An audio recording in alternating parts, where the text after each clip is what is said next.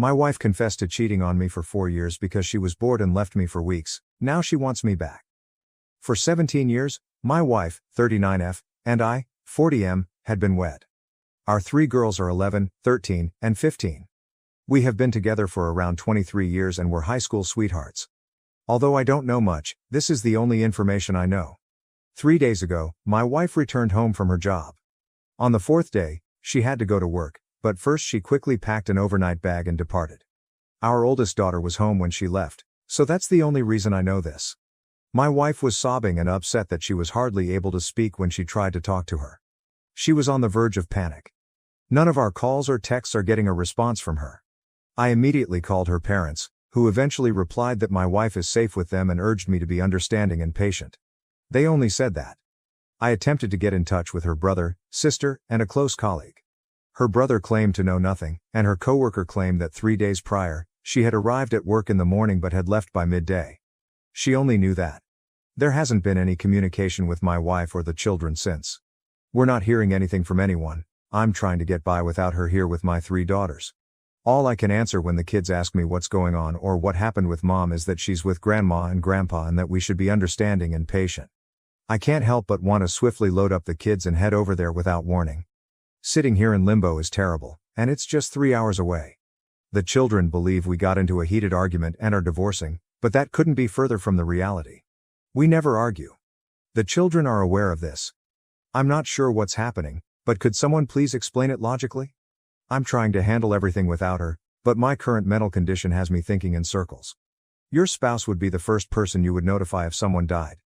My wife would be the first person I would turn to for assistance if it were me, though it's possible that some old trauma was triggered. We don't know anything, nothing makes sense. I sit here in limbo with the girls, unsure of what to do. Nobody is telling us anything, and none of us know anything. It makes me anxious, afraid, irate, etc. Almost every feeling imaginable in this circumstance. Is there anyone who can think of something reasonable? Why would you do this to your family? Update 1, I apologize. I don't know much about Reddit yet, not much to share. Because I'm not really sure how to do it, I don't know how to connect my previous post. I didn't sleep last night, it was a long night. I apologize for the brief update. I read every thread yesterday and into the night, but I don't plan on using the computer much today. Today, we finally read the responses. I'll just state my knowledge and stop there. I ended up calling the cops last night as my father-in-law didn't call. A wellness check was conducted, as many of you recommended. I won't go into the storm of problems that resulted from this, but my wife has been having an affair for at least 2 years, if not more. Everyone was right. The other man reportedly died that night after suffering a heart attack on Tuesday. It seems likely that my sister-in-law and my mother-in-law have been aware of it and have been filling in for her. My wife still hasn't been in touch with either the girls or me. For the time being, I'm attempting to hide this from them, but to be honest, I don't know what to do next. I only know that, and it's enough to almost spell my demise. I appreciate all of your assistance and guidance. That's all, but I'm not sure how to get over this news. Please offer up prayers for me and the 2 of us. Update 2. A couple people have suggested this sub to me. I recently joined and have been reading a lot of postings whenever I have free time, usually at night when the day's turmoil is over. Naturally, the brain then takes over, and I have these depressive episodes. After that, I experience intense rage and then both feelings at once. It's almost impossible to sleep. Then, like a zombie, I go about my day. All the acronyms are something I'm attempting to learn. I suppose Friday was my D-Day. I initially believed my wife's affair to have lasted 2 years, but it now appears highly probable that it lasted longer. She had known the man she cheated on with AP for some time. The disclosure came after he sadly died of a heart attack. With the assistance of my eldest daughter, I continue to conduct research. I'm not yet ready to post about a lot of topics. I honestly didn't intend to keep posting about my predicament, but so many people have given me so much support and guidance that it's practically therapeutic. Knowing that so many other individuals are going through this kind of pain is painful. I'm so sorry for that. Yesterday and today, I had meetings with 2 different attorneys to go over my alternatives. I also made several calls about treatment, but where I reside, wait periods are really lengthy. I'm making an effort to follow many of the advice given by others, such as abstaining from drinking, although I don't and never have. Taking care of myself, exercising, etc. For someone my age, I'd say I'm in excellent shape, but right now I struggle to find the motivation to work out. I recognize that a lot of you will want specifics, like who, what, when, and so on, but please know that I'm simply not yet ready to go into all of that. It feels like a new bomb goes off every day, and all I want is some guidance on one item so that I might be able to get some sleep. My wife, the mother of my 3 lovely girls and my best friend since high school, was everything to me. We shake hands in secret and share inside jokes. Everything is gone. Everything. It's simply gone. I get really depressed when I reflect back on all of our years together, including every milestone and every laugh. It is incapacitating. It seems like she didn't care about any of it, and now she won't be in my future. Naturally, the "how could you" question then surfaces, and I am seized with an insatiable rage. I pound the mattress and scream into my pillow till my arms hurt. The cycle is terrible. I only go to sleep because I'm so tired, and when I wake up the mind games start over. My girls, who have been attempting to care for me as if they were my parents, receive all of my energy. They aren't treated fairly. After learning about the affair, how did you all sleep? With just your thoughts, how did you cope with the emptiness and silence at night? Aside from my daughters, I've determined that sleep must be my top priority in all of this. I'm hoping you can help though, because I simply can't. Many thanks to all of you. Update 3. I apologize for my relative inexperience on Reddit. A little more than a week has passed since my D-Day, however I'm not sure how much of my circumstances I should reiterate or repeat. I've since discovered that my wife's affair lasted for more than 4 years. No precise time frame yet. It most likely began emotionally before becoming bodily. I'm also interested in how the epidemic and lockdowns affected this. I might or might not find out the answers. In any case, my in-laws unexpectedly came to visit their grandchildren yesterday. Since the start of this ordeal, Del EW has been staying in their house, which is utterly ridiculous. Naturally, they greeted the girls for a total of 15 minutes. I have 3 girls with my wife. They then requested a private conversation with me. As you can anticipate, the chat was lengthy. I don't want to go into detail about it in this piece. In any case, my wife wants to return home but is scared of the consequences of her behavior and is unable to confront her past. Her parents also conducted extensive research to find out if I intended to file for divorce. They put a lot of effort into persuading me to forgive my wife and keep the marriage together. They wanted my wife out of their home, but it was also obvious that they were extremely humiliated and ashamed. The conversation was quite polite and courteous. I acknowledged that I misled them by claiming that I was unsure of my future intentions since I intend to get a divorce. However, I fear that if I tell my wife, I will never get the truth. And I might never understand. However, if at all feasible, I would like her to sit in front of me and explain everything. I want her to look me in the eyes and tell me everything after we've been married for 17 years, been together since high school, had 3 children, made innumerable memories, and experienced everything together. Additionally, I want my children to understand that I offered her the chance to apologize, explain herself, and resolve the situation as responsible adults. I'm constantly trying to decide which course will be best for my children. I'm not sure, perhaps I'm not doing it correctly. I can't legally bar my wife from our house. The attorney was extremely explicit about that. Therefore, even if I really don't want this right now, I can't stop my wife from coming home. In fact, my girls and I have begun to establish a pleasant routine. I therefore made a demand that, in my opinion, would be impossible to fulfill for some time. If, when my wife sat down with me face to face, looked me in the eyes, and told me everything about her affair, from beginning to end, without hesitation or more lying, I told her she may come home. She would next need to meet with the girls, provide an apology face to face, and respond to their inquiries. It's only fair, I reasoned, since they already know. Once more, she is legally free to return home anytime she pleases and is not subject to any obligations. However, I might be able to take advantage of her fear of us. Is that incorrect? Here, I'm not attempting to be cunning or dishonest. I simply don't want to live together just yet. If I can postpone it, our state has a 90-day waiting period before a divorce may occur. In any case, she will inevitably return home. Life will continue despite this disaster, and ultimately we will both need to return to our jobs. I simply wish to extend it in order to plan and improve my emotional and mental well-being. My wife says she doesn't want a divorce, but she has been texting the females. She apologizes to them over and over again. The texts have been shown to me. She inquires about me every day, and the truth about what she has done to us is really getting to her, especially in the past few days. How can I handle this? Was my request stupid? My wife is probably going to return home sooner rather than later. Right now, I have faith in my future. This doesn't scare me because I know it will happen eventually. As we proceed, I simply want to choose what's best for my girls and subsequently for myself. I am grateful to everyone who has been providing support, guidance, and encouragement. Update 4. I apologize for the length, but I just need to get this out of the way.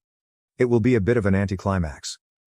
Despite the awful weekend, my wife returned home yesterday. As the week progressed, there was a fair lot of build-up to it.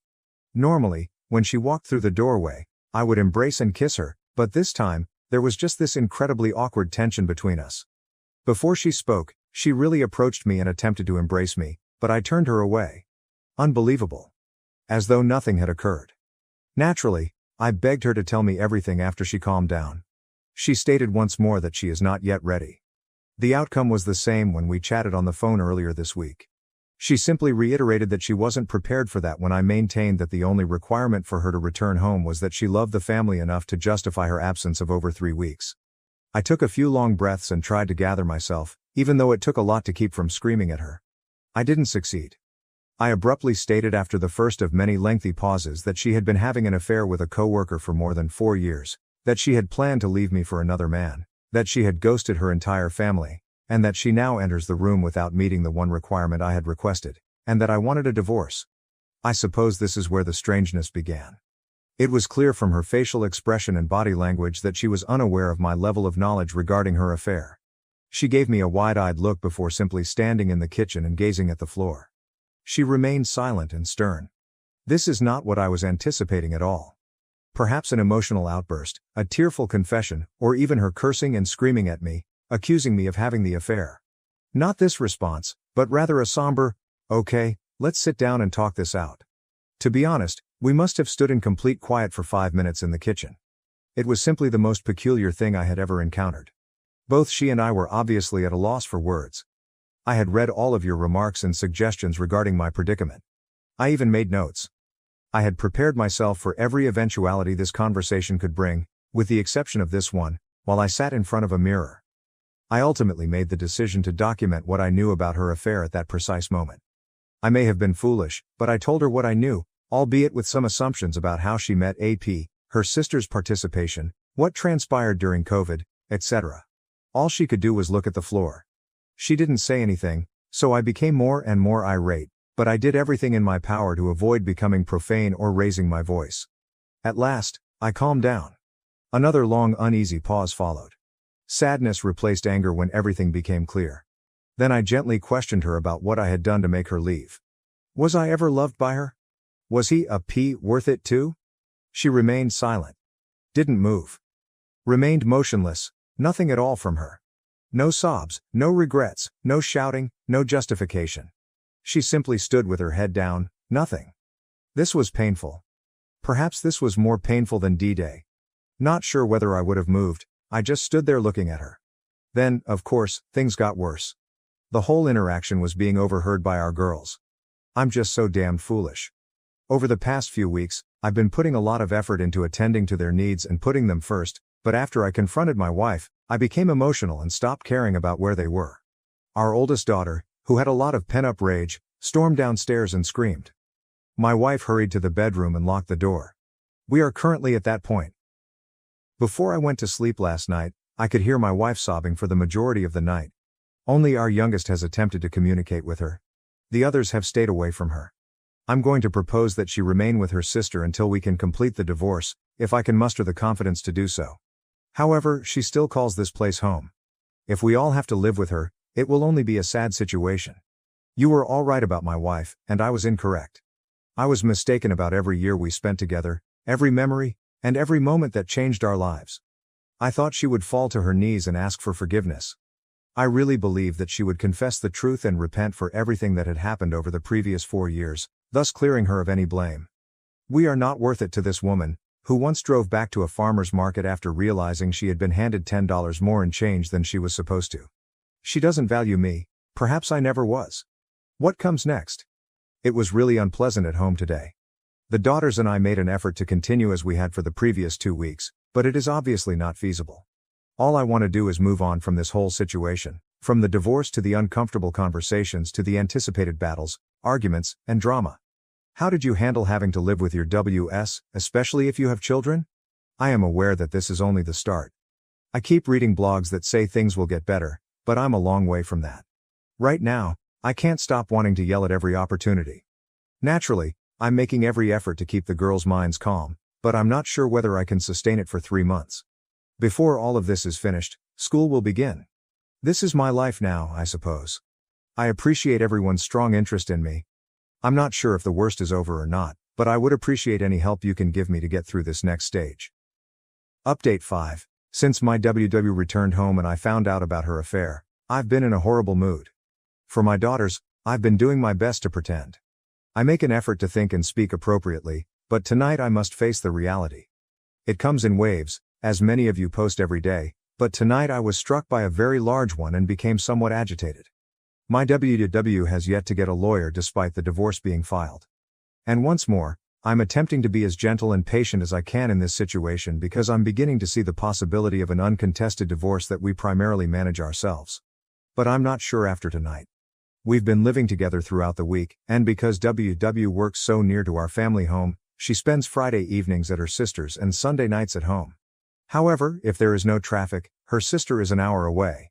It's been a habit of basically avoidance over the past few weeks, with WW essentially keeping to herself and the girls and I trying to go about our daily lives regularly. Even though we have informal conversations every evening, my oldest daughter and my WW have stopped talking after a few heated arguments. Right now, it's for the best. I've been following a lot of your advice lately, in addition to what I've read. I put a lot of effort into maintaining my self-control around my wife, and even though it requires all of my strength and willpower, I've been brief and uninterested in our small conversations, although always being courteous and respectful. The past 2 Fridays, up until now, she has arrived home from work, gathered a few things, and left for her sister's for the weekend before I have even returned from work. Not tonight though. When I got home, she was waiting for me in the kitchen. I attempted to ignore her tonight, but she gently took my hand and asked if I was going to treat her this way because she wasn't ready to discuss her affair with me. By the way, since everything went viral about a month ago, this is the first time she has ever spoken about her infidelity. I made an effort. I swear to you, I tried to just walk away and bite my tongue, but I became angry because our daughters weren't home at the time. I then released all of my vices, hurts, aches, anger, and miseries. I let her handle everything. I went on for so long I can't even remember. I completely forgot what time was. I did become a little animated and loud at times, and I did raise my voice. I simply broke down and told her how devastated I am, how much pain I endure every day, and everything that has been haunting me and that I have been holding back. I mean, if I tried to summarize what I said, this piece would be 4,000 words long. I had no intention of stopping once I got rolling. Naturally, I broke down and became tearful once more. After this, I was furious with myself. Damn it, I've been doing great. She reached me. I allowed her to affect me. I was aware that it would occur. I was aware. Horrible. I can only express so much in the waiting room, and it has been building for a while. Additionally, WW genuinely broke down and became emotional for the first time. She started crying furiously, which surprised me. Unfortunately, seeing that she was experiencing the same pain as I was made me pleased. I wish I didn't care, but it felt good to watch her finally cry since it showed that there was someone with some empathy inside of her. Surprisingly, she apologized several times as I was exploding. She would only mutter, "I'm so sorry," while sobbing in an awful way. Eventually, though, I left the kitchen before she could gather herself enough to say anything more. I begged her to stop bothering me. That's what occurred. She spent some time in the kitchen before heading back to her sister's house. After a half hour, the girls realized something had happened when they got home. Although it's difficult to conceal, I wasn't prepared to discuss anything and don't believe they should be aware of this. Do they? I don't want to stop the 2 youngest from making development because they have been doing a lot better. I also don't want to add fuel to my oldest's fury by telling her about this. I detest this so much. I detest it. I ought to have remained composed. I should have simply ignored my WW and walked straight by her. Right now, I'm not sure. Looking back, it seems like she was merely attempting to bring up her affair but was unsure of how to do so. Obviously, she didn't go very far because I blew out. I am now genuinely concerned for her. I don't want her to suffer any harm, but I am aware that many of you will be critical of me for this. With almost everyone ignoring her, she has been alone with her thoughts and secluded. Although it's true that she deserves it, she is still a person and the mother of my children. What a blow to me. I'm really disappointed in myself. I apologize for the lengthy tirade. I also yelled at my brother over the phone. I'll try to start over on Monday, man. I'm only a human. I must admit that it felt wonderful to vent to her, but now I'm feeling regret. Is it better to text my wife or to ignore her? I'm a complete wreck. However, I appreciate you listening, providing me with the help I need to get through this, and giving me all of your suggestions. We have all begun treatment, so that's something in the middle of the turmoil. But this is really, really difficult, just really difficult. Update 6. Thank you for your concern. I am aware that many of you have contacted me. The majority of you were right. Things aren't going well, and I haven't had any opportunity to access the internet. I was hoping to take a vacation from the internet, but I've been regressing a lot this week. It has simply been terrible. My wife has been really kind and has been apologizing for her affair, crying, smothering me, and knocking on my door at night to talk. She hasn't really left me alone this week. I've spoken to her when I felt like it, but I've also mostly ignored her. On Wednesday night, I finally lost my temper with her and told her to stop bothering me.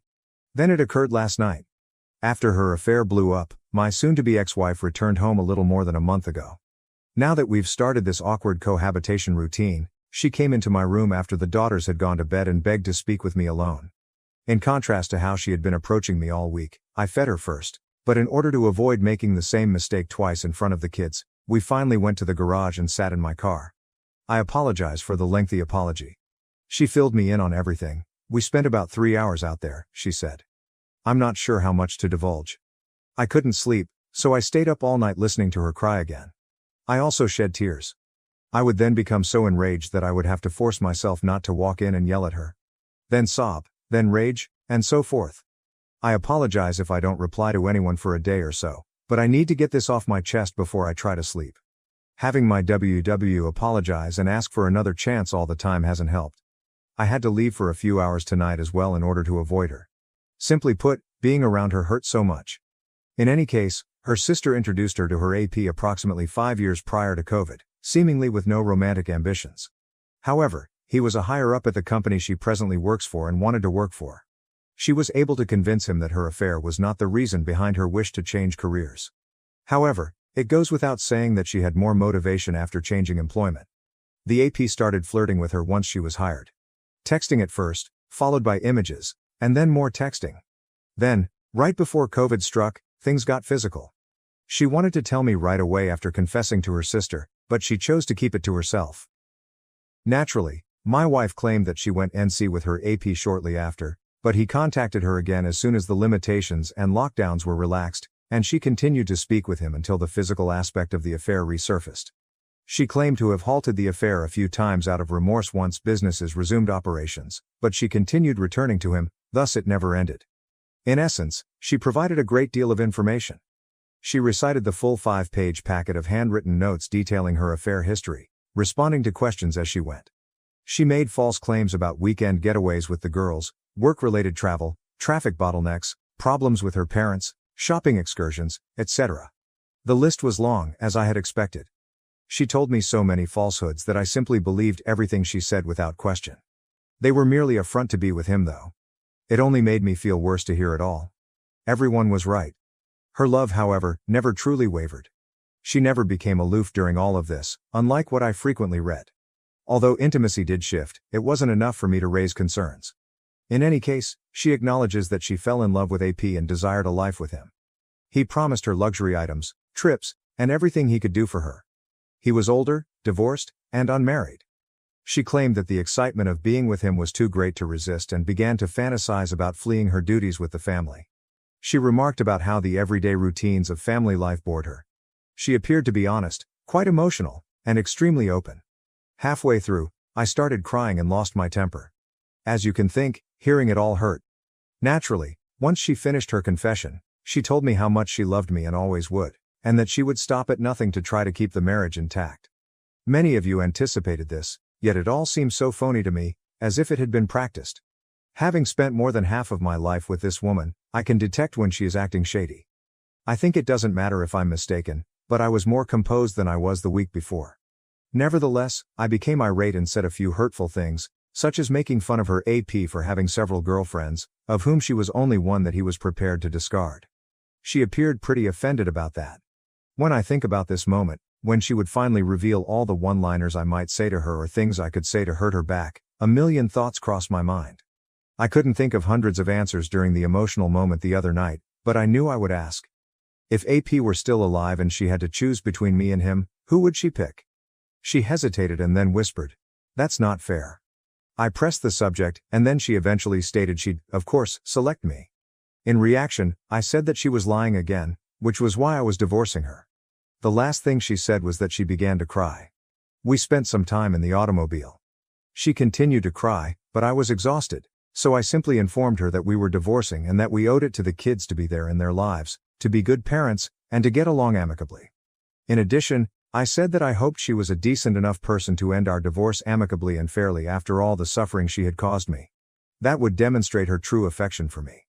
Please realize that I'm not a petty person and that I didn't intentionally mean to hurt her when I told her that I had stolen anything from another website. It just seemed like the right way to wrap things up. However, I truly meant what I said and did. After telling her that I would have loved her forever and leaning over to kiss her on the forehead, I got out of the car and went to bed. That was it. Naturally, I didn't get much sleep the night before, and now I'm having trouble falling asleep tonight. I have no idea what will happen next. One positive, I suppose, is that she no longer has the chance to challenge the divorce. However, I have yet to speak with my attorney. I'm crying once more and reverting to my angry and depressed states. Hearing everything last night was really difficult, even though I could have avoided it all. She may have lied and made it up too, now that I know. Who knows? However, it appeared to go well with everything I had assembled during the previous month. For the time being, that's it. It seems like this never ends. I feel strong again after a few good days, and then something else happens. Even though it's only been days, it feels like months have passed. However, I will attempt to get some rest. Imagine that the one lady you have ever loved and kissed, the love of your life, informs you that she cheated on you for more than 4 years because she was bored. Had no relationship problems, no dead bedroom, no falling out of love, no growing apart, nothing of the sort. Merely due to her boredom. I'm not sure if that makes it better or worse. Thank you for reading and for your assistance. It was a rough couple of nights. Horrible. Thank you for watching. If you haven't subscribed yet, please do so and hit the notification bell to stay updated with more shocking real-life stories happening around you. My daughter was invited to perform at her cousin's wedding but was later smeared online because her performance drew more attention than the bride. My F49 cousin, F23, asked my daughter, F16, to perform at her wedding reception, but became bitter upon seeing the positive reception to her act. She has since posted about her online, and my daughter is considering quitting original post. I hope this is okay to share here. The reason I'm posting is because of my daughter who's been hurting in the aftermath of a recent performance. I'm sorry in advance for how long this turned out, but any advice from fellow aerialists would be greatly appreciated. My cousin Dana, not real name, had her wedding 2 weeks ago, and she asked if my daughter could perform at her reception. My daughter, Jane, also fake name, has practiced Silk's Lyra for the past few years at a nearby circus studio, and she's also performed with through the studio at small gigs. She hopes to continue into adulthood and become a professional teacher, but this recent incident has shaken her confidence. She has a private Instagram to document her progress performances, and I only post certain performances on my Facebook. Her first gig with the studio and her first recital to name a few we're proud of. Some of our relatives saw her performances through my socials, and they watched her perform at her studio's Christmas recital when we hosted Christmas at our home a few years back. Something that surprised her when they visited early to see her. I love how they coordinated that, and Jane said it was her loudest cheering section to date. Dana was one of the relatives who came up early to see her Christmas recital, and she's always been super supportive. She asked me if Jane would be willing to perform at the reception, and I asked on her behalf. Jane was honored and excited when I did, and we already had a portable rig for her too. Though we ended up renting a taller one from her studio. Dana got the idea from a YouTube video featuring an aerialist who performed at a wedding reception, and she showed us while requesting white silks and a white outfit. We scoped out the venue and purchased white silks along with a white costume that Dana approved of, and Jane was really excited throughout. Jane even worked on choreography to a song that Dana requested, and she put a lot of time into it, even asking one of her coaches to help her with it. Dana insisted on paying her for the gig despite Jane not expecting to be paid, and she paid her a few hundred. However, Dana's had a change of heart. Jane received a standing ovation after her performance that surprised her, but we didn't know anything was wrong until Dana went on Facebook a few days later. Dana said she didn't approve of the outfit Jane wore and that she specifically told her to not wear white. She also said my husband and I pressured her to have Jane perform and that the performance gave off an unclassy vibe. Lies that my husband and I couldn't believe. We sent Dana numerous costume links, and we purchased the one she liked. There was also nothing wrong with Jane's performance. Dana was one of the people cheering afterwards. Jane received nothing but compliments afterward, but I'm disgusted that she had to see that post after all the work she put into it. The post also had comments disabled for what it's worth. I called Dana to confront her about the lies, but she didn't pick up numerous calls. I then called her parents who, like us, had received messages about her post, and they said that Dana was wrong. They apologized on her behalf and said they were also disgusted. Dana's mom also said that Dana vented to her before making her post a few days after the reception. Dana told her she regretted asking Jane to perform given the attention, compliments and cheers she received for it. Her mom also said that she felt upstaged with Jane wearing white and having to hear how good she was. Dana's parents tried to call her after she made her post, but she didn't answer after their previous conversation ended with her parents telling her she shouldn't be bitter because she specifically asked Jane to perform. Dana's parents reported the post along with us/others, and we've told the truth to those who reached out along with a post to explain our side, stand up for Jane. We have text proof of sending costume links that Dana chose from. Dana's parents also requested to talk to Jane on the phone to apologize for Dana's behavior, and my husband and I told Jane that Dana was wrong, and that we'll be distancing ourselves from Dana permanently. Dana's parents were surprised at her behavior, and we were too having seen her grow up. Granted, we only see extended family for Thanksgiving and Christmas because we live far, but other relatives were surprised too as it seemed to come from left field. Maybe there's a side of Dana we'll never know from our limited holiday, milestone interactions, but our focus is Jane. We've tried to cheer Jane up by offering to take her to dinner among other activities, but she's been hurting, which is why I'm here. Jane hasn't practiced, at home or the studio, since the reception. And I don't want to invade her space at her studio by telling anyone there, in case she doesn't want anyone to know. She asked me to return the white silks and costume after being so excited to receive them. She also said she's going to take an extended break from aerial photography to reconsider if she wants to continue. Aside from aerial photography, she's taken a break from seeing non-aerial friends too, choosing to pretty much keep to herself. We would appreciate any advice from fellow aerialists on how to lift her spirits.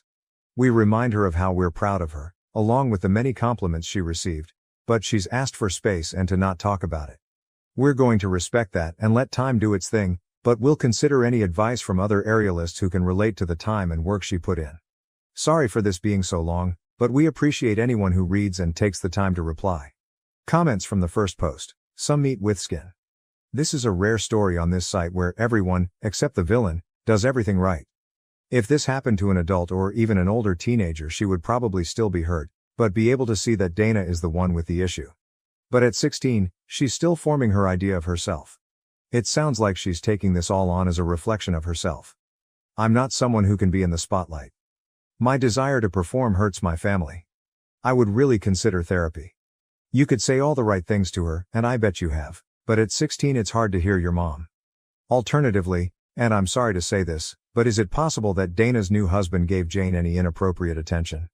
That might explain why Dana is so upset when she presumably should have known exactly what to expect, although certainly wouldn't excuse it.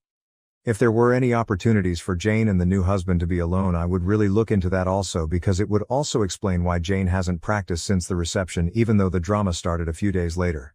It is an extreme place to go, but I would just ask yourself if there was an opportunity for him to be inappropriate because she is withdrawing from her entire social life. When I was a teenager, driving up to the next city helped me sometimes. Want to take a drive? Is still a question I ask myself when I feel stuck and hopeless. Go to the big aquarium and get cannolis at the outlet mall or something equally random. Maybe she'll open up or get out of her head, or maybe y'all will just have a nice day. Lots of love to you and your family. Mistral 19. Jealousy is horrible, and Dana has just made herself look bad to anyone that came to the wedding. Also, just for reference, I have performed at multiple weddings and have always had a white costume.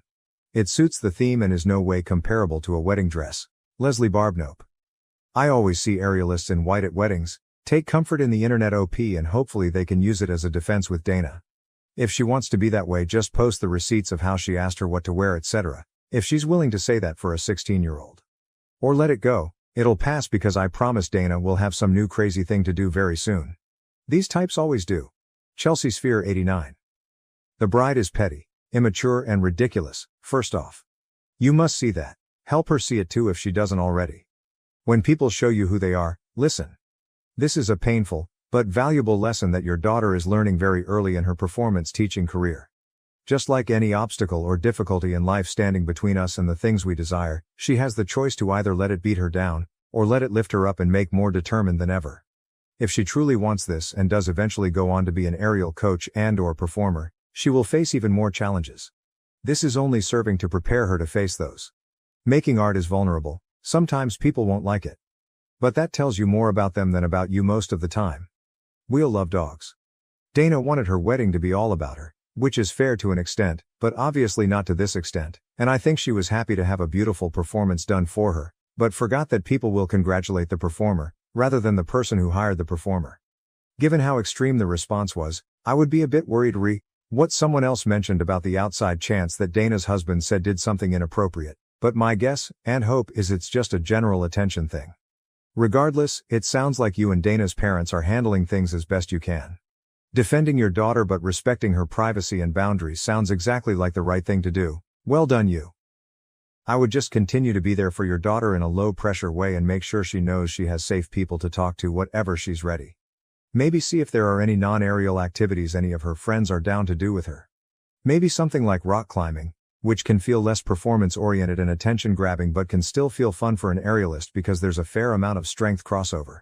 Hopefully she'll be comfortable with aerial photography again in future, but I think just trying to help her not socially withdraw too much would be good for her well-being for now. So sorry she's going through this. She sounds like a great kid and a very talented aerialist. Update. Before I get into what's happened since my last post, I want to thank everyone who took the time to comment. 2 pieces of advice really stood out, and I'll get to them shortly. Since my original post, Dana's Facebook post is gone. I don't know if she deleted it or enough people reported it for Facebook to remove it, but we're glad it's gone. She never apologized to us, or Jane, or even bothered to call, so our position on being permanently done with Dana stands. My husband and I made a post on my Facebook addressing the lies she spewed about our daughter, and we shared photo proof of Dana's text where she approved of Jane's white costume from links we sent, not to mention the song choice she sent us too. Better yet, Dana's mother reposted it on her account, which really surprised me. Dana's mother wrote that they loved Jane's act and that they disapproved of Dana's actions. My husband and I also made sure that Jane was okay with us addressing it on Facebook, and she said it was fine. Normally, I wouldn't use Facebook to address drama if aimed at me, but since this involves a grown adult attacking a minor, we felt the need to address it publicly because she disparaged her publicly, and Jane will remember whether we stood up for her or not years from now. I had a chance to speak with Dana's mother since my original post on the phone, and she spoke to Dana again after our last call. Dana reiterated how she regretted asking Jane to perform, but she harped on the standing ovation that bothered her the most.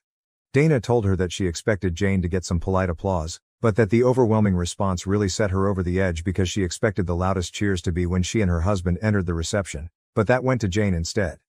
Dana and her husband also received a great reception when they entered the reception, but Jane's performance did too, and Dana didn't expect it. Heck, even Jane was surprised by it too. She never received a standing ovation from a solo act before. But Dana's mother believes that if Dana had asked someone to sing who received a similar reception, Dana's jealousy would have been all the same. Someone suggested seeing if Jane would be interested in speaking to a therapist given how hurtful Dana's comments could be for a teen, and Jane said she's open to it so long as it isn't a counselor at school because, as of now, she doesn't want anyone at school or her studio to know about the incident, and she vaguely told the coach who helped her choreograph that it went fine. We will respect her privacy request as it's her right to control the narrative. But in the same vein, I suggested therapy for Dana to Dana's mother since her reaction might be a bigger insecurity, and she said she'd ask. The other thing someone suggested was the possibility of Dana's husband, or anyone, making an inappropriate comment to Jane during the reception that made her shut down and not want to see friends or practice days before Dana's post. My husband decided to ask her, and Jane said no when he did. If something happened, perhaps she'd be more comfortable telling a therapist with time. But on the bright side, she said she might want to try a different aerial studio because she doesn't want to answer questions about how it went, or share a video, at her home studio, so we will help her find somewhere new as she asked. We hope she doesn't permanently leave her current studio because she has friends and coaches who are supportive, and she performs with that studio's troupe at festivals gigs. But I personally understand the need to sometimes go somewhere where nobody knows you for a break, and we hope that that will help her. She hasn't said definitely yet. But if we do, we'll take her. She still wants an extended break from aerial photography in the meantime. But even if or when she goes back, she said she may never want to perform again and would rather do it leisurely. One of the reasons she doesn't want to return to her home studio where she's a part of their troupe. She asked if we'd tell her troupe coach that she won't perform with them anymore if it comes to it. And if that's what she wants down the road, then we will. Hopefully time heals this wound and helps her at least keep the friends she has there, but we can only hope. Comments from the update. Fluffykins_pie. I'm so glad that you and the rest of the family are backing Jane up as much as possible. Hopefully the support you show her now will eventually win out over Dana's hateful behavior. I also hope that Dana actually gets therapy, because going after a minor like that was beyond out of line. Maybe the suggestion coming from her own mom will make Dana reevaluate and make some changes. But regardless, it sounds like you guys are doing a great job parenting. I'm so sorry this happened, but the absolute best thing you can do is just keep showing Jane that you have her back and it's her decision what she decides to do from here. We'd be happy to have her back if and when she decides to return to the aerial community. Half Angel. I can see the positives in here that have happened since the last post. Thank you for updating. I have been thinking of you all. It does sound like Jane is still blaming herself and that will need unlocking, as that mindset could spill over into other aspects of her life, stopping her achieving her full potential. She needs to realize that this is bridezilla jealousy that got directed towards her, nothing to do with her, and if an aunt had received that attention it too would have got squashed. Perhaps angling her to perform is fine, just never a family wedding again. And please ask her again in a few weeks' time if any inappropriate comments were made or done. Sometimes it can take a while to feel comfortable enough to say it out loud. It's not uncommon for boys to take 30 years before they say something. I feel like her coach needs to know that the performance was amazing, but to know that there was fallout afterwards. They don't need to know exactly, but it will help explain the actions and ease the road back there for Jane. Please give her a big hug from me. Now to the next story, story 2. I child-proofed for my in-laws visit, but my husband thought I was overreacting. Now he's gone further after day 1 with our nephew. Original post, I am at 26F, and my husband is 29M. We have been married for 5 years and we went to Berlin right after marriage since we both found really well-paying jobs. Meanwhile both of our families, parents, siblings etc., still live back in Greece and we usually visit back occasionally. Now me and my husband don't have any children and we don't plan to have any. We enjoy buying expensive things and experiencing things we never got to as children, such as nice furniture in our home, going to exotic restaurants with friends, travel, hobbies, and generally just our lives with each other exactly the way it is. But that's just how my husband thinks. His family is very traditional and every married couple has at least one kid. This time my husband invited my Bill and CL to visit us with their 3-year-old son for 2 weeks. This would be the first time they've traveled with their son and the first time we would be hosting our nephew at our home. Now our nephew is known to be going through the terrible twos and has been throwing tantrums and breaking things lately, so I did some child-proofing in our home a day before my in-laws were due to arrive. I removed all the glass and ceramic decor. I swapped out our linen tablecloth for a plastic one. I locked up our intoxication devices. I also covered our sofas with a plushy fabric cover. Our sofa's fabric is white cashmere, because my nephew likes to snack while watching TV and we can always take it outside and dust off food crumbs.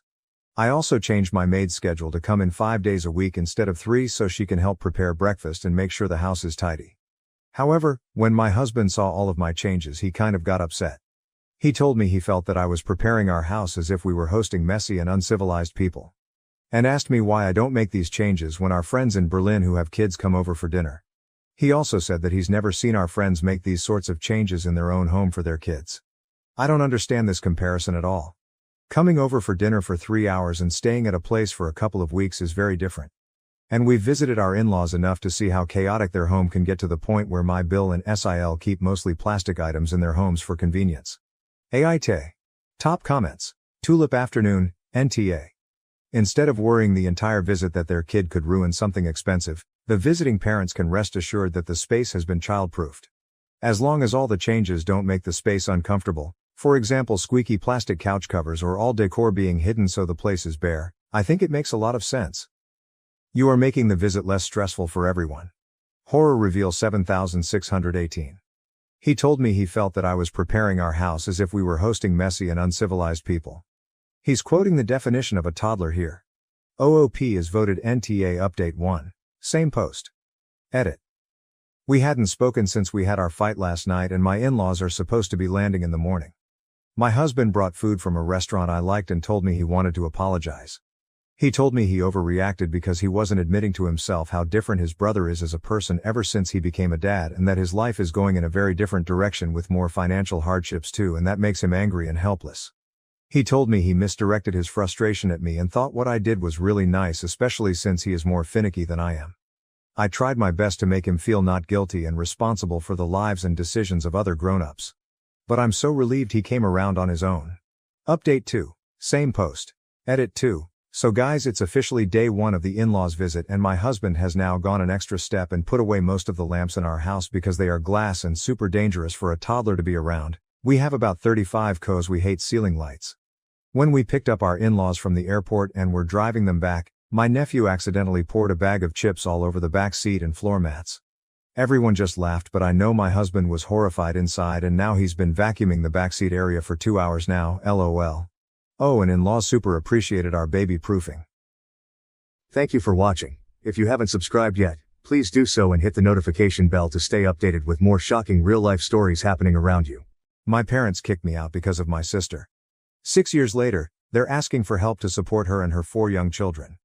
I, 32F, am currently in charge of significant commercial development projects around New England as a successful architect at a prominent Boston firm. Nathan, a 34-year-old man who works as a project manager in sustainable development, is my fiancé. Our wedding is scheduled for the following year. On the surface, my life appears to be ideal.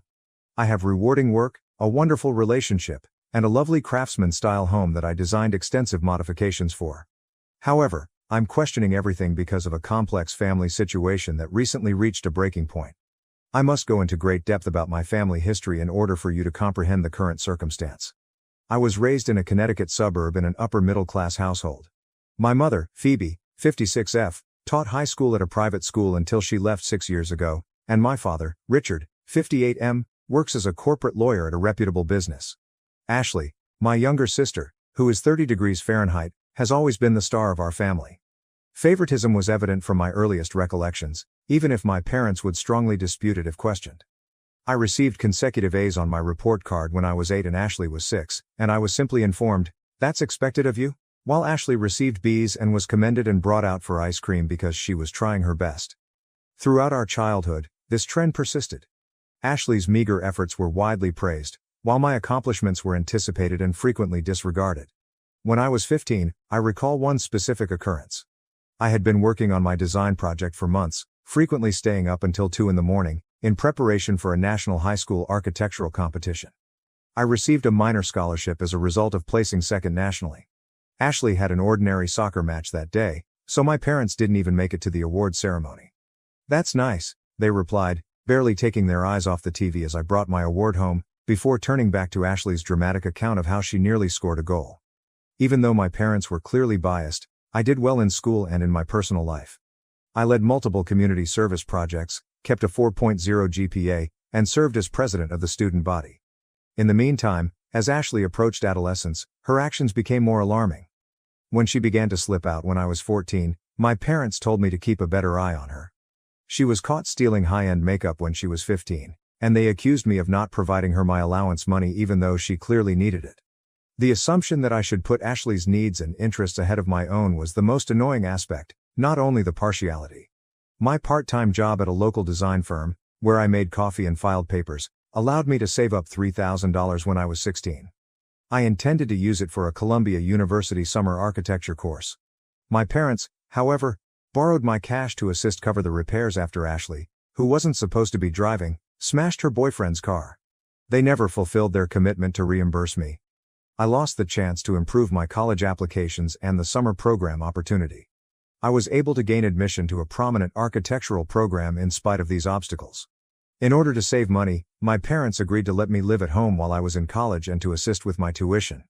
They wanted me around to assist handle Ashley, who was now in high school and becoming more disobedient by the day, so this wasn't totally selfless. I recall making several attempts to speak with Ashley about her actions. One exchange is particularly memorable. 3 months or so passed before everything collapsed. At 3 in the morning on a school night, I discovered her slinking back into the house. Assisting Ashley to climb through the window, I whispered, "Ashley, you need to be more careful. You're in your senior year, and colleges look at more than just grades." She retorted, Stop trying to be mom. Just because your life is boring and all about buildings doesn't mean mine has to be. In hindsight, I ought to have anticipated this. Ashley spent a lot of time with Tyler, her 17-year-old ex-boyfriend, who was known for being trouble. My parents viewed everyone I dated with extreme mistrust, yet they were surprisingly lenient about their relationship. My mother accused me of being envious of Ashley's vibrant social life when I attempted to voice my concerns about Tyler. 6 years ago, everything drastically altered. One day, Ashley, a senior in high school at the time, came home and declared she was expecting a child. The father was Tyler. I can still clearly recall that night. Ashley sitting on the couch with a look of fear and defiance on her face, my father pacing the living room, and my mother sobbing uncontrollably.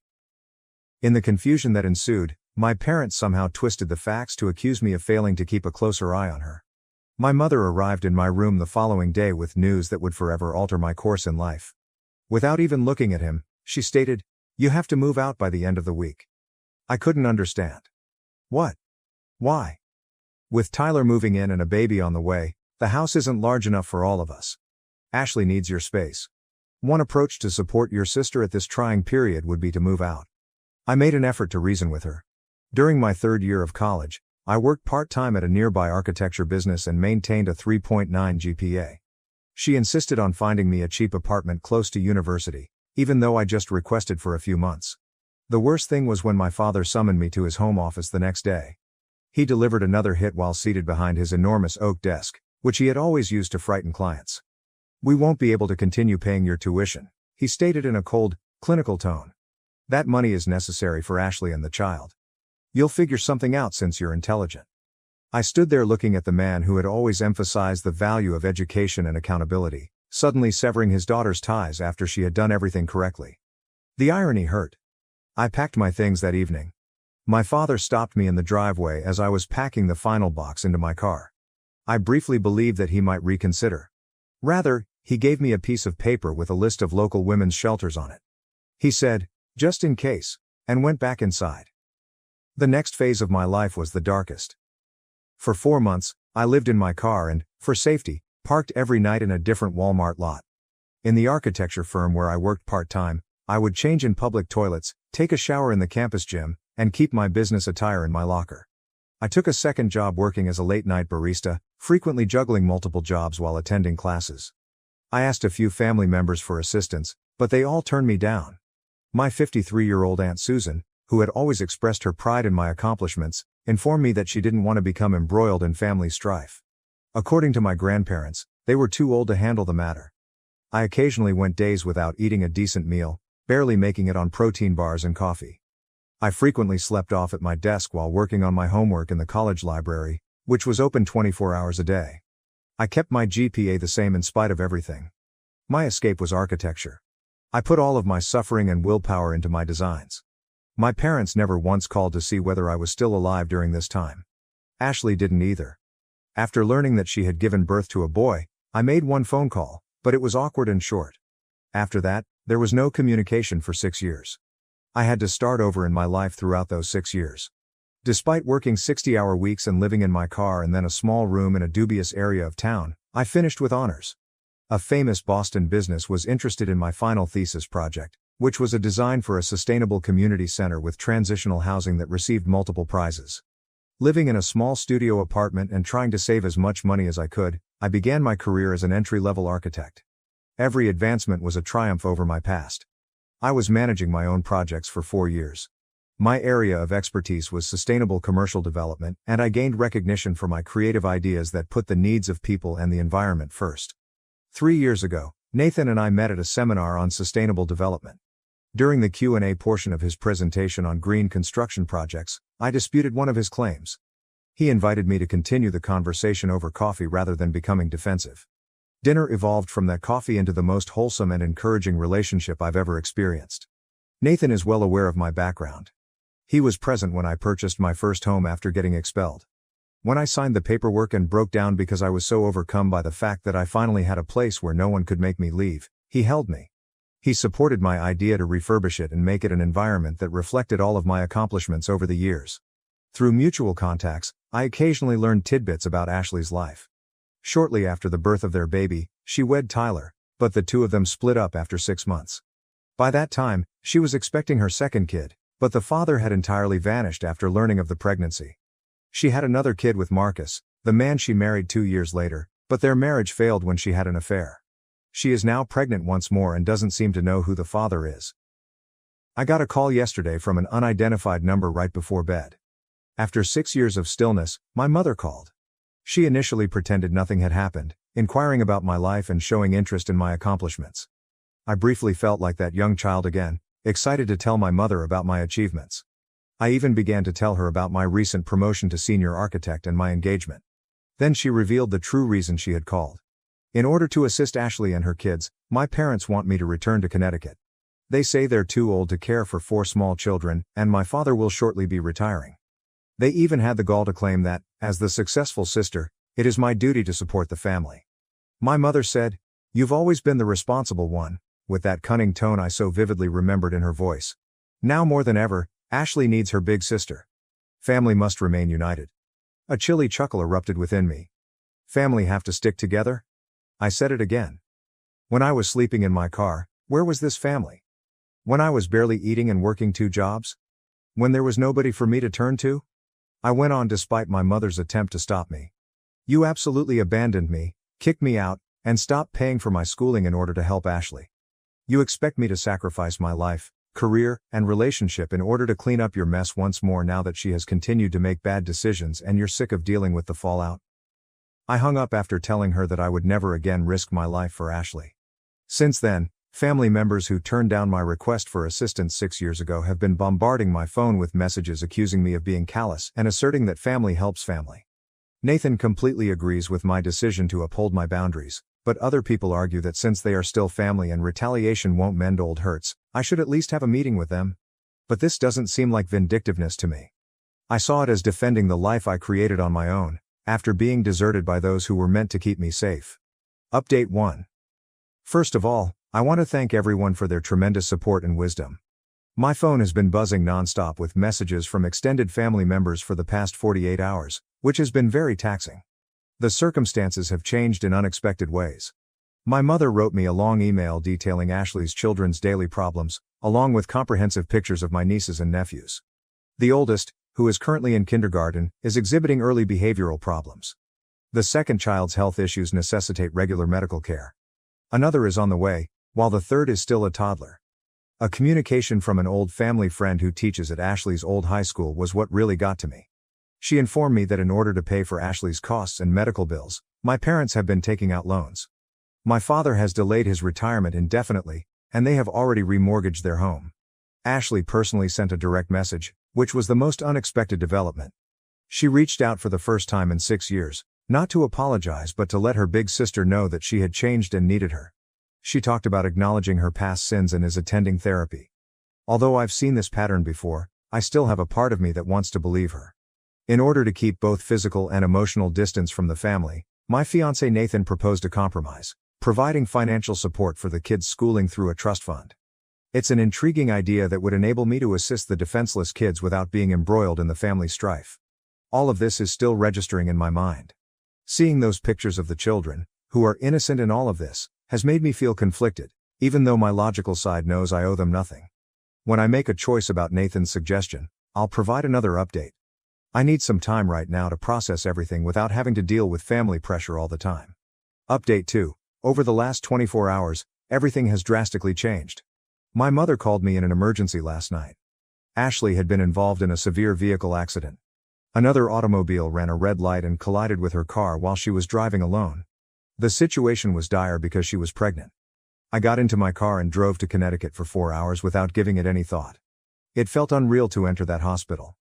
As he paced the corridor in his faded suit, my father appeared to be much older than his years.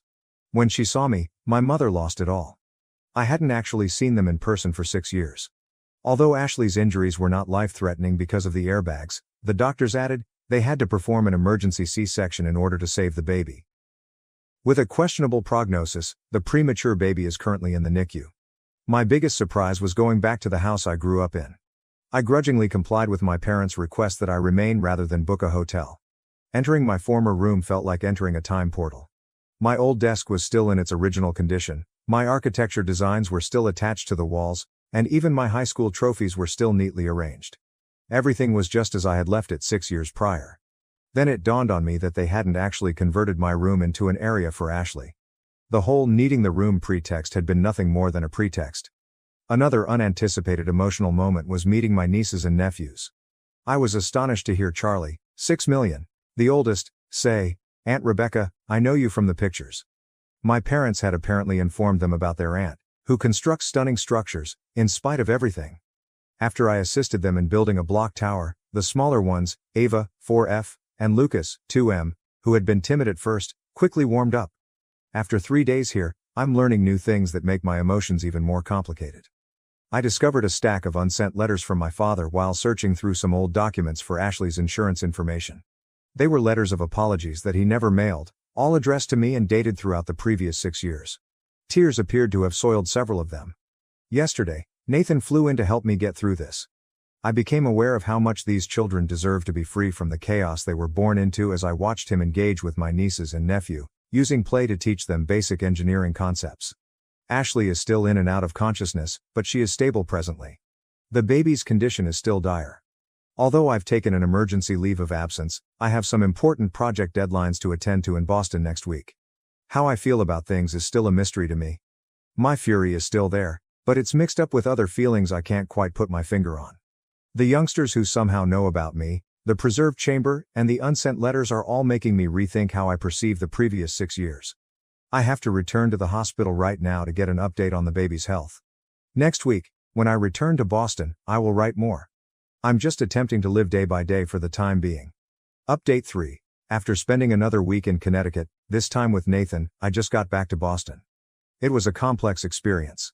Ashley asked me to invite him expressly because she wanted to meet the person who makes her sister happy. The dynamics were revealing and unpleasant. I made a startling discovery while we were there. I discovered years' worth of Ashley's treatment records while assisting my mother with organizing some medical paperwork. My parents never disclosed to me that she had been dealing with bipolar disorder since she was in her teens. Manic episodes occurred at the same time as the numerous pregnancies and relationship problems. This information adds another level of complexity to the process, but it does not justify the way they treated me. The most pivotal event occurred when I spoke with Ashley privately in her hospital room. She was more lucid than I had seen her in years, most likely as a result of taking her medications as prescribed following the accident. She acknowledged that, even in high school, she had envied my success and security. "You made everything look so easy," she stated. And I felt like the family disappointment in comparison. Neither of us missed the irony. Nathan's presence proved to be quite important. I was too deeply invested to notice what he saw. One evening at supper, he pointed out that my father was unable to look me in the eye, displaying signals of intense embarrassment instead of the apathy I had always imagined. Additionally, he saw my mother's tense tendency to begin statements and then stop them quickly, seemingly out of fear of saying the wrong thing. The children now play a big role in my emotional equation. Charlie, 6 million, my oldest nephew, showed me his architectural drawings, which were sloppy but sincere attempts to replicate images of my work that my parents must have shown him. When the younger ones, Ava, 4F, and Lucas, 2M, begin referring to Nathan as uncle, it has a deeper impact on him than he anticipated. The infant will need to remain in the NICU for at least another month, although her condition has stabilized. My parents have been sleeping in the waiting area on shifts, refusing to leave their grandchildren alone, according to a nurse who spoke to us during one of our hospital stays. They appear emotionally and physically worn out. I've made some sensible choices. A family therapist with expertise in intergenerational trauma is what I'm setting up. I've also discussed working remotely for a few days every month with my company. I haven't changed my mind about returning to Connecticut though. I now live and work in Boston. On the way back to Boston, Nathan and I had a lengthy conversation. His statement, "Sometimes the hardest part of healing isn't forgiving others. It's forgiving yourself for still caring," really resonated with me. I've been feeling bad about not being able to control my rage in its purest, protective form, so this really spoke to me. I have a crucial client meeting tomorrow, so I must concentrate. Strangely, at the moment, routine work duties feel both anchoring and inconsequential. After our first family therapy appointment, which is set for next week, I'll provide another update. Update 4, something important happened during my parents' trip to Boston last weekend, so I had to write this update. You read correctly. They traveled to Boston ostensibly to talk about important issues pertaining to the family situation. I initially consented to meet them in a neutral setting, a peaceful cafe close to the public garden. But they persisted in touring my residence because they claimed to be interested in learning more about my life. I reluctantly consented after speaking with Nathan and establishing explicit guidelines on the length of their stay. It was surprising how they responded to my house. Normally stoic, my father broke down when he saw my architecture awards in my home office. However, their true purpose caught me completely off guard. They produced paperwork that demonstrated they had been covertly putting money aside for me ever since they expelled me. I've never witnessed my father sobbing so much in my life. He clarified that for 6 years, they had established a different savings account and contributed the amount equal to my college tuition each month. It has grown to a significant amount with interest. Their justification? They intended to leave it in their will because they were too embarrassed to deal with me personally. A fierce confrontation resulted from this revelation. I let out years' worth of suppressed rage because I could no longer contain it. "Do you think money can fix what you did?" I yelled. "I lived in my vehicle. I didn't eat. I tried to keep up my grades by working till I was worn out." My father then made a statement that really stopped me cold. "We don't expect forgiveness," he stated. "We just want you to know that your suffering has haunted us every single day." He then showed me his diary, which detailed all of my accomplishments that he had followed over the years via social media and professional networks. He mentioned my advancements, my first significant project, and even the Sustainable Design Prize I received the previous year. After sobbing quietly, my mother finally opened out about Ashley's past mental health issues. Evidently, they had observed similar behavioral tendencies in Ashley's early years but disregarded the warning signs in favor of managing me as the stable child. She acknowledged that their parenting style had been completely incorrect. When they mentioned their most recent worries, the topic of conversation changed. They disclosed that Marcus, Ashley's ex-husband, is attempting to obtain full custody of their child by using the accident and Ashley's history of mental illness. Just as she is beginning to stabilize with her new medicine regimen, they are concerned that this could lead to another breakdown. This is when the situation becomes complex. I'm no longer being asked to relocate back. Rather, they are asking me to assist them in locating a reputable mental health center in Boston for Ashley and the child after she is discharged from the NICU. In order to assist with the other children while Ashley receives the care she needs, they wish to sell their Connecticut home and relocate closer. Nathan, who remained close by to provide assistance if necessary, subsequently made a significant observation. They're finally acknowledging their mistakes and trying to find actual solutions instead of just dumping responsibilities on you. I'm still taking it all in. Although the money they save doesn't change the past, their persistent covert efforts at making amends reveal a level of regret I hadn't previously thought of. My father's journal seems like a heartbreaking reminder of what might have been, a father who was proud of his daughter's accomplishments but was too embarrassed to say so out loud. To learn more about Ashley's custody dispute and what part, if any, I should play in it, I'm meeting with a family law lawyer tomorrow. Additionally, I'm looking into psychiatric hospitals that focus in postpartum mental health treatment. Regarding my assistance with Ashley's treatment plans, I have not responded to them. Although I have a strong desire to uphold rigid limits, I also acknowledge that this could be an opportunity for genuine, structural change in our family's dynamic. This time, with the right boundaries and expert assistance, things could be different. Once I've decided how I want to participate in these new developments, I'll provide another update. Update 5. I've made some decisions regarding my relationship with my family going forward after giving it a lot of thought and attending multiple family therapy sessions. Initially, in response to my parents' inquiry concerning Ashley's care, I assisted them in locating a respectable mental health and postpartum care center in Boston. I did, however, clarify that my participation would be strictly limited and professional. Although I will not be personally involved in Ashley's daily care, I was able to connect them with the resources they needed through my professional network. My parents' savings account has been transformed into a trust fund, of which I am the trustee, for Ashley's children's education. This arrangement guarantees that the funds will be utilized suitably while upholding professional boundaries. Nathan used his financial planning and contacts to assist put things up. I never imagined how my relationship with my family would change over time. I've developed a methodical approach to keeping in touch that safeguards my personal well-being, even if I won't be returning to Connecticut or taking on any caregiving duties. We've decided to continue family therapy sessions and have frequent video chats with the kids, with Ashley being contacted directly only in case of emergencies. Even though my mother still calls a lot, I've seen a big shift in the way she handles things. She no longer makes demands or guilt trips before providing family information, and she respects my limits when I tell her that I'm too busy to talk. My father made the most unexpected revelation. In addition to sending me a formal written apology outlining particular occasions in which he failed me as a father, he began visiting his own therapist. Instead of the cliched, "I'm sorry for everything," I had anticipated, I received a considerate acknowledgement of particular negative behaviors and how they affected my life.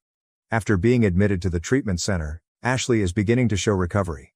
At last, the infant is well and no longer in the NICU. I've made arrangements for a child psychologist to work with her older children to help them deal with these changes while I keep an emotional distance. I've decided not to include my family too much in our wedding arrangements, which Nathan and I are moving forward with. Although they will be invited as guests, friends who helped me through my darkest moments will play the customary family roles in the wedding. I am content with my choices as I look to the future. It's a carefully planned relationship that safeguards my mental health while recognizing the intricacy of familial ties, even though it's not the total reunion some might expect for. I've discovered that taking care of family members doesn't have to mean compromising my own health or giving in to toxic relationships. There isn't a tidy, happy ending to my story where everything is forgiven and forgotten. Rather, it ends realistically, with relationships being reframed on better terms, professional assistance being sought, and boundaries being upheld. That's the best we can do at times, and that's acceptable. My last update will be this one. We are grateful to everyone who helped and counseled us along the way. I was able to strike a balance between self-preservation and compassion because of your ideas. Thank you for watching. If you haven't subscribed yet, please do so and hit the notification bell to stay updated with more shocking real-life stories happening around you. Parents secretly charged $115K on my credit card for my sister's Europe trip, so I reported it as fraud, leading to major family fallout.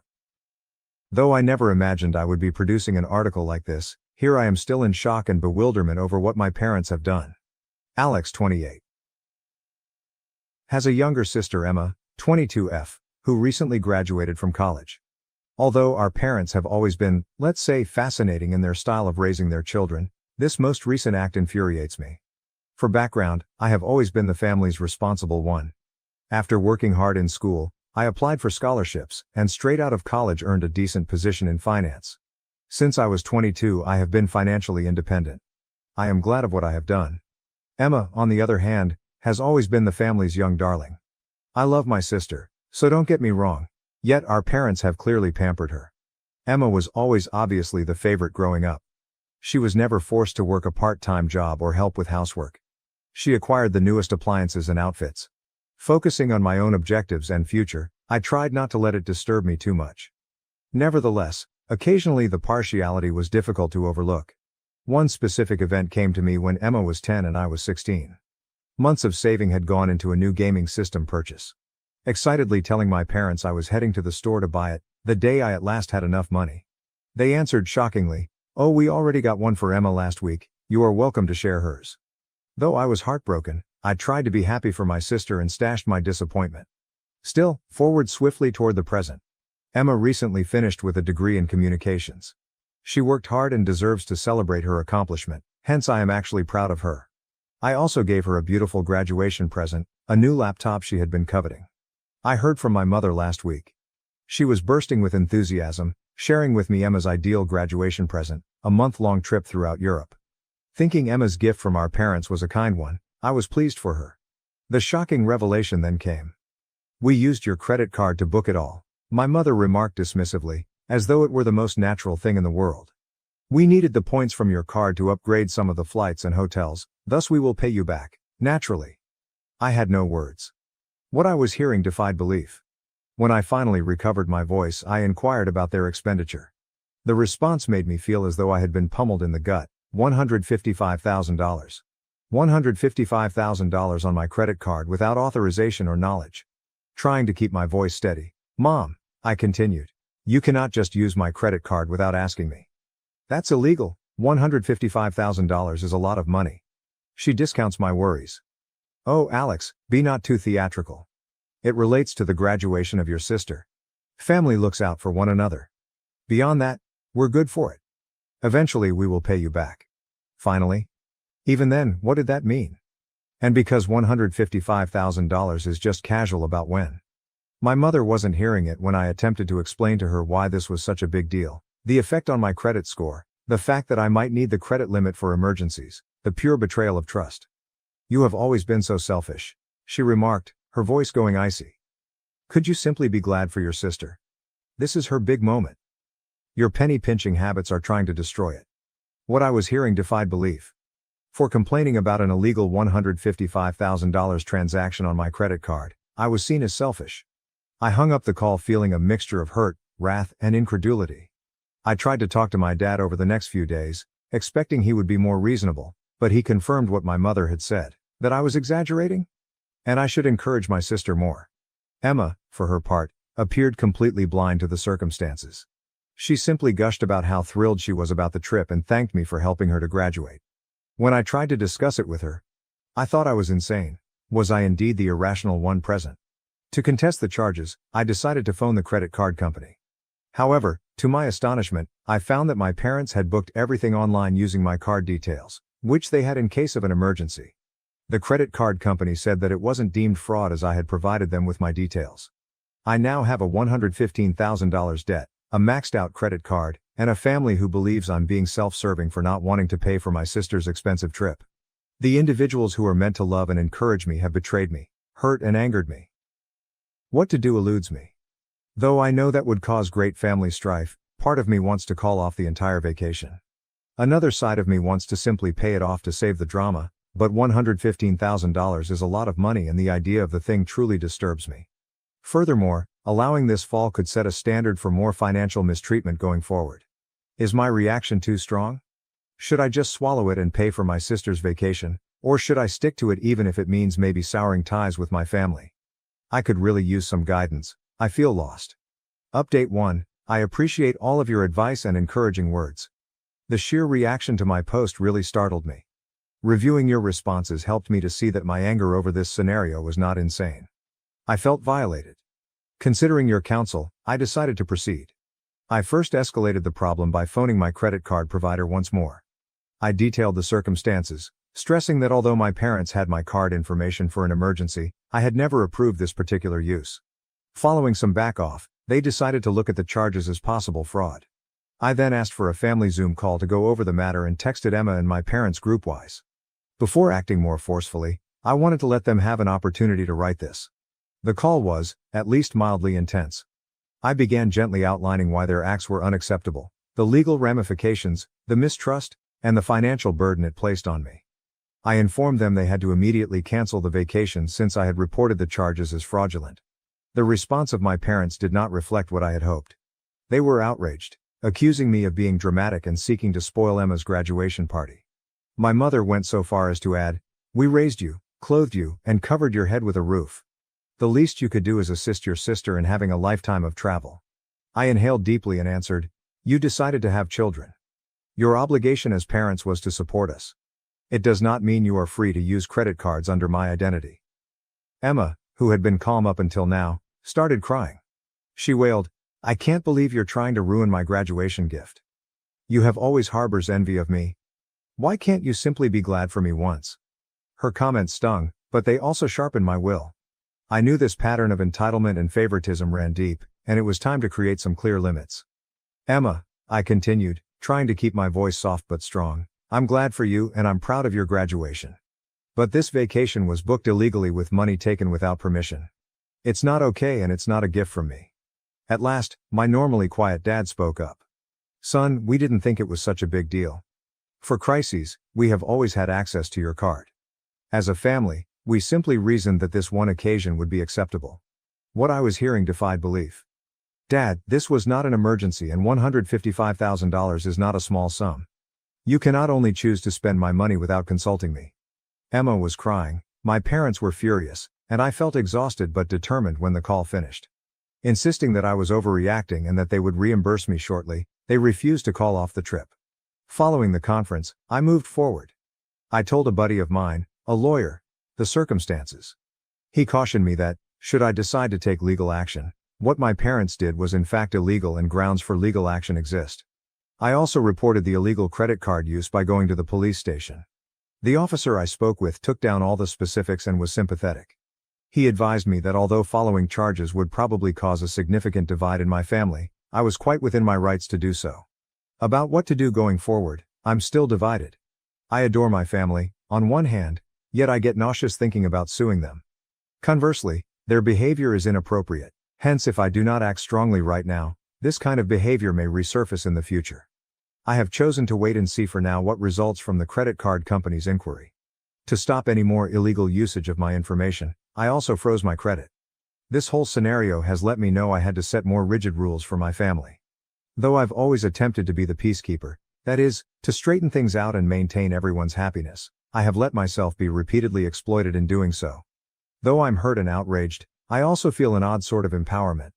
I'm standing up for myself and saying no, this is unacceptable, for the first time. Though unpleasant and frightening, it also seems vital. Again, thanks all for your support and guidance. Once I have more updates on the credit card inquiry or if anything else comes of course with my family, I will update once more. Update 2. My previous update was several weeks ago and a lot has transpired. I wish to thank them once more for their help and guidance. Your remarks have been a lighthouse through this trying period. First, the good news. My credit card company's inquiry came back positive. They reversed the charges since they agreed they were illegal.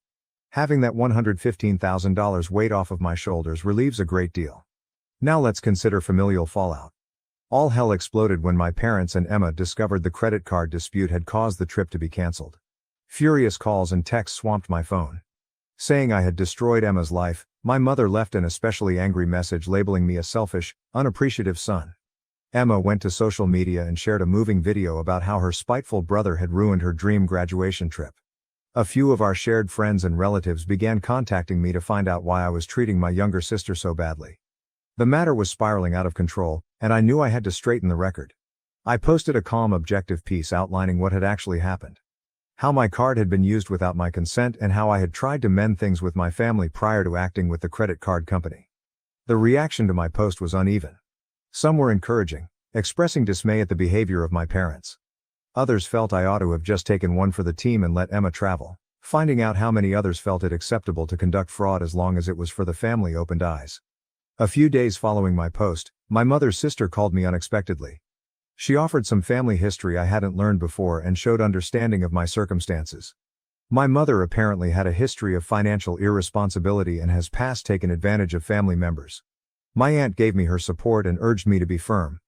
Talking with my aunt helped me to see that the problem went beyond one occurrence. Years of enabled and excused behavior have set a habit of behavior. I understood then that I had to keep strict limits not only for my own benefit but also to stop the cycle of financial mistreatment. I made the decision to go really big. For the foreseeable future, I informed my parents I would be not interacting with them at all. I said I couldn't trust them right now and I needed time to sort through what had happened. Emma also heard me say that although I loved her and felt good about her accomplishments, I wanted some distance from her too. Their responses were almost always unfavorable. My parents charged me with severing the family. Emma sobbed and stated I was punishing her for something outside her control. Though difficult, I stayed to be sure of my choice. Amid all this family turmoil, I have been especially focused on shielding myself against potential financial mistreatment. I replaced all of my passwords, closed the credit card my parents had access to, and opened a fresh one at another bank. To work through my emotions about the circumstances and create better limits, I have also begun visiting a therapist.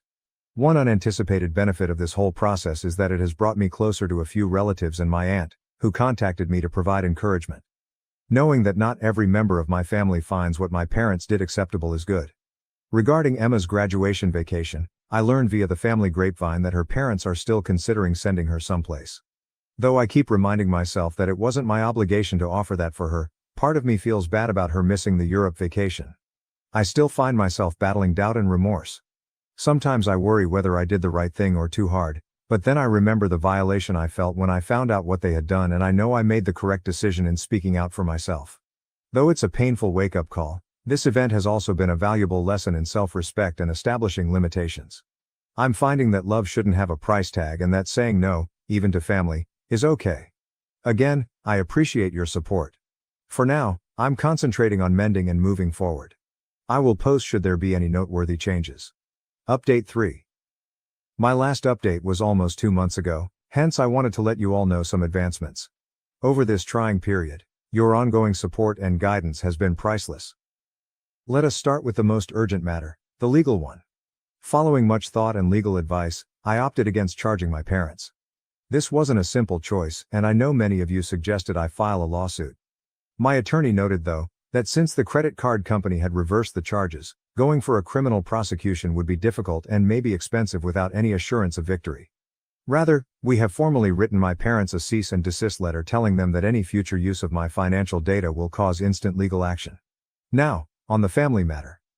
The no-contact period with Emma and my parents has been instructive and difficult at once.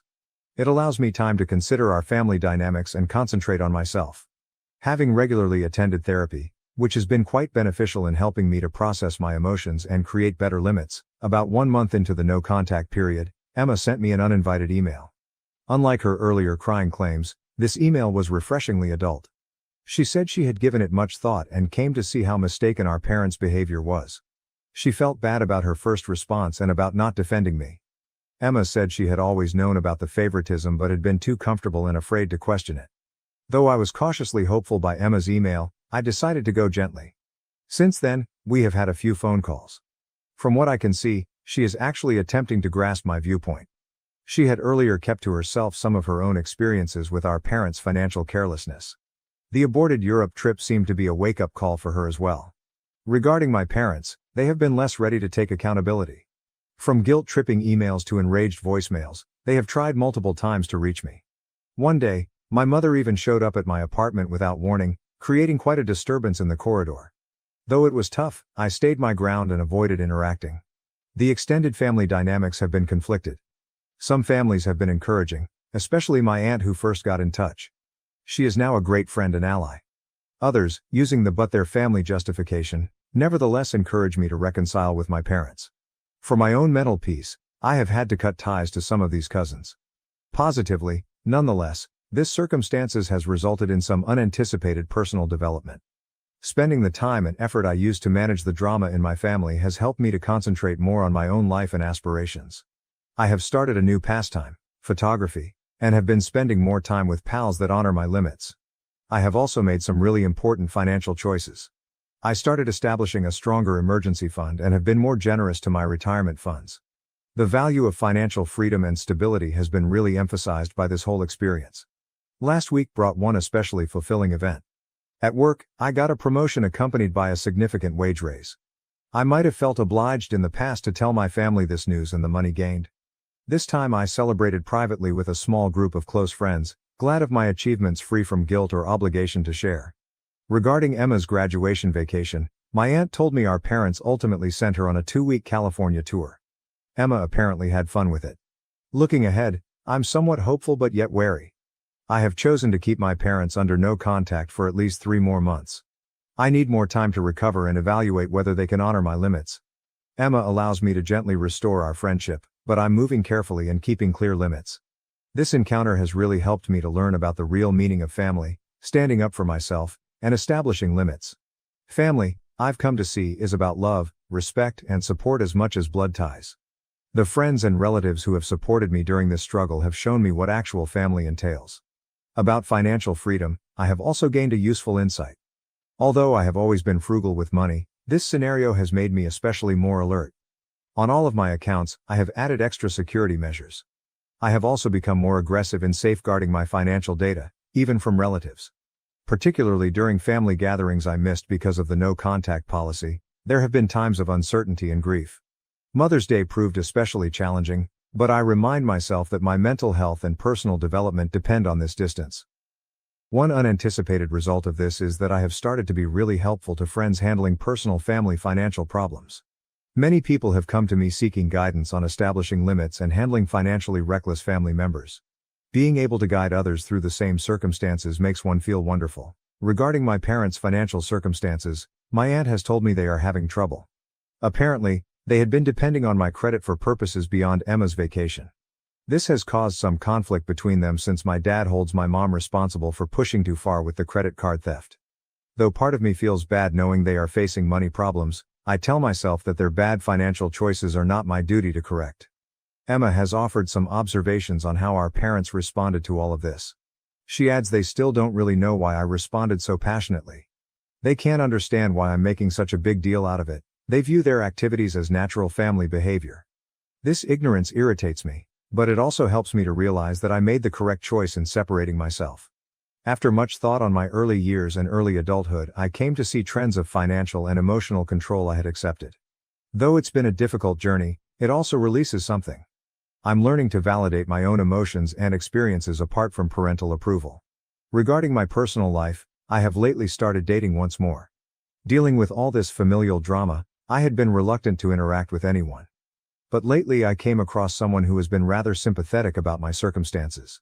Though early days, it feels fantastic to be developing a relationship with someone who upholds my values and limits. I'm also thinking about drastically altering my life. Though I have always wanted a master's degree, I put it off somewhat because of worries about how it would affect my capacity to support my family financially. I'm now really researching programs and thinking about diving in. Making decisions grounded just on what's best for my future and me feels empowering. I find as I draft this update how much has changed in a few months. The first shock and resentment had subsided to be replaced by a cool determination. I'm actively building the life I want for myself, not only responding to the behavior of my family. To those of you perhaps handling such familial problems, I want to say it gets better. Although setting limits is difficult and there can be reactions, keep firm. Your rights include those to guard your mental health, money, and personal belongings. Again, I appreciate all of your support on this trip. Your guidance and support have been a lifesaver. Though I'm not sure what the future holds for my connection with my sister and parents, I know I will be fine whatever comes of it. Right now I'm stronger, more certain of myself, and ready to meet whatever lies ahead. If there are any major changes, I will notify once more. For now, I am focused on forward-looking and creating the life I want surrounded by supportive people. Here's wisdom earned and fresh starts. Update 4. My last update was 6 months ago, and I felt it was time to let all of you, who have been so encouraging over this path, know the most recent developments. First, the most news. I have been accepted into a master's program in a city 3 hours from where I presently live. This 2-year financial technology program fits very nicely with my professional objectives. Starting this fall, I am equal in excitement and anxiety about this new phase of my life. Choosing to work for this degree was not simple. It involves quitting my career, relocating to a new place and starting some student debt, but it also means making investments in my future, in the manner I have always wanted. I came to see that I had been holding back, constantly weighing how my choices might affect my family. It seems quite freeing to now be choosing based on what would be best for me. Regarding my family, things have changed in ways I never would have predicted. 2 months ago, the no-contact period with my parents formally came to an end. I agreed to a family therapy session run under the direction of a professional therapist. It was quite strong. Defensively still believing they had done nothing wrong, my parents arrived, but as the session went on, some shockingly real facts emerged. My dad had hidden from everyone, including my mom, a large loss of money from a poor investment. For months they had been covertly struggling financially, and they looked to my credit card to keep appearances. Many tears and accusations followed from this insight. My dad felt guilty of his bad financial choices, my mom felt deceived by his silence, and both of them at once seemed to realize the weight of what they had done to me. Although this justification does not absolve their behavior, it did enable me to see the desperation driving their bad decisions. The therapist guided us through some of these problems, and for the first time both of my parents sincerely apologized. Monthly family therapy sessions are going to continue under our agreement. Though I'm still keeping strict limits and it's a gradual process, I feel cautiously hopeful about reconstructing our connection on better terms. Emma has kept developing and maturing. She moved into her own apartment and started working full-time in order to reach financial independence. Our conversations have become more frequent, and I feel as though I am first starting to know my sister as an adult. She has even sought guidance on saving and budgeting, which is a major advancement in our relationship.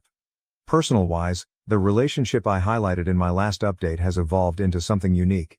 Though it means we will be doing long distance for a period, Sarah has been quite encouraging of my choice to return to school. Her own experiences with establishing limits with family have made her a great source of insight and encouragement. Financially, I am in good shape. Thanks to the encouragement I got, I was able to somewhat offset the expenses of graduate school and save a sizable sum for my move. I have also started to defend my financial data far more aggressively.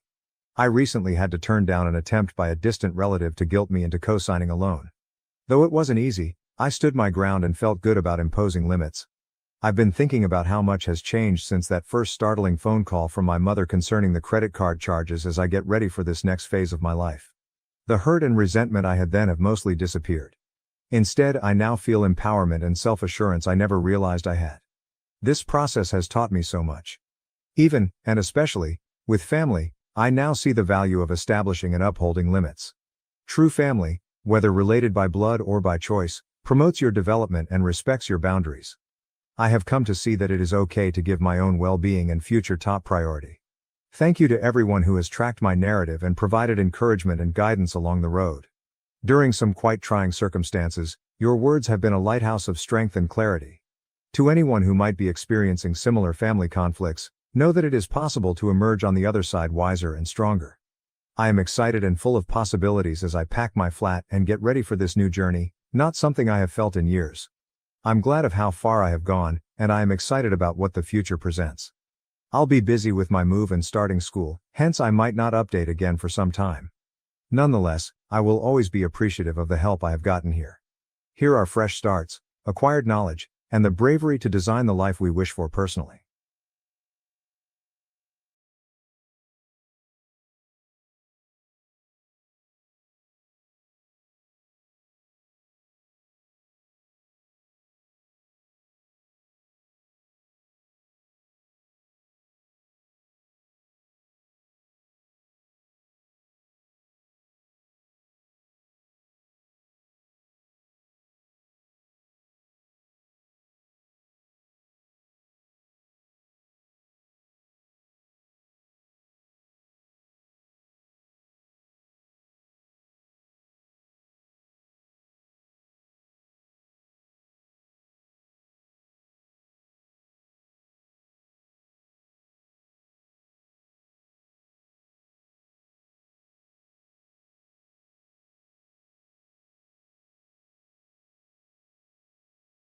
My parents threatened to skip my wedding if I didn't invite my sister, who slept with my boyfriend.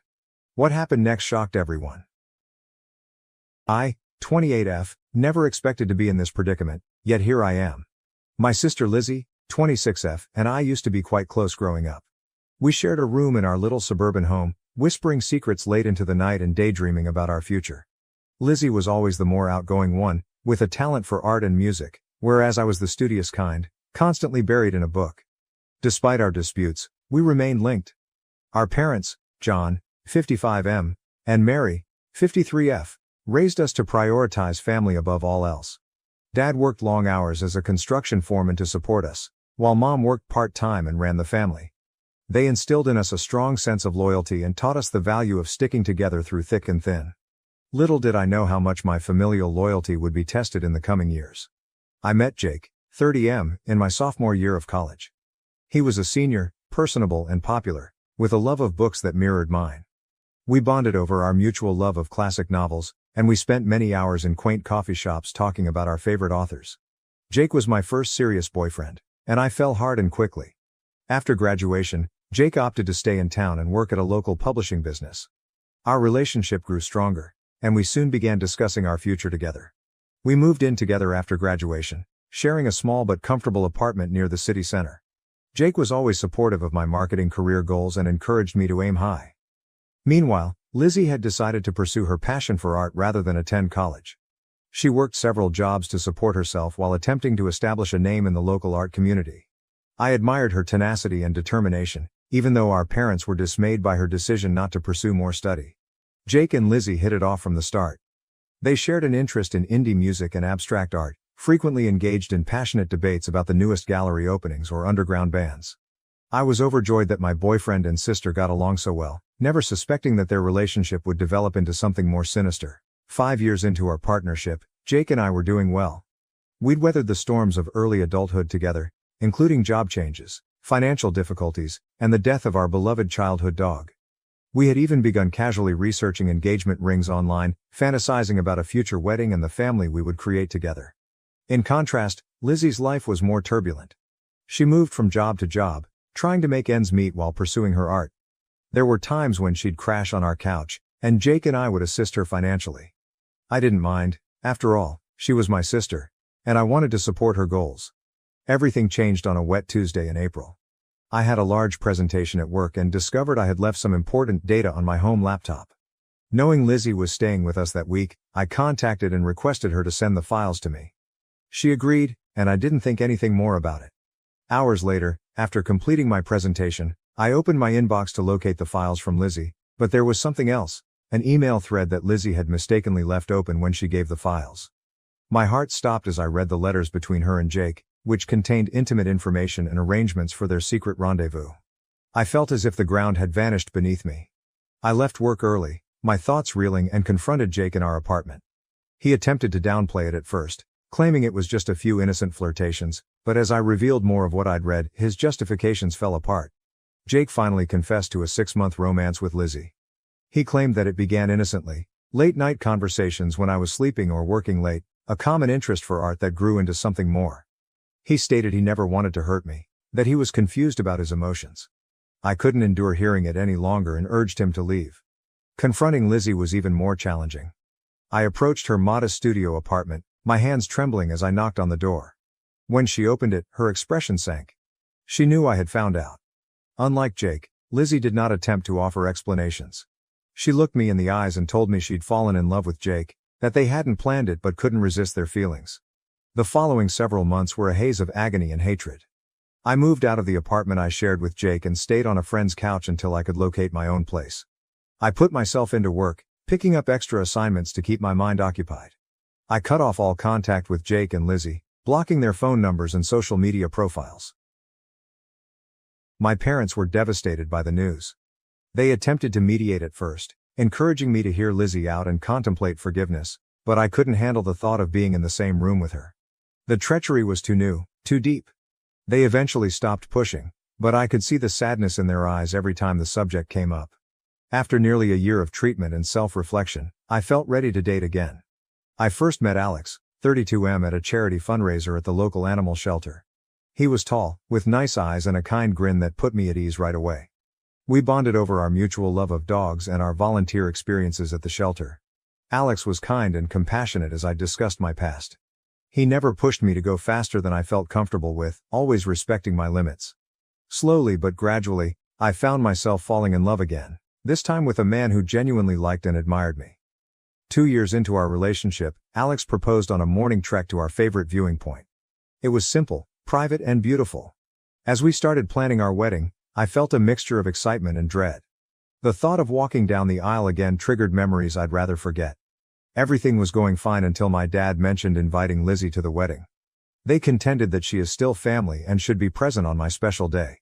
The very suggestion made my stomach turn. How could I celebrate the most joyful day of my life with someone who had given me so much pain? I adamantly refused, informing my parents that Lizzie's presence would just bring up sad memories and could ruin the day. Alex agreed with me, saying that our wedding should be about our love and happiness, not attempting to patch relationships that may be beyond repair. My parents did not take it well. They accused me of being petty and unwilling to move forward. They even threatened not to go if Lizzie was not invited. Some of our relatives have also gotten involved, accusing me of selfishness for separating the family and asking me to be a better person. But I don't believe I'm in the wrong here. Lizzie deceived me in the worst manner possible.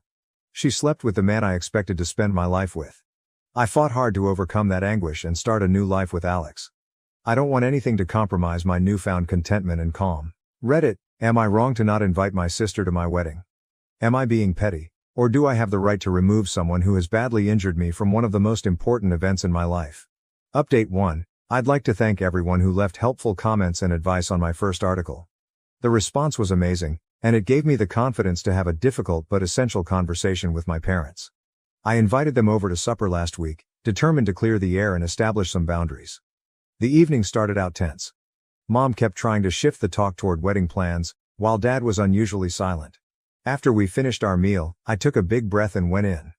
I described in detail how Lizzie's actions had affected me, including the sleepless nights, trust issues that nearly ruined my relationship with Alex, and the therapy sessions I need to work through my pain.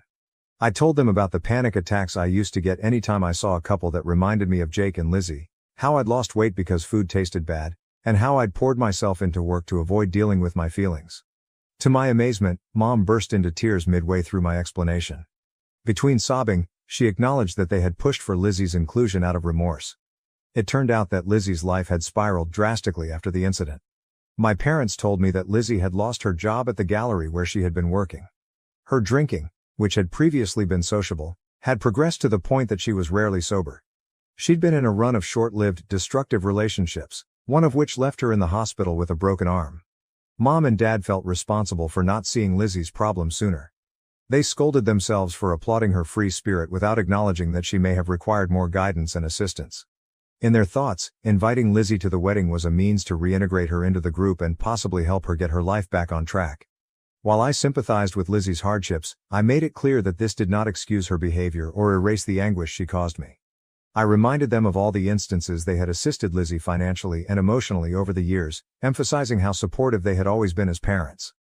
I emphasized that I was not responsible for Lizzie's well-being, and I shouldn't have to give up my peace of mind for her. Dad, who had kept silent for the majority of the conversation, suddenly piped out. He told me a story from his own background that I had never heard before. Apparently, his older brother had done something similar, compromising Dad's trust significantly when they were younger. They had never really reconciled, and I could see sadness in Dad's eyes as he recounted decades of stressful family reunions and squandered possibilities. He stated that he did not want the same for Lizzie and me, which is why he has been pushing for reconciliation, but he also admitted that he couldn't compel forgiveness and that healing had to happen on my own terms. Dad apologized for pressuring me and promised that he and Mom would respect my decision regarding the wedding. He also told me that they would attend, with or without Lizzie. My parents agreed to speak with the relatives who had been causing me problems and explain the issue. They vowed to stop any future attempts to guilt-trip me into inviting Lizzie. After this emotional chat, I felt as if a weight had been lifted from my shoulders. Although my feelings remained unresolved, I felt heard and understood by my parents for the first time since the ordeal began. Alex, who had made himself scarce during the dinner to allow us peace, was quite supportive when I told him later that night. He held me while I cried, a mixture of relief and anguish sweeping over me. He advised we take a weekend trip to decompress and refocus on our wedding planning. We had a wonderful weekend at a nearby beach town, simply enjoying each other's company and finalizing some wedding plans. We chose our wedding cake, chocolate with raspberry filling, planned the celebration playlist, and even practiced our first dance on the beach under the starlight. This event has increased my appreciation for Alex. He's been my rock through it all, constantly prioritizing my sentiments and wholeheartedly supporting me. I am more confident than ever that I am marrying the right guy. The wedding is now less than 2 months away, and I'm looking forward to celebrating our love with those who actually care about us. I still feel sad about Lizzie's absence, but I know this is the best decision for my mental health and happiness. Thank you again, Reddit, for assisting me in standing my ground and prioritizing my well-being. Your support has meant more than you realize. Update 2. It has been a crazy few weeks since my last post, and I have some unexpected news to offer. I received Lizzie's letter around 3 weeks ago. The envelope lay on our kitchen counter for days, and I hesitated whether to open it or throw it away. Alex, ever the voice of reason, argued that reading it might bring some closure, even if I choose not to react. Finally, on a peaceful Sunday morning, I mustered the confidence to open the letter. It was many pages lengthy and contained Lizzie's trademark loopy handwriting. As I read, I could practically hear her voice in my thoughts, recalling late-night chats and secrets from our youth. Lizzie began by acknowledging the grief she had caused me, accepting full responsibility for her actions without making excuses. She wrote of the downward spiral her life had taken after Jake left her, and how she turned to drink to alleviate her remorse and shame. She admitted to suffering from depression, which had begun long before the episode with Jake but had increased dramatically thereafter. Her admission that she was going to rehab stunned me the most. She had apparently been in a treatment facility for the previous 6 months, focusing on her sobriety and mental wellness. She wrote of the grueling treatment sessions, group gatherings, and the difficult task of confronting her demons. Lizzie mentioned that part of her healing journey was making amends to individuals she had harmed. She clarified that she did not seek forgiveness and respected my decision not to include her at the wedding. Her intention in writing was just to apologize and inform me that she was attempting to become a better person. The letter finished with a story from our childhood. I stood up for her against some bullies at school. Lizzie stated that she had always admired my tenacity and honesty, and that betraying me was her biggest regret in life. I'd want to say that after reading the letter, I felt a rush of forgiveness, but the truth is that I was left conflicted. A part of me remained furious and sad, while another sensed a glimmer of the sisterly affection we had shared. I decided to take some time to examine my emotions before making any decisions. After a few days of deliberation and numerous conversations with Alex, I decided to meet Lizzie at a neutral location, a quiet cafe in town. Seeing her in person after 3 years seemed weird. She looked different, thinner, with black circles under her eyes, but she exuded a peace that had not been there before. Our conversation began awkwardly, with many pauses and hesitant phrases, but as we spoke, it became easier. Lizzie restated what she had said in the letter, her voice breaking with emotion as she apologized once more for the hurt she had caused. She told me more about her sober journey and the work she had done in therapy. Lizzie even showed me a journal in which she had been writing letters to me as part of her recovery, though she had no intention of sending them. Reading excerpts from her genuine unedited thoughts during those sad days was eye-opening. I will not lie, it was an emotional meeting. We both shed tears as we discussed the past and the agony we had both endured. Lizzie revealed that she and Jake had split up just months after I discovered them, their relationship collapsing under the weight of guilt and resentment. She hadn't communicated with him since. By the end of our appointment, I felt a sense of closure that I hadn't realized I needed. The wrath that had been burning inside me for years began to subside, and was replaced by a complex mix of sadness, relief, and cautious hope. After much deliberation and debate with Alex, I have decided not to invite Lizzie to the wedding. It's too soon and I want to enjoy my special day without additional worry or mental issues. However, I've agreed to try to re-establish our friendship gradually, beginning with occasional text messages and perhaps coffee meets in the future. Lizzie acknowledged and appreciated my decision. She even sent Alex and me a modest gift, a lovely hand-painted letter wishing us success in our marriage. It reminded me of the cards she used to make for my birthdays when we were younger, which brought back bittersweet memories. I understand that this process of healing and regaining trust will be long and may be challenging. There are still times when the anguish of betrayal resurfaces, reminding me of everything we have lost. But for the first time in 3 years, I am optimistic about having my sister back in my life eventually. The wedding preparations are in full flow. Alex and I are delighted to celebrate our love with our closest friends and family. While Lizzie will not be present, I am more at ease with that decision now. Our special day will be spent looking forward to our future together, rather than lingering on past hurts. Update 3. It's been 6 months since my wedding, and I wanted to provide you with a last report on this chapter of my life. The wedding day was simply wonderful. Alex and I exchanged vows in front of our loved ones in the stunning vineyard setting we had chosen. The weather was perfect, with a moderate breeze and brilliant blue skies that appeared to reflect the joy I felt inside my heart. I walked down the aisle on my father's arm, my gaze fixed on Alex's. All of the drama and pain of the previous years seemed to fade away in that instant. As I stood at the altar with my soon-to-be husband, all I could feel was love and appreciation. The ceremony was modest and personal, with readings picked by our closest friends and vows written by ourselves. There wasn't a dry eye in the house when Alex swore to always be my safe harbor, and I promised to be his constant companion throughout life's experiences. The reception was a happy occasion. The meal was wonderful, the wine was plenty, and the dance floor was full all night. My parents were on their best behavior, honoring Alex and me with no mention of Lizzie. It was great to see them so joyful and supportive. Lizzie followed my requests and did not attempt to contact me on the wedding day. Instead, she delivered a gorgeous bouquet of sunflowers, my favorite flower since childhood, to my hotel room. The accompanying note congratulated us and wished us a life of happiness. It was a lovely gesture that I appreciated even more than I had imagined. Since the wedding, Alex and I have adjusted into married life, which has been fantastic. We recently purchased our first home together, a quaint craftsman-style house with a modest backyard. We've enjoyed making it our own by painting the walls and adding a garden. It feels nice to be starting a life together and making new memories in a space that is genuinely ours. My friendship with Lizzie is gradually improving.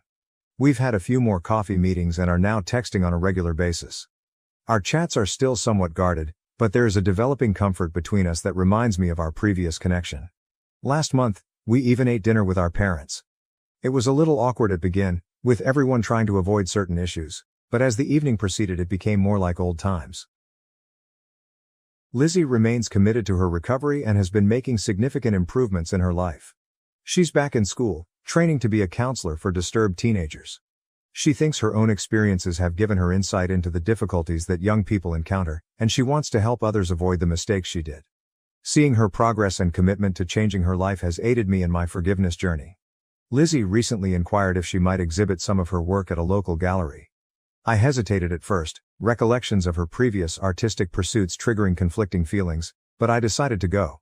With Alex by my side for support. Walking into the gallery, I was taken aback by the transformation in her work.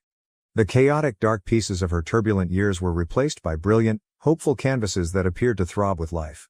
One painting in particular caught my eye. 2 interwoven trees with branches reaching for the sky. Lizzie subsequently told me that it reflected her wish for our relationship to flourish together again after our separation. While we are not back to being best friends, and I doubt we ever will be, I am delighted we are working to mend our friendship. It's a lengthy process, with occasional setbacks when past hurts resurface, but it feels right. We're learning to be sisters again in a way that honors our separate paths and who we've become. I would like to thank everyone who helped me through this difficult time. Your guidance and encouragement help me stay strong and make the best decisions for myself. I've learned a lot about setting boundaries, self-care, and the power of forgiveness, not for the benefit of the other person, but for my own peace of mind.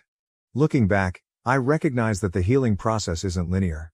There are good days and bad days, moments of progress and moments of uncertainty, but I'm pleased of how far I've gone and enthusiastic about what the future holds with Alex. To anyone in a similar situation, remember that it is acceptable to prioritize your personal well-being. Healing takes time, and you don't have to forgive somebody until you're ready to do so. Trust your intuition, surround yourself with helpful people, and do not be hesitant to seek professional help if necessary. As for me, I'm looking forward to the next chapter in my relationship with Alex. We're talking about starting a family soon, and the prospect of becoming parents both excites and scares us. Whatever problems come our way, I am confident that we will confront them together, stronger for having weathered the storm. Thank you for watching. If you haven't subscribed yet, please do so and hit the notification bell to stay updated with more shocking real-life stories happening around you. Survivor of incest and closed adoption confronts biological daughter's persistent attempts at reconnection despite repeated rejections. I don't know if this is the right place, but I've exhausted other means of support. When I was 12, I suffered a short period of horrible abuse from a distant relative, and ended up pregnant. My religious parents were adamant about choosing life, while maintaining their crystal clear image in the community, and I was sent to live with my grandmother for my 7th grade year. I ended up giving birth a few weeks after my 13th birthday, and immediately handed the child over to her adoptive parents, who at the time seemed like wonderful people. The only people who even knew of my pregnancy in my life, aside from authorities and medical personnel, were my parents, my grandmother, one of my brothers, and my therapist. My husband is also aware. I'm now 32, I have been married to the man of my dreams for 2 years and pregnant with what will be our first children together. Lucked out with twins, as we require IVF to conceive. It took me the rest of my childhood and the better part of my 20s to get over what happened to me. I finally was able to heal, put it past me, and now for the past 5 years or so I'm able to go months at a time without thinking about it. I had a closed adoption. I made it clear to the adoptive parents I wanted absolutely no contact whatsoever, and I never held the baby I gave away, something I do not regret to this day. I have avoided ever having social media, partially to avoid being found. In the beginning of September, I received a phone call from a PI letting me know my biological daughter wanted to meet me and had hired him to track me down. I immediately made it clear I have no interest in contact, and to please leave me alone. By the end of November I had received multiple phone calls and letters from my biological daughter, begging me to meet her. I wrote her a letter in return, telling her I'm happy she's had a great life, but that I have no interest in contact. I made it clear, I will not stop her at all from reaching out to extended family. I won't be mad if she outs me as her biological mother, and pursues a relationship with my relatives. She did reach out to my brother, who immediately blocked her on Facebook. I would prefer she didn't, but I don't think it's my place to keep her from doing so. On Tuesday, she showed up at my front door while I was at work. My husband answered, and immediately told her to please leave, or he would have to call the police. I don't know what to do. I don't know how to explain to her in any other way, that I do not want to meet her. I also don't want to be cruel. I don't view her as my daughter, as horrible as that sounds. I do wish her the best, but I have built a life I'm finally comfortable with. I don't want her to be part of it. If there is any insight any adoptees could provide on how I could explain this to her without having to just be brutally honest and also sparing her feelings. Or birth moms, who have gone through a similar thing. Relevant comments. Comment 1, comment deleted by user OP. I ended up writing her another letter, explaining how she was conceived, how many years it took for me to finally feel like a human being again, and how my unwillingness to meet her has nothing to do with her personally, and everything to do with needing to preserve my own mental health. I asked that she please leave me and the one brother she reached out to alone. I again stressed, I would not stop her from reaching out to extended family, and I included a packet of information about our family medical history and some watercolor pictures that my grandmother and I made together when I was pregnant with her. Comment 2.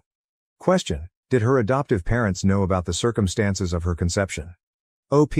Her parents were made aware by my parents about details surrounding her conception before the adoption took place. Comment 3. While I don't condone her behavior, do try to understand what forces would drive someone to behave that way. What you and your husband are doing is, To put it very bluntly, a cruelty. It's understandable, but no less cruel. It makes sense that you don't view her as your daughter. But it also makes sense that she might seek to know who she is by knowing you.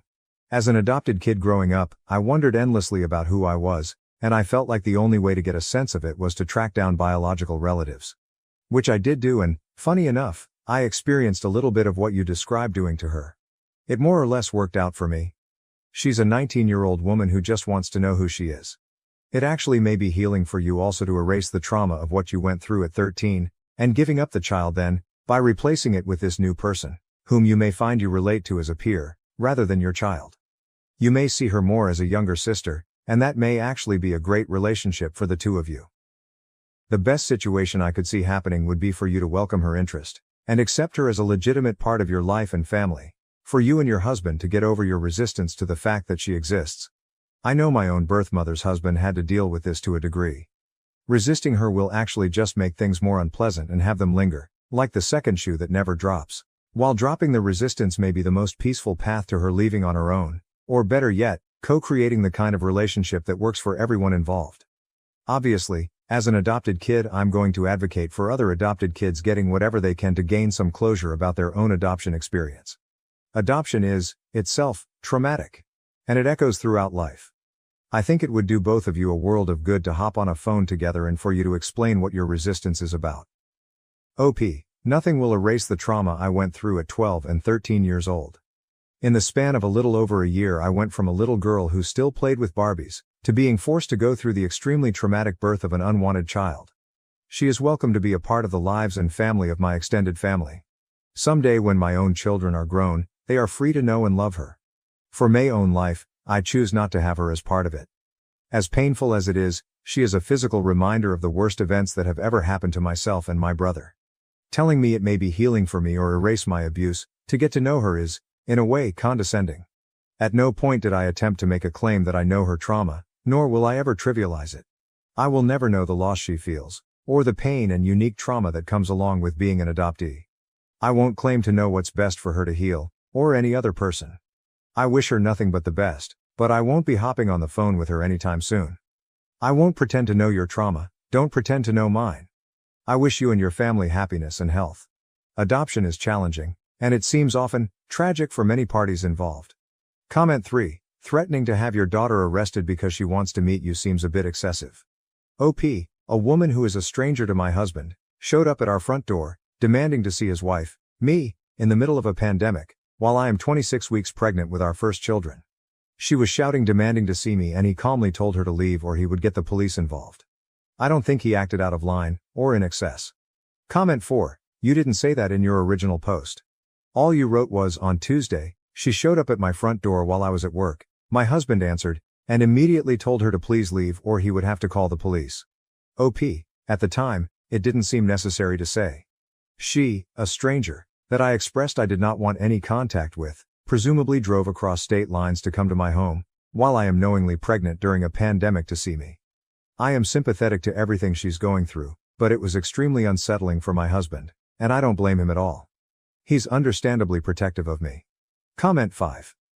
It's unsettling to see so many people refer to this 19-year-old girl as some malicious woman, including OP. She's a child and she is acting like one. OP. At no point did I make her out to be a malicious woman. She is definitely young, and I understand that that is part of where her lack of impulse control comes from. I have given her as much of an explanation as I'm willing to. I hope that she finds peace and closure in whatever it is she is looking for.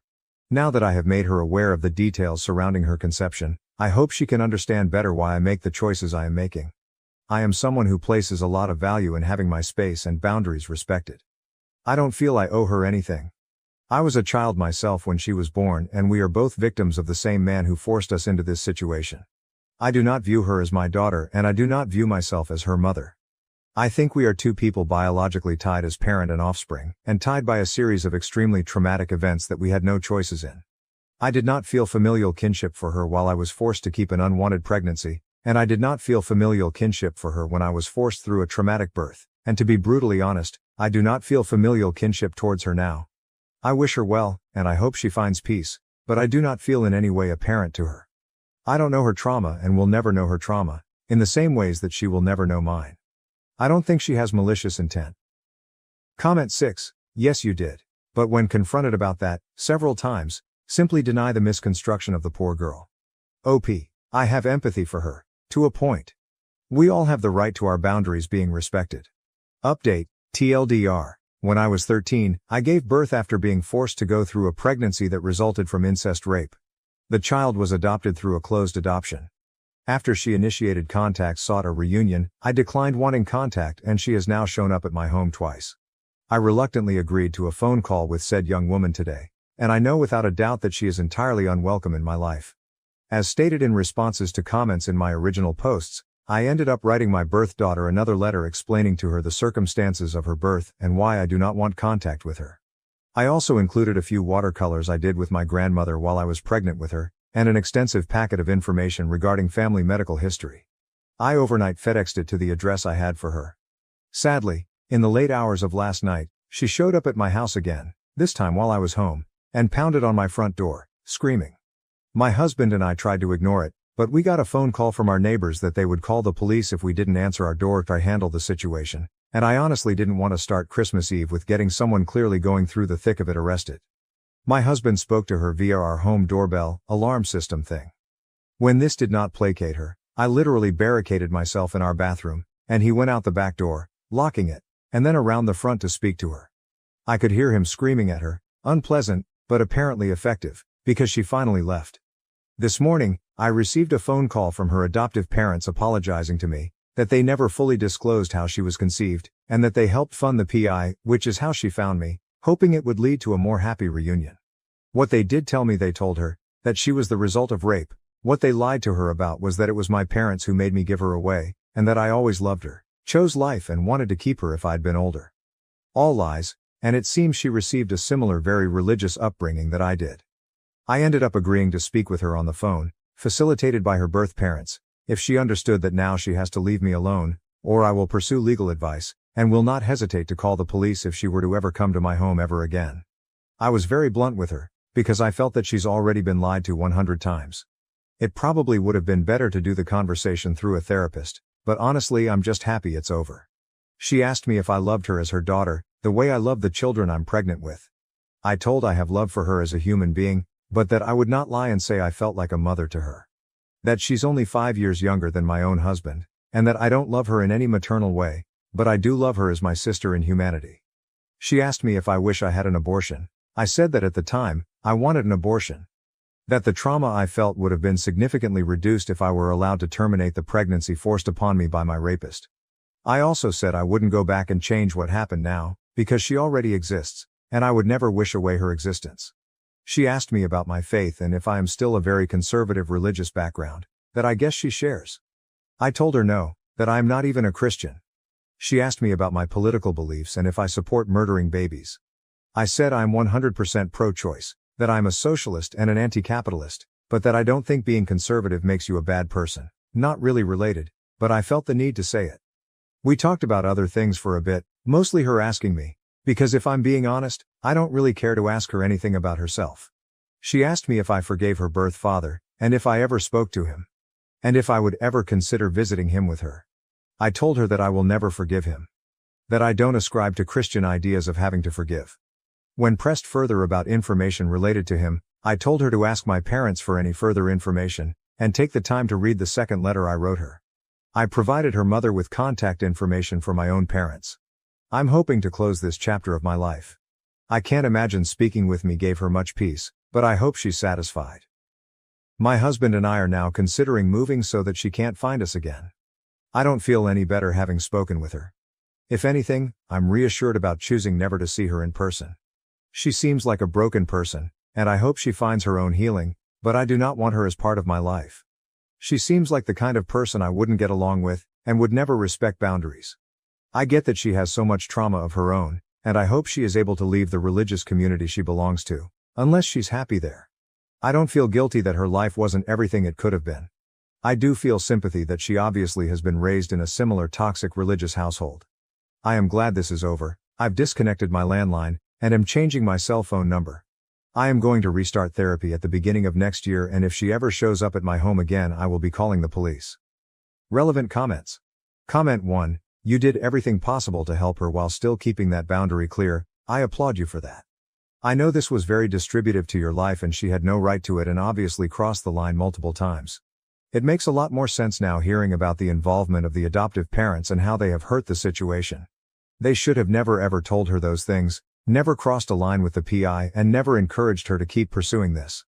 It was completely inappropriate and entirely their fault honestly. The girl is just acting in the way you would expect for her age and upbringing in the context of what she had been told. I'm sure that as she gets older she will think back to this and possibly read through everything you gave her multiple times. She will be able to process it and most likely be able to understand where you're coming from. She will appreciate the information and the honesty at some point. She is just a child and everything that she had ever thought about the situation and the possibilities of a relationship is completely wrong. That's a lot to stomach for anyone, let alone a kid. Try not to be angry with her about this. If anything, be angry at those parents. They are the ones responsible for putting her on this mission. OP. I'm not angry with her, I don't hate her. She's obviously a scared teenager in need of guidance, and I hope she finds the answers she is looking for. Comment 2. Is her birth father in prison? Did he ever get any kind of punishment?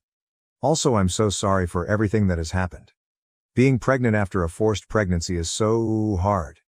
I was also pregnant after I was raped, and now that I'm pregnant again I've noticed things being weird in my head. OP. He spent 16 years in prison. He raped 6 members of my family in 1 year, including myself. Being pregnant after having been pregnant from abuse is strange for sure. My pregnancy is nearly 2 decades apart, but it has brought back weird feelings.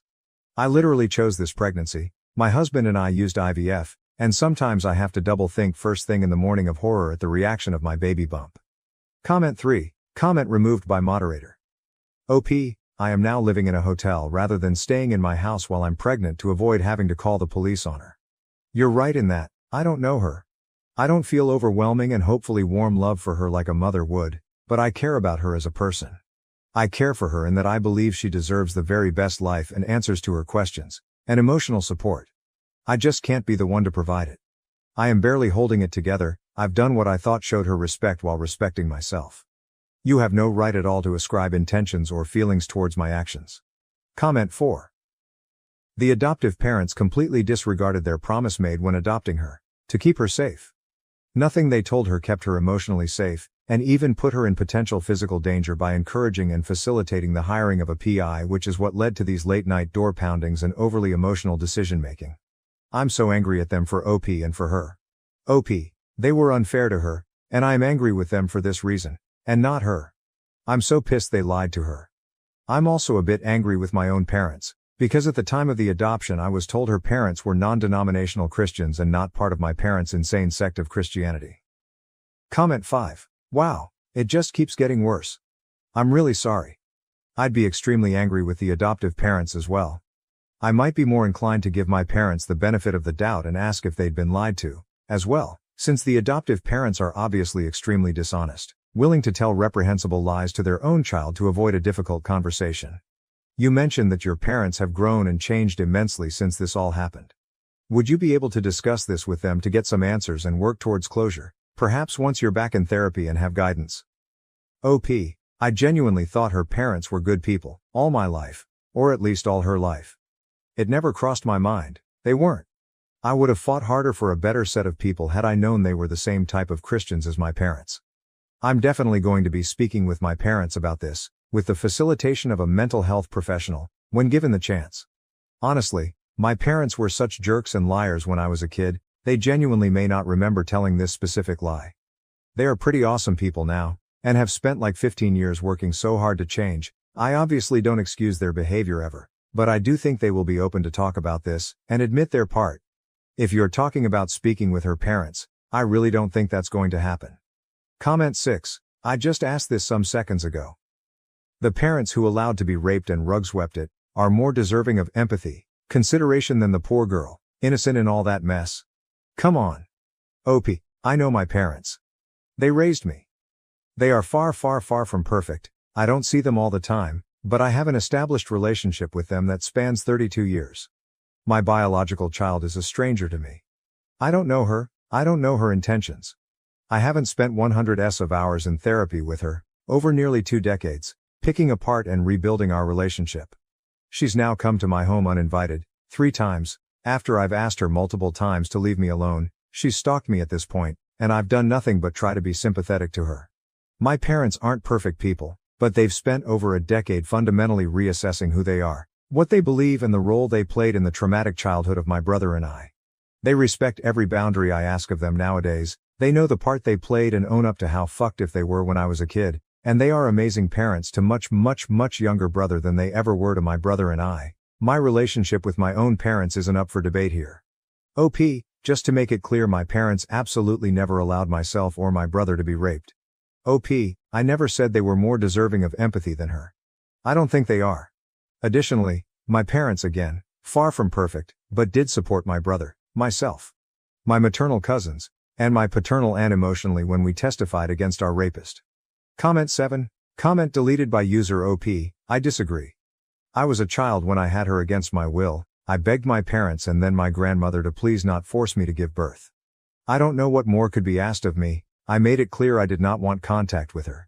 She pushed for contact, and I gave it to her. I'm not going to lie to her. Her adoptive parents have already done enough of that. I hope she heals. I hope she has a great life. I just don't want any part of it.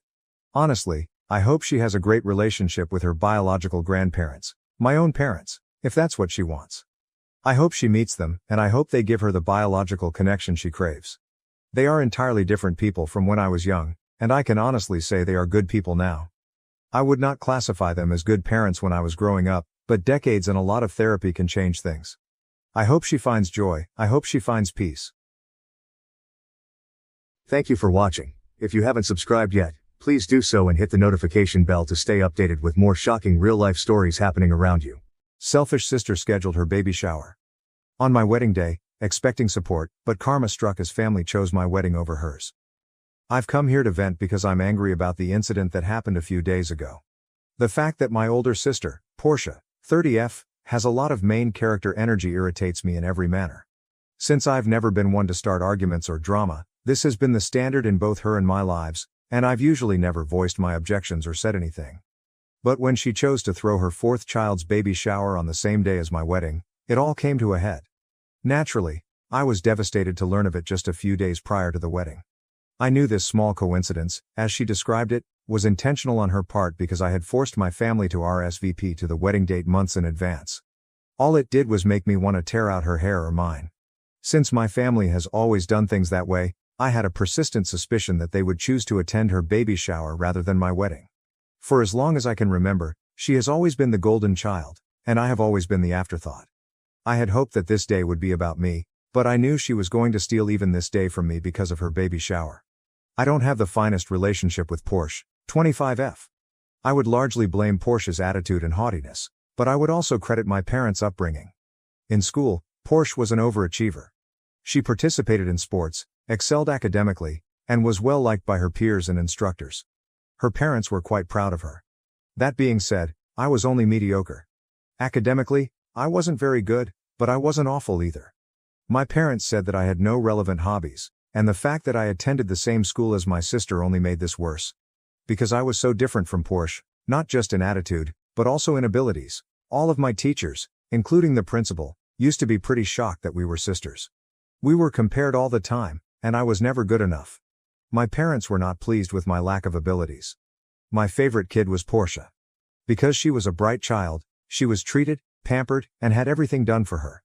As a child, I was informed unequivocally that if I become as good as Porsche, my parents would treat me the same way. Because of my early years, I have a number of psychological problems with self-worth, which have negatively affected my quality of life. I knew by the time I was 13 that I would never be able to have a healthy and productive relationship with my family. I simply stopped interacting with the family after accepting that as my reality.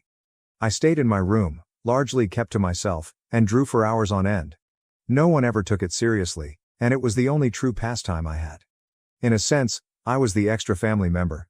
Always an afterthought, never left alone, and always viewed with disdain or disdain because I was not good enough for my parents.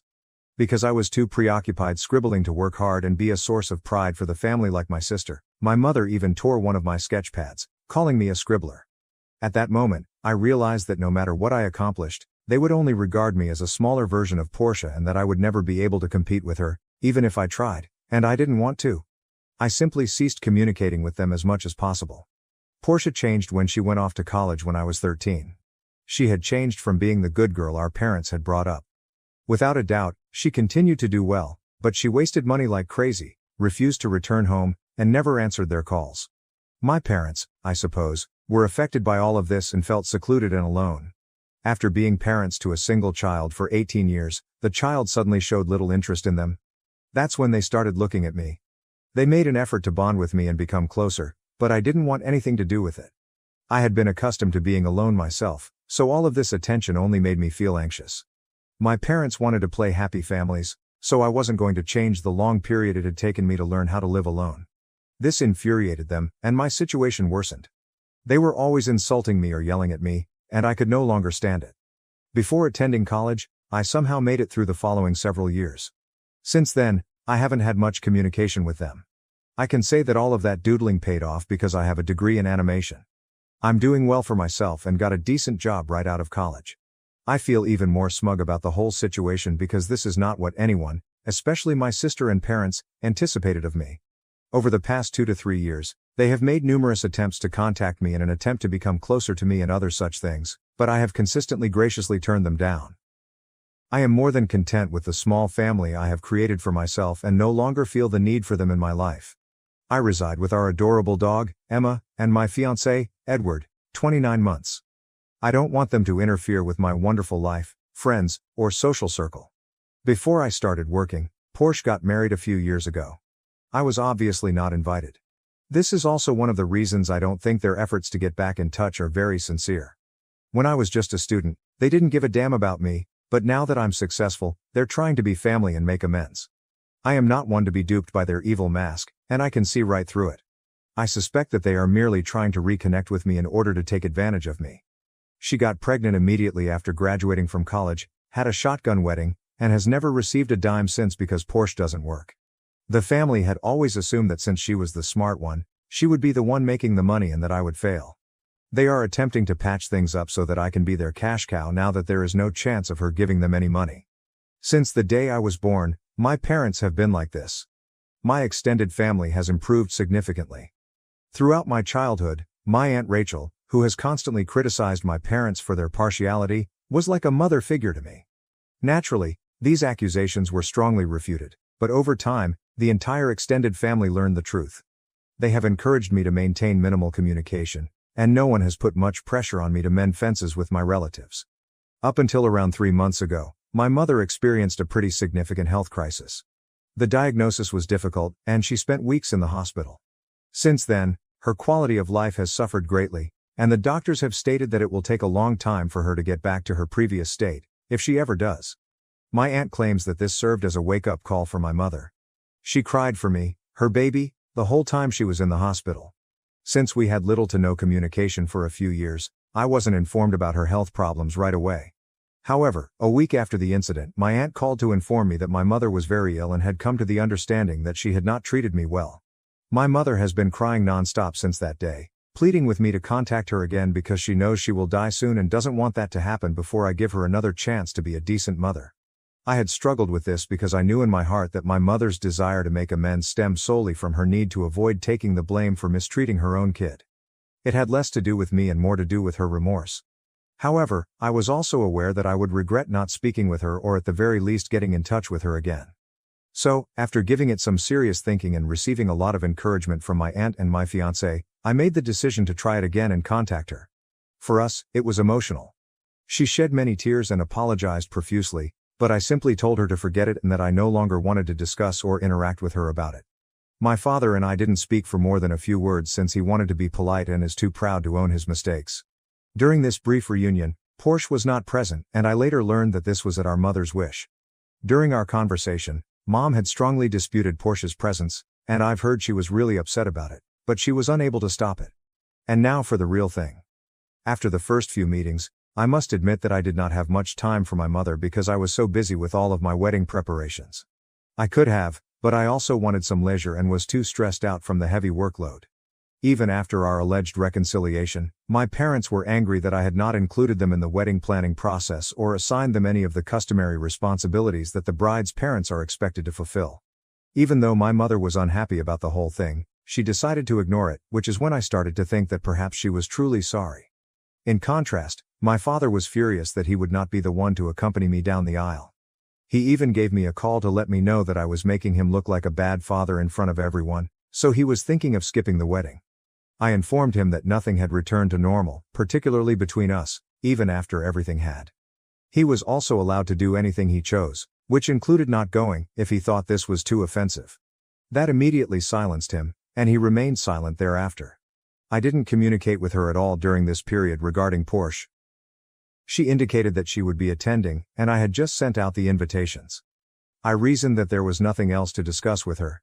But I was going to have a big surprise. My cousin Lena called me in a panic 2 weeks prior to my wedding. She told me that she was speaking with Porsche, and that Porsche had asked her to attend her baby shower in the same city, on the same day as my wedding, at a location she had reserved an hour away. It seems that she was phoning folks to the baby shower without really sending out invitations because she was afraid I might hear about it. Lena said that she was positive and that some other family members had already received the invitation when I asked her whether she was certain about it and if she might have been wrong. Additionally, she was allegedly making a big deal out of it, claiming that she wanted everyone to come because this was her and her husband's last child and that it mattered even more to her. I was incensed when I learned. I questioned her whether this was real over the phone right away. She claimed that she believed it was the greatest way to incorporate our enjoyment because she knew she wouldn't be able to bring the whole family together until after my wedding. I should be happy that her baby gets to celebrate and attend my wedding in spirit, she stated. Since she did it on my wedding day, not even a day before or after, I told her that she was insane and a spiteful witch. I also reminded her that she should have inquired or notified me if she truly had good intentions.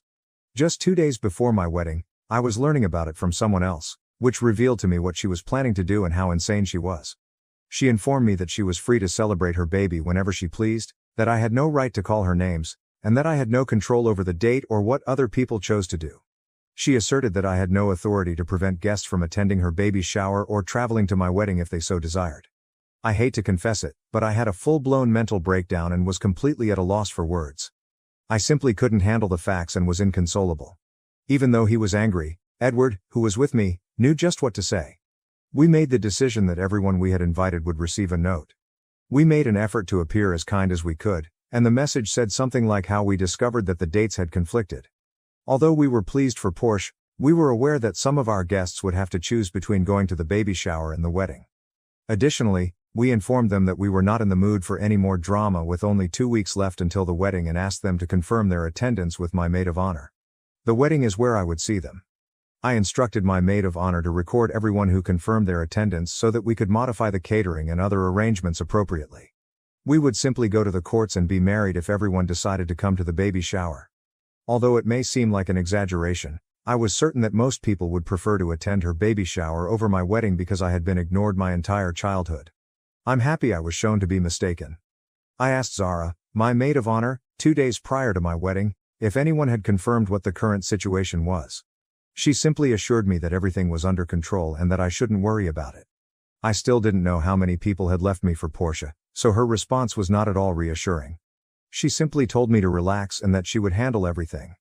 I was shocked to see nearly every member of my family who I had invited on the wedding day, with the exception of Portia, of course, my father, who I had presumed, and my paternal aunt and her family.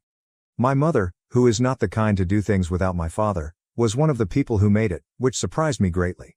The actual wedding proceeded according to plan, and I must admit that I was relieved my father wasn't attending. He would have created needless drama and pouted the entire time. I was therefore rather relieved that he was not there. Portia, however, was unable to tolerate this affront against her, especially since she was not accustomed to it. I noticed Dad and Portia arriving at the location as my ceremony was nearing to a conclusion and everyone was leaving for lunch. Zara stood up and prevented them from entering the building before I could say anything. Even though I couldn't fully understand what they were saying, I could tell that they were arguing and that the argument was becoming more heated by the moment. Portia even attempted to force her way inside at one point, and Zara did her best to keep her out, but my dad also forced through, and their combined might was too great for her. She burst into tears like a pampered child the moment Portia entered. It was real crying, like a baby, not just a few stray tears here and there. Seeing it was so repulsive and unpleasant. I was embarrassed because she was acting in such a way in front of Edward's family, our friends, and our co-workers, even though I knew my family was aware of her shenanigans. She insisted that I should have had the grace to postpone my wedding when I knew she was throwing her baby shower, and that everyone had come to my wedding rather than her final one. Before I could respond, Rachel claimed that she was the one who had stolen the wedding date, which I had decided upon months prior. She would have been the one to move her baby shower to a different day if she had any common sense. Portia glanced at my dad for support because she didn't anticipate being called out in that manner, but he was strangely silent. At that point, Portia boldly asserted that although marriages fail frequently and that I might marry again, she was definitely not going to become pregnant again. I wanted to slap her in the face because I was so angry. At the time, I was shocked that she had the audacity to imply that my marriage might fail on my wedding day. By that point, I'd had enough and told her to leave the stadium immediately. I also informed her that she already had 3 children and that, given everything she has done since leaving college and spending all of Dad's money, there was no assurance she wouldn't continue to pop out. I interrupted her as she began to yell, telling her that she was a terrible person who only ever considered herself. I told her that I felt bad for her children since they had such a bad mother. She quickly stopped talking after that and began crying once more, but I couldn't stand it. She was physically hauled out of the venue by Zara and another friend of mine. She had destroyed my day, and by the time it was all over, I was crying and shivering. Nearly everyone ended their lunch early and left because of the uncomfortable environment. The thing that wounded me the most was that my mother never spoke up for me or informed me of Portia's plans during all of this time. Therefore, in my opinion, her reconciliation was a phony and an act because, even though she had the opportunity, she still failed to treat me fairly. Edward pulled me close and assured me that it wasn't my fault at all and that I would eventually hit my breaking point. I sobbed, hugged him, and apologized for spoiling the day after everyone had left. People have been contacting me for the past 5 days since our wedding, but I am not in the right frame of mind to reply. I know I will ultimately have to reply to all of the messages that are currently sitting in my inbox, but I don't want to do that right now. Tomorrow, we're heading out on our honeymoon, so I'm hoping I can get better and forget about whatever occurred. I can't let my disgusting sister spoil my honeymoon any more than she did my wedding, which I was unable to stop. Even after all these years, she still has no power to influence me in this way. Update 1. Hello, Reddit. During my honeymoon, I took a vacation from Reddit, which is why I haven't been updating. When I saw all of the comments, I was overwhelmed since I hadn't anticipated the post to become so popular, but I read them all. Here's a quick update because you're suddenly so interested in the narrative. Ed and I didn't really consider any kind of communication with my side of the family on our honeymoon. Despite my mother's repeated attempts to contact me, I just informed her that I will speak with her after returning from my honeymoon. Since then, she has called to apologize for not standing up for me at the wedding and to express her remorse, saying she wants to meet with me. She knew about the baby shower but chose not to tell me, so I explained that this was about more than simply the wedding. She said she hoped people would attend my wedding over the baby shower anyhow and didn't want me to be sad. I informed her that she had once again demonstrated her unreliability, particularly with regard to my sentiments and emotions, and that her presumptions did not justify what she had done to me. She apologized again, but I urged her to stop contacting me and that I needed some time apart from her. I told her that she had chosen to re-enter my life in order to show me that she was sorry, even though she attempted to use the "I'm sick" excuse. Her actions, however, have demonstrated the opposite to me, as she still chooses Porsche before me, even if it means ruining one of the most significant days of my life. I felt terrible for tearing into her as she was sobbing uncontrollably, but I knew I couldn't allow her to run all over me once more. I couldn't let her return with her similar antics and ruin everything because it had taken me years and years to feel mentally safe. I informed her that although I would be contacting her, I would do it at my own pace and that I did not want her to put any pressure on me to start dating her because it was obvious that she was not ready. I believe she thought she could use victimization to get me to give in, but when that didn't work, she handed the phone to Dad, whom I had no desire to speak to. I hung up the phone as soon as I heard him on the line. I blocked him when he wrote me a lengthy text that I didn't even bother to read. Other than that, I only received texts from family members expressing their regret that Porsche had attempted to overshadow me at my own wedding and essentially offering their support and sympathy. Even if I haven't answered them all, I will. Overall, the whole experience has made me feel a lot better, and I'm happy that I've broken off contact with my mother once more. I don't want my parents to destroy the family I've created for myself, and I don't have the energy to cope with them. Update 2. It's obvious that the drama is still going on, even though I had assumed it had ended. Jake, the spouse of Porsche, showed up at my house last night. I called him inside because he appeared rather forlorn and I didn't have the courage to turn him away. He apologized to me right away, claiming he was unaware Portia had been plotting this. That's when I remembered that I didn't see Jake at my wedding for the entire episode. When I asked him what he meant, he explained that she had demanded that the date be changed because he had really scheduled Portia's baby shower for a week after my wedding. She also explained to him that she wanted to hold the baby shower on the same day as the wedding because I hadn't invited them. He disagreed, saying that since we had been apart for a while, she shouldn't have been anticipating an invitation in the first place. He claimed that he would have been shocked if I had invited them and that he never tried to get clarification from me since he thought it was reasonable that I hadn't. He was embarrassed to learn the truth about what had truly transpired that day, and he only learned it because my mother informed him. He inquired if there was anything he could do to improve the situation overall and expressed his sincere regret, saying he wanted to apologize on her behalf. I informed him that his wife was an adult who was capable of accepting responsibility for her own conduct and that he had no need to apologize because he was not present. I told her that if she didn't apologize, it didn't mean anything and that she needed to learn to accept responsibility for her actions. I thanked him for getting in touch and assured him that I had nothing against him and that he seemed like a wonderful man. Although I think it was kind of him to visit and speak with us, his wife's actions still stand. To be honest, I am aware that I will not forgive her even if she were to apologize in the future. Now that she has dug her grave, she can rest in it. Update 3. Jake and Portia are on the verge of getting a divorce. It seems that they had been at odds for a while, and her actions at my wedding were the final straw. She has been running around accusing me of being the cause of her divorce, but I suppose that everyone has had enough of her shenanigans and is no longer prepared to put up with her self-pitying rant. It had been made clear that this would only be a temporary arrangement, but the last I heard, she was going to move in with mom and dad. She even contacted me to offer to watch her children for free, claiming that this would be my way of making amends for destroying her life. I don't want to get involved in this drama any longer, so I immediately blocked her everywhere. Although I am unaware of the specifics of their divorce, I am aware that Jake is attempting to obtain sole custody of all the children because he believes she gives them an unsuitable and unstable environment in which to grow up.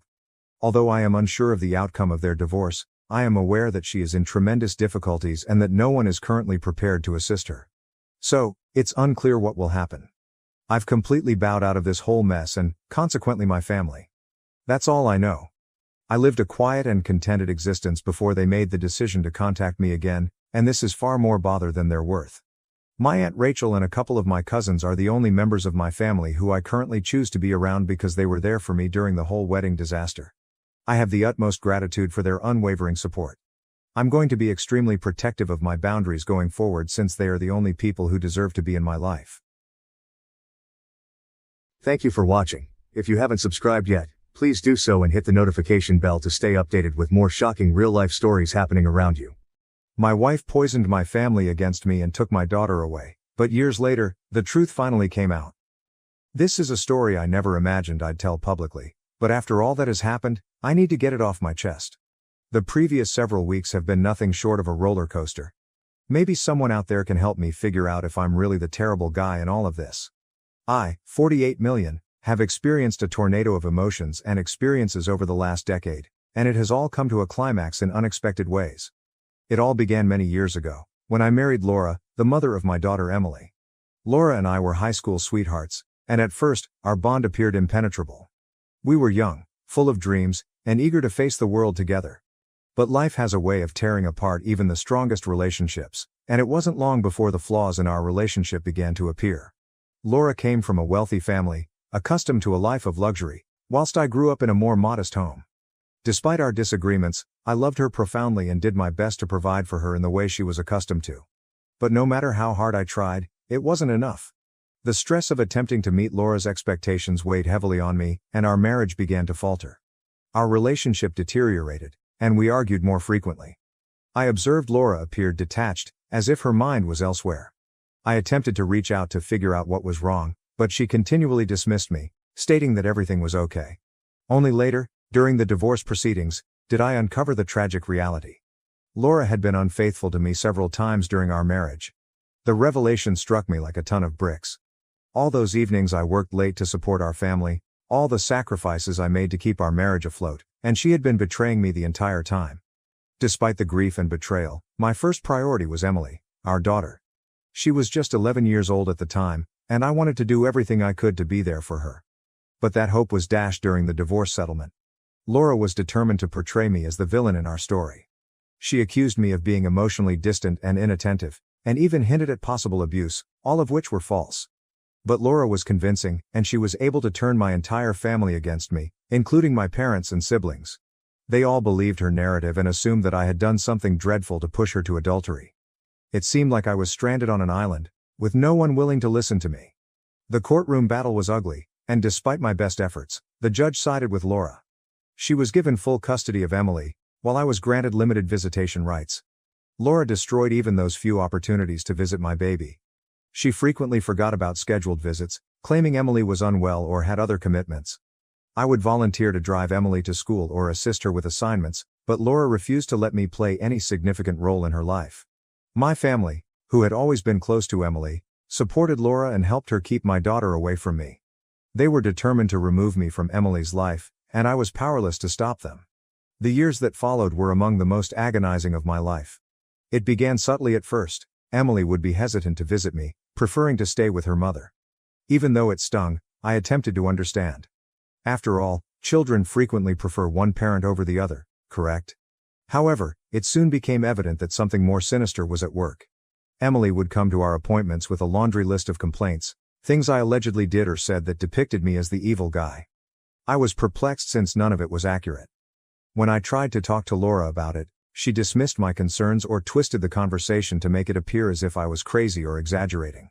I tried for years to establish a relationship with Emily, but it got increasingly impossible.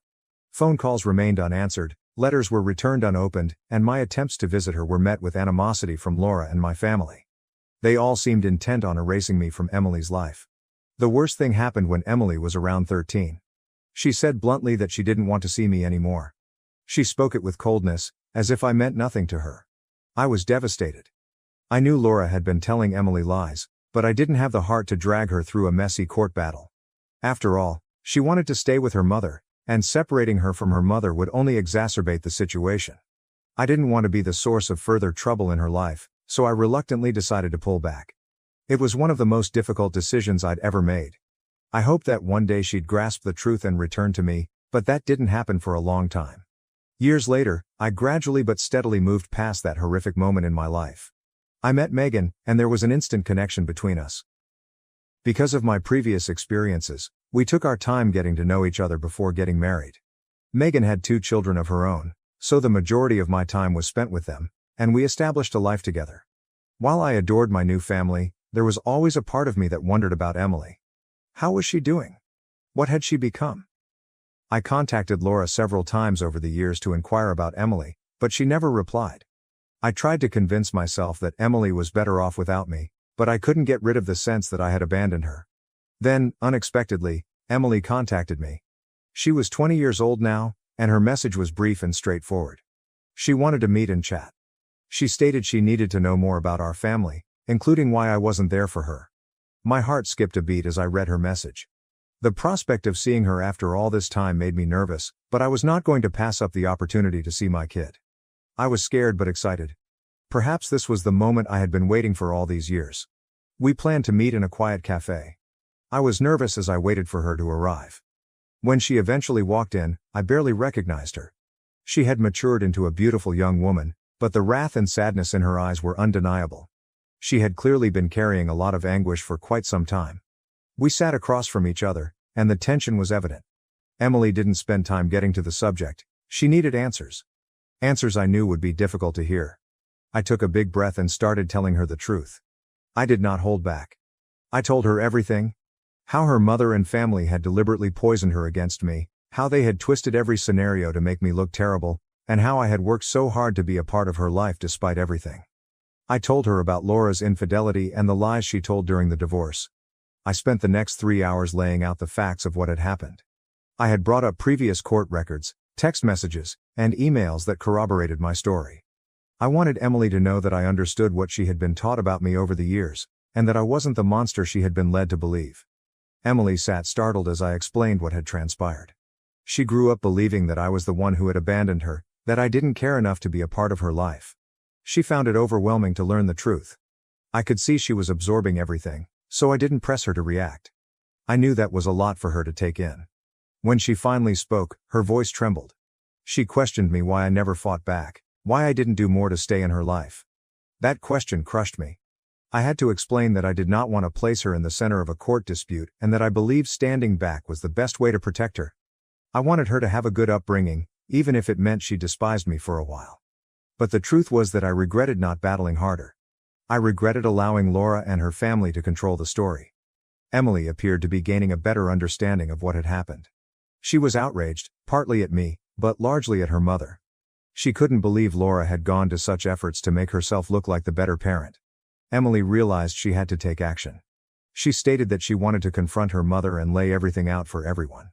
I was astonished, but also proud of her for advocating for herself. Emily wasn't the young kid I knew a decade ago. She was a strong lady capable of self-defense. At the same time, I was concerned about the impact this would have on her. I breathed a sigh of relief when she said she wasn't sure how to go with our connection because she'd grown accustomed to having an absent father, but she'd love to meet and talk more. Laura bombarded me with angry phone calls and text messages 2 days later. Emily apparently challenged her with the information I shared. Laura was outraged, accusing me of turning Emily against her and ruining their friendship. I didn't expect Emily's next action. She called me yesterday to say she's going to take Laura to court for parental alienation. She intends to sue for the emotional harm caused by years of lies and manipulation. Laura still calls me constantly now. She is between demanding that I talk Emily out of the lawsuit and threatening. My family is also getting in touch, suddenly wanting to straighten things out and reconnect. I'm at a loss. One could say that Emily's at last knowing the truth relieves some guilt. Conversely, I never meant for things to get this far. Along with Emily, I also have Megan and her children to look for at this point in my life. I'm not sure whether I could manage the same mental strain once more. While Laura and my family should pay for their acts, I don't want to bring further suffering or trouble. I have been essentially torn. Emily deserves praise for searching the truth and for trying to speak out against the mistreatment she has suffered. But I also worry for her. The legal system is harsh, particularly in cases involving families, and I wanted her to suffer less than she already had. From a distance, I attempted to assist her so she could make her own decisions and let her know I was always available for her should she need me. The emotional strain Laura and my family are causing is not even something I can articulate. All of this makes me wonder if, despite this complex scenario, I did the right thing by telling my daughter the truth about her mother and our past. Your advice and views would be much valued. Update 1. Hey everyone, things have turned bad, which was rather natural. Any confrontation with Laura would not be simple since she shows no respect for anyone around her. I only knew that would also include our daughter. Emily came to our house after her argument with her mother. Her eyes were red from crying. She unleashed this time without restraint. She laid everything out, every agonizing aspect of her life for the past 8 years. Laura might have gained custody, but it was abundantly evident that she had no concept what it meant to be a mother, let alone look after a child. Emily related how Laura wasn't even home half of the time. She would be away, occasionally for days on end, leaving Emily to care for herself. Laura was intoxicated and erratic half of the time, when she was home. Emily talked of evenings when Laura would come home in a fury, throwing things, screaming, and occasionally even blaming Emily for her own mistakes and discontent. As she related these events, the loneliness, the anxiety she must have experienced, my heart broke. Still to come, though, was the worst. Emily related to us 2 occurrences that still tormented her. She was 13 years old at first. Laura had departed without food or money, alone for the weekend. Emily burned her hand quite severely while trying to prepare something for herself. She was in great agony, but when she tried phoning Laura, she did not answer. Just a child, Emily had to go to the closest hospital with her hand covered in a towel. Alone, terrified, in pain, she waited hours in the ER before a nurse at last spotted her and attended to her. Emily showed me the scar on her palm, a continual reminder of her mother's negligence. Still worse was the second episode. Laura had been on a drinking frenzy for weeks. She was 15. Emily made every effort to avoid her mother, until one evening Laura became aggressive. In a flash of wrath, she flung a glass at Emily that broke against her leg severely. Emily was in shock and bleeding. Instead of tending to her, Laura yelled at her to tidy the mess. Terrified, Emily covered her leg in an old shirt and headed once more toward the hospital. She wound up needing sutures there. I had a range of emotions as Emily related these tales, sorrow for all the suffering Emily had gone through, and fury at Laura for sending our daughter through this dream. It was not something I had felt in years. She was young and not deserving of any of this. She did not deserve to be left terrified, injured and alone. The one person meant to be defending her ought not to treat her like a burden. This was unmistakable physical and psychological assault. It seemed ironic that Laura's daily routines included the very things she had accused me of dragging Emily away from. Laura should have simply let me look after Emily to prevent all of this. Emily may have had a normal, contented life if she hadn't been so enthralled with her own selfishness and spite. The entire evening Megan and I listened to Emily. We checked to see she felt at ease and understood she was safe now. Megan specifically consoled Emily by holding her hand and telling her none of this was her fault. Having someone console Emily, tell her she was loved and that she mattered, seemed so important to her. Then Emily apologized to me in a moment that was both sad and contradictory. She had nothing to repent of, hence she didn't need to? But she did. She admitted she pushed me away, she was sorry for believing all the lies her mother had taught her, and she should have seen the reality sooner. Her voice faltered as she informed me she had missed me so much over these years and had frequently wondered what life would have been like if she had lived with me instead. I told her how much I had missed her too, how I had never stopped thinking about her, how I had never stopped loving her, and that she did not need to apologize for anything as Laura's games merely served as a victim stage. That was a mixed feeling.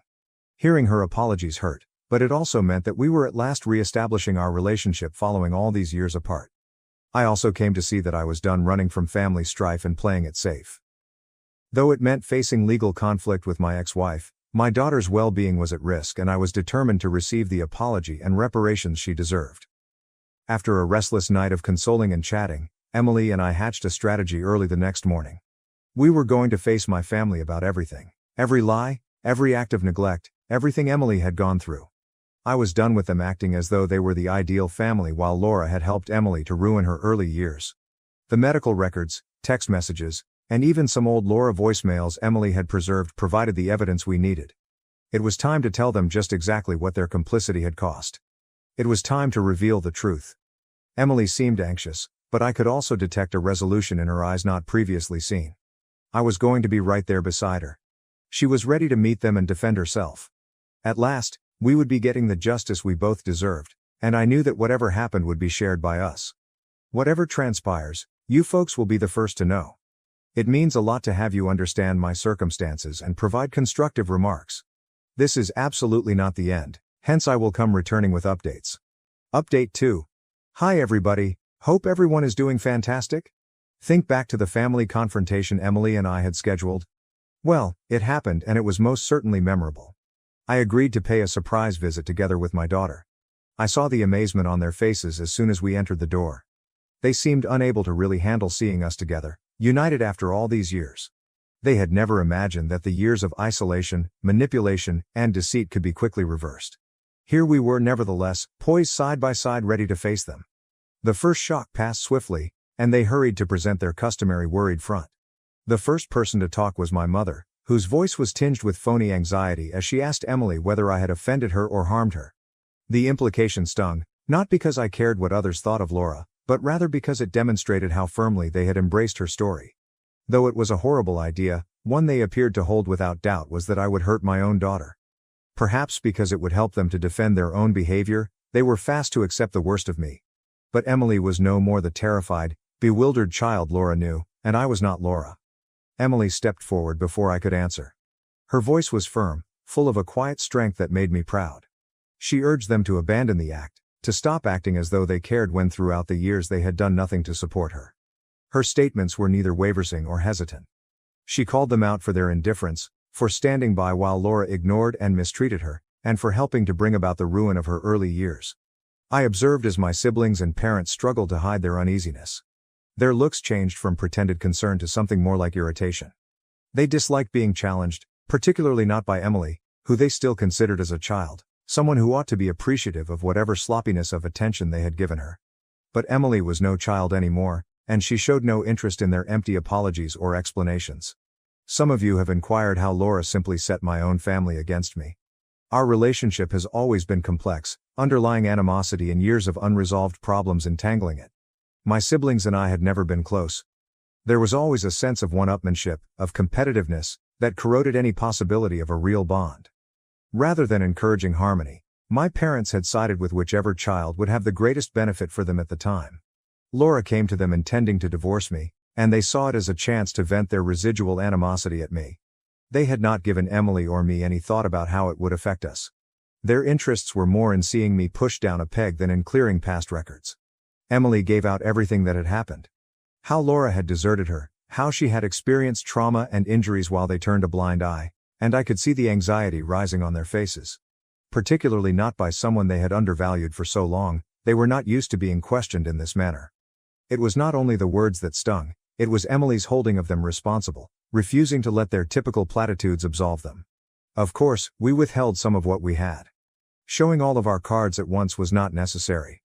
We had text messages, hospital records, and other data readily able to undermine their well-crafted story. For now, though, we kept most of it under wraps, simply showing enough to make it abundantly evident we were serious. This was a warning. A proclamation that we were done following their guidelines and that things were going to get far more serious, not only some emotional outburst. We fled the house not waiting for any reply. Nothing they could say would make any difference, nothing that would undo the years of suffering and neglect they had let to occur. Emily said one last farewell as we turned away. She advised them to forward it to Laura, therefore alerting her that we were arriving with a somewhat heavy case and she should be ready for it. Although the silence that followed us as we departed was oppressive, it was a silence loaded with unspoken words, the weight of what was to come. Emily and I had marked our line on the sand. There was no turning back. The family has always prospered on separation, on keeping us apart and at conflict with one another. But now, Emily and me standing together, they were the ones who would have to deal with the fallout. I want you to know that I am always reading over each and every comment. All of you have given me some of the best advice. Your help is quite valuable. Update 3. Hello. I want to thank everyone who has supported and advised me based on this narrative. Though I believe we are at last seeing a way forward, the previous few days have been some of the most difficult of my life. So strap up for a long one. I got in touch with one of our lawyers right away following the event at my family's house. Not just to me but also to Emily. I was not ready to let Laura get away with all she had done. Emily startled me nevertheless when I mentioned considering legal action. She wanted no more legalities moving ahead. Far from contrary, it was not that she lacked empathy or that she was forgiving her mother. Emily had different responsibilities now and had lately gone through a lot. She had great ideas for her future and her academic life was vibrant. She could not afford to pause to sue her mother and handle a court dispute. As her dad, I was really proud of her. She was still a brilliant, tenacious young woman with enormous professional possibilities ahead of her after all she had gone through. I did, however, also find myself torn. Part of me wanted Laura to suffer for her deeds, to pay for the suffering she had brought about. One thing I did wrong was ruin my life. Nevertheless, I found unforgivable damage done to Emily, that of robbing her of a normal, happy childhood. I did, however, honor Emily's desires. Unlike her mother's, her view counted here, and it was something I would constantly keep in mind while deciding what to do. Another thing occurred when we were negotiating all of this. 2 days later, Laura's neighbor walked up to our door bearing an envelope. The neighbor said Laura had asked her to bring the mail to us as she was temporarily leaving town. Though I had no idea what to expect, I accepted the envelope and thanked the neighbor. Within the envelope Laura had a note, long and full of apologies and explanations. It sought to defend her behavior. She talked about losing her job, how she grew quite alone when I left, and how events descended from there.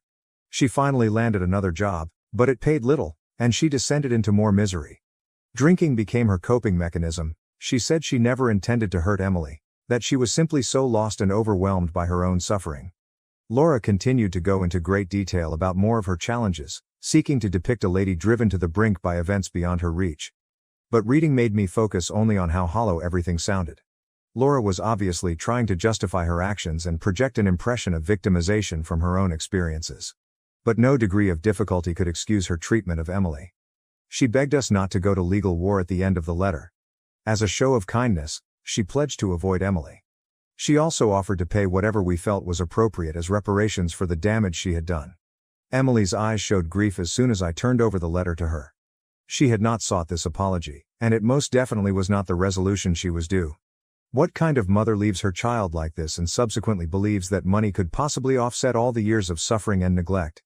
For Emily, it was a terrible insight. I knew she needed time to get through it. Emily needed space as she would reach out to Megan or me when she was ready. For Emily, someone she could confide in without judgment, my wife Megan had become fast a comfort.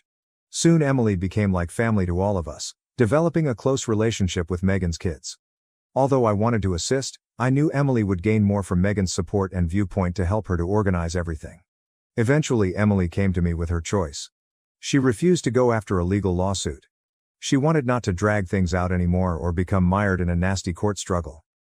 Freed from the shadows of the past, she wanted to start anew and concentrate on her and her future. Emily was ready to go on, and I knew this was the right decision even if I wanted justice for her. She had lived under the weight of her mother's errors for sufficient time. She was ready to live her life on her terms. Emily's choice sent us into a fresh chapter. She began concentrating more on her academics, directing her efforts toward her objectives and dreams. As Megan negotiated this new stage of her life, Megan and I kept helping her in all possible respects, providing direction and encouragement. Regarding myself, this seems like a dream. Things cannot have concluded on a better note. I have 3 children and an incredible wife at my side. Though the trip had been protracted and agonizing, at last we had returned to one another. More than all, that was the real success in all of this. Once more, I appreciate all of your support. Though it's been an incredible journey, I believe we are at last headed toward recovery. Thank you for watching. If you haven't subscribed yet, please do so and hit the notification bell to stay updated with more shocking real-life stories happening around you. Dad favored my sister but was rejected. I chose my brother to walk me down the aisle and witnessed karma hit him hard. Dad wanted to take my sister down the aisle first, but she chose our stepdad, so he declined to walk me down the aisle. Dad is crying now and pleading with me to let him. Although I've never been a particularly vindictive person, I do enjoy it when karma is presented in a palpable manner, which is what has occurred. I don't care if that makes me a bad person or a lousy daughter. I couldn't be happier or more arrogant about the whole thing. After years and years of pain and emotional abuse, I am overjoyed to have finally seen justice.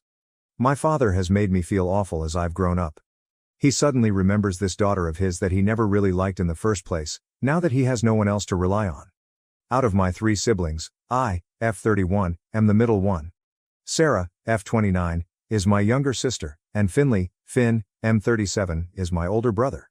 We were a happy family for the majority of my upbringing.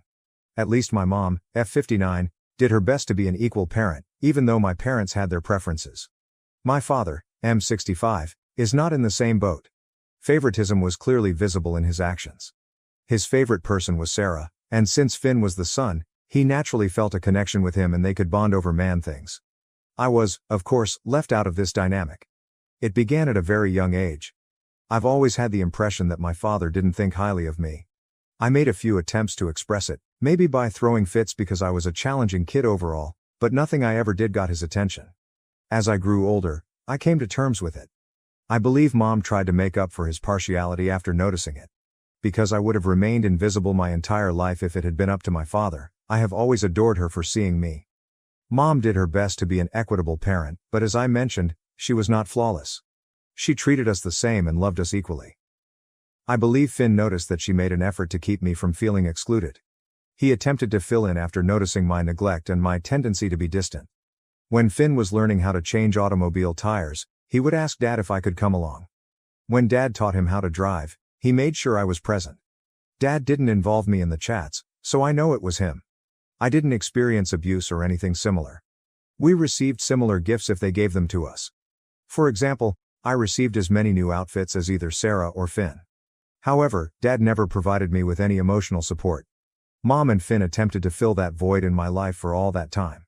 Sarah, on the other hand, simply enjoyed playing the role of the young princess. She was a snobby child, and her attitude caused her school to raise various concerns. In some way, all of those worries were ignored. She developed into a very demanding and conceited young lady. I am not really close to her as a result. I'm really close to Finn, and he simply can't bear Sarah. Dad is the only one who does not find her behavior problematic. Mom barely puts up with her either. This is the current situation. Mom and Dad split about a decade ago. We have all been kept in the dark about the true reason for the friendly breakup. We all know that Mom and Dad's claim that they are no longer compatible is untrue. Something else is the true cause. Since none of them began dating someone new for a long period after the divorce, I am very sure it wasn't infidelity. We all still don't know the truth, and Mom and Dad have always wanted to keep it that way. There was no custody issue to deal with because we were all adults at the time. Since then, they've generally gotten along well. Since, let's face it, there's no love lost there, I have personally opted to avoid seeing Dad as much as possible. I suppose it works for both of us because he hasn't voiced any complaints about my absence. When I have free time, I usually visit Mom's house, although Finn and Sarah split their time equally between the two locations. We never go with Sarah unless it's for Christmas, but Finn and I occasionally plan our trips to Mom's house. Finn simply cannot tolerate her. When viewed from the outside, we appear to be rather normal and functional. But for once, I am glad that things have taken a turn for the worse. Mom began dating Arthur, M60, 5 years ago. They clicked right away after meeting at a yoga retreat. My time with Arthur is enjoyable, and he is a cool guy. He never tries to push limits and is kind to Finn and myself. Since nobody has ever mentioned it and I don't see any justification for him to treat Sarah badly, I'm going to presume that everything is well between them. All that matters is that Mom is happy. Even though Dad is very combative with Arthur, they have a friendly relationship. I believe it's because Dad doesn't have a steady partner and his dating life hasn't been very successful. In addition, Mom's life is opulent in comparison to her life with Dad, and Arthur makes a lot more money than Dad does. We are all pleased for Mom, but I believe Dad is really resentful of the whole thing. The fact that we get along well with Arthur is another thing he dislikes. Dad still acts envious despite Finn's attempts to explain that none of us are taking his place and that we are simply acting like responsible adults in this scenario. All of it is very offensive and childish. Fortunately, since I don't see Dad very often, I don't have to deal with a lot of it. The dynamics of the family are as follows at the moment. Understanding the backdrop is crucial to comprehending the events of the past few days. My fiancée, Kieran, M34, proposed to me a few months ago. We've spent a lot of time together. I prefer to stay private, therefore I didn't make the engagement public right away. After choosing the date, Kieran and I informed our families since we wanted to get married as soon as possible and avoid a lengthy engagement period. 1 week from now, the wedding is planned. My family's response when I told them was conflicted. Arthur was pleased, and Finn and Mom were ecstatic.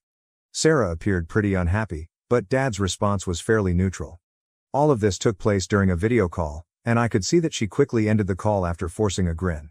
She detests not being the center of attention, so I was expecting some sort of tantrum, but at that moment, I couldn't stand her theatrics. I informed Finn that I wanted him to be the one to escort me down the aisle, not Dad, and I called him separately to gossip. He remained silent for a time and claimed that although he was deeply moved by my request, he believed it was improper to fulfill and that Dad would make a big deal out of it. He claimed that although he would really like to, he was unable to do so since he didn't want to annoy his father.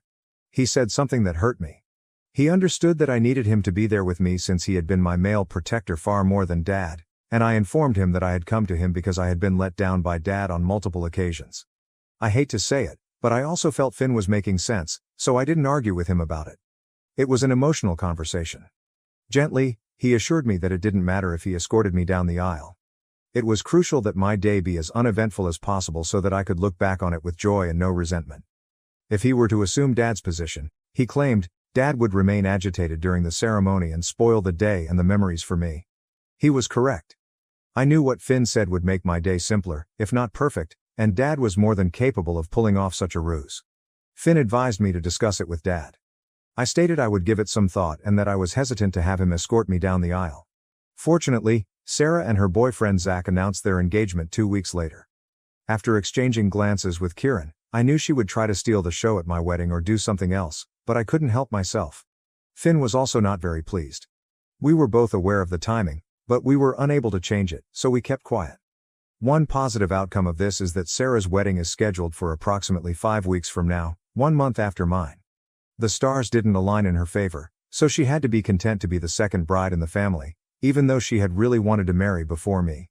I resisted her attempts to guilt me into delaying my wedding, even though she was rather sour about it. She needed to grow up since I wasn't the type to give in to her whims. Thus, things remained unchanged. But it seems that Dad and Sarah agreed that he would accompany her down the aisle before he did the same for me. I'm not really sure how they came up with something that strange. Since I never had much luck with boys in school or college, I suppose they figured I wouldn't get married or would get married later. In any case, once Sarah announced her engagement, I requested Dad to accompany me down the aisle. He sadly informed me that he had promised his baby that he would accompany her first. Years ago, while she was on her deathbed, which never materialized, he said he had made that commitment. Now, he wouldn't be able to lead me down the aisle because he couldn't break his word and break her heart.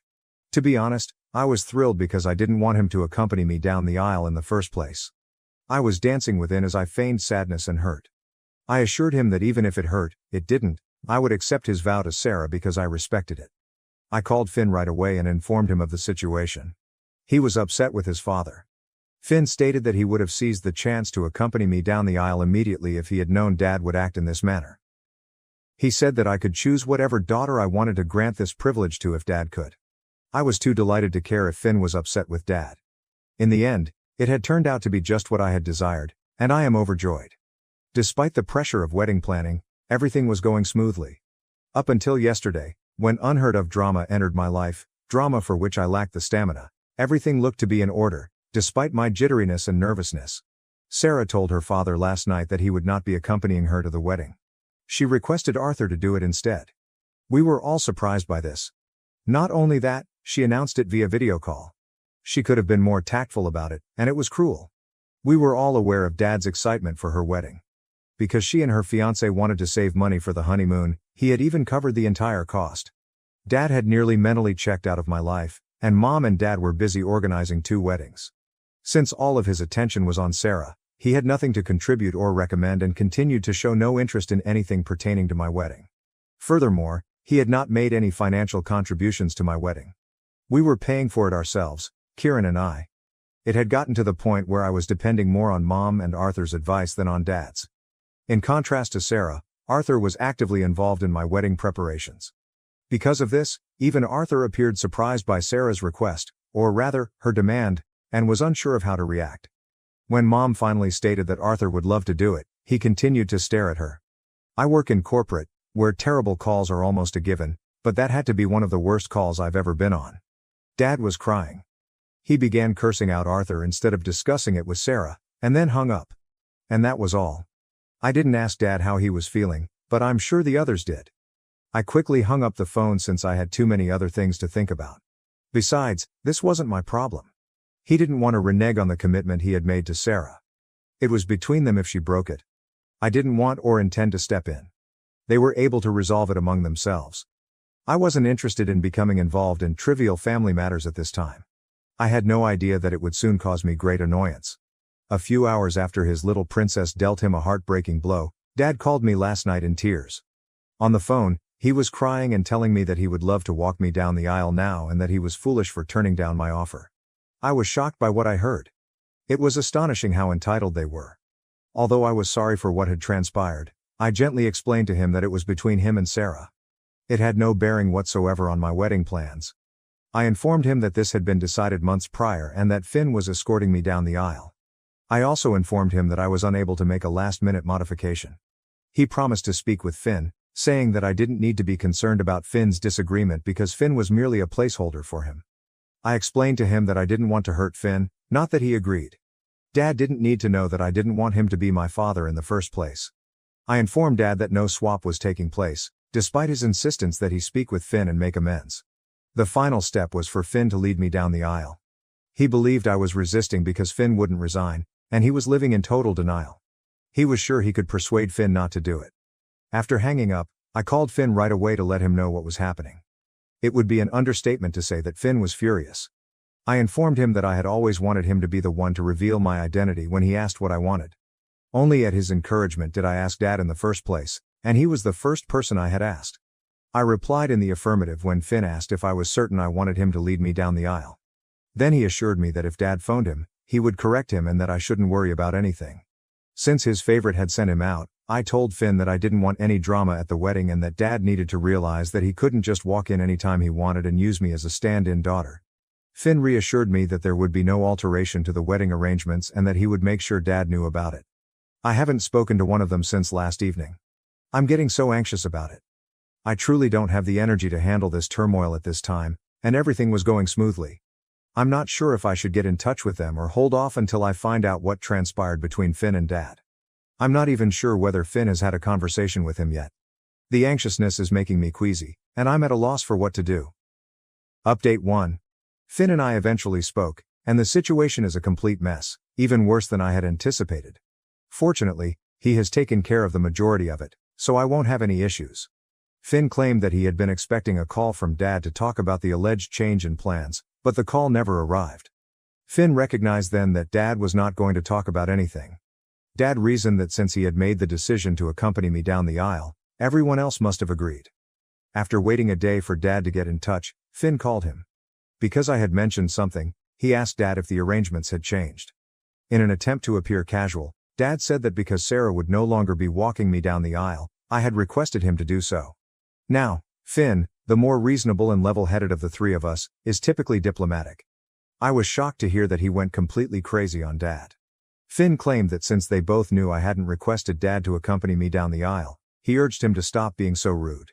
Rather, Dad had pleaded for the part after his beloved daughter had turned him down. Dad was enraged to hear this. When faced with the truth or anything he doesn't want to hear, he has a tendency to react violently. Finn, however, told Dad to stop talking and listen for once before he could interfere.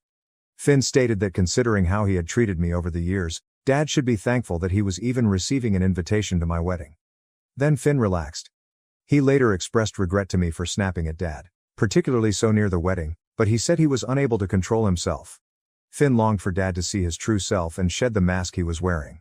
Finn admitted to Dad that he had always given preference to Sarah and had, at most, tried to get along with Finn, but I was never given any thought. In addition, he brought up the fact that I had requested Finn to accompany me down the aisle. I had only asked Dad at first because of Finn's persistence. Finn stated that he had thought Dad would use the occasion to begin repairing our relationship, but Dad squandered his opportunity. Finn said that none of his kids liked or respected Dad, calling him a failure of a father. Because Finn wasn't a fair parent, he didn't respect him. He never made an effort to love me or treat me like his daughter, therefore I didn't respect him. Sarah also didn't respect him since she wouldn't have pulled the prank she did if she did. Finn went on to claim that Dad was the source of Sarah's conceited demeanor. After years of lavishing her with attention, he was now having to deal with the fallout. Finn claimed that since Dad had been throwing out his other children since they were born, it was only fitting that his favorite child would throw out his favorite. Finn told me that although he didn't remember everything because he had shouted in a blinding passion, he did admit that he had spoken more. He reassured me that I didn't have to be concerned about Dad pulling any tricks after he got a harsh reality check. And Finn would take care of it right away if he did. Finn also clarified that the plans remained unchanged. He wouldn't alter the fact that he would be the one to lead me down the aisle. I was more than grateful that he apologized for the drama so close to the wedding. I've never been able to defend myself with such strength in my life. I always believed that I might have done something wrong for Dad to not love me. Over the years, I made an effort to get over that emotion, but I was never successful. Here I had my brother standing up for me, which I never thought anyone would do. When we were children, my mother ought to have defended me, but she didn't. She never challenged Dad, but she made an effort to compensate for the lack of affection in her own manner. Her diffidence and deference to him gave me the impression that I would never be able to confront him about how awful he was to me, though I don't blame her for it. But only because my brother loved me so much that he could no longer stand the idea of my going through this did that change. I was choking when I told him that this was the most beautiful thing anyone had ever done for me, and I was crying by the time he finished recounting the entire episode. It must be the greatest thing I could ever hope for, but I doubt Finn understands the extent of what he has done. Second update, I'm married now. In fact, Kieran and I are presently enjoying our honeymoon in Thailand after getting married a few days ago. Despite some turmoil beforehand, the wedding went off without a hitch. Dad couldn't walk even one daughter down the aisle, and Finn wasn't going to back down. The situation has become really bad. Dad was primarily worried about how his extended family would perceive him if he did not attend the weddings of both children. During his conversation with Finn, he kept returning to this subject. Once more, Finn bluntly informed him that he was emotionally checked out with me anyway, thus he was missing the role of father at least for my wedding. Finn advised him to express gratitude for the invitation in the first place. Since Sarah was his favorite, Dad could only wonder what went wrong with her, and no one truly knows why she did what she did. When word came out, Sarah had the gall to phone me and claim that it was unjust to Dad and that I wanted him to walk me down the aisle because she couldn't. Since she was using Dad's money to pay for her wedding and had expelled him, I encouraged her to have a life. I informed her that I had visited Dad and that, due to some foolish pledge she was unable to keep, he had decided to accompany her down the aisle. She was more than welcome to change things up at her wedding if she was so offended by her beloved father's misery. Since she was feeling awful about Dad, I assured her that Arthur would understand and that I could even speak with him on her behalf. She ended the call since she had nothing more to say. Before the wedding, I called Finn and informed him that I didn't want to be involved in any more father drama. If it came to me, it was his duty to make sure I was finished with this bullshit. I couldn't allow Dad to ruin my day because I had 100 other things to be happy about or worried about. I couldn't allow him to ruin my most memorable day because he had already made me miserable for most of my life. Finn assured me that he would handle everything and that I shouldn't worry. It would be an understatement to say that I was really anxious on my wedding day, but fortunately, everything went smoothly. I'm glad Dad didn't try to start anything, even though he appeared to be rather glum. After a point, I was too preoccupied with having fun to give his pouty face much thought. It was awkward between them, and Sarah tried to avoid Dad as much as possible, but I didn't mind. I'm happy that nobody was able to ruin the wedding because it went off without a hitch. I could feel Dad glaring daggers at my back as Finn led me down the aisle, but that was all he could do. According to what I've been informed, Dad has been left to handle some damage control after a few people questioned why Finn was up there instead of him. That's his cross to carry, then. In order to live a peaceful existence and eliminate any possibility of turmoil, I also want Sarah's wedding to be over. I'm going to cut off communication with Dad for the foreseeable future after her wedding. In any case, I don't see the need to keep in contact with him. Update 2. Yesterday was Sarah's wedding. She didn't ask Kieran and me to the wedding, so I wouldn't know how it went. I'm not sure what she was trying to accomplish, but I was more than willing to watch. It was just Mom, Arthur, and Dad there, and to her dismay, Finn did not go either. At the last minute, Dad reportedly hoped she would change her mind and ask him to lead her down the aisle, but that never occurred. It was quite unpleasant, and it's clear from the pictures she shared that Arthur would much rather be somewhere else. Mom is just finished, Dad is glum, and Arthur is uneasy. I don't really care, but aside from that, her wedding went smoothly. I was called up by Mom to provide these details. Naturally, Dad is unhappy because he had hoped that at least one of us would give in and allow him to do as he pleases. Now, however, his personal life is in disarray and all of his children are essentially cut off from him. I don't care that he isn't handling it well. For being such a bad father to me, allowing me to have a miserable childhood, and even helping to cause it, I genuinely believe it serves him right. I've had enough of him, and I don't want Sarah's or his poison to affect this new stage of my life or my new family. I'm relieved they're no longer in my life. Thank you for watching. If you haven't subscribed yet, please do so and hit the notification bell to stay updated with more shocking real-life stories happening around you. Stepmom falsely accused me of assault to block my inheritance at 21. Dad believed her and cut me off. 7 years later, he learned the truth. When I was 21, my stepmother falsely accused me of assault to prevent me from inheriting my father's wealth. My dad believed her and cut me off. 7 years later, he discovered the truth. Hello everyone. My biological parents divorced when I was 9, and they shared equal custody of me. I spent weekdays with my mom, who lived near my school, and weekends with my dad. Despite their separation, both parents were always kind and gentle towards me. While I was sad they were not together, I understood they both loved me deeply. A few years later, my dad met Gina, who would become my stepmother. When I was 11, my dad introduced her to me. She seemed nice, and my dad was clearly happy. He hoped we would get along well. Gina had twin daughters, Emma and Emily, who were 14 at the time. Raised without their father, the twins were quite immature and would throw public tantrums if they didn't get their way. As an introvert, I quietly observed their behavior. After a year of dating, my dad and Gina decided to marry when I was 12. Even my mom attended the wedding. I was excited to have a new family member. Initially, I thought my stepmother and I got along well. However, a few months after their honeymoon, she told me one morning that she didn't really like me. She said we needed to pretend to get along for my dad's sake when he was around. She also told me to stay out of her way when he wasn't there because she couldn't stand the sight of me, as I reminded her of my mom. Hearing her harsh words broke my heart. I had genuinely liked her and hoped for a good relationship. The twins overheard her and later teased me, saying my dad didn't love me and preferred them. I remember crying and telling my mom about it.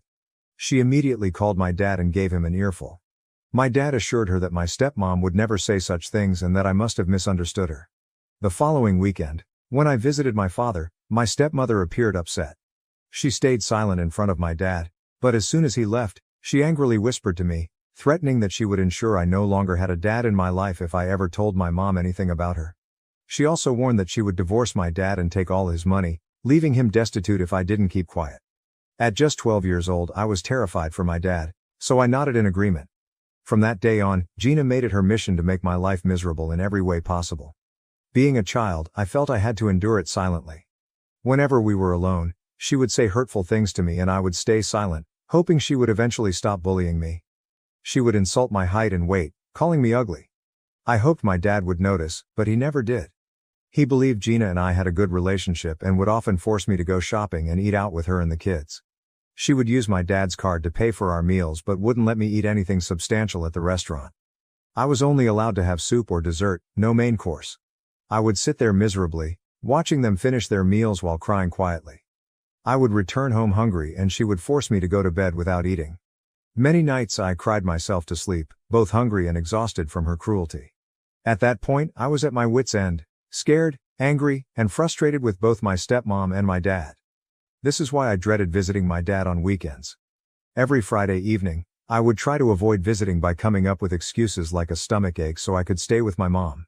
My parents started noticing, and my dad would call, expressing sadness at not seeing me. My mom would urge me to tell her if something was wrong, but I always kept quiet, still scared of Gina's threats. When I was 14, my dad decided to take the whole family, including me, on a trip to Greece. Initially, I didn't want to go, but my mother told me it was a good opportunity to travel and see the world, so I reluctantly agreed to join them. As usual, Gina pretended to be sweet and kind in front of my dad, asking about school as if she genuinely cared. I noticed she would subtly tease me in her sweet voice, making hurtful comments that wouldn't outright portray her as mean. For example, whenever I mentioned playing basketball, she would joke that I needed to be taller for that sport, even though I was quite tall for my age. She would then say I should focus more on studies if I ever wanted to be successful. The twins would smirk and call me names like meathead, even though I had better grades than them. My dad would notice but choose to ignore it. Whenever I expressed that her comments hurt me, my dad insisted she was just teasing and that I should lighten up. Gina would nod and tell my dad that I had no sense of humor and needed to learn to have fun. This continued throughout the vacation. One day, in a moment of anger when she and the twins were teasing me about my weight while I was trying to enjoy the pool, I decided to retaliate. I told the twins that their double chins were embarrassing, watching their faces fall. I then turned to Gina and told her she shouldn't wear a shrug over her bikini because her huge stomach was still visible, making her look like a penguin. Gina's face turned red with embarrassment, and she ran back to the hotel room. The twins started yelling at me, calling me sexist and saying how horrible it was for me to say such things about them. Later, my dad confronted me, clearly angry. He asked if I had really spoken to my stepmother and stepsisters like that, and when I admitted it, he lectured me about how he had raised me better and that I should never talk to a woman about her weight. I argued back that they were criticizing my weight, looks, and height, but my dad forced me to apologize to Gina, who had locked herself in the bathroom crying after what I said. Gina and the twins made a big show of accepting my apologies. When I got home, I told my mom everything. She spoke to my dad, who tried to blame me for the whole situation. My mother threatened to call CPS on him if Gina ever commented on my weight or looks again. This scared my dad, and after that, Gina never said anything to me. However, she and the twins would blatantly ignore me whenever my dad wasn't around, which I honestly didn't mind. When I was 16, my mom went away for a few days, so I stayed with my dad and Gina. Gina complained about having to cook for one more person, so on my last night, I decided to make dinner since my mom had taught me to cook from a young age to be independent. Gina wanted to invite some friends over when she heard I was cooking. I prepared the meal, set the table, and served dinner. Everyone loved the food and praised me. My dad decided to do the dishes, so I went to my room. From there, I heard Gina and her friends talking loudly outside my window. Her friends were saying how lucky she was to have a nice husband and a great house. When they mentioned how nice it was that I cooked for them, Gina went on a rant about how annoying I was and that she couldn't stand seeing my face. She told her friends she couldn't wait until I was 18 so she wouldn't have to see me every weekend. When one of her friends mentioned again how nice I seemed, Gina admitted she had hoped I would fail at cooking so she could blame me for something. This shocked me because I was trying to be polite to her, even though I knew she hated me. As time went on, Gina's dislike for me only grew. During college, when I visited my dad for a few days at his insistence, Gina would completely ignore me. She would schedule family activities with just dad and the twins or her and the twins, leaving me at home. If I woke up late during my vacation, she would yell at me, calling me lazy and inconsiderate, even though I always cleaned up after myself. I knew I was always respectful to her because my dad would be furious if I wasn't. Despite being polite and careful not to upset her, it felt like nothing I did was ever enough. She was also inconsiderate of my privacy. She would loudly enter my room while I was sleeping, waking me up or barging in without knocking, making me extremely uncomfortable. She would randomly search my room and look under my bed for reasons unknown to me. She refused to pick up dinner for me but did so for the family, never inviting me to join them. Despite this, I kept quiet, tried to stay out of the way and spent time with dad whenever possible. Now, on to the main incident. When I turned 21, my dad invited me to visit him, saying he had some important news to share. It had been a while since I last visited, so I felt a bit apprehensive, but my mother encouraged me, saying it was good news. I agreed and booked my tickets. Upon arrival, my dad greeted me warmly at the airport, and we drove back to his place. I asked him about the news, but he said he would reveal everything during the family dinner.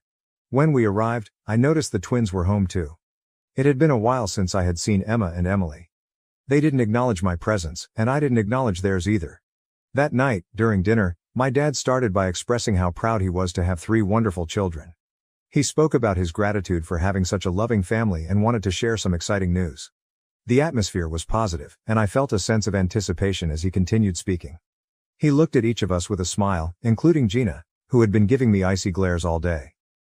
My dad went on to say that he had recently lost a friend to a heart attack, which made him realize how lucky he was to have us. He had spoken to a lawyer and made a will. Upon hearing the word will, Gina and the twins perked up with excitement. Dad said he had decided to leave the house to my stepmom, as she was his wife. Gina beamed with pride and kissed him on the cheek. My dad's house was a 5-bedroom place, and if Gina ever decided to sell it, she could make a fortune. Dad then announced he was leaving his entire retirement account and his car to me. This wasn't just any car, it was a vintage car he had spent a lot of time and money maintaining. The car held sentimental value for both of us, as he often shared stories of his youth and adventures associated with it. As I processed this information, I realized that leaving the car to me was his way of expressing his love. As my dad spoke about his pride in me inheriting the car, Gina's expression shifted from pride to discontent. She exchanged glances with the twins, who seemed equally displeased. It was clear that the idea of me inheriting a significant sum of money and the beloved vintage car stoked their resentment. Dad, apparently unaware of the tension in the room, continued to explain how he would leave the joint bank account he shared with Gina to the twins. Since Gina was a homemaker, the money was entirely my dad's. He expressed his wish for the account to be equally divided between them, assuring them they would have money and a house to live in. So they needn't worry if anything happened to him. I thought this arrangement was fair and had no issues with it. However, the twins immediately voiced their disappointment, saying they had expected more. They argued that my dad should also leave them his retirement account, claiming I didn't need it anyway. When my dad questioned their reasoning, Gina chimed in, stating that as a guy I should find my own way, whereas they were women and needed more money for financial security. My dad reminded Gina that he had already taken care of their college funds and now they were also getting a house and a bank account, so they had nothing to worry about. Despite this, Gina kept insisting that I didn't deserve so much money. My dad firmly reiterated that his decision was final. I sat quietly, observing as the argument escalated. Suddenly, Gina burst into tears. We looked at her, startled, and my dad reassured her that there was no need to cry since he had divided everything fairly. Through her sobs, Gina claimed she had kept silent for years to protect the family but couldn't hold it in any longer. The room fell into awkward silence, and my dad and I exchanged confused looks. Despite the palpable tension, he gently encouraged Gina to share what was weighing on her mind. Amidst her sobs, Gina began to recount how, a few years ago, I had supposedly tried to force myself on her, but she had kept it hidden to protect me. I was stunned, completely blindsided by the unexpected accusation. Before I could even grasp what was happening, Gina started elaborating on her fabricated story. She told my dad that after our vacation in Greece, where we had an argument about weight and height, I would constantly stare at her and attempt to enter her bedroom uninvited. I sat frozen in my chair as she continued to concoct tales of how I would try to barge in every time she took a shower or get uncomfortably close to her face when we were alone. She claimed she dreaded having me over every weekend because she feared I would behave the same way with the twins. I tried to defend myself, vehemently denying the baseless accusations and yelling at her for having the audacity to make up such lies, but Gina continued to cry as if she were the victim. She went on about how, as I grew older, I made her increasingly uncomfortable and, on one occasion when we were alone, I allegedly tried to force myself on her. My eyes widened in shock, and the blood drained from my face upon hearing such a serious accusation. My dad looked utterly confused and concerned, his eyes darting between me and Gina, clearly at a loss for words. Gina continued her story, claiming she had suffered in silence for years, afraid to speak up for the sake of the family. I yelled at Gina, calling her a psycho, insisting there was no way I had ever looked at her inappropriately, let alone touched her. Gina yelled back that she was done keeping her silence and needed to expose a monster like me. The twins began shouting furiously at me, accusing me of putting their mother through this and using words like rapist and molester. My head was spinning, and it all felt like a bad dream. I couldn't believe how a pleasant evening had turned into such wild accusations. I looked at my dad for support, but he remained quiet, clearly trying to process everything Gina had said. He asked her if what she had spoken was true, and Gina nodded, asserting that she would never lie to him about his own son and that, as his wife, he should believe her. While I tried to defend myself, my dad asked Gina why she hadn't spoken up earlier. She explained that she feared no one would believe her since I was a minor trying to do inappropriate things with her. As a stepmother who had married my dad, she felt people would dismiss her words. She claimed she had to bear this silently to protect the family. I was crying at this point, begging my dad not to believe her. I never imagined Gina could fabricate such atrocious lies, especially after what she had put me through over the years. Unfortunately, Gina's manipulation had strained my relationship with my dad, and he seemed torn between trusting me and believing his wife. The twins, influenced by their mother's narrative, supported Gina's false accusations and yelled at me to leave their house. I yelled back that it was my dad's place and they shouldn't believe their mother's lies. My dad, amidst the chaos, looked up at me and told me to leave the house until the matter was resolved. It felt like a punch to the gut. Being rejected by my own father, who chose to believe his second wife over me, left me hurt, confused, and betrayed.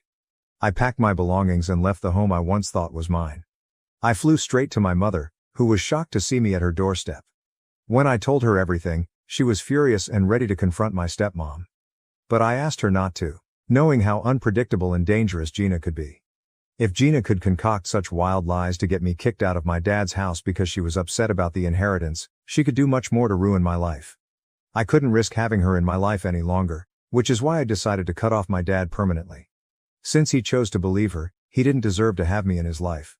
Later, my mom told me that my dad called her to express his shame in having a son like me and declared he wanted nothing to do with me. Despite her attempts to defend me, it was in vain. My dad's side of the family, convinced by Gina's story, also attacked my mom, accusing her of raising a pervert. I can't even begin to fathom the pain my mom felt hearing such words about her son. The damage was done, and Gina had won. I wish I could say my life improved after cutting her off, but it didn't. Gina and the twins continued bombarding me with vile text messages, threatening that I should stay away from my dad forever. It got so bad that I had to change my number to escape them. Even after that, things didn't get better. Gina's actions left me terrified of being around any woman, fearing I would be falsely accused again and lose my job and career. I was scared to meet anyone or go on dates. Throughout this ordeal, my mom stood by me and believed me. I went through severe depressive and suicidal episodes, and my mom flew in to live with me for a couple of months to make sure I was all right. Slowly, my mental health improved, and I started to rebuild my life. Eventually, I met a wonderful woman named Mara, who brought joy back into my life. She has completely changed my life and my mom adores her. Mara and my mom mean everything to me, and thanks to them I continue to live my life with purpose. Just a week ago I received a call from an unknown number. Thinking it might be Amazon, I answered. To my shock, it was my dad. I was stunned to hear his voice after nearly 7 years. He sounded old. When I asked how he got my new number, he dodged the question and asked if I was doing okay. I remained silent and then told him not to bother me again since I had nothing to say to him. That's when my dad broke down and started crying. He begged for my forgiveness, admitting how wrong he was to abandon his own son. My curiosity was piqued, so I waited for him to explain. My dad then revealed that Gina had been cheating on him with his best friend for years. When he confronted her with proof, she stopped hiding and confessed she was tired of being married to a pathetic man like him. Gina admitted she had only married him for his money and despised being with him. When my dad pressed her further, she confessed to fabricating all the accusations against me because she hated me and wanted all his wealth for herself and her daughters. As you can imagine, my dad divorced her, and she got nothing from the marriage due to her affair. Despite her lawyers fighting for alimony, my dad said he had been waiting to divorce Gina so he could officially reach out to me and apologize for what he put me through. He expressed his desire to make up for lost time and rebuild our father-son relationship. At the mention of father and son, I couldn't help but scoff. I told him that he was no father of mine after how quickly he abandoned me for his wife's nasty accusations. I told him I wanted nothing to do with him and that he should stop bothering me. I ended the call and hoped he got the message. Since then, I've been bombarded with calls from my dad and his side of the family, who I don't even talk to, saying that my dad has suffered enough and that I'm just making it harder on him. Their messages leave me feeling conflicted. Am I the bad guy for refusing to talk to my dad after he cut me off due to Gina's false accusations? Update 1. My post was locked, but hopefully it's okay now.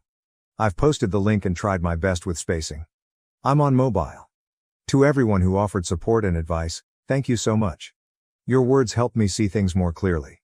I'm not just furious at my dad for believing my stepmother over me, but also for all those years she harassed me while he did nothing to protect me. I was just a child and she blackmailed and manipulated me while I kept quiet. I think it's time I open up to my mom and let her know exactly what I went through because I know she'll understand. Update 2. Hi everyone, it's been a week since my last update. For those concerned about my mental health, I'm doing okay. Thank you for your kindness. I booked tickets for my mom to come visit me so I could tell her and Mara everything. They already sensed something was up. I started by telling them about Dad's contact after all these years, which shocked my mom. She asked why he reached out, and I explained. She had no idea he had gone through a divorce and was furious at Gina for what she put everyone through.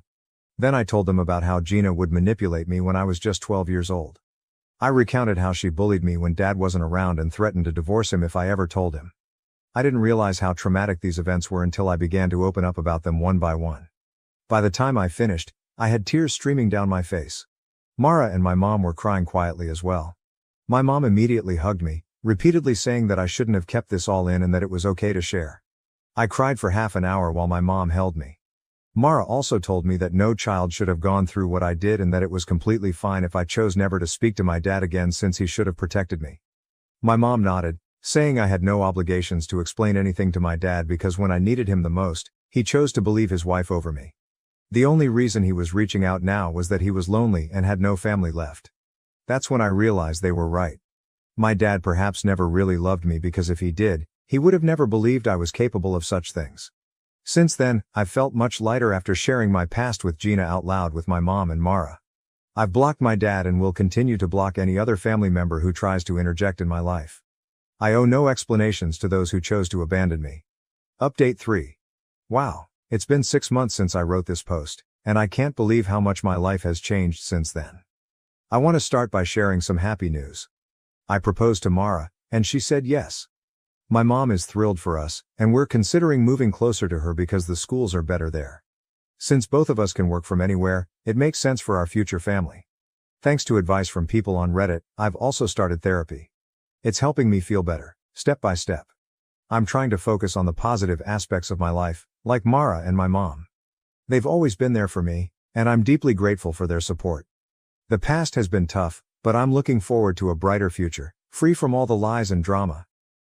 Thank you for watching. If you haven't subscribed yet, please do so and hit the notification bell to stay updated with more shocking real-life stories happening around you.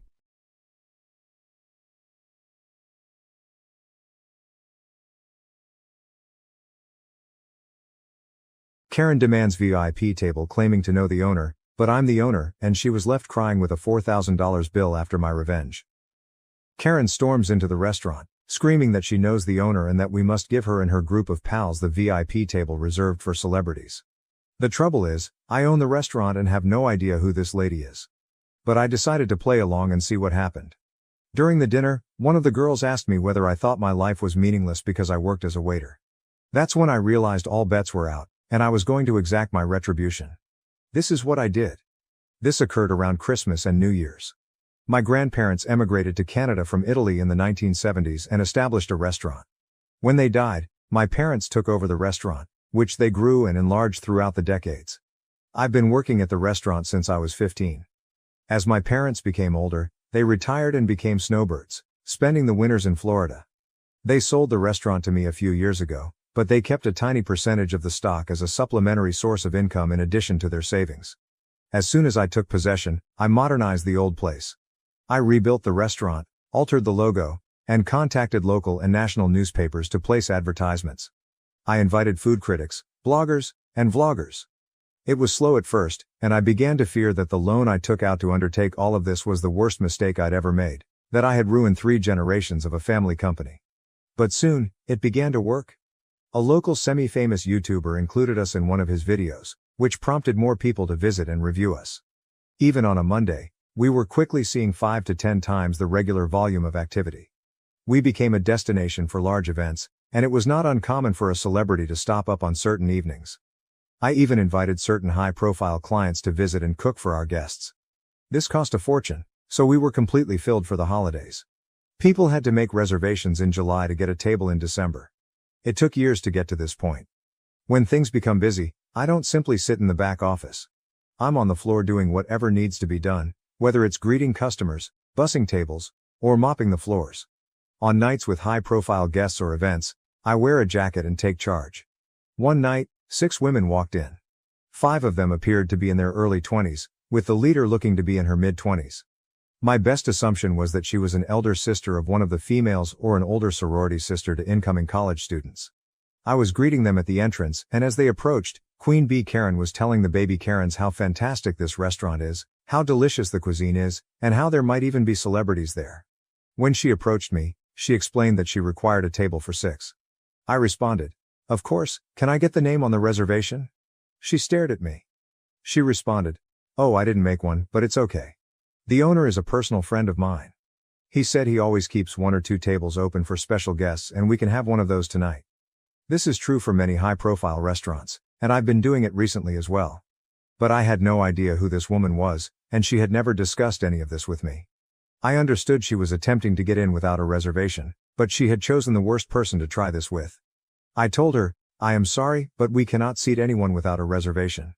As you can see, we do not have any seats available." I didn't want to go all out and say, "I'm the owner, and we have never spoken before, so I never promised you anything." But I didn't want to embarrass her in front of the other girls she was with at the time. She then instructed one of the other girls to take a picture of me. She announced that she would speak with the owner and ensure that I was either scrubbing toilets or fired by the end of the week. The other girls behind her joined in, saying things like, "Yeah, kiss your minimum wage job goodbye." I wasn't sure if they were in on it with her or if they truly believed she knew the owner. Queen Bee Karen then said, "Look, you can either give us a table or I can make your life very difficult. This is not worth losing your job." She kept pointing, trying to belittle me, and then saying things like, "Obviously you aren't anyone here, because if you were, you would know who I am and never try to tell me anything other than yes or, of course." She was constantly attempting to put me down and take that table. At this time, it had been a hard day for me, and from my perspective, I had 3 options. Number 1, I could inform her that I am the owner and call her out on all of this. Number 2, I could simply hand her the table and let things go. Or, third, I could teach Queen Bee Karen and her minions a lesson. I selected option 3. I smiled at her and said, "Of course ma'am, please follow me." I handed her one of the 3 tables we leave free in case a celebrity walks in, which occurs occasionally. I told her, "I apologize for everything and you're right, it would be simpler just to give you the table." I also assured her that the first 3 rounds of drinks would be free. I seated them down and personally served them. As they sat, I told them, "We need one of your credit cards and IDs just to keep on file, and we'll return them to you before you leave." Queen Karen handed me her card and informed the baby Karen minions, "Tonight is on me." I took their orders, gave them their free beverages, and informed them that due to how busy we were tonight, the meal may be delayed. The females only worried about the free drinks. They ordered 3 rounds and still hadn't received any food. They eventually called and asked me to check on it, all while giving me the worst attitude since they arrived. I told them I will look into it, but also asked if they wanted additional drinks. They ordered 2 more rounds. They were sloshed by the time the appetizers arrived, having done nothing but drink on an empty stomach for the majority of the night and just eating salads. As more food arrived, more beverages were ordered. What these girls didn't realize was that they were at our VIP table, which normally costs a few $1,000s to sit at, but I didn't charge them for it. Except for the first 3 rounds, I charged them for all of the extremely costly cocktails they had throughout the evening. Furthermore, the table they were sitting at, as previously stated, was VIP, thus the menus were different. Prices are not displayed on these menus. This is a restaurant industry trade secret. They also offered higher-end menu items such as white truffle, black caviar meals, and specially imported West Coast oysters, among others. At one point during the night, I honestly began to question what I was doing. I worried I was going too far with these poor girls. They might not know any better. But certain things encouraged me throughout the night, such as when one of the baby Karens questioned whether I thought my life was pointless because all I ever became was a server. Also, one of the other staff told me that they were planning how to mess with me, believing that they could do so whenever they wanted and that I would always give them a table. I overheard them say, "He's cute, but I wouldn't date a waiter like that. He is such a pushover." There were other comments like that throughout the night, so I continued with their life lesson. By the end of the night, Each female had built up a bill ranging from $500 to $600. I handed Queen Karen the bill for $4,232.23, which included tax and tip. I've never seen somebody sober up this soon. She went from smiling and giggling with her buddies to almost in tears. She immediately summoned me over and asked whether this was a joke. I took the bill, looked it over, and apologized. "I'll get you the correct bill amount." Again, she seemed completely relieved, assuming she had received someone else's bill, and called me a effing idiot, before continuing to talk to her pals. When I returned to give her the right bill, she flipped out again. It was only a question. "Is there something wrong on this bill that you didn't order?" She and the girls were stunned and went over every single line of the bill, including the initial several lines that listed their original 3 rounds as complimentary. They then got out their phones and went over everything 100 times, adding it all up. Queen Bee, visibly startled, just remarked, "1 second, I need to use the restroom." Part of me feared she'd dine and dash and leave the baby Karens with the tab, but I discreetly reminded her that we had her ID and credit card, without making it too obvious. I was concerned that she would run out of money. 10 minutes later, she returns with new makeup, clearly crying, and tells me all about how poor the food was, how dreadful the drinks were, and so on, demanding that I at the very least cut the cost in half. She went on to say that the baby Karens would help, despite the fact that she had previously informed them that the night would be hers. Then, as if a light bulb went off in her head, she brought up her alleged relationship with the owner again, as if it would give me extra motivation to lower the amount in half. I smiled as I told her, "No, simply no. I can't change the bill."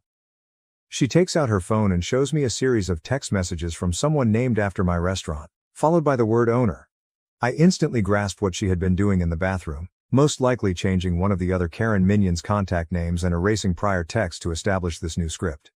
I reviewed the messages and clicked on the contact information before telling her, "That's not the owner's cell phone number." Her response was, "He has multiple phones for business, of course. You do not know all of his numbers." I replied, "How about this? If we call him and he says it's okay to take 50% off the bill, then I'll do it." Her response was to begin ranting and screaming, which drew the attention of the few remaining patrons, and I knew it was time to finish this. I told her in a less conciliatory tone, "Cut the crap, little girl. You do not know the owner. You've never been here before, and if you continue ranting, I'll call the cops." Her tone changed as she attempted to defend herself as best she could. My response to her lame retort was, "My grandfather established this restaurant. My family has been running this establishment for centuries. I've worked here for nearly my entire life. I am the sole owner of this restaurant, and I have never seen you, heard of you, or made any promises to a stranger I have never seen before tonight." The little Karens were frozen and had no idea how to react. Queen Bee was in tears. I added, "Now, I provided you the table you wanted, one of these particularly reserved tables for high-end clientele, which I did not charge you for, as well as 3 rounds of free drinks. If you do not pay your account, I will call the cops and give them your identification." Karen signed the bill in tears, and the tiny Karens reached into their wallets to hand her whatever cash they had, which was probably a couple $100, with the promise to repay her more. 2 days later, an angry man arrives at my restaurant and requests that one of my bartenders talk with me. I was in the back office working, so he had to wait for about a half hour. She was with him too, but she kept her head down. I took them both to my office and showed him highlights from the security cameras, which had particularly high-quality audio because they were in the VIP area. We needed to keep good records in that region due to previous unconnected accidents. I showed him the majority of it, their remarks, orders, everything. When all was said and done, he rushed out with her, yelling at her the entire way. I have not seen or heard from any of them since, but the initial bill I gave them, which did not include the $120 oysters, is framed on my desk. As a side note, I did not lose as much money on the table in 3 rounds of drinks as you might expect. The table was intended to be empty anyway, so I didn't lose anything because I hadn't expected to gain anything in the first place. The cost of the meal and other drinks more than compensated for the loss in the first 3 rounds. So now that you know everything, am I the jerk? Probably the most astonishing thing about the Karens in this situation, aside from the money, trying to muscle their way into securing a seat and avoiding paying the bill, was their perspective on the world. That solitary statement concerning the OP's, original poster's, inadequacy as a waiter definitely stood out. It seems that OP was going to loosen up on his entire vengeance plan, but then one of the baby Karens asked him if he felt his life was meaningless because all he had become was a waitress. That has to be one of the most insanely entitled viewpoints we've ever seen on this channel.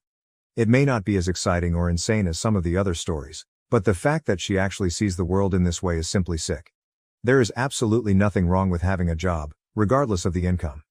This occurs frequently with jobs such as janitors, and I despise it when individuals believe they are superior just because they do not work in those positions. There is nothing wrong with becoming a janitor. I don't understand that mindset, but in this situation, she not only feels that way, but she also wants to mock him for doing a difficult job, such as being a waiter. Or at least that's what she believes he's doing. One more thing. I'm happy this story ended on a somewhat gratifying note, with the father attempting to reverse the situation but becoming more enraged with his daughter than the restaurant owner. The only thing that scared me out was that the restaurant was recording audio of the folks sitting at that table. I would probably avoid going to a restaurant if I knew my talks were being recorded. Anyway, I'm glad it worked out for the OP, but please tell me how you would have handled the matter if it were your restaurant and these were your customers. Was the OP a jerk or not, and why? Thank you for watching. If you haven't subscribed yet, please do so and hit the notification bell to stay updated with more shocking real-life stories happening around you.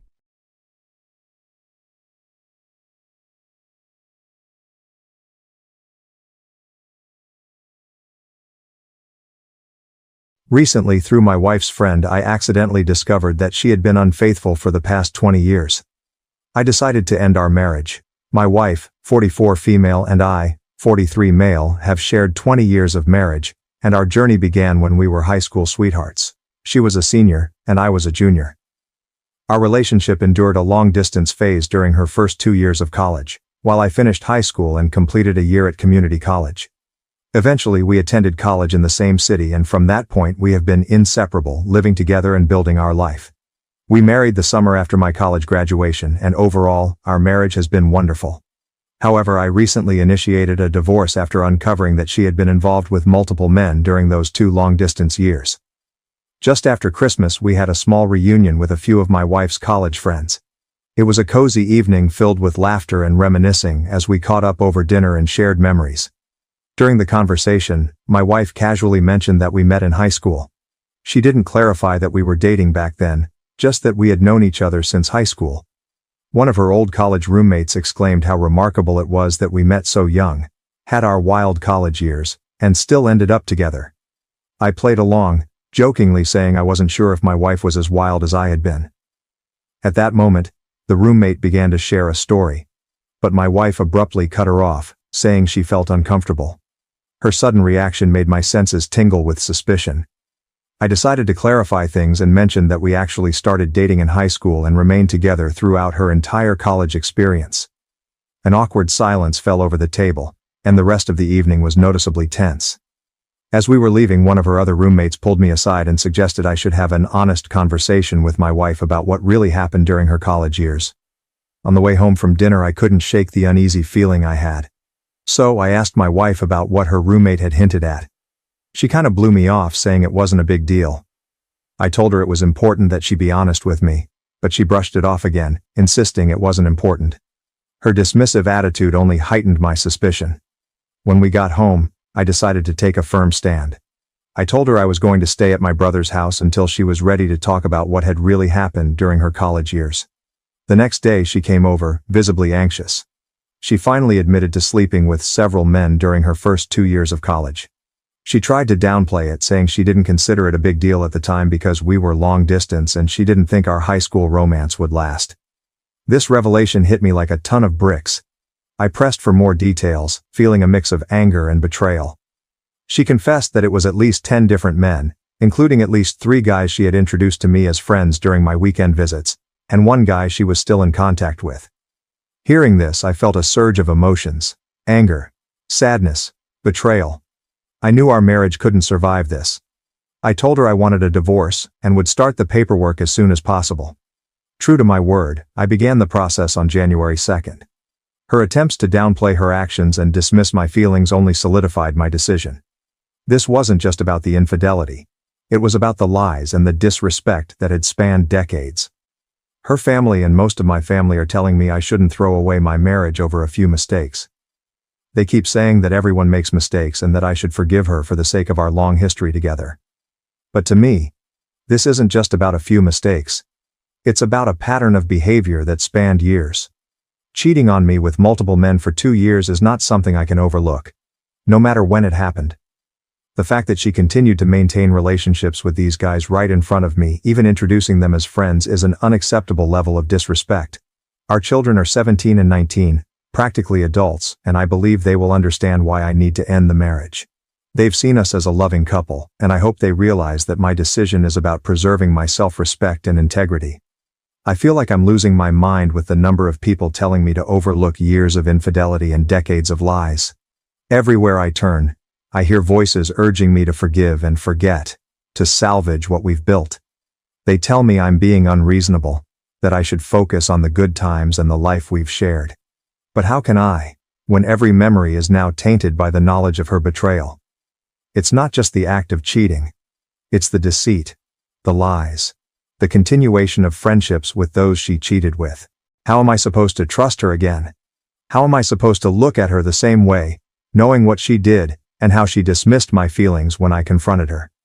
I keep questioning myself, wondering if I'm overreacting, if I'm being too harsh. But then I remember the pain I felt when she admitted to her affairs. The anger and betrayal that surged through me. I remember the nights spent wondering how she could introduce me to those men.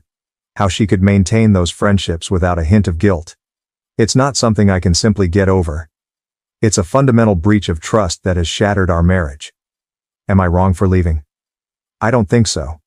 I feel like I'm fighting for my dignity. For my right to not be lied to. To not be disrespected in such a profound way. It's not about revenge or holding a grudge.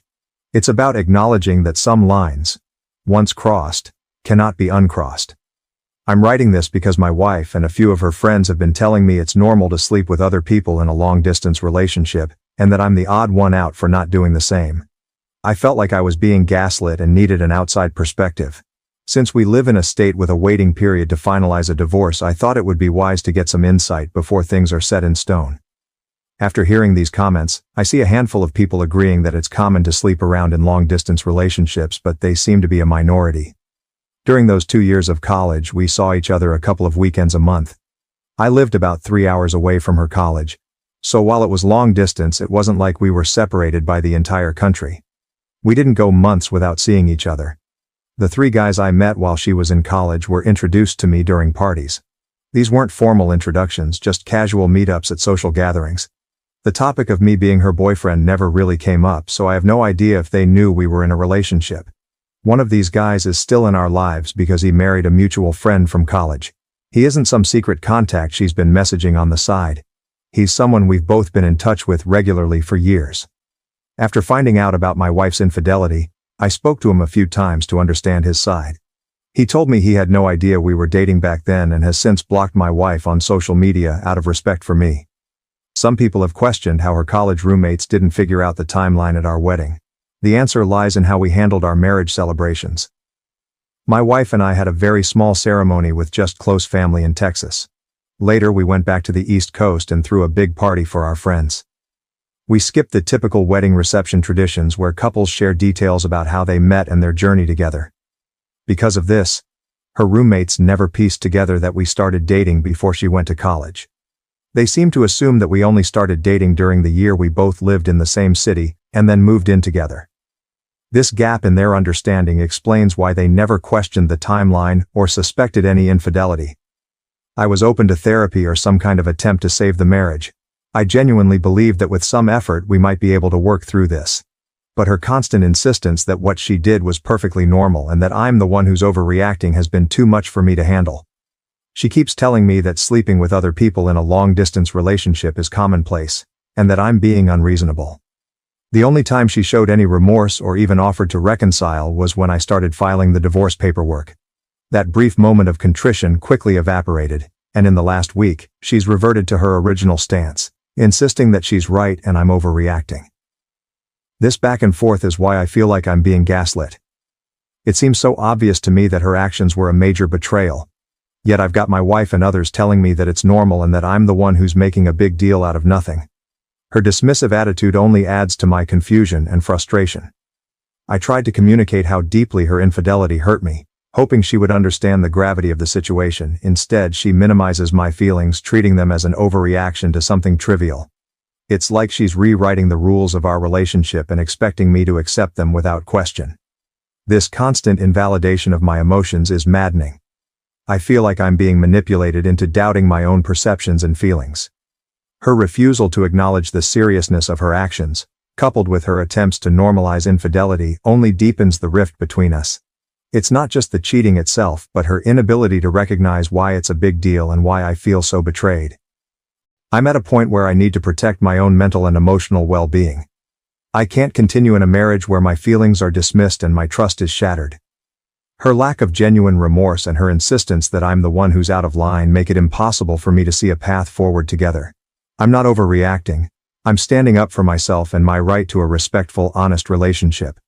I'm not getting a paternity test unless my kids ask for it themselves. I have no doubts about their biological connection to me, and even if a test showed otherwise, it wouldn't change how I feel about them. I love them more than anything, and my wife's infidelity doesn't alter the fact that they've been my kids for 19 years. They will always be my kids no matter what until the day I stop breathing. We were definitely exclusively dating at the time. First of all, dating culture was a lot different 20-ish years ago, and exclusivity was pretty much the default for most people. There wasn't this open relationship or casual dating mindset that seems more prevalent today. It was understood that if you were with someone, you were with them alone. Second, before she left for college, we had a long and difficult conversation about maintaining our relationship long distance. It wasn't an easy discussion, but she was adamant about staying together. She even joked that her dad would come after me if I started sleeping around with other girls at my school. That joke carried a lot of weight, indicating how serious she was about us staying faithful to each other. Another clear indicator was the situation with my senior prom. She couldn't attend because she was away at college, and when I suggested going with a platonic female friend, she got very upset. Her reaction showed how much our relationship meant to her, and reinforced the idea that we were exclusively together. To avoid hurting her feelings, I ended up skipping my prom and spent the night hanging out with her instead. While we might not have explicitly used the word exclusive, all these reasons combined with the nature of our relationship before she left for college made it clear that we were committed to each other. The expectation of fidelity was implicit in our actions and discussions.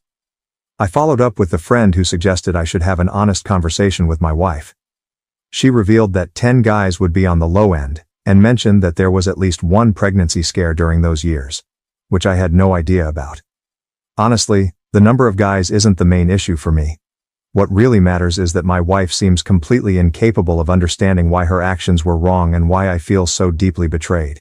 It would make a huge difference if she showed any genuine desire to fix this, but she hasn't. Throughout our conversations, she consistently dismissed my feelings, telling me I was overreacting to what she considered totally normal behavior.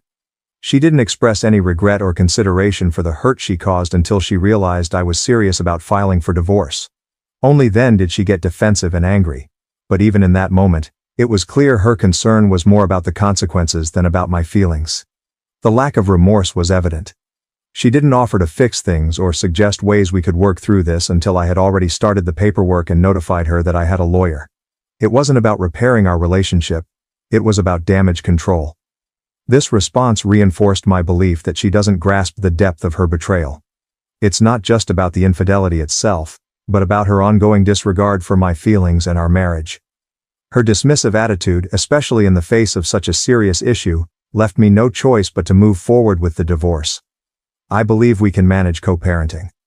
Our kids are older, and I've been saving for their college and post-high school expenses for years, so custody and financial issues shouldn't be a major hurdle.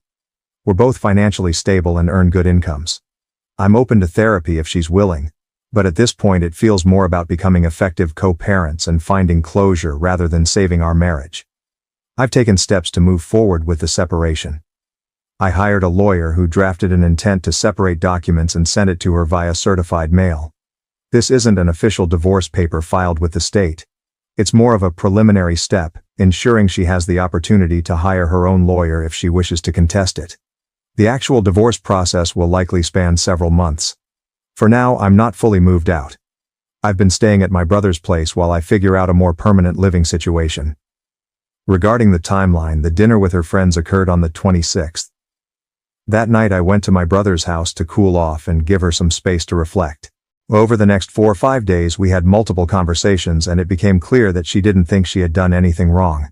If she had shown any remorse, regret, or basic consideration for my feelings, I might have reconsidered and waited. But her dismissive attitude left me no choice.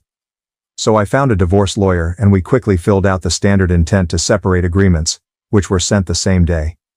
Even now we are not legally divorced, and I'm not certain if there is an official legal concept of separation in my state. Nonetheless, I've made it clear that this process is happening, and I've started the necessary steps to move forward. Update 1. Let's dive into what I discovered about her college years. After several counseling sessions with my wife and conversations with 2 of her former roommates, it became apparent that her roommates had suspected something was amiss back in college. They mentioned that the situation seemed off and likely involved cheating. My wife had told them that we both had some wild times in college but had worked things out before we got married, so they never felt the need to bring it up. The roommate who pulled me aside during the dinner was particularly uncomfortable with the fact that my wife had clearly never discussed this with me and felt I deserved to know. Regarding the men she was involved with, it turns out that the introductions to some of these guys weren't intentional. One of the men she slept with ended up dating and eventually marrying one of our mutual friends from college. This was the guy she remained in contact with. In our counseling sessions, my wife initially tried to shift the blame onto me, suggesting that I had pushed her into those situations. However, she has since acknowledged that it was wrong. When I visited her during college, she often planned for us to stay in her room or hang out alone. But I wanted to experience college parties, as I had missed out on that during high school and community college. She didn't expect me to meet the guys she had been with, but they were often at these parties and she felt she couldn't avoid it. While I still think it's incredibly disrespectful, it's somewhat less egregious than if she had intentionally paraded me in front of them. The whole situation has been a complex web of half-truths and omissions, which makes it all the more difficult to process. Her friends suspected but didn't intervene, and my wife managed to maintain this facade for years. Most of our therapy sessions have centered around why I see her infidelity as a significant betrayal, while she doesn't. Initially, she rationalized her actions by saying that none of these men were in relationships with her. They were mostly one-night stands or friends with benefits. In her view, these encounters didn't qualify as a big deal since they weren't romantic relationships. Her words, not mine. From my perspective, the nature of the relationships was irrelevant. We never agreed that such behavior was acceptable. In fact, she had actively discouraged me from doing the same. The double standard was glaring, and added to my sense of betrayal. As we delved deeper into this issue over the course of 2 therapy sessions and after she consulted with some friends, my wife began to see things differently. She now acknowledges that her actions were a breach of our trust and the foundation of our relationship. This new shared understanding has allowed us to discuss the situation more openly and honestly, moving from heated arguments to productive conversations.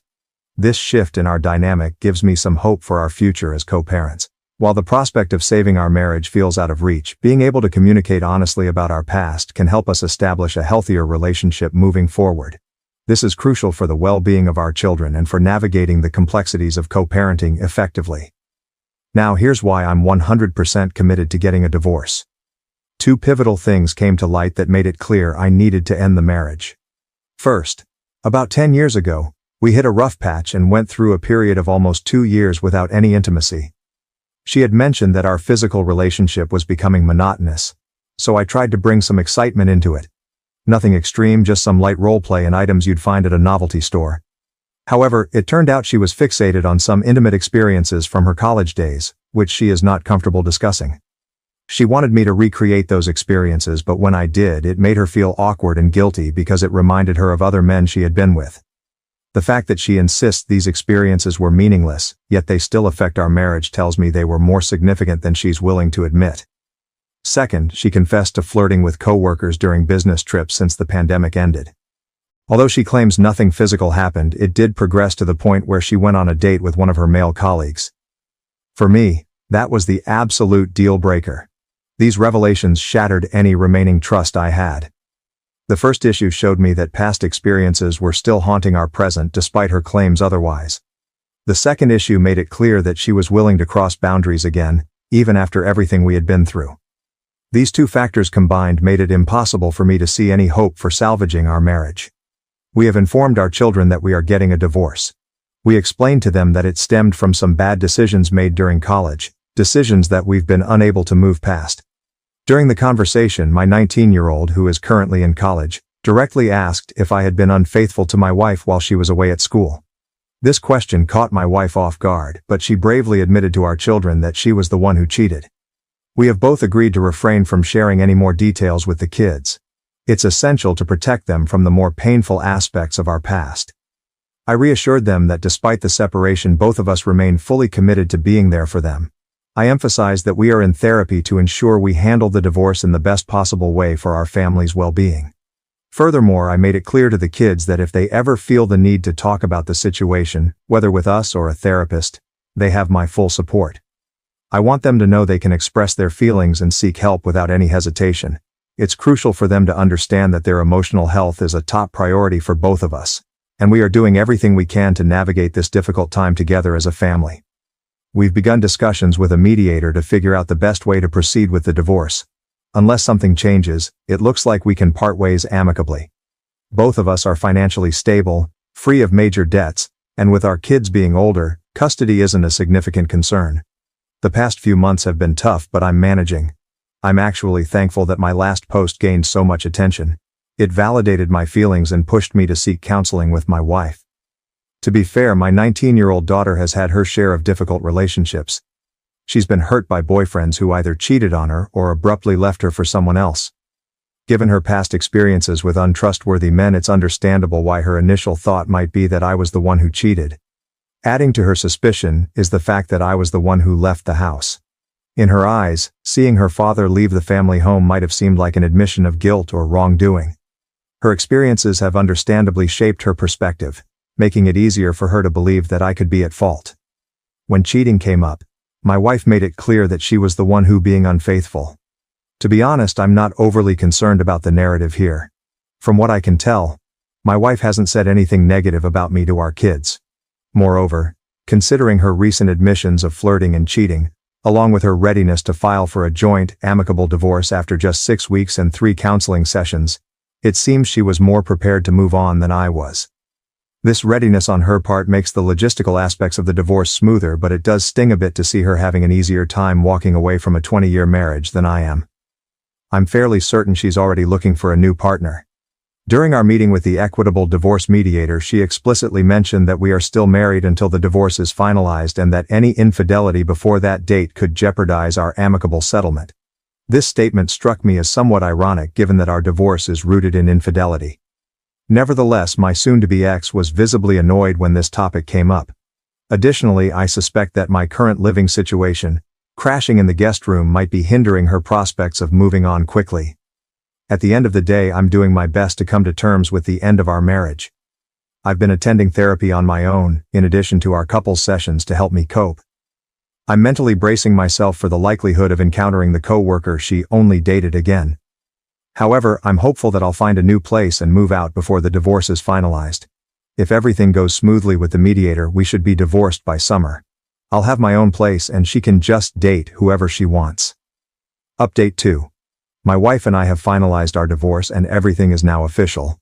We managed to have an uncontested, amicable divorce with minimal disagreements. Our lawyers collaborated to draft the plan through mediation, and a judge signed off on it a few weeks ago. Ultimately, the divorce process was straightforward. The only significant complication was related to our 17-year-old who was adamant about staying with me due to the deterioration of their relationship with my ex-wife. Initially, my wife resisted, ready to challenge the uncontested divorce.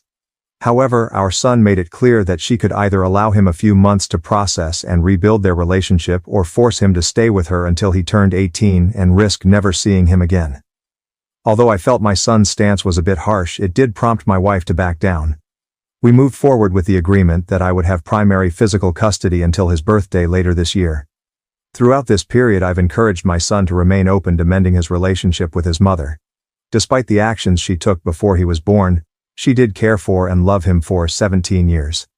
As the divorce proceedings advanced, I noticed my son spending more time with my ex-wife, which gives me hope that they will eventually reconcile. This has been a challenging time for all of us, but I'm optimistic that, with time, they will be able to rebuild their bond. In the end, we divided our retirement funds and investments equally, 50-50.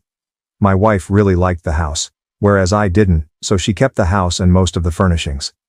To balance things out, She took out a mortgage to pay me back for half of the equity and half of the estimated replacement value of the furniture. Most of our other belongings were easy to split.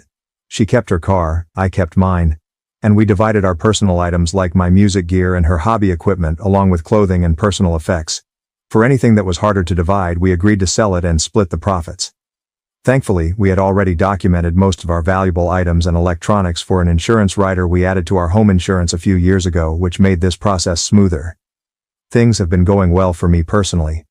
Both of my kids spend most of their time at my place, and we have maintained a close relationship, which was my biggest concern during the divorce. I'm relieved and grateful that this bond remains strong. I've moved into a new house that I truly love, a place that feels like a fresh start.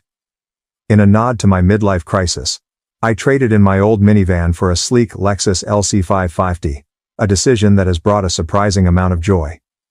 On another positive note, a woman at work, someone from a different department so we don't work directly together, invited me out for a coffee date. I was upfront with her, explaining that I'm not ready to date just yet. She was understanding and graciously offered to take a rain check, expressing her willingness to go out with me when I'm ready. This invitation was a pleasant surprise. She's incredibly smart, has a great sense of humor, and our professional roles are distant enough that there's no awkwardness at work. My ex and I are still attending couples counseling, but now it's focused on achieving closure for our marriage and ensuring we can co-parent effectively. These sessions have been invaluable for processing everything and maintaining a healthy, positive environment despite the circumstances. However, they've also confirmed that divorce was the right decision. It's become evident through our discussions that my wife began dating as soon as the divorce process started, indicating that whatever love we had was already fading. I'm pretty sure the co-worker she claimed was just a friend even dropped her off at our recent session.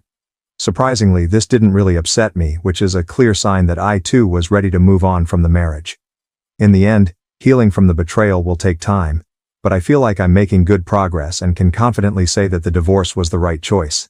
I've shed more tears in the past 4 months than in the last 20 years combined, but for the past month, I've genuinely felt good about myself for the first time in a long while. I'm enjoying my newfound independence, staying busy helping my 17-year-old prepare for college in the fall and looking forward to a coffee date with a smart, funny woman in a month or two. The journey through our divorce taught me the value of honest communication. Looking back, I wish we had been more transparent with each other from the start. Honesty could have prevented some of the pain we both ended up feeling. It's a lesson I'll carry forward in all my future relationships, romantic or otherwise. Most importantly, I've discovered the strength within myself to rebuild and move on. Despite the heartache, I've started to feel genuinely good about myself again. Thank you for watching. If you haven't subscribed yet, please do so and hit the notification bell to stay updated with more shocking real-life stories happening around you.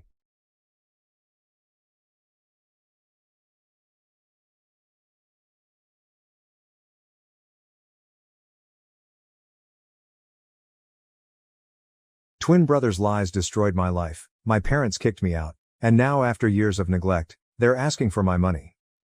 I'm a 28-year-old female with a twin brother. Growing up, my twin brother and I had quite different treatment from our parents. For some reason, my parents were certain that my brother was destined for greatness, whereas I was labeled the black sheep since I was more interested in sports and making friends than in studying. They continually compared us, which was discouraging and damaged my self-esteem from an early age. As a child, I had to watch my brother have elaborate birthday parties for his pals, while I was treated as an afterthought. He frequently had sleepovers with his pals, whereas I was never allowed to bring my friends home. To be honest, I dreaded every moment of my youth. My grandma was the only person in the family who seemed to care about me. When she came, she always brought me my favorite chocolates and occasionally gave me a few bucks to treat myself later. As the years went, this overt preference for my twin brother evolved into emotional abuse directed at me. My parents would openly insult my academics and activities. No matter how hard I tried, I could never satisfy their expectations of being the ideal child. Although I excelled at athletics, they forbade me from participating in extracurricular activities because they wanted me to concentrate completely on my education, just like my brother. As a child, I felt frustrated and helpless. Later, during my sophomore year, I was grounded again, this time for using Snapchat on my phone. I hadn't done anything wrong, but like all teenagers, I downloaded the app to stay in touch with my friends. However, my parents considered this as a major crime and a violation of trust because they had barred me from talking with my pals. They went crazy, flung all of my belongings around the room, ripped the doors from their hinges, and informed me I would have no privacy as long as I lived under their roof. Watching my parents attack me in this way, my identical brother, rather than sticking up for me, made things worse. Our parents' wrongful acts produced a toxic environment, allowing him to take advantage of the situation. He developed a habit of lying about me, falsely accusing me of things I never did, so he could get away with everything. If he stole something, he'd easily transfer the blame onto me, and my parents, who were already inclined to believe the worst about me, happily accepted his falsehoods. He would insult me in front of my schoolmates and mock my attractiveness. Despite this, I had a large circle of friends at school because I was personable and willing to connect. My twin, on the other hand, suffered socially and disliked the fact that I could interact with others while he, as an introvert, felt uncomfortable.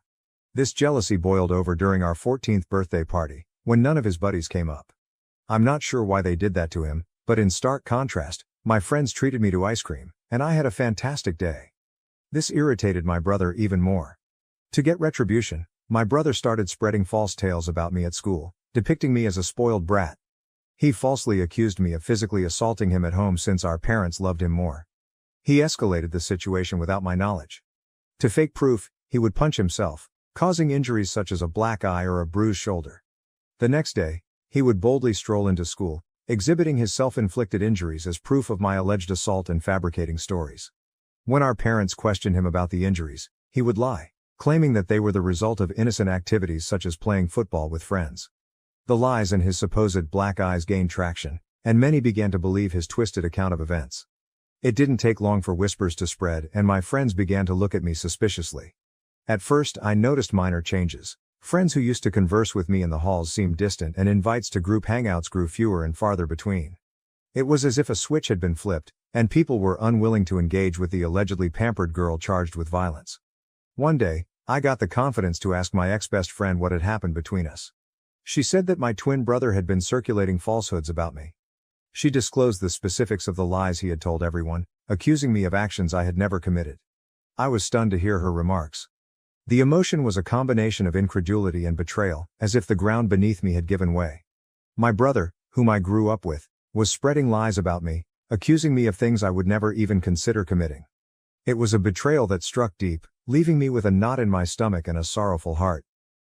I addressed my brother the following day at school, but he chose to ignore me. I begged him to stop lying about me, but he smirked and said I deserved to die alone. I was at a loss for words since his lies and actions were beginning to frighten me. I wanted to talk to my parents, but I was frightened they would believe my brother instead of me.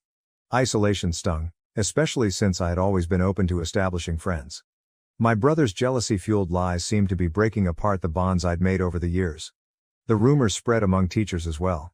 It was a weird sensation, as if I were living in a parallel realm where my genuine self was obscured by the wicked fiction told by my own twin. The lies had progressed beyond typical teenage chatter. They were now influencing how others regarded me. The unpleasant whispers swiftly reached my principal's ears, and my worst nightmare became reality.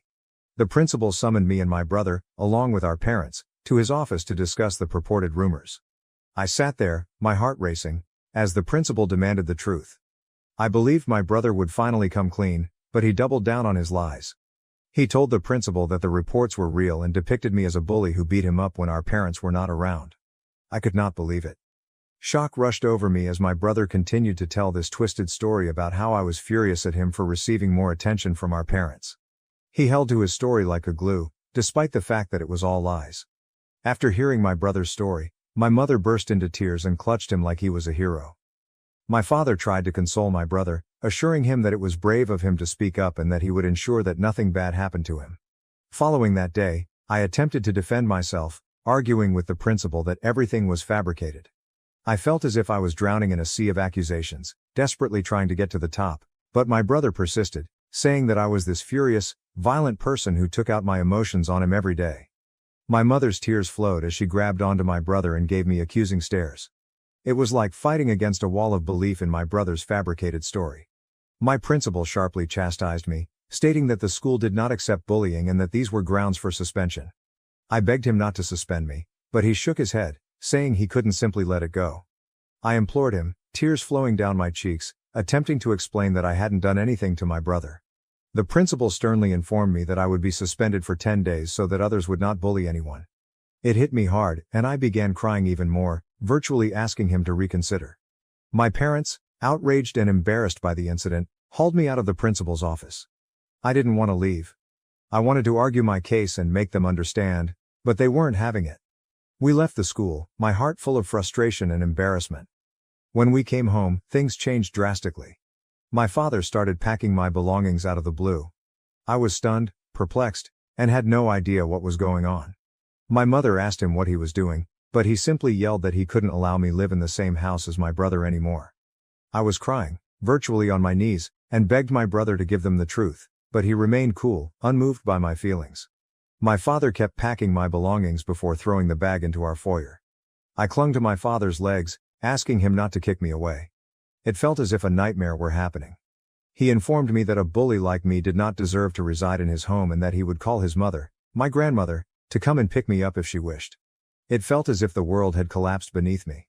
I stood there in amazement, surrounded by my stuff scattered over the foyer, booted out of my own home. Eventually, my grandmother showed up. She helped me grab all of my belongings and load them into the car. She helped me into the passenger seat and made sure I was wearing my seatbelt before strolling towards my parents' front door. She rang the doorbell, and when my father opened it, she began yelling at him for treating me this way. With firm determination, she informed him that if he ever approached or attempted to contact me again, she would not hesitate to call the police or CPS, because what he had done to a youngster like me might land him in jail. My mother attempted to shift blame by telling her that it was my fault. However, my grandmother was having none of it. She stood firm, defending me and emphasized that I was only a child and did not deserve to be treated in such a harsh manner. That was the first time I realized how powerful my grandmother was. She did not cower before my parents, and unlike them, she trusted me. We eventually drove away, leaving behind my house, the only place I had ever grown up. I can't even begin to describe how excruciatingly painful I felt at the time. I recall crying on the bed and refusing to eat anything, despite my grandmother's insistence. When I informed her what my brother had done, she was astonished as well. She told me that she trusted my version of the story, and I was relieved that I had at least one person on my side. When the 10-day suspension was removed, returning to school was like going back into the lion's lair. As I entered the familiar hallways, my classmates' expressions told volumes. Judgment, murmurs, and sidelong stares. The weight of the bogus charges remained in the air. Meanwhile, my brother shamelessly ignored me and like I didn't exist. He had made friends with a few people who believed his version of the tale and saw him as the victim of my attacks. I tried to tell everyone my side of the tale, but it went unheard. I was an outsider, saddled with an unfair reputation that stuck to me like a shadow. No matter where I went, the classroom, the cafeteria, or the corridors, the eyes that met mine were filled with contempt and suspicion. I became a loner. I would keep my head down, attend all of my lessons, eat lunch alone in the cafeteria, and then return home. I didn't have any friends, and it seemed like no one wanted me there. Throughout this, my parents never called to check on me. My grandmother would continuously remind me that this was not my fault and that things would eventually be fine. I graduated from high school with good grades and was looking forward to attending college, where I hoped to have a better life. It wasn't until I went away to college that I discovered what freedom felt like. For the first time, no one was looking over my shoulder, comparing my grades, or attempting to compete with me. I met and became friends with folks who shared my interests. Despite the mental and physical scars left by my family and classmates over the years, I focused on putting it all behind me and making the most of my college experience. During this period, I realized I had an aptitude for content writing. I'd always wanted to be a writer, but I wasn't sure if it would work out in the long run. As a result, I chose to give up on my dream. However, in order to supplement my income, I began working as a freelance writer. I signed up for several freelancing websites, which helped me get tasks from well-known companies. This is how I progressively began to compile a portfolio of my work. Throughout college, I maintained my side hustle and never asked my parents for a penny. When I finished college, instead of taking a corporate job, I realized I could work full-time as a content writer. I was doing well since I had numerous clients and long-term professional ties with them, allowing me to work on multiple projects. Having a respectable freelancing business not only gave me financial independence, but it also enabled me to explore the world as a digital nomad. Traveling helped me heal from my past, even if it was not easy. I saved as much money as I could and took a gamble on myself. I've seen a lot of the world over the years, but there's always so much more to see. My grandma was the only person I considered family throughout all of this, and I cherished her. She was quite unhappy when I moved out, but she knew that I needed to be self-sufficient. Despite my tight schedule, I made it a point to be available for her whenever possible. On weekends, I would pay Mom a visit, frequently eating meals or simply sitting on the porch, absorbed in chats about everything from childhood memories to current events. On weekends, I would spend full days assisting her with household tasks or taking her to the neighboring park for a leisurely walk. I recently completed one of the most important assignments of my career. While I can't reveal the name, I was extraordinarily fortunate to write articles and product descriptions for them. After the job was completed, I asked the team I worked with to submit great evaluations on my websites, which they were delighted to do. I grabbed screenshots of several of their evaluations and shared them on Instagram, understanding that collaborating with this brand was a big deal. As expected, several other content writers congratulated me on my professional accomplishments, and some even reprinted my article to help get the word out. This is how I began receiving messages from strangers who also wanted assistance with their websites. My family observed this as well, and some contacted me to express their congratulations. My college's principal eventually called me, seeing that I was doing well and inviting me to come to the college for a seminar to talk to students about starting a career as a content writer. I was apprehensive because I'm not good at public speaking, but I decided to take a chance and consented. When I found myself standing in front of expectant faces, sharing my experiences and insights, I felt as if my life had gone full circle. In my speech, I discussed my hardships and how I pushed hard to keep going despite the difficult times. It was a truly rewarding experience to encourage others and contribute to the growth of the writing community. Some of my videos went viral on Facebook as people connected with them. It felt fantastic to be finally recognized for my efforts. Last week, I was asked to talk on a local news program. It was a show about the benefits of content creation, and they asked me to share my experiences and insights with their audience. I was nervous, but yet excited about the prospect. During the event, I discussed my experiences, the value of customer feedback, and how a simple appreciation message may lead to fantastic opportunities. The opportunity to reach a larger audience and encourage more professionals in the area was both humbling and exciting. When it finally aired, I uploaded some of these snippets on Instagram since I was honored to be invited to a TV show. This is how my relatives and cousins first learned about my professional accomplishments. Because my parents never mentioned me to anyone, they had no idea I was working with well-known brands and appearing on television shows. This is how word swiftly went among my family. I guess this TV interview must have finally reached my parents' ears, because just a few days later, I was working on another project while keeping my phone on mute. When I finished my work, I checked my phone and was surprised to find 6 missed calls from my mother. I was astonished to see her name on my phone because it had been a long time since she had phoned me. After so many years of stillness, I couldn't understand why she was phoning. I hesitantly called her back, and she answered right away. I asked her if everything was fine, and my mother began to congratulate me. My father, who was most likely sitting directly next to her, also joined in on the chat. He began to probe about my life and well-being, and I responded without much thinking. It didn't strike me as weird until they asked how much I was making these days. I explained that it was none of their business. My father answered, "We're family, so don't be shy about telling us your income." I assured him that I was doing well financially. Hearing this, my mother proceeded to describe how difficult their life was these days, and my brow furrowed in suspicion. Basically, this is how our talk went. "Mom, we're retired now, and we've wanted to renovate the house for a while. It's not in great shape, but we don't have any funds left." Me, "Okay." Mom said, "Your achievement has given us hope. We saw your TV interview today and thought you might be able to assist us out by paying for the improvements. Dad, after all, we are a family. Please do not hesitate to share some of your revenue with us. We genuinely need your help." Me, "Are you kidding me? Why are you asking for money when you haven't even spoken to me in years? I'm not sure what prompted you to contact me, and while I appreciate your congratulations, I won't be able to assist you."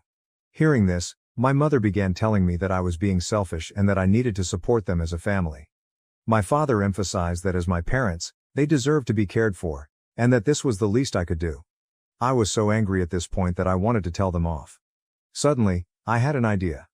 Instead of simply disagreeing with them, I would teach them a lesson once and for all for thinking they could mooch off of me. After my parents mistreated me for so many years, I told them that I was willing to help them provided they agreed to my demands. My father was curious and asked me what it was. Without hesitation, I made my demand.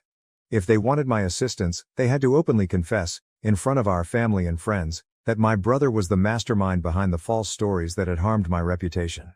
I wanted them to embarrass my brother in front of everyone, just like they had humiliated me by believing his lies and manipulations.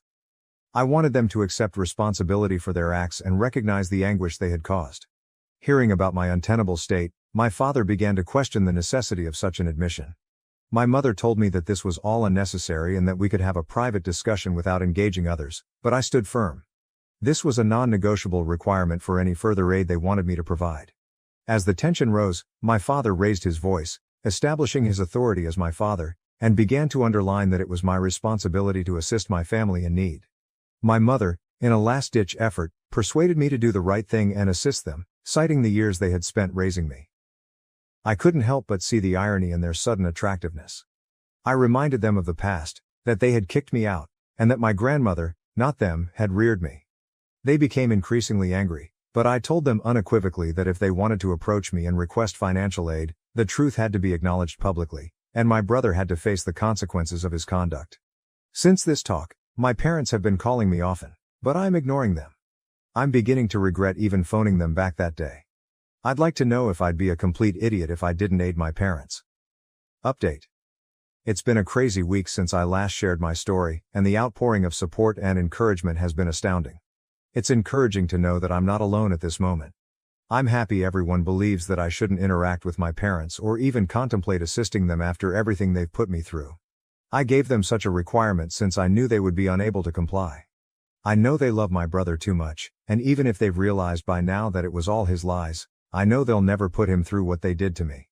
My brother sent me a nasty text message today after my parents tried to call me again and I refused to answer. This is what he wrote. "Hey sis, I haven't seen you in a long time, and I can tell you that every day without you has been wonderful. I heard mom and dad contacted you and you offered them a strange ultimatum. You're aware that they will never go through with it, right? They plainly never loved you and will never hurt me. I admit I lied about you 15 years ago, but it's been a long time, so stop being so self-centered and attempt to move on from the past. You're unmarried and childless, so why not help them out by paying for their home repairs and renovations? Do the right thing and become a better daughter." Seeing the message felt like a stab in the chest. The hubris to reject the difficulties I had encountered and the conditions I had established revealed his lack of empathy. The attempt to guilt-trip me by emphasizing my single and childless situation added an extra degree of insensitivity. His idea that I should prioritize their needs over my own was not only disrespectful, but also demonstrated how little he valued me. Fueled by dissatisfaction and a strong desire for justice, I decided it was time to take matters into my own hands and expose the truth that had been buried for far too long. I sat down to compose an email to my parents and close relatives, detailing the traumatic events of my upbringing and the unfair treatment I had received while growing up in my family home. In the email, I highlighted the tight and restrictive environment I encountered at home, as well as how my parents treated me differently from my twin brother. I also looked into the spiteful and utterly false rumor my brother had circulated about me at school, which had resulted in serious consequences and ruined my image. I wrote about how my parents had kicked me out and if it hadn't been for my grandmother, I could have died on the streets by now. Toward the conclusion, I requested that everyone read a message my brother had sent me. I've enclosed a screenshot in which he acknowledged lying about me. It was a simple confession, and I hoped it would reveal the lies that had lasted for too long. I sent the email just an hour ago, and I know what will happen when my parents and brother see it. Next, I'll let you know how my family reacts to my email. Update. It's been a month since my previous update, and a lot has happened. As you may guess, my family erupted when they received the email. My parents have faced criticism from relatives who were previously unaware of the extent of their favoritism and emotional abuse. Many family members contacted me, saying they had no idea about everything and apologized for not being there for me. My brother and dad sent me a bombardment of text messages that became increasingly hostile and aggressive.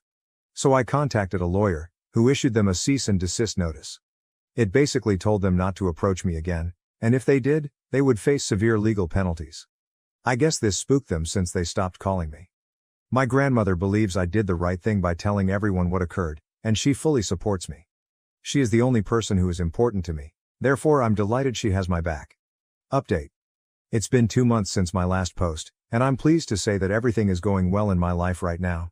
Professionally, my article writing business has thrived. Invitations to speak at seminars and podcasts continue to come in, confirming my status as a renowned expert in my field. I'm as close to my granny as ever. I recently took a 1-week sabbatical from work to spend quality time with her. She is into gardening these days and has taught me a lot about the many flowers and herbs in her yard. My favorite and most cherished memories are of spending time with her, whether we were sharing meals, having profound conversations, or simply enjoying one another's company. My family hasn't contacted me since they received the letter from my lawyer, so I'm glad they're staying away. Personally, I've started attending to therapy in the hopes of working on my own recovery. For the time being, I believe this is the final update. Thank you very much for your support. Thank you for watching. If you haven't subscribed yet, please do so and hit the notification bell to stay updated with more shocking real-life stories happening around you. I contributed to the company for 12 years, but my father gave it to my sister. Now they have abandoned him after his heart attack. I'm a 36-year-old woman who was pushed out of my father's business just 8 months ago. For some context, I've been a part of our family jewelry business for nearly 12 years now. It was started by my grandfather on my dad's side, then passed on to my father. Naturally, I assumed it would come to me next. As the older sister, I've always been deeply interested in the business ever since my teenage years.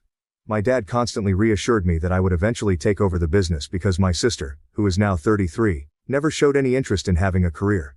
Her focus was always on getting married and starting a family. So, if there was going to be an heir for the business, it would logically be me. This assumption was always taken for granted. We never formalized it in writing, which, in hindsight, was a mistake. I had served as my dad's personal assistant for 12 years, and even quit my first job after 2 years to gain genuine work experience before joining him. I didn't want to come across as entitled. Despite everything I did, my father still replaced me with my sister and her incredibly wealthy fiancé. She hadn't been part of the family for the past 15 years, having made some really bad decisions.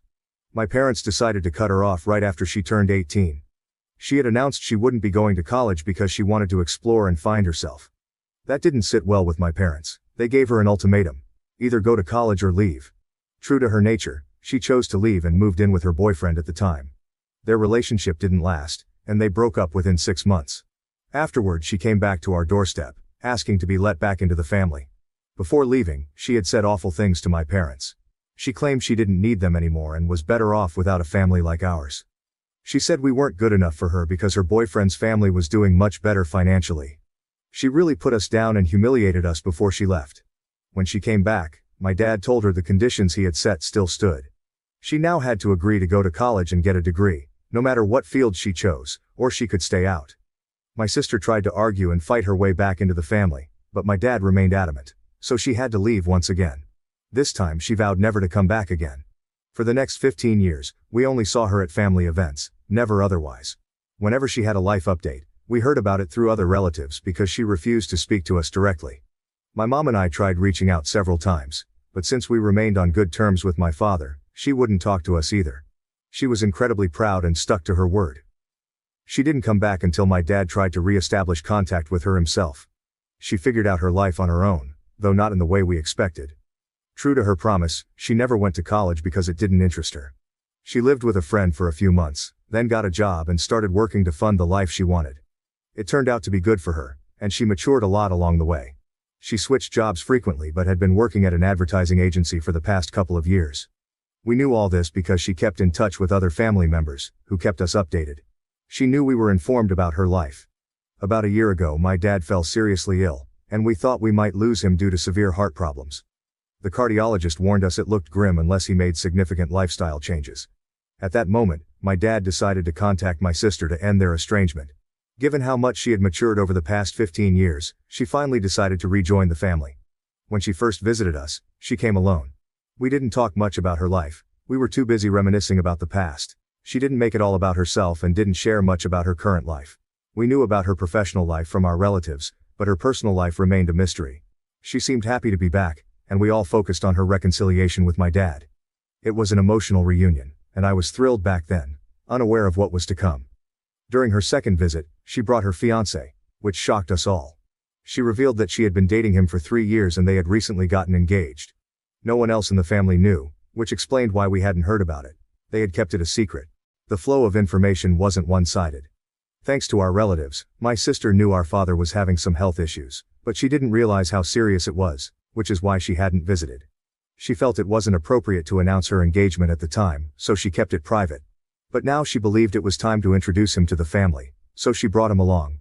He seemed like a nice guy, and it was clear he was well off from his expensive clothes, watch, and shoes. I was happy for my sister because she finally seemed to be with someone she wanted. Financially stable, focused, and with a clear future ahead. After talking to them, we learned that her fiancé, like her first boyfriend, was the son of a wealthy man who owned a chain of fast food restaurants. But unlike her first boyfriend, this guy seemed serious about her, and it was obvious they were truly in love. I was genuinely happy for her and congratulated them both. I never expected what happened next. About 3 weeks after meeting her fiancé, my father decided it was best to let them take over our business. One morning, he called me and asked me to come home because he wanted to talk about something. I was at work, managing everything since my dad's heart problems had worsened. I was essentially the boss, even though he hadn't officially retired yet. I expected to eventually become the CEO. But that day changed everything. Suddenly my sister and her fiancé were in the running to take over the business I had been managing for so long. That day, when I went to my parents' house, my parents were there, looking pretty serious. My sister and her fiancé were not. My dad finally broke the heartbreaking news after some light talk, and at first I assumed he was kidding. I just couldn't believe it when I found out he was serious. I questioned him about the rationale for his decision, given that he had only known this individual for 3 weeks. He stated he had a reason, but he would not give one. He argued for a long time before acknowledging that he thought my sister and her fiancé would be more capable than me. To exacerbate the situation, he added that this would be a thoughtful present for them as they begin a new chapter in their lives. They will be married in a few months. They believed this might be a gift for their nuptials. I attempted to talk him out of it, saying that just because the person looked wealthy, a wedding gift didn't have to be the size of an entire company. In addition, he consistently gave me the impression that I would take over the company upon his retirement. He was taking it away to give to people who had been out of our lives for 15 years, and I had based my entire life around this. Since this was my future, I sought to negotiate and urged that we become partners in the company. My father, though, was uncompromising. He added that since the father of my sister's fiancé had previously established a profitable company, he thought they could manage the firm more skillfully. He felt they could grow our jewelry company twice as quickly as I could. That day, I asked him for a chance, but he refused to listen, and I was devastated. Not only was I disappointed about losing something so important, but I was also angry because I had given this firm 12 years of my life and had gotten nothing in return. Not even my father had respected me. He wouldn't have ejected me if he had valued my labor and effort. I had nothing left to say to my family, therefore that was the day I made the decision to sever all contact with them. My life's work, my sister's so-called wedding gift, was something I had thought she would fight for. But she let me down. My sister had always known that after my dad retired, I planned to take over the family business. Since I was 13, I had not stopped talking about it. It wasn't as if she hadn't realized that, when she accepted the wedding gift, she was embracing my ambitions and making them her own. I had looked forward to it my entire life. She announced her engagement along with a social media message in which she expressed her gratitude to our parents for this. The most devastating thing of all, in my opinion, was that the family did not even appear to care about me after that. No one ever attempted to get in touch with me. They stopped talking to me the day I moved out of my father's house, and I felt bullied. My life of 12 years had been a complete waste. I felt like everything had gone apart, so I was just grateful that I had enough savings to fall back on. For a few months, I could afford to do nothing except try to put my life back together. That was 8 months ago, and I don't know what I would have done if I hadn't begun therapy then, since I could tell I was heading into a serious depression that needed to be treated right away. My sister would share posts, and I would get so nauseous from looking at them, so I had to block her. In addition, I had to inform my family that I was no longer in contact with them and that I was interested in hearing from them no more. No matter how large it seemed, I genuinely asked them not to tell me anything about what my family was up to because I don't believe I wanted to know. My sister and her fiancé couldn't give a damn about my dad's health, which had been progressively declining for the past few months, but they respected it and kept it all a secret from me. It wasn't until I got a call from my dad a week ago that I learned about everything. He informed me that he needed me to come visit him in the hospital since he had gone into cardiac arrest in the middle of the night. He had to use someone else's phone to call me since I had blocked his number, and to be honest, I felt terrible about it. I did, however, feel somewhat less bad after recalling what he had done to me 8 months prior. Nevertheless, I promised him that I would go there to visit him as soon as he called to let me know that he was in pain. I decided to check him out in the hospital and left everything behind. To my amazement, neither my sister nor her fiancé could be found anywhere. My parents were present. Given that they were managing the family business, I felt that they were all quite close, therefore I found that to be rather perplexing. I asked them where my sister and her fiancé were as soon as I entered the hospital room because I couldn't stop myself. With great regret, my father informed me that both my sister and her fiancé seemed to be too busy to visit him. As someone who has been managing the company for 12 years, I found it startling because it's a profitable venture that essentially runs itself. We are not required to be at work at all times of the day unless there is an emergency to attend to. I am not able to comment on the current situation. In any case, I asked my dad whether they had visited him at the hospital since he suffered his heart attack, and he said that no, they hadn't gone down there because they were too busy to come see him. They had texted back to him after he had called, saying they were too busy to come see him until he was released from the hospital. I was shocked to learn this information, and I believe my dad recognized he had made a serious mistake in letting my sister and her fiancé take over the company. So, he admitted to me that apologizing for what he had done was in fact one of the main reasons he had phoned. Despite my hard work and effort, he had kicked me out of the firm, and he told me that he felt really bad about it and regretted it. Now, he wanted to make things right and bring me back into the family and business. He informed me of what had transpired. My sister and her fiancé had failed to show up for him at the hospital. It had dawned on him that they were not as interested in him as he had been in them. Additionally, he informed me that this is not even the first time they have declined to support him. They have been somewhat disengaged for the last few months. He informed me that, following his transfer of the firm to the two of them, they had stopped paying him visits, when before they would pay him a visit every other day to see how he was doing. They never bothered to come see him when his health was first failing, claiming they were too busy at work. He doesn't believe this, as he and I both knew that no one was so busy that they couldn't spare an hour out of their day to visit. And especially them, since my parents' house was only a few blocks away from theirs. In any case, he never brought it up, but at this point, they had gone too far, and my dad could take no more of this kind of disrespect. He so desired to reclaim his business and deliver it to the rightful owner. We talked about all of this in the hospital ward, and I was ecstatic when he welcomed me back to rejoin the company. Even though I'm still not entirely over it, I did forgive him at the time when he expressed regret for everything because, to me, nothing was more important than getting back what I was rightfully due. The issue now is that despite his long-standing concern for his daughter, he has finally come to the realization that she has never supported him, and he can no longer put up with this kind of disrespect. He has discussed this with my sister as well. In other words, he was requesting his firm back and releasing it to the rightful owner so they could take care of themselves. Naturally, my sister is furious, and she believes that I am to blame for it for some reason. She really vented to me over the phone this morning, calling me a terrible person and saying she couldn't believe I was treating her so badly. I'm not really sure why she's getting so worked up over it. She seems to be acting as though she has lost everything and that it's all my fault, even though I have the feeling that there is something that we don't know. To be honest though, I believe that she should take responsibility for not visiting our father in the hospital. A cardiac arrest, after all, is a serious matter, and she had the option of taking time off work to visit him. It was she that had acted self-servingly, and now I was receiving what I had rightfully earned all along. Why should I refuse something that I genuinely deserve when 8 months ago she had no trouble taking a gift that she knew she did not deserve? She is upset about it, to be sure, and I tried to comfort her, but she abruptly hung up on me mid-sentence. I'm starting to question if I'm the evil guy since it seems like I always end up taking the blame for everything, and I'm just sick of it. Are my parents the bad guys for letting my sister and her fiancé leave the family business so I could get it? Update 1. I really appreciate all of your responses to my post. Although I kind of already knew that I didn't deserve the criticism from my sister, hearing it from you guys only strengthened my conviction. I don't think I need to say anything more in defense of myself if even total strangers who have no idea about our lives believe that I deserve the business. My last communication with my sister was a few days ago, and I haven't heard back from her since. Fortunately, she hasn't blocked me anywhere. However, I can't help but feel that there's more to this than what she's telling us. No one with a wealthy fiancé would likely act that way about missing out on our business, in my opinion.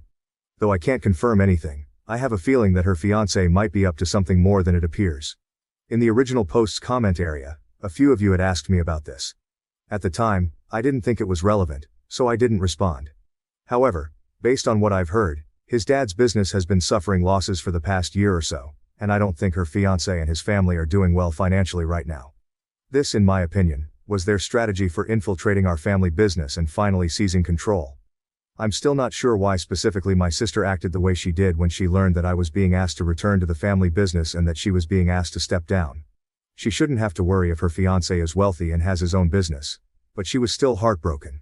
She was going to come around and tell us about it pretty soon, but something just did not match up.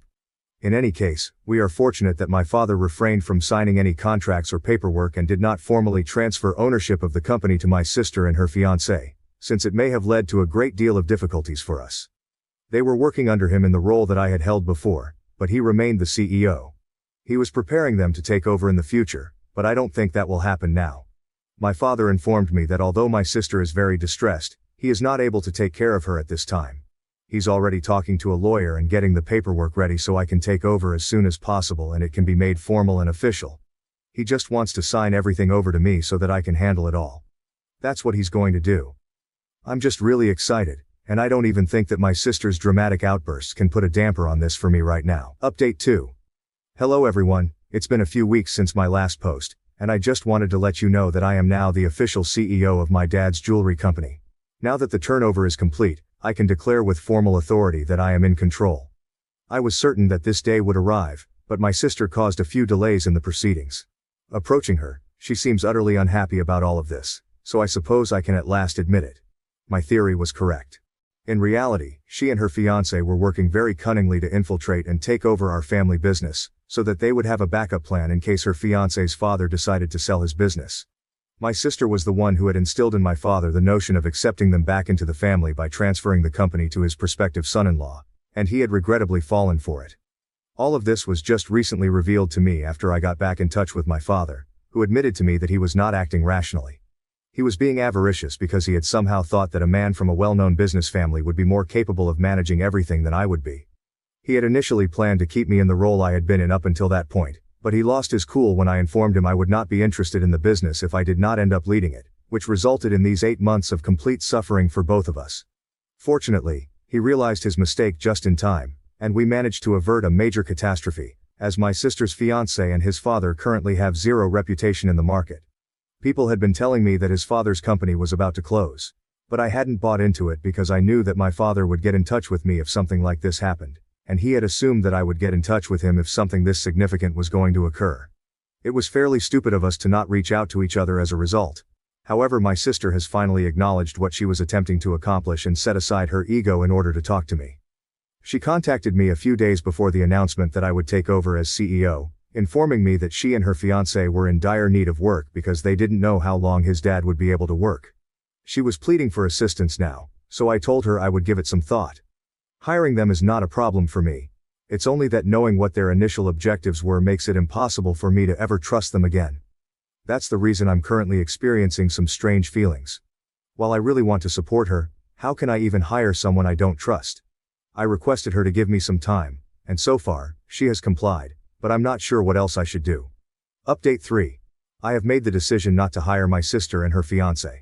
I realize that some people would probably think I'm very self-centered, but in all honesty, I can't trust these folks. They initially accepted my dad's offer to take over the business, and for the following 8 months, they didn't even attempt to get in touch with me. They have no empathy or sympathy for anyone but themselves, and I don't want those kinds of people around me or employed by me. I had to break the bad news to my sister that I was unable to assist her. She did not take it well, obviously. She pitched a fit and stormed into my office the other day, calling me cold-blooded and self-centered and that she regretted ever letting me have the firm back. That seemed strange to me because she had no involvement in that. As the head, my father made the choice, and anything he said was followed. That was not her decision at the time, and it is not mine today. Therefore it was absurd of her to appear as though she had done me a great favor. All of that I could have put up with, but that comment really got under my skin. I told her that she had done me no favors, either now or in the past. It's quite naive of her to expect me to feel the same way for her when she didn't appear to care about me. She kept yelling at me when I gently requested her to go. I couldn't handle this amount of drama, so I called the police and had her removed away as she was seriously undermining me. I really don't need this right now because I'm already quite busy at work. She simply departed as the police arrived though, as she had nothing else to say. Since we haven't heard from her in a few days, I'm going to assume that she should stop bothering us. I don't care if she doesn't because I'll obtain a restraining order against her. Thank you for watching. If you haven't subscribed yet, please do so and hit the notification bell to stay updated with more shocking real-life stories happening around you. My wife has ADHD, neglects our kids, and humiliated me on Father's Day. After much consideration, I've decided to pursue a divorce. I, 43 years old, try to do my best to provide for my wife, 38 years old, and our 2 kids, ages 3 and 5, as well as my mother-in-law. I like to think that I am doing a decent job. Over the years, I have worked to improve our family's living situation. Not only did I complete another bachelor's degree and recently a master's in a STEM-related field, but I also worked 2 full-time jobs while finishing my second bachelor's degree and supported my wife through her schooling as well. She completed a degree that allows her to make good money, $60-70K/year, in a healthcare field that always has jobs available. However, with the birth of our 2 children, she has since given up on her career to be a stay-at-home mom for the time being. At first, it was a struggle while I was finishing up my master's degree. Once I completed it, after our youngest turned 3, my career took a jump, and we are now able to afford our single-income household in a more feasible manner. We're far from rich but do okay for a single-income family of 4, a little over $150K base plus bonuses. This past year, life has been overwhelming for my wife, so even though I now work 75% from home, I budgeted to hire a daytime nanny to help her around the house with one child while the other is now in school. Every day, my day starts around 5:30 to 6 a.m. I prepare the house for the day before the nanny arrives at 8 a.m. I get our oldest child up and ready for school, make breakfast, plan out my day, drop our oldest off at school, and return home in time to let the nanny in. My current task at work has me grounded for the next 2 months, meaning I am now 100% working from home.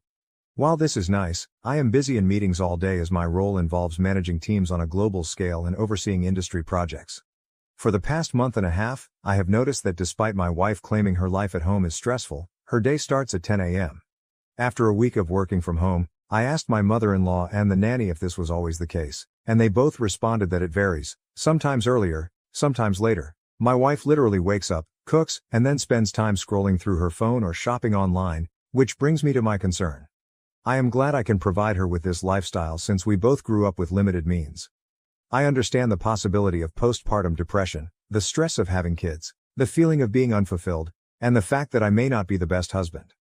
But for what it's worth, everything is taken care of and then some. I manage the household finances, since she claimed she was too busy to do so. Pay all the household bills, cover my personal bills, pay her bills, track and perform all the upkeep of our house appliances, cars, pets, etc. And I also help pay for my mother-in-law's medical bills and car note. Despite this, my life is apparently much easier compared to hers. I can't decompress with her because she always feels the need to one-up me. If I have a bad day, she insists hers was worse because I'm lucky to go away and work. If my feet hurt from walking all day during work travel, she says it's nothing compared to her standing and cooking with a child clinging to her. For the past 2 years, I've been told I ruined her life and her opportunities. But when I remind her of what she says, she denies and dodges accountability. My mother-in-law has noticed a change in both me and my wife, pointing out that I have a greater attachment to my kids and that I've even hugged the dogs and talked to them more about my life than to my wife. I honestly feel like I'm in emotional survival mode. I am one step away from moving up the career ladder and one step away from finding love and comfort at the bottom of a whiskey bottle. I am sure I will be hearing from the manly men of Reddit about how I am simping. But I am not a machine. I just want to know and feel that someone I prioritize aside from my kids appreciates and loves me for what I do. I am sure I will hear from the stay-at-home moms of Reddit, which is fine. I grew up in a single parent/mother household. It is not easy. And honestly, with the help of her mother and a nanny Monday to Friday, for one toddler while another child is at school, can you honestly tell me she is having the typical stay-at-home mom experience? Because neither my friends nor colleagues who are single parents can say she is. I am sure the masses of holier-than-thou Redditors will consider this a poorly written fanfic, but it is what it is. To summarize, TLDR. It feels as if my wife has checked out of our marriage. We are only roommates where she can still reap the benefits of marriage. I am not asking for her to throw herself at me all the time and let me do whatever I want. I really just want to be told I am doing good and to offer me some form of emotional comfort as simple as a hug, but I guess as the man who ruined her life, I deserve it. Thank you for the replies. To add more context, never cheated. I do work in an industry that has a large female population, but I am literally an open book with work, name colleagues and staff under me. She has access to my work agendas and correspondence if she really wanted to snoop, but on that note, she still does not know what exactly I do for a living at this time. We as a whole family, her parents and mine have tried to get her to go to therapy but she refuses or skirts around the issue. Aside from my coming from a single mother household, my biological dad was present in my life. She has had both parents in a reportedly monogamous marriage for over 40 years. I have tried to talk to her about everything and my own feelings but again, one-upmanship tends to be the trend here. What I am receiving from the marriage was asked. Now, aside from my 2 beautiful kids, I've been asking myself that same question. We have a near non-existent sex life mainly since last year. I always figured maybe it's part of depression or whatever she may be going through. Maybe I'm just not attractive enough or just horrible in bed because of my health conditions. I'm not some supermodel husband, but temptation and opportunity does knock and I can perform still, but I never give in, because as cliche as it sounds, I honestly do love my wife and want to only be with her. I'll give credit where credit is due, as I don't want to sound biased. When I say she wakes up and cooks, she cooks for everyone in the house. Myself, kids, MIL, and even nanny. Aside from breakfast, she cooks all meals and snacks. I typically fast until lunchtime, and our oldest tends to eat a small simple breakfast in case they don't like what school serves that morning. She does load both the kids and her laundry, but seldomly folds and puts them up. I typically do my own, and the rest of my clothes I dry clean because they're work clothes. She does keep track of our pantry and fridge. But after she makes the list, I'm the one who goes out and buys everything if not delivered. She does clean our bathrooms and house 50% of the time. The other 50% is done by either MIL or myself, or sometimes nanny if she feels like being extra helpful. Prior to nanny, my MIL was the main help for my wife up until she had unexpected medical needs. So I opted to hire a nanny to help them both, more so when MIL is having treatments and recovering. Update: not sure if anyone would read this, but thank you for those who have reached out and chit-chatted. While I know I've kept my newfound friends here updated, I figured I'd just update my post and keep it short. I showed my wife my post the following weekend and she read it and all the comments. Long story short, argument: she left our house to stay with her sister, and I've been a single parent since. It's sad to say, aside from the good nights to our kids, it's all pretty much the same routine. Nothing much else to say other than thank you for all the kind words of encouragement. I just need to add, this post got bigger than I expected from a venting post, but I've responded to a few comments. Nonetheless, thank you for the comments and DMs. And more so for the offers to let me ruin your life, huh? It's been the highlight of my day/night as I sit here drinking with my dog while everyone else is asleep. It feels depressingly sad that I feel that I have to turn to random internet strangers for some sort of validation in my rant. My apologies in advance as I try to keep this as vague as possible. I just wanted to update those who have been kind enough to check up via DM and comments. Apologies in advance for the lengthy post. It's a bit of irony and coincidence that I made a follow-up from the update on 06 May 2024 I made on my original post during Men's Mental Health Awareness Month, but I could really use another outlet outside of my therapist. My apologies if this isn't the storybook ending/destroying of a relationship people were hoping for. To save you a read, wife left? Came back like nothing happened. She made it about her. Nothing changed. I'm continuing to be suffering mentally, knowing nothing will change while trying to keep it together for our kids. Lots of takeout.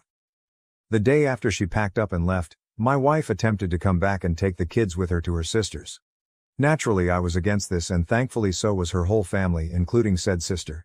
Not only was it not fair to our kids for her to sweep them away into a home that's not theirs, but to put that financial and housing stress on the rest of her family since she doesn't work and her sister and her family, husband and 3 kids, stays with their dad in the house they grew up in. After a little over a week of being away, I guess she cooled off, so she just decided that it would be fine if she walked in the door with her bags as if she just came back from Target. She came into my office while I was working and angrily stared at me while I sat on a conference call meeting with my team, and I couldn't just jump off as this is a busy time of the quarter for us. I guess that didn't sit well with her, because once I took off my headset and closed my laptop, she started yelling at me about how much I really don't care about her and her well-being overall. At that moment I couldn't do anything more than look at her and just shake my head. Mother-in-law came in after hearing my wife yelling and pulled her away, telling her to not bother me, while our nanny kept our youngest away from it all on the other side of the house. That night after the kids were put to bed, I sat in my office by myself with a drink, as I have been doing for the past nights, and my wife came in. We talked, we argued, we cried, we drank. One thing led to another and we were in bed. I wish I could say that was our making up, but the next sobering morning as we laid there, she went on about how hard it was for her the time she was gone. Literally. It was about her struggles staying at her family house in her old room with her dad and sister's family. How lucky I am to be able to stay here and do this and that and buy this or do that and not stress as much as they did. How easy my and everyone else's in our family lives are compared to hers, even though we had similar upbringings. My mind and heart broke that morning. I've been spiraling down since then, and this last week I made another attempt to reconcile and talk things out, but I was met with a shouting match while trying to express my current stress and anxieties with life and work in general. Wife. Well, do you know how hard this is all for me? You're supposed to help me be happy. Me. So when it comes to my happiness, stress, needs, and overall well-being, FK me, get over it, right? Wife. We all have our own problems, You need to figure it out and get over them. I don't know who the woman I am at home with is, but that wasn't the woman I married and vowed to spend my life with and raise our kids together. Since that conversation, I've been noticeably distant with her. I've been sleeping in my office or on the couch or with my kids in their bed after putting either one of them to sleep. Still doesn't change her starting her day at 10 a.m. and sitting on her phone talking to her mom groups between cooking meals with the kids in both mother-in-law and nanny's care. Nothing has changed, and I doubt that anything will change. Sadly, I think even if we got a divorce, nothing would change or feel different anyway, since during my wife's leaving the day seemed like any other day except with a little more takeout than usual. My main fear there isn't that I wouldn't just lose my wife, I'd lose my kids in the process. So I guess it's sad to say the grand finale to my story. Like a lot of men and some women I've talked to here, I'll just continue to smile and suffer in silence. First off, thank you for all the comments and DMs, some context and clarification, since admittingly my post was emotionally charged since I typed it up after another argument. Post-birth, our kids' pediatrician's office gave my wife those postpartum depression screening forms, and during the time of both she scored pretty high and was suggested to see a therapist. With our second child she scored significantly higher, and I made an effort to get her the help she needs. She refused, so entered mother-in-law and nanny for support. I know what people will say/think, but this is one of the reasons I'm not 100% ready to just give up and file our life together away. Also, I know silently suffering in the near and long run of our kids' future will not add to a healthy atmosphere, but neither would a bitter and hate-filled divorce. I know some have compared it to the ripping off a bandage, saying it'll hurt at first but that pain goes away, but I'd rather try to spare my kids thinking that their parents ended up hating each other because of them or something along those lines. I've told a few PPL I talked to in DM since my last post, a little more insight on my personal life. Prior to my promotion I was a PM managing teams and budgets, so out of habit I plan for a lot of what-ifs. That being said, I made a number of contingency plans if sadly things went south. So yes, I have talked to a lawyer, 3 actually. Know our rights and what each of us are entitled to. Have a draft settlement created and on hold until I feel I need to use it. I know what I want and am willing to offer more than what is fair for our kids' well-being, but also have a plan if we end up going to court. It's 100% on me that I'm suffering in silence, but I'm too stubborn to just give up, so while I'm venting, I don't expect anyone to feel sorry for me. I endure it to keep the norm our kids know, ensure my MIL's treatments go uninterrupted, and of course the hope my wife would finally be open to give therapy a shot and climb together to a better place. New update, I'm done. Wife said I don't do and am not shit in front of the therapist and family Father's Day dinner. She got served. She was mad. She is trying to act perfect and I'm just waiting while taking care of my family, kids, my mom, and MIL. Oh well, I'll just ruin everyone else's life too and my family. Secondly, to clear some confusion. I did not get 2 bachelor's and a master's while working 2 jobs at the same time as some readers are assuming. Bachelor's degree number 1 was completed in the early 2000s. Bachelor's degree number 2 was earned through online courses over several years, taking 2 classes per semester, all while I held down 2 full-time jobs. The first job was at a hospital with a 36-48 schedule, and the second job was at a big box store, where I worked 40 hours spread out over 7 days a week. I worked these jobs to pay for both my tuition and my wife's, as she decided to return to school before we had children. After completing bachelor's degree number 2 and entering the industry where I currently work, I was able to transition to 1 job and pursue my master's degree. So no, I did not earn 3 degrees simultaneously or in rapid succession. I'm surprised that I have to clarify this, as working 2 jobs while attending school isn't that uncommon, or at least that's what I thought. My wife chooses not to work. She does technically have a job. She just barely works it to the point we forget she has a job, as in she worked 1 day 5 months ago for 8 hours on a Tuesday. Kind of barely works. Her job and manager is really supportive, flex PRN model, and gives her a list of days they need coverage and she can choose to pick up a shift or not. While she can work more and only does just enough to keep up her license, she complains to our family of her career being on hold for one reason or the other, although she has the opportunity to work more if she opted to.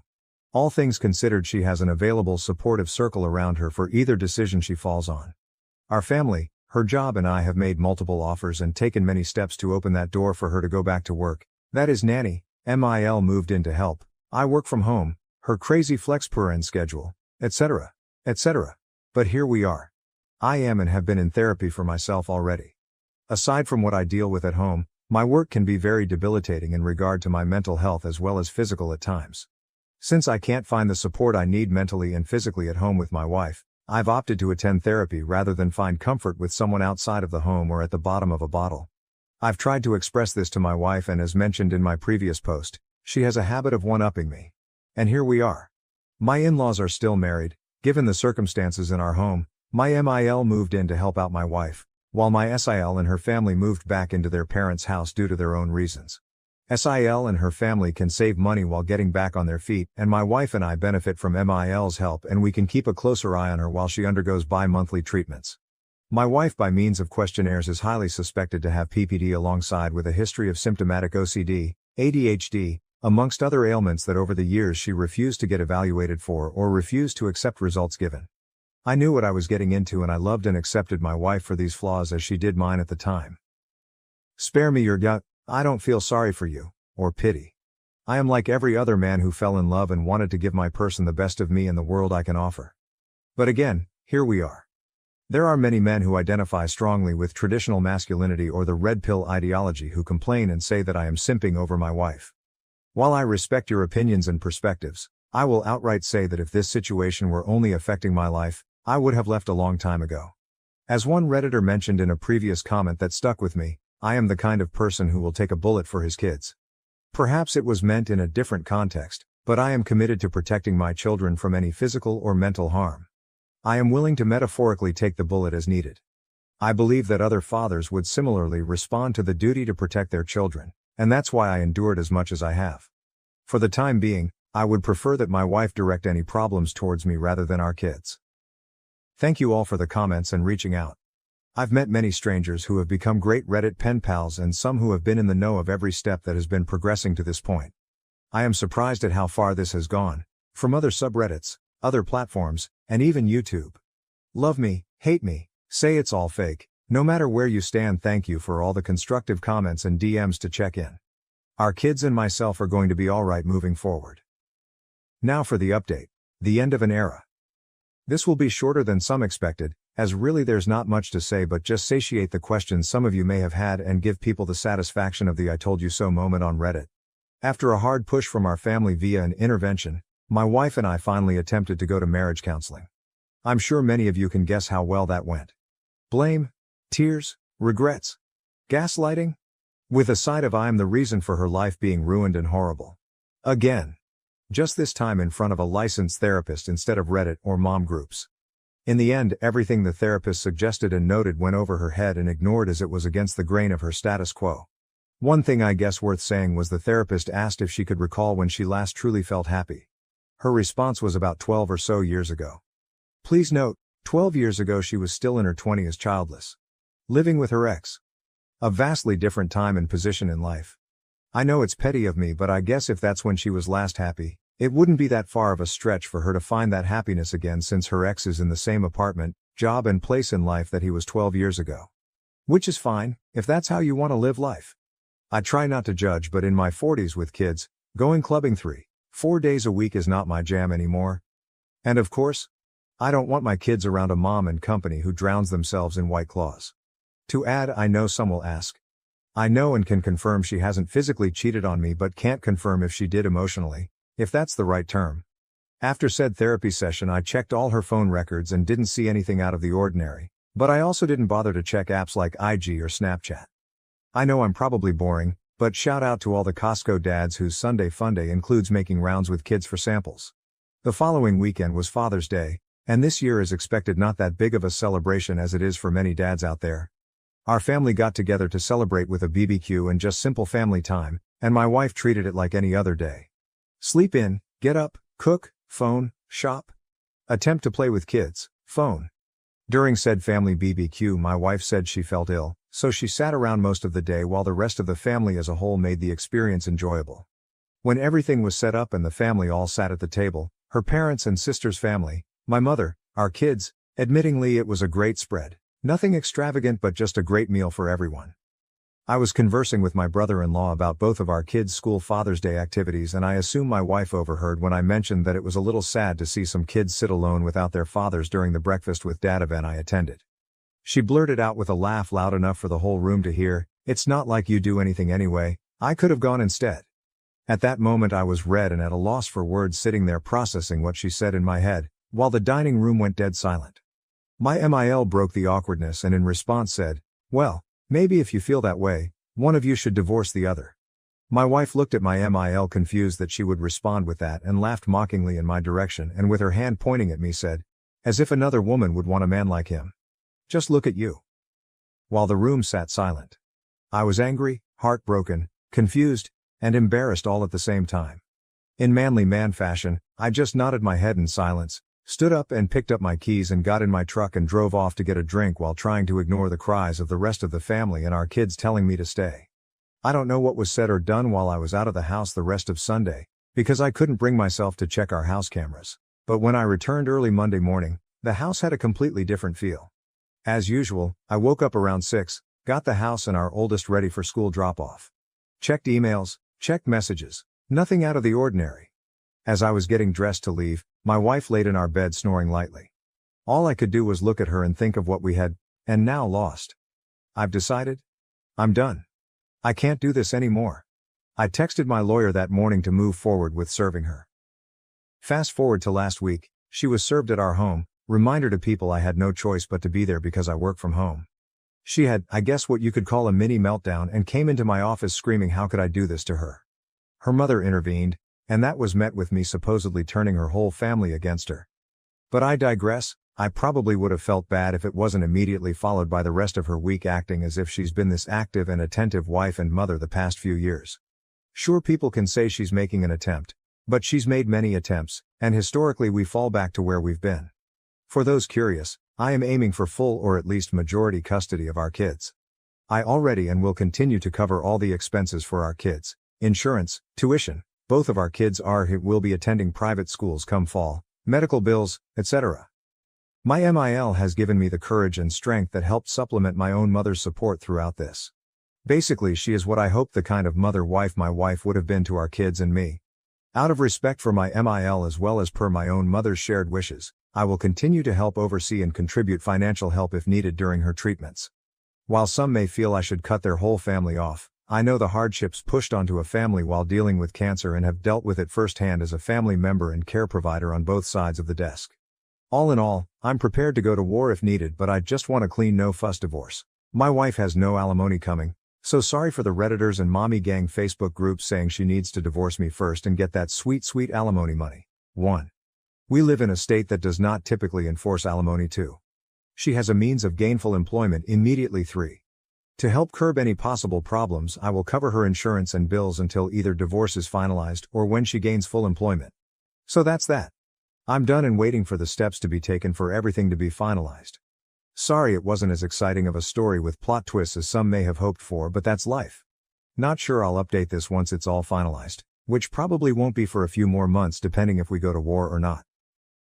Thank you for watching. If you haven't subscribed yet, please do so and hit the notification bell to stay updated with more shocking real-life stories happening around you.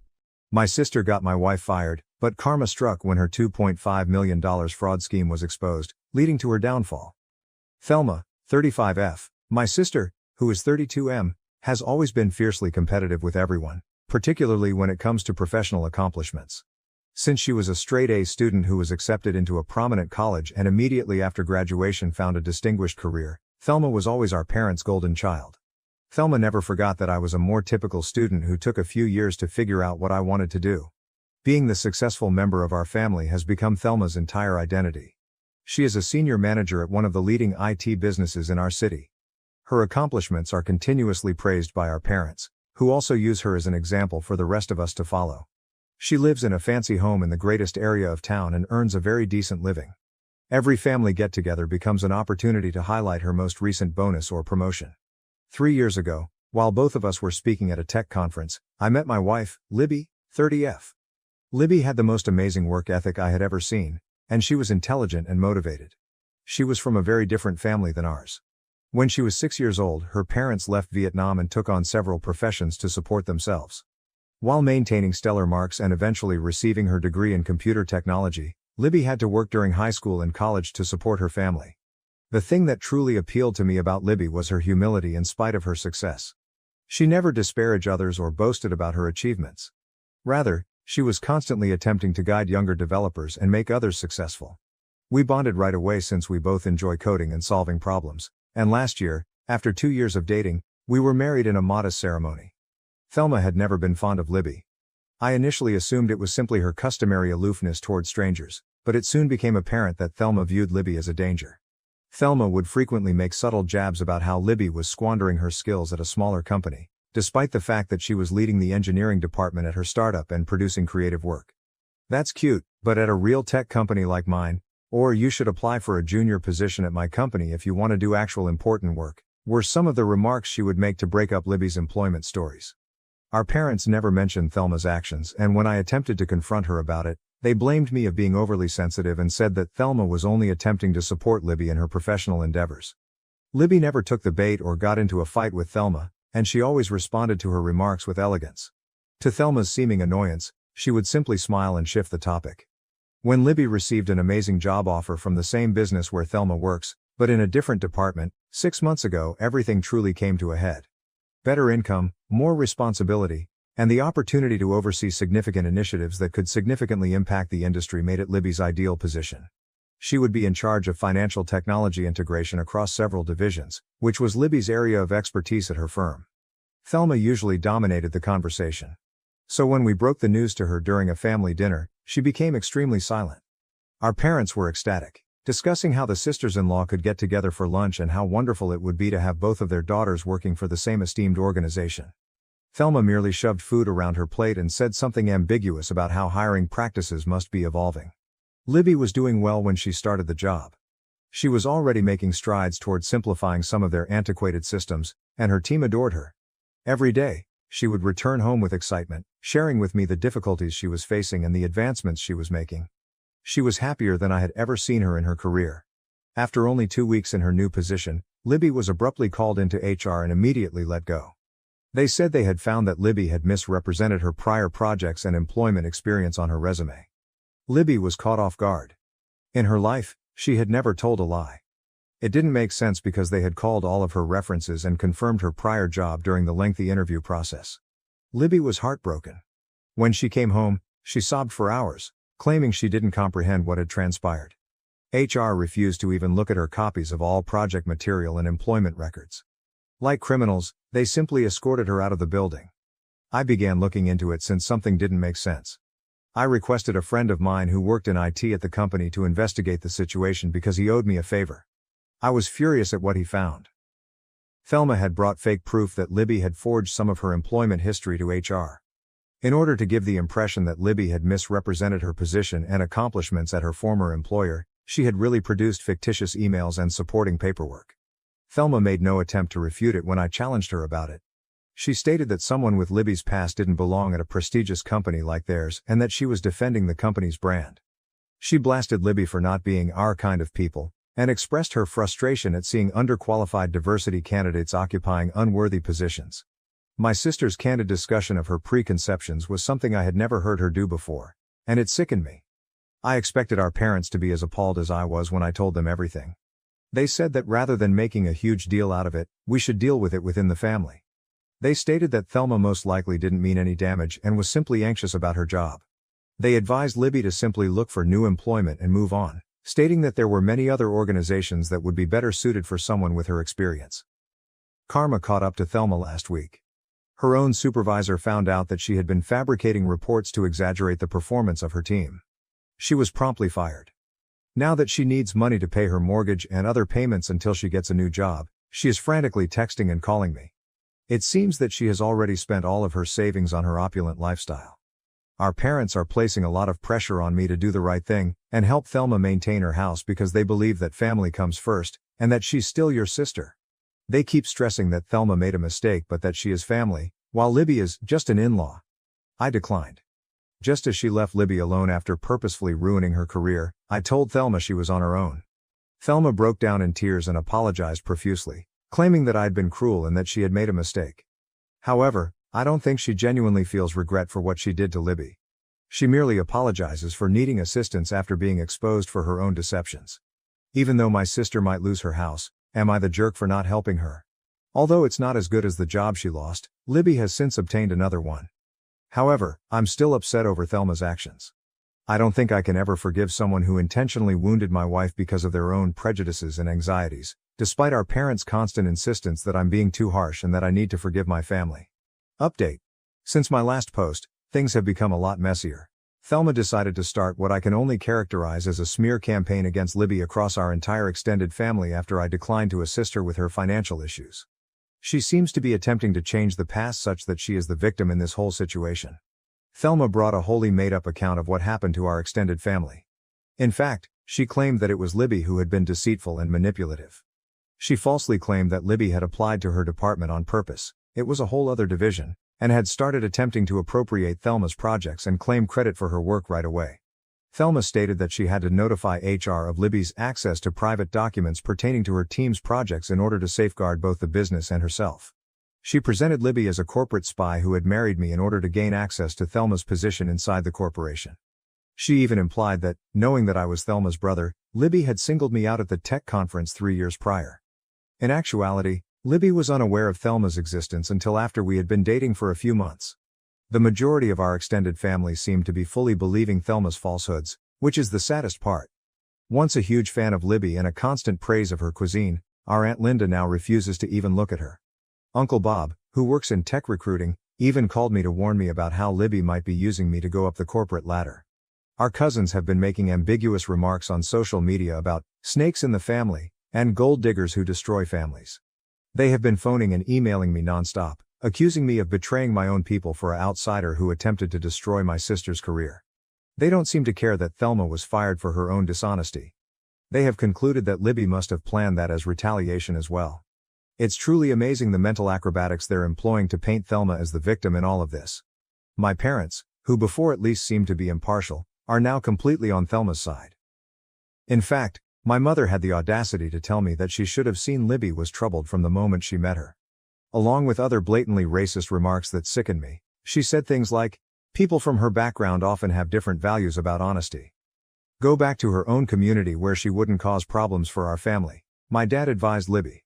Our youngest sister, Amy, 28F, is the only one who has defended Libby, and her revelation has altered my entire understanding of Thelma.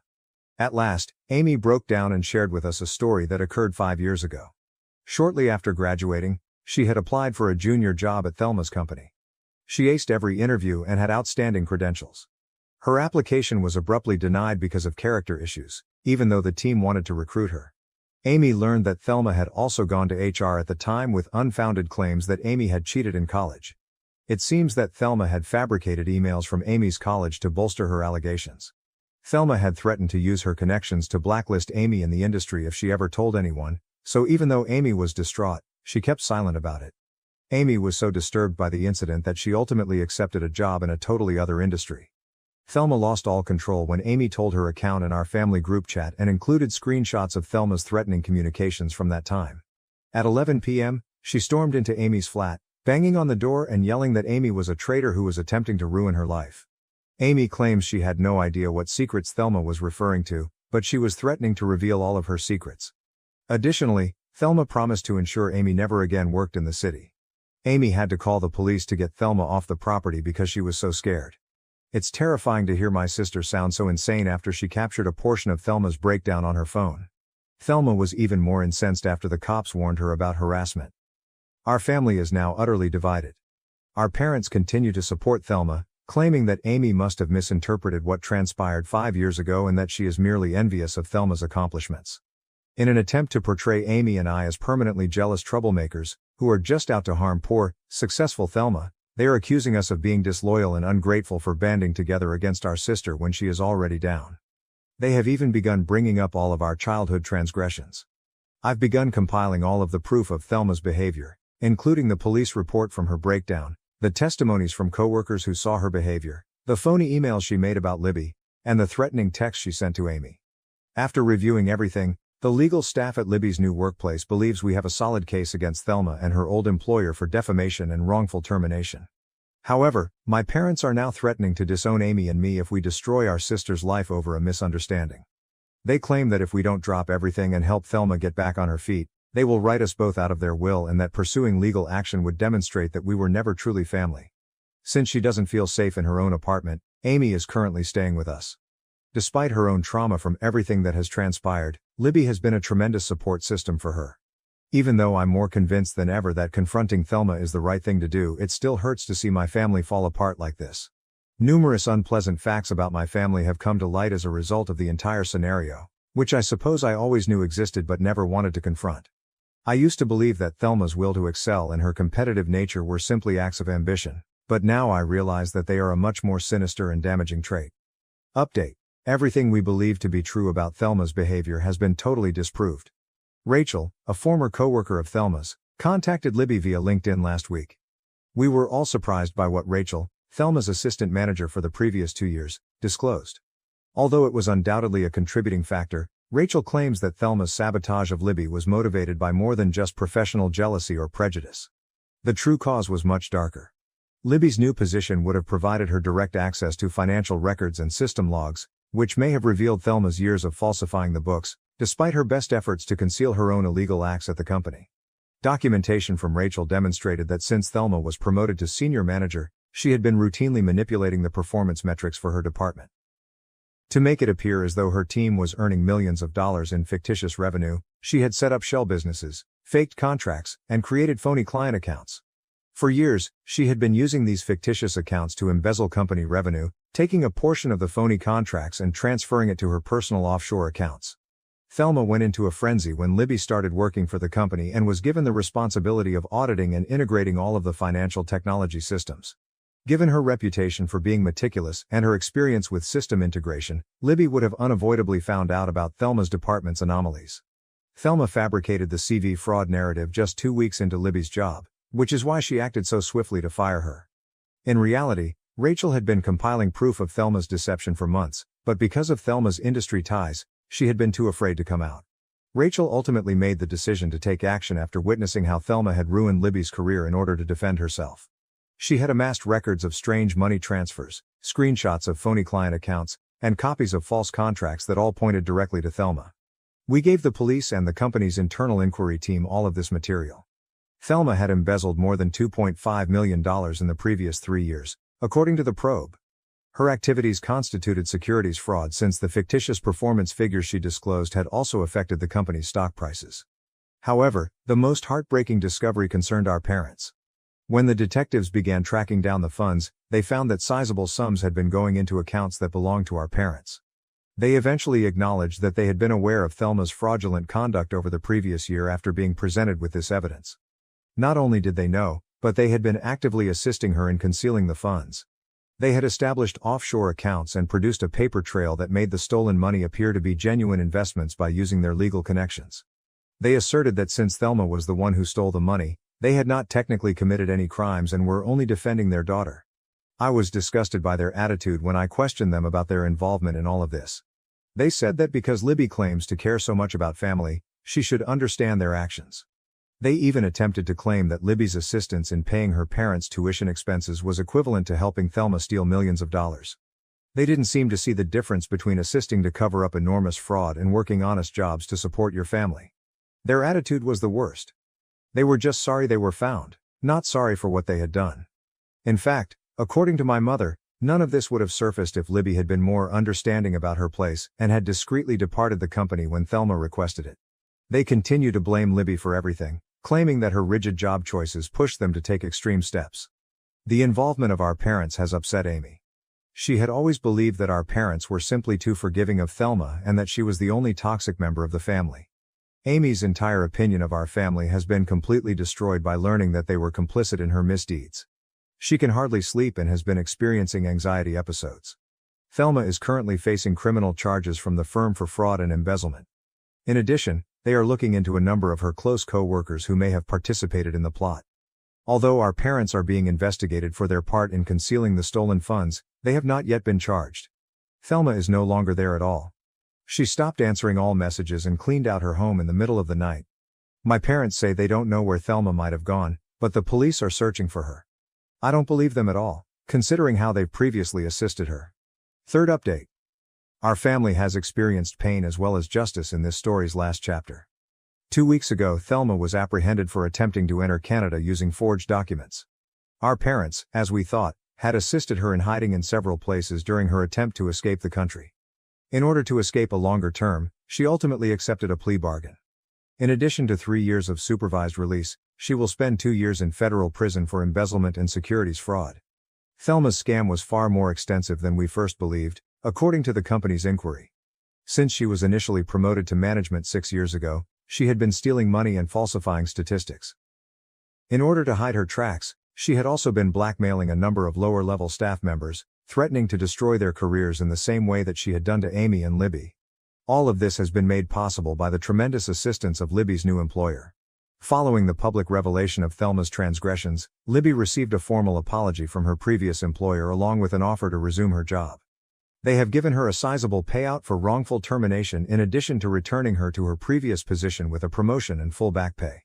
More significantly, they are putting new rules into place to stop discrimination against workers from immigrant backgrounds and HR fraud. Our parents are dealing with the fallout on their own.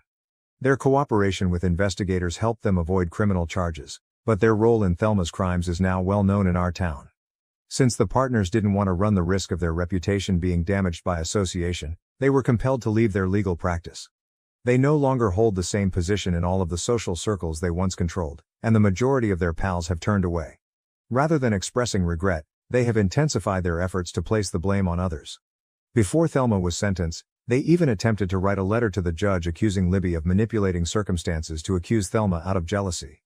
Given the strong proof of Thelma's culpability, the judge was not impressed. Additionally, they attempted to accuse Amy and I of plotting with Libby to embezzle Thelma's money and blame her, but this desperate attempt clearly failed.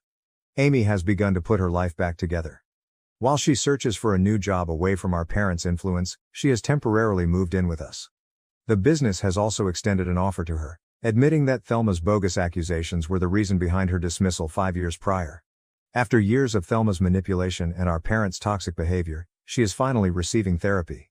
Her gradual recovery of confidence and realization that none of this was her fault is truly remarkable. Libby and I have stopped communicating with my parents and Thelma altogether. Our lawyer has made it plain that any attempt to get in touch with us will be viewed as harassment, and we have blocked them everywhere. Building our own family with individuals who share our values of integrity and support for one another is our main goal.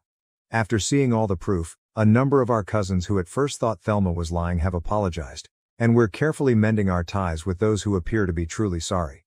Some family members continue to maintain that we ought to have kept matters within the family and protected Thelma. Last week, my aunt called and said that we are bad people for allowing Thelma to go to prison and that real families stick together no matter what. However, Thelma's total lack of regret, even in court, has only served to reinforce our decision. She merely expressed regret for trusting the wrong people, specifically Amy and Libby, to reveal her wrongdoings. We have learned from this entire experience that sometimes the family you choose matters more than the family you are born into.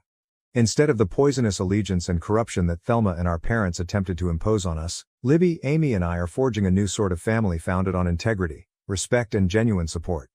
Thank you for watching. If you haven't subscribed yet, please do so and hit the notification bell to stay updated with more shocking real-life stories happening around you. My parents forged medical records to force me into surrogacy for my sister. I refused, they called me selfish and pressured my family to push me.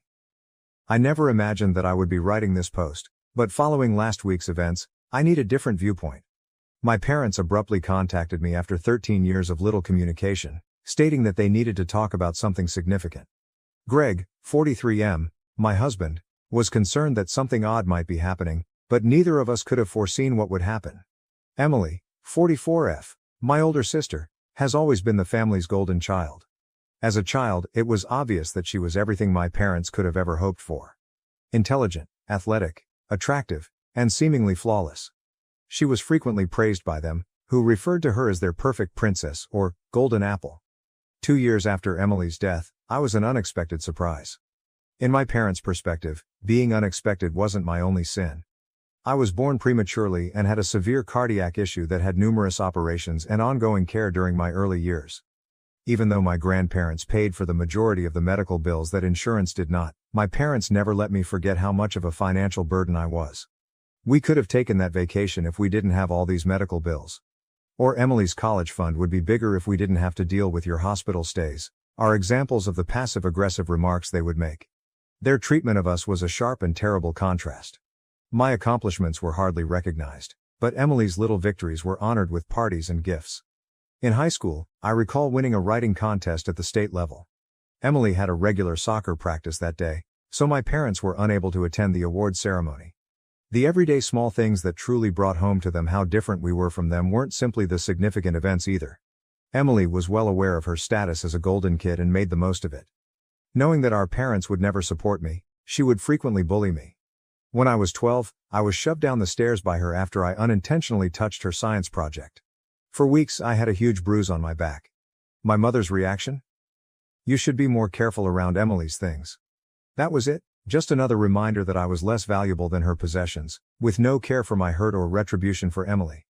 My only way out was to go to school, but even that was difficult. I struggled to stay up because I missed a lot of classes due to my health problems. While I was fighting to maintain mediocre grades in between medical stays, Emily was achieving straight A's and dominating in sports. The analogies persisted. Why aren't you more like Emily? Emily never struggles with her assignments. Emily doesn't cause us this much anxiety. I had figured out how to blend in as much as possible by the time I got to high school. That was simpler. Emily already had a ton of friends, was headed to a prominent institution, and was leading the ideal life my parents had always desired for their kids. In the meantime, all I was doing was surviving each day without feeling like a total failure. Going to college was the true turning point in my life. In order to move as far away from home as possible, I pleaded with my grandparents. They were the only ones who ever truly stood by me, and they understood, having seen the dynamic unfold for years. I selected a university that was several states away, and they assisted me with tuition and other costs. I met Greg when I was a college student. He was patient, compassionate, and truly interested in me as a person rather than as a weaker sibling, which set him apart from everyone else I had ever met. I felt appreciated and acknowledged for who I was for the first time in my life. After graduation, we were married and I believed that I could finally be able to achieve the family life I had always desired. Emily and my parents hardly noticed my wedding. They didn't send a card, they didn't come. I wasn't shocked, but it stung. I was embraced by Greg's family, and his mother even assisted me in choosing my wedding gown, something I had always dreamed of doing with my own mother. We made the decision to try for a child a few years into our marriage. Because of my cardiac condition, my doctors told me that getting pregnant would be quite dangerous, but we still wanted to try. The pregnancy was really challenging. Despite my many hospital stays and near-death experience during delivery, I barely survived and our son was born healthy. The physicians were very clear, I may die from another pregnancy. It was just too much for my heart to bear again. With our small family, Greg and I were happy. Away from my poisonous family, we had each other, our lovely boy, and a tranquil existence. My only communication with Emily and my parents was through sporadic phone calls and holiday cards. The separation was restorative. Then came last week. My parents contacted me, stating that they had an important conversation to have. I agreed to see them at their home against my better judgment. Greg accompanied me to provide assistance. They handed me an envelope and seated us down in their living room, the same space where they had repeatedly mocked and disregarded me during my early years. There was a letter inside, but it was a surrogacy agreement, not just any letter. Emily has been having infertility issues, so they wanted me to be her surrogate. They had already conferred with physicians and attorneys, prepared all the necessary documentation, and were presenting it to me as though it were final. As though I had no say in the matter. I was taken aback. They were aware of my cardiac condition. They were aware that I had almost passed away when giving birth to my own baby. They were aware that I could die from another pregnancy. However, they didn't care about all of it, they just cared about providing Emily with what she desired. My mother started crying as I attempted to explain that I was physically unable of doing it and that physicians had specifically advised against getting pregnant again. She cried, "How can you be so selfish? Emily has always wanted to be a mother, this is her only chance." My father added that after everything the family had done for me, I owed them something. What had they done for me? What specifically had they done to make me feel unworthy for the rest of my life? My grandparents paid the medical costs they loved to hang over my head. Greg and his family provided me with the emotional support I required. My parents' sole constant behavior was to tell me that I would never be good enough to be Emily. With my mother's charge of selfishness still echoing in my ears, I sobbed as I left their home. Greg was incensed not only at their request but also at the way they totally disregarded the possibility that I might die. He advises me to stop communicating with them as they have shown beyond a reasonable doubt that they are indifferent to my welfare. I know in my heart that he is correct. This suggestion is cruel in addition to being unkind. As usual, they want me to sacrifice my life and maybe leave my son motherless in order to give Emily what she wants. However, I also feel guilty about it. Perhaps I'm being self-centered. Perhaps I do owe them. Perhaps this is my opportunity to finally show them how valuable I am. Even though I am aware that these thoughts are harmful, they continue to race through my mind. Since that day, I have not returned any of their calls or messages. Emily has begun contacting me as well, with false statements like, "Family helps family," and, "I would do this for you if the situation were reversed." Should it be a little bit out of her way, she wouldn't even offer to drive me to school.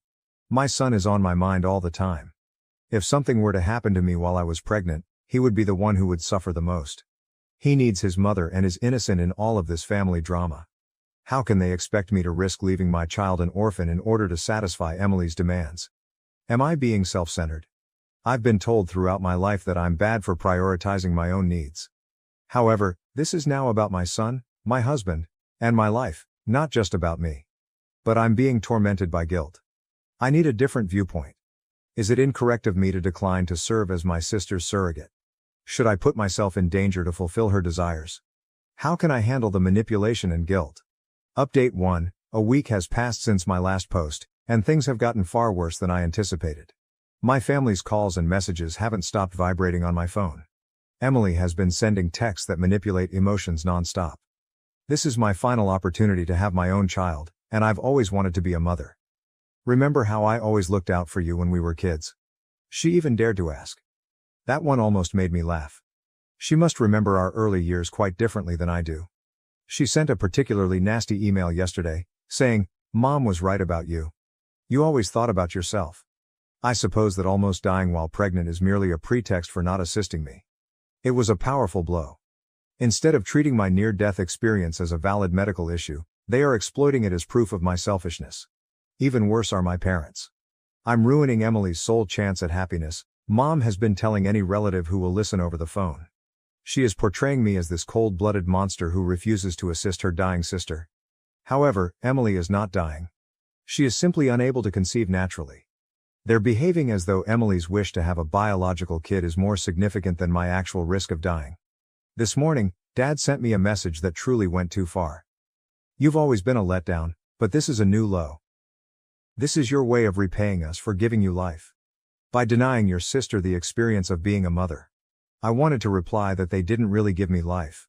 My grandparents were the ones who covered the cost of the medical treatment that kept me alive, and they almost lost it due to carelessness several times when I was a toddler. Greg is enraged.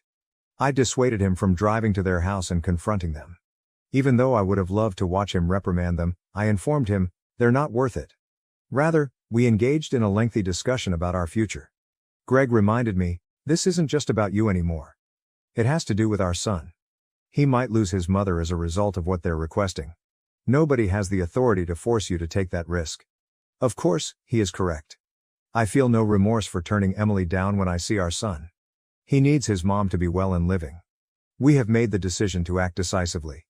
Let's start by blocking all of their numbers, including Emily's, Mom's, Dad's, and even the flying monkeys they called after me. My grandparents are the lone exception, and they have always been accepting and encouraging. Second, we're investigating legal safeguards. Greg fears they may try something desperate because of their antagonistic behavior. Next week, we're meeting with a lawyer to go over our choices. I will always be perplexed by their claim to be family and their utter disregard for my life. However, I'm over my guilt. I will no longer allow them to control me. A mother who would put her life in danger to appease individuals who have never truly shown her love is not worthy of my son. Thank you to everyone who left a remark on my previous post. You made it clear to me that I'm being a responsible mother and defending my family, not being selfish. Standing up to those who ought to have protected you in the first place is sometimes necessary. I'll provide another update if something noteworthy occurs, but hopefully this will be the last one. With my true family, my spouse and son, who genuinely appreciate my existence, I'm prepared to go on. Update 2. I've blocked everyone for 2 weeks now. I assumed that was the last of it, but my mother managed to get in touch with me using a temporary number. Just the two of us, not Greg, need to talk. I consented to meet at a nearby cafe even though every instinct told me not to attend. For obvious reasons I picked a public spot, and Greg was waiting in his car nearby in case something happened. She began talking about Emily's melancholy and how she's dying of the anguish of not being able to have children as soon as I sat down, in what was obviously a prepared speech. No, how are you? No recognition of their prior actions, just a direct focus on Emily's misery. My mother pushed a business card across the table and said, "The doctors say this is her last chance. According to one fertility expert, you two are a fantastic fit. They are able to keep a careful eye on your cardiac health." She dismissed it as if it were a minor annoyance when I brought up the fact that my own doctors, who have been aware of my medical history for years, have expressly prohibited me from getting pregnant again. Doctors are constantly too cautious. According to Emily's specialist, the risks are controllable. When Mom began discussing family legacy and how Emily should be given more genetic inheritance than I did, the discussion took an even more sinister turn. She did say that, after all, I've heard the same arguments about my being a flawed child my entire life. She replied, "I should have known you'd be difficult about this," as I got up to go. "Emily has always made you envious. This is your opportunity to at last take action for the family." I felt oddly at ease as I walked out of the cafe. I finally saw my mother clearly for the first time, not as a parent who didn't love me enough, but rather as someone who never considered me a person, only a tool to be used for Emily's gain. Greg inquired about how things went on the way home. I informed him of my mother's remarks about family legacy and her rejection of my health concerns. After a period of silence, he said, "You know what? They're not worthy of you? They have never done so." He is correct. They are unworthy of me, my forgiveness, or another opportunity to harm me. I've given my mother one last message. I won't put myself in danger or leave my child an orphan because of Emily's wishes. We will not be talking about it again. Don't get in touch with me again. Tomorrow, I'm going to change my number. Sometimes quitting the game completely is the only way to win. Update 3. My father began sending increasingly threatening messages from various phones a week after the cafe incident involving my mother. I was particularly drawn to the most recent one. "Your mother is devastated. Emily is in pieces. You have given us no other option, even if we didn't want to do this. There are repercussions for actions." My grandmother's voice was tremulous when she called. "I heard your parents conversing with an attorney. They're looking for legal means to compel you to do this. They may use laws pertaining to family obligations and medical rights. Although they made reference to court orders and medical evaluations, I'm not entirely sure what they have planned. Evidently, they have persuaded themselves that they may be able to contest my own doctor's opinion because Emily's fertility specialist claims the risks are tolerable. They're even considering attempting to demonstrate that my reluctance isn't due to valid medical concerns, but rather to illogical family resentment. Additionally, my grandmother disclosed that Emily's 46-year-old husband is genuinely opposed to their plan. He believes that risking someone's life for this is crazy, but Emily and my parents have essentially cut him off from the conversation. That family at least has one sensible member. I called my doctor's office right away and asked them to implement additional security measures to lock down my medical records. I then got in touch with 3 different family law businesses. The first 2 expressed sympathy but stated that they would have to look into this peculiar circumstance. But the third one was just what we needed. When the lawyer heard the whole scenario, she became enraged. "They cannot legally compel you to serve as a surrogate. It would be considered reproductive coercion and would not be tolerated by any court. However, we must take the initiative." She is assisting us with creating cease and desist letters and preparing the necessary papers for a restraining order. Additionally, we are recording every message, phone, and contact attempt. According to the attorney, if we require legal protection in the future, we must establish a distinct pattern of harassment. The majority of our legal expenditures are covered by Greg's company's excellent legal insurance plan. "Even if it didn't, I would sell my car if I had to," he stated. "Last night," he informed me, "your safety is worth everything we have." The most bizarre aspect of it all is that they still act as though they are the victims and that I am the one who is acting irrationally. As if compelling someone to put their life in danger is some sort of admirable sacrifice, my mother reportedly informed my grandma that sometimes love means making difficult choices for the family. I'm exhausted, so exhausted. But I'm no longer scared. Let them play their games and try their legal threats. Truth, the law, and real medical proof are all on my side. Above all, I am supported by individuals who sincerely care about my life and welfare. Update 4. The legal threats began 2 weeks ago, and now my whole extended family is involved in this nightmare. During their recent family get-together, which I was obviously not invited to, my aunt from Texas called yesterday and sobbed about having to see Emily endure yet another unsuccessful IVF effort. The most unsettling aspect. The story has been entirely altered by my parents. My cousins claim that they're telling everyone that I'm just using my heart ailment as an excuse because it has significantly improved. They've even implied that I'm declining because I want to see Emily suffer because I'm envious of her success.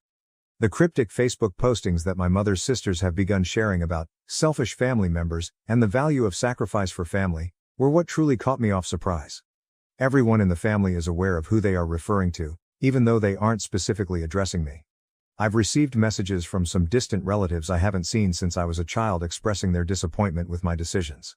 My cousin Sarah, 39F, is the one bright spot in all of this. She personally contacted me to express her anger with everyone's actions. She wrote, "I recall how they treated you as a child. They're being crazy, don't let them guilt you into this."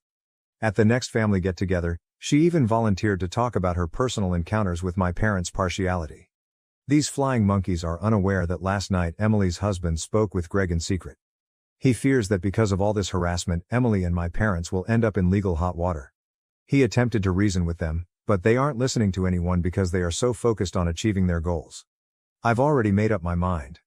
I wrote a mass email to my entire extended family last night that had only the medical facts about my heart problem, along with a statement from my cardiologist on the risks of getting pregnant again, without any drama or accusations. I concluded it by saying that my lawyer would handle any further harassment and that I would no longer discuss surrogacy.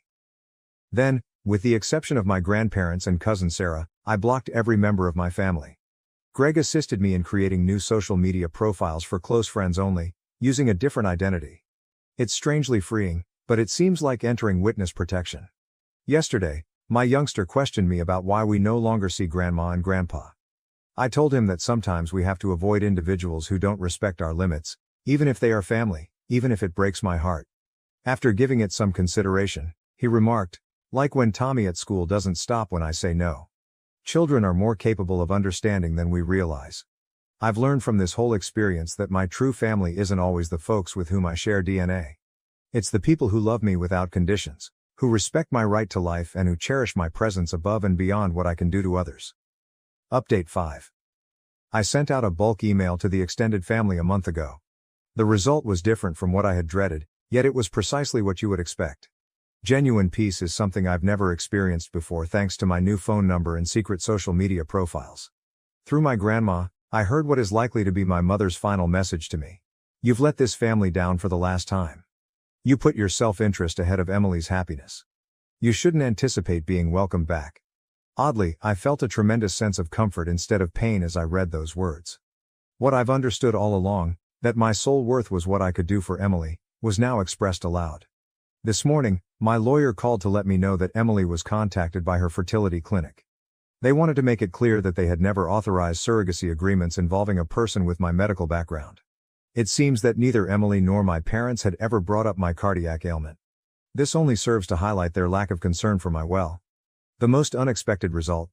No more worrying about family get-togethers, dread when my phone calls, or persistent feelings of inadequacy. I'm sleeping better than I have in years. Greg also noticed, saying, "I'm laughing more freely and smiling more." In this brand new, drama-free setting, our youngster is flourishing. We began Sunday board game nights as a new family tradition last weekend. I had a profound realization as I sat there and watched him laugh with Greg. This is how family should feel: secure, affectionate, and welcoming. Sometimes my grandmother comes to visit, but she always makes sure my folks are unaware. Last time, she brought old pictures of me as a baby that I had never seen before. As I looked at them, I saw a contented little girl who had no idea that she would spend decades attempting to win affection that ought to have been given without conditions. I'm finally providing the protection that little child needed from those who never valued her. She deserved better. I want to express my gratitude to everyone on Reddit who helped me along the way. Your remarks made it clearer to me that defending myself was a matter of survival rather than selfishness. You showed me that a true family doesn't require you to sacrifice yourself for them. If you're wondering whether it's wrong to shield oneself from a toxic family, the answer is no. Your limits are legitimate, your health is important, and your life has worth. Walking away from folks who don't love you enough can sometimes be the bravest thing you can do. Since there is really nothing else to say, I will no longer be updating the story. I've closed the chapter on my dysfunctional family. With the family I've chosen, the ones who genuinely want me to live to read them, it's time to concentrate on writing fresh, healthier chapters. But hold on, shortly after I posted this update, Two surprising events occurred. First, my lawyer received a legal letter from Emily's fertility clinic. As it turns out, my parents tried to conceal my heart ailment by falsifying my medical records. A report regarding this unlawful effort at medical fraud is already being filed by the clinic. The second was that Emily's husband had had enough. In the family group chat, he revealed how my parents and Emily had conspired to conceal my illness from the doctors. He disclosed that Emily was aware of my near-death experience while I was pregnant, but she had purposefully kept it a secret from everyone. The response from the extended family was prompt. Suddenly, the aunts and cousins who had been disparaging me stopped talking. My Texas aunt apologized over the phone, claiming she was unaware of the effort at medical fraud. Since then, a number of family members have stopped communicating with my parents and Emily, describing their behavior as completely illegal. Last week, Emily's husband filed for divorce because he couldn't stand being married to someone who would commit fraud and endanger her sister's life.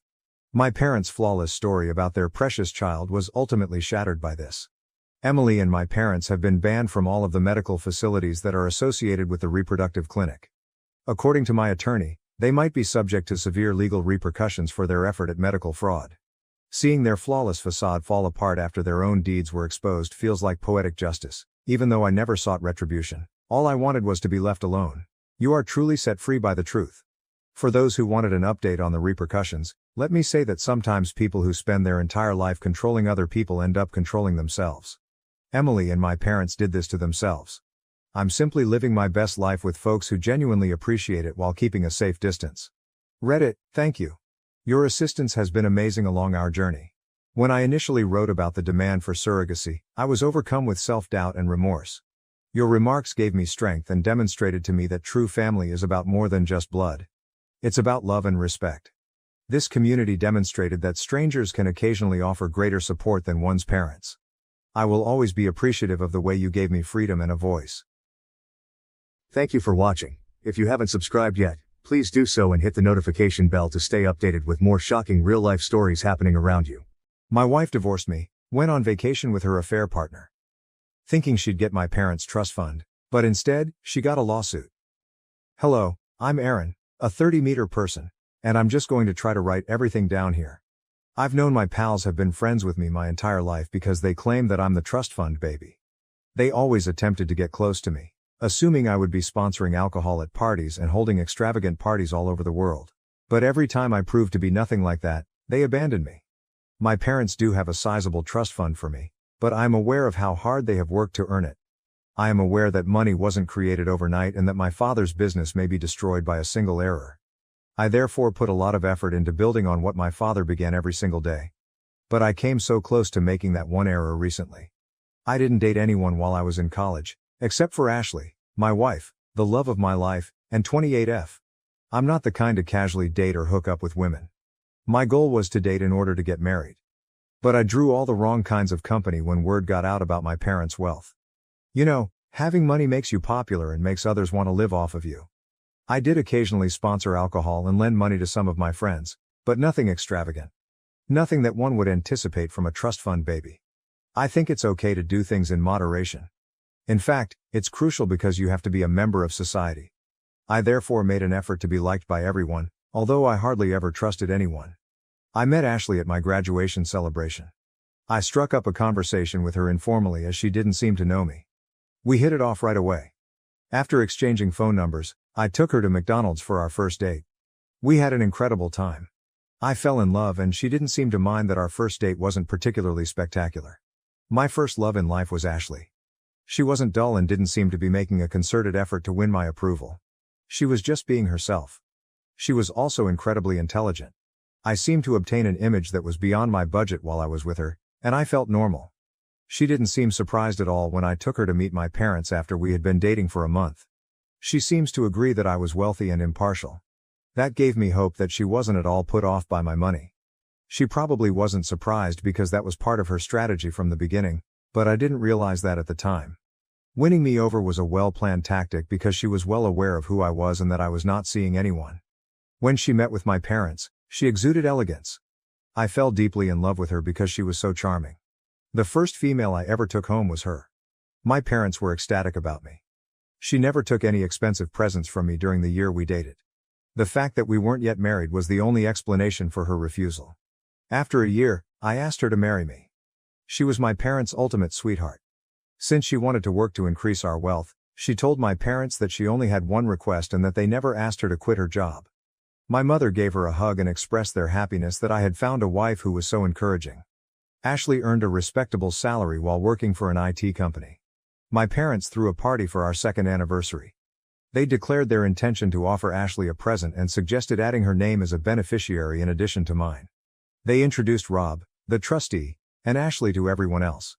He worked as an accountant for the business that managed the investments and money's legalities. Rob had a daughter and was married. His spouse practiced law at the same firm. My wife's name was listed as one of the beneficiaries, and everything was handled.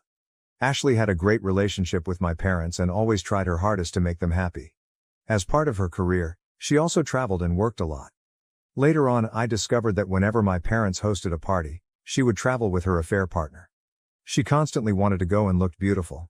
Numerous times during these parties, I witnessed her conversing with Rob in a corner while blushing from the wine she was holding and laughing a bit too much.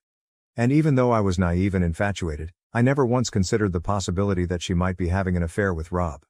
However, these two had been having an affair behind my back the entire time.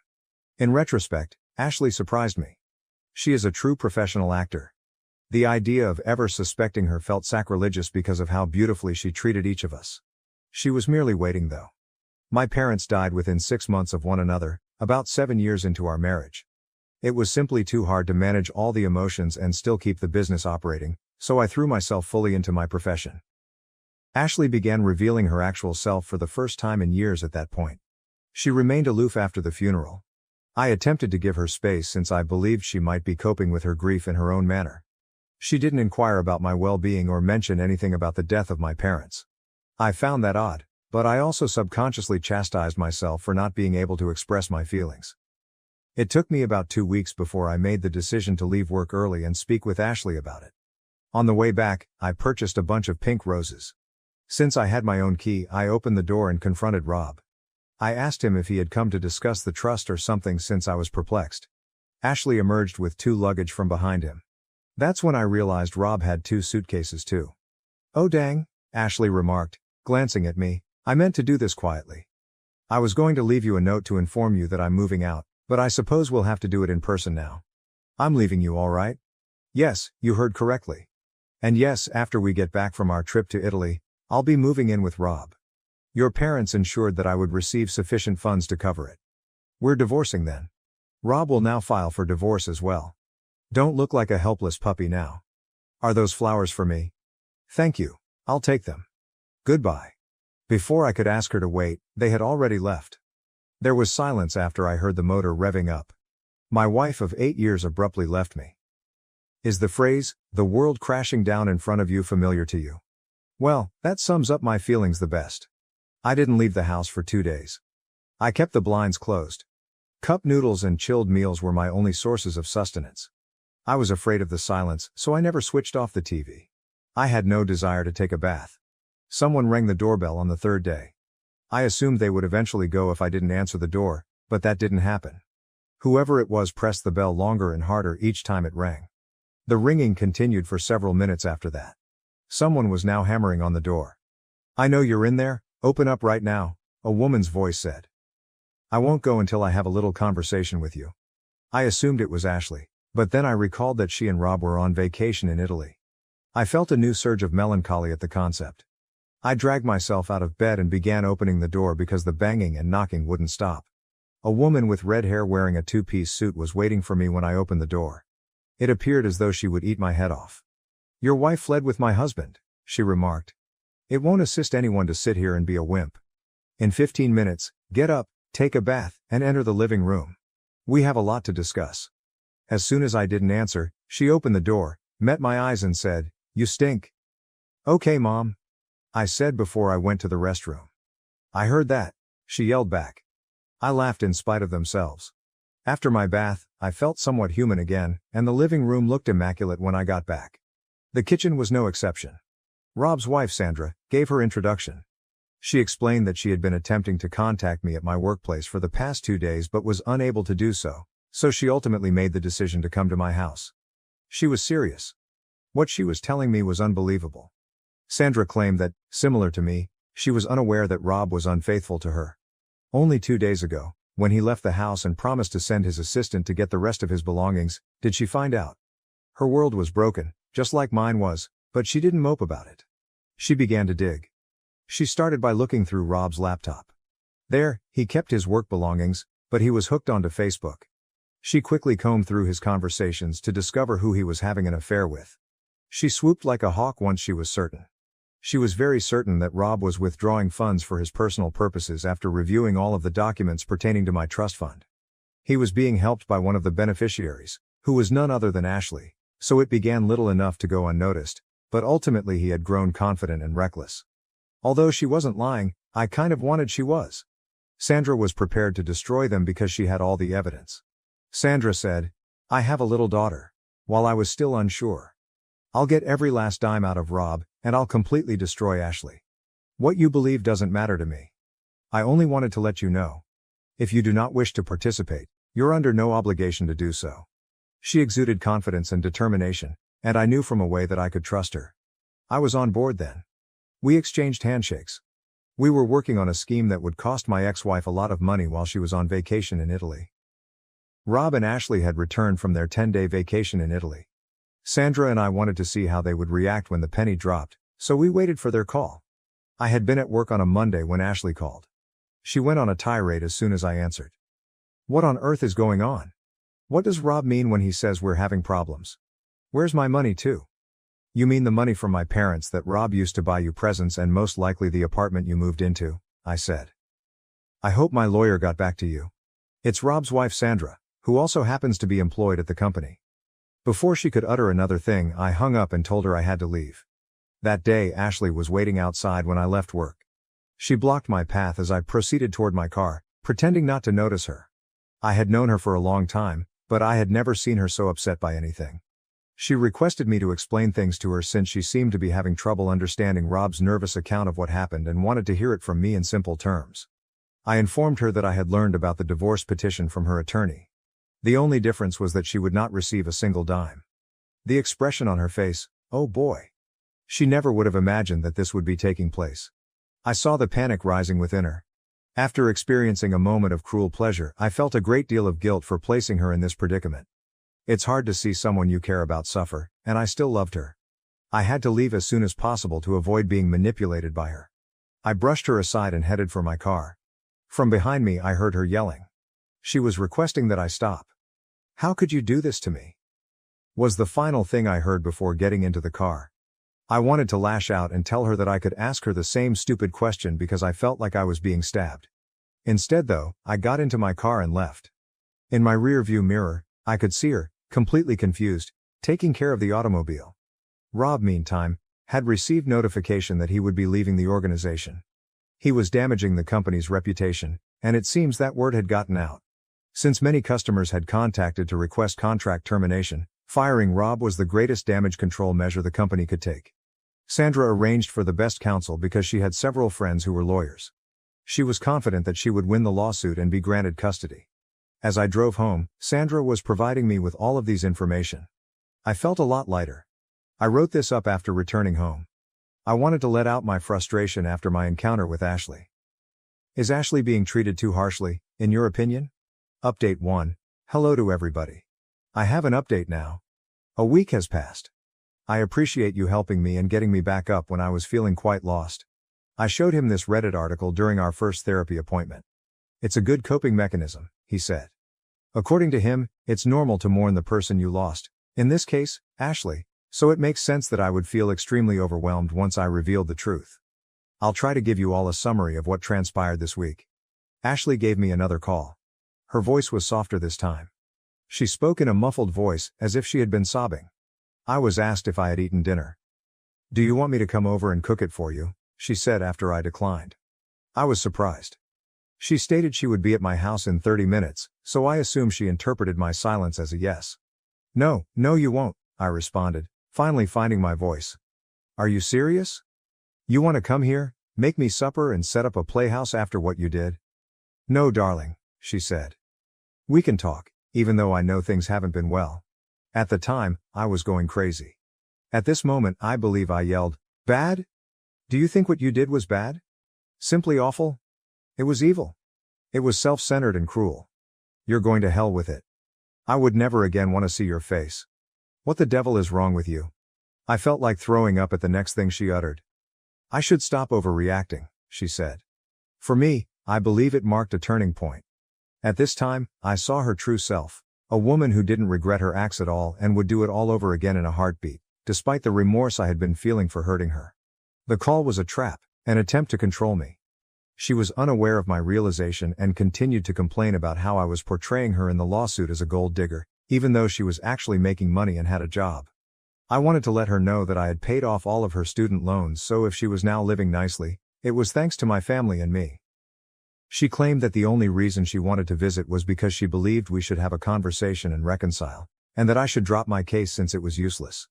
It was impossible for me to refrain from asking, "What about Rob?" She claimed that Rob was simply different and that she was having an affair with him because he made her boring existence interesting. She then began accusing me of never being there for her and of being away on business. She claimed that she had a passionate romance with Rob, whereas I lacked it greatly. I was suing her rather than offering her an apology. By this time, I was certain she was attempting to bleed my ear. She could have discussed it with me or we could have attended marriage counseling, I informed her, if she had been experiencing so many issues. The answer was never cheating. She started to insist on coming over and change the subject. After hanging up, I dialed Sandra. I explained what had transpired to her.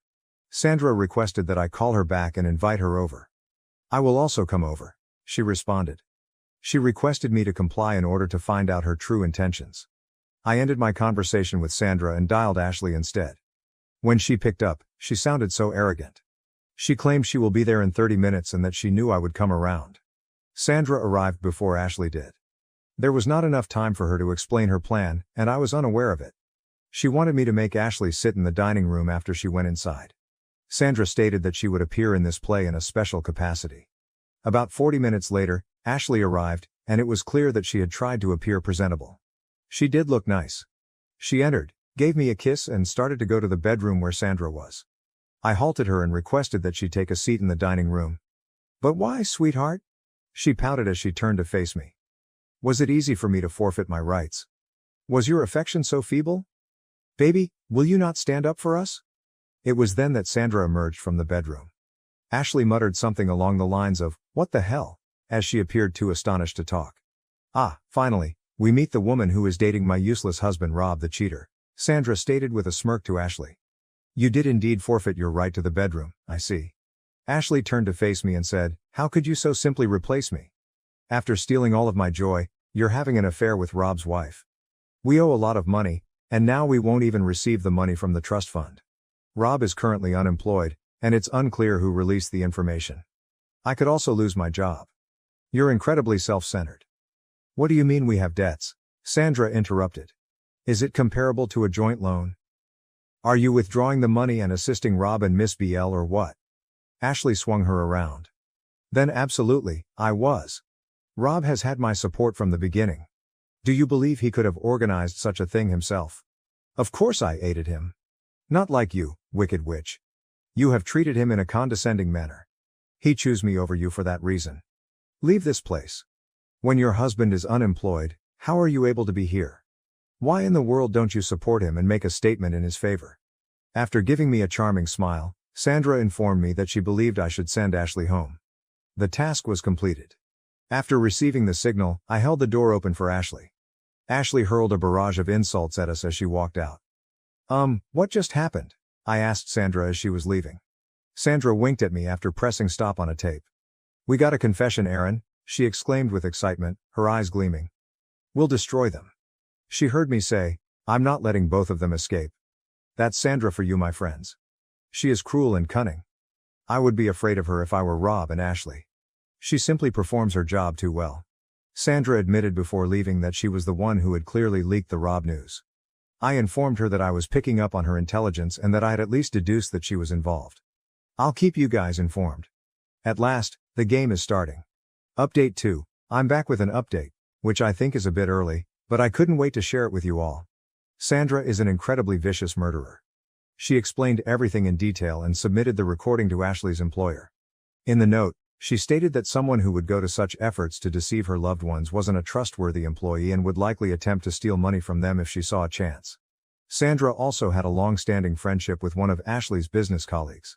Sandra's buddy quickly withdrew from a transaction she was about to support, claiming that she had doubts about the reliability of several team members. The agreement was therefore off the table. When Ashley's supervisor heard the news, he was completely distraught. To salvage the deal, they acted quickly and dismissed the offending individual. That's all. My ex-wife was abruptly let go from the corporation. Both of them are currently unemployed and in debt. Sandra informed me that she had been receiving constant calls from Rob. He began messaging her when she didn't answer. She disabled his number and urged him to stop bothering her. I'm having a great time right now. According to my therapist, who I've been seeing, Ashley ought to serve as a case study on narcissism. That was kind of amusing, lol. After a long time, I burst out laughing. In any case, I'll update you all. Oh, did I mention that Rob had been arrested? Ashley apparently had to take money out of her savings account to cover his bail. Serve them well, lol. For now, goodbye. Update 3. Sandra gave me a call this morning. She was enraged. Rob apparently rang her doorbell intoxicatedly early in the morning and continued to abuse her. The entire incident was captured on her security camera. He tried breaking in when Sandra begged him to leave. Only after Sandra threatened to call the police did he go. The worst part of the entire situation was that Sandra and Rob's daughter, Emily, woke up as a result of all the noise. She witnessed the events and is now traumatized. Children typically suffer after divorce, but witnessing your father go drunk on your doorstep, yelling at your mother, and attempting to break into the house is an entirely different matter. Since then, Emily has refused to leave her room. Sandra needed to go to the police station to file a restraining order, so she asked if I could come over. At such short notice, she was unable to hire a babysitter. I assured her I didn't mind and asked them to call me at work if they needed anything. Sandra went out the door as soon as I arrived. Since Emily hadn't even had breakfast, she advised me to offer her some food if she came out. I went to knock on Emily's room as soon as Sandra left. I got a pin and shattered the lock when no one answered. I have no idea why, but I was feeling suspicious. I was contemplating the worst-case situations during the stillness. I was unable to remain motionless while the youngster was in pain. There was no one in the room when I rushed in, and I was breathing heavily. Then I noticed a slight movement. Emily was concealed beneath the bed. With the exception of her hair, the 3 or 4-year-old daughter looked exactly like her mother and was staring at me with fear in her eyes. She stammered in terror and managed to ask me if Rob had sent me and if I was her dad's buddy. I got down on my knees and said hello. I explained to her that I was actually her mom's friend rather than her father. At that, she appeared to calm down a little. She then began to stare out the window nervously and inquired as to whether her father had left. Since her mother was like a tigress and would do everything in her power to protect her cub, I answered that he was. At that point, she broke down in tears and confided in me about her fear that Rob would break in and harm her mother. I promised her I would never allow that to occur. In addition to losing a parent, this innocent child had witnessed what a terrible monster her father was, and I felt terrible for her. I persuaded her to play her favorite Disney film and come out. I served her some lasagna that I had warmed up. Sandra tells me that Emily was sleeping well on my chest and drooling into her favorite pillow when she returned. Emily clung to my legs and wouldn't let me go that evening when I was ready to go. She sobbed repeatedly before finally admitting that she was afraid Rob would reappear and leave her mother alone. When Sandra rolled her eyes at me, I stopped joking that her mother didn't need to be protected. I stayed the night because I knew it would be very hard to explain a restraining order to a youngster. Emily and I both slept soundly. Sandra served us delicious pancakes the following morning, and I left right away for work. That night, Emily made me swear that I would return to sleep at their place. Well, I suppose that's my life at the moment. Sandra's place is where I have to stay at night. Sandra has yet to find a good child psychologist, despite her best efforts. I'll give you all an update following the initial hearing. Goodbye. Update 4. Well, phew, I guess I haven't given you guys any updates in a while. The initial hearing has concluded. This is what a lay person like me has discovered. Rob and Ashley are completely cooked. Yes, brother, I do mean it. They're barbecue cooked. We have so much damning evidence against them that the matter is really closed. However, given the nature of courts, it is likely to take a long time. Sandra thinks it won't take more than 6 months. She also thinks that they will both be going to jail. Rob and Ashley will definitely not receive any compensation for the divorce. Rob is also required to pay child support. Rob and Ashley were unsuccessful in their employment search. I've learned that Rob works as a janitor at a local club.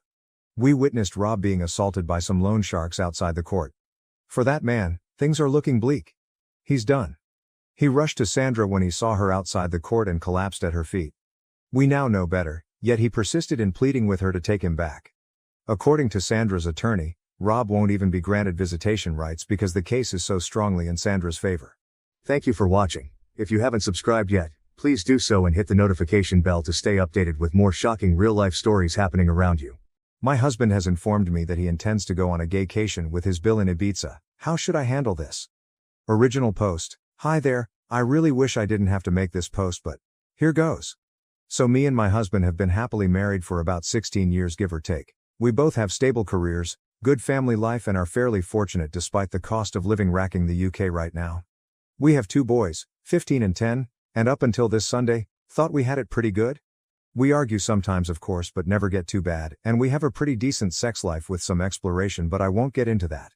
Long and short is, on Sunday, just after I dropped our boys off at their friends, my husband asked me if we had the house alone and more importantly, do I have a minute? I said yes and he sat me down, then got out this printed poster for some sort of orgy, and started explaining to me the concept of a gaycation. How it's where straight men go to somewhere with sun, sand and booze, and become gay, for the duration of the trip, but that's fine because it doesn't actually count, because what happens on the gaycation, stays on the gaycation. I was just completely silent and mortified, even more so when he said he was looking into booking a trip to Ibiza next year with his BIL, his sister's husband, to experience it for himself. When he finally let me speak, I just said, I need him to be clear with me, is he gay? Because if yes, that's okay, but we need to figure out what happens going forward. I didn't let myself get angry or upset, I was just stunned. He swore up and down how he's not gay and he's 100% attracted to women and of course still loves me and our boys.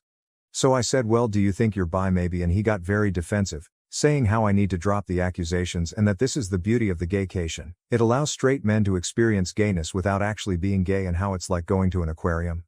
And again he was adamant he doesn't find men's bodies or genitalia exciting at all, but he needs to experience this apparently. I said, well, I'm really not comfortable because even if he was bi, this would be explicitly cheating on me, and he got angry and reiterated he's not, because that's the beauty of the gaycation, etc. I just had enough and left the room. I ignored him for the rest of the day, but we spoke at tea where I again asked him, why does he want to do this so badly if he's not gay? He said how he's interested in how gay men's lives differ to straight men's and that unfortunately, once the gaycation begins, it's simply impossible for a man to resist and he must surrender himself mind, body and soul, to the gaycation or be destroyed. I really can't put into words how surreal it was, because he was speaking so matter-of-factly and he again insists this is a thing that straight men do all the time and how he's actually doing it a bit late. I just said to him if he has any love for me then he can't go ahead with this, and if he does, the marriage will be dead. We didn't speak anymore after that. Since then he's mentioned no more of it, but somehow, and this is what scares me a lot too, that decision genuinely seems to be tearing him up. He didn't go into work on Monday, and only went in half a day yesterday, because he told them he just felt too ill and he just looks distraught every time I see him. I really don't think he's wholly gay though. I can absolutely believe he's bi, but I'd rather we talked about that in a healthy way rather than this incredibly weird denialism around going on a sex holiday to Ibiza. Has anyone known straight guys to do this and come back and just go back to being straight? Like, surely that can't be a thing that happens.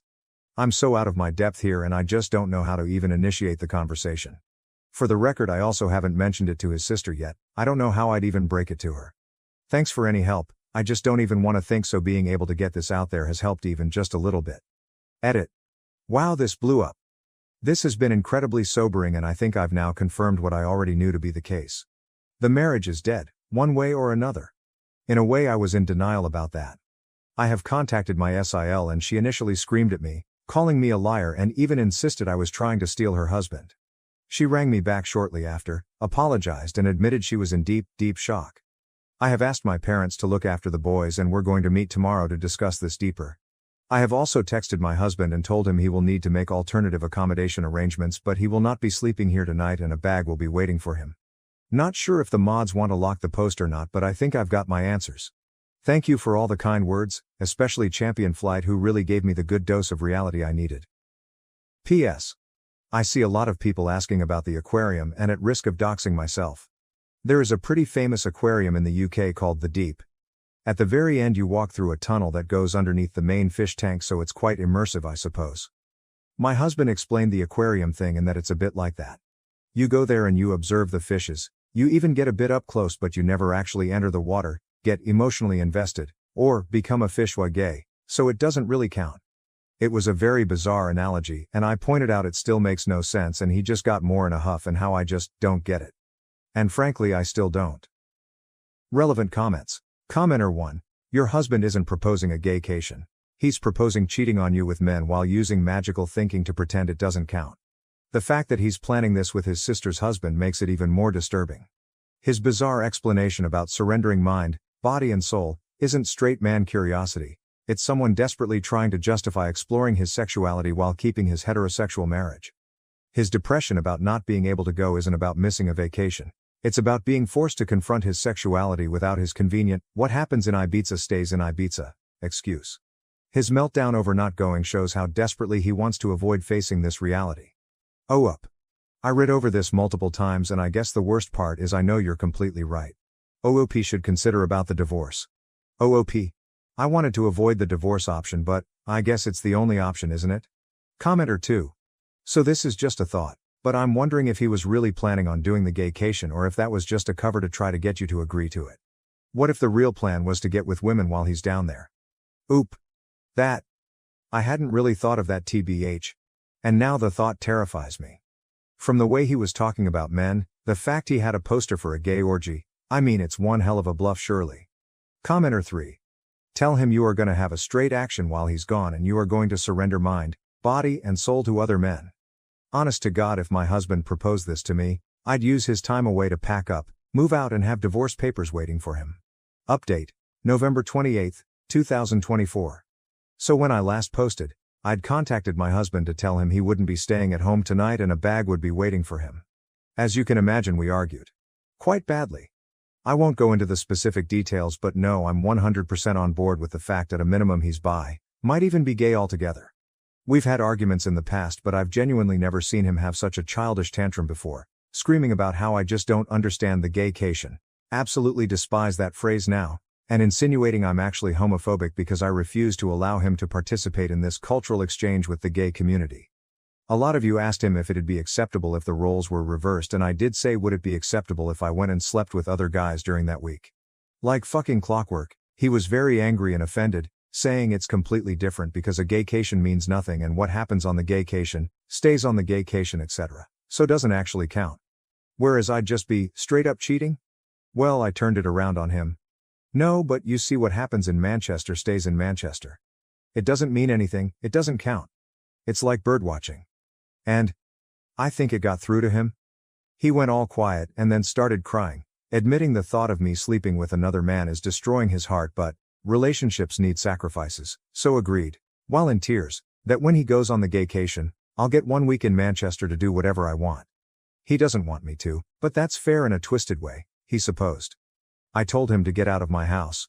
Thankfully he left without a fight.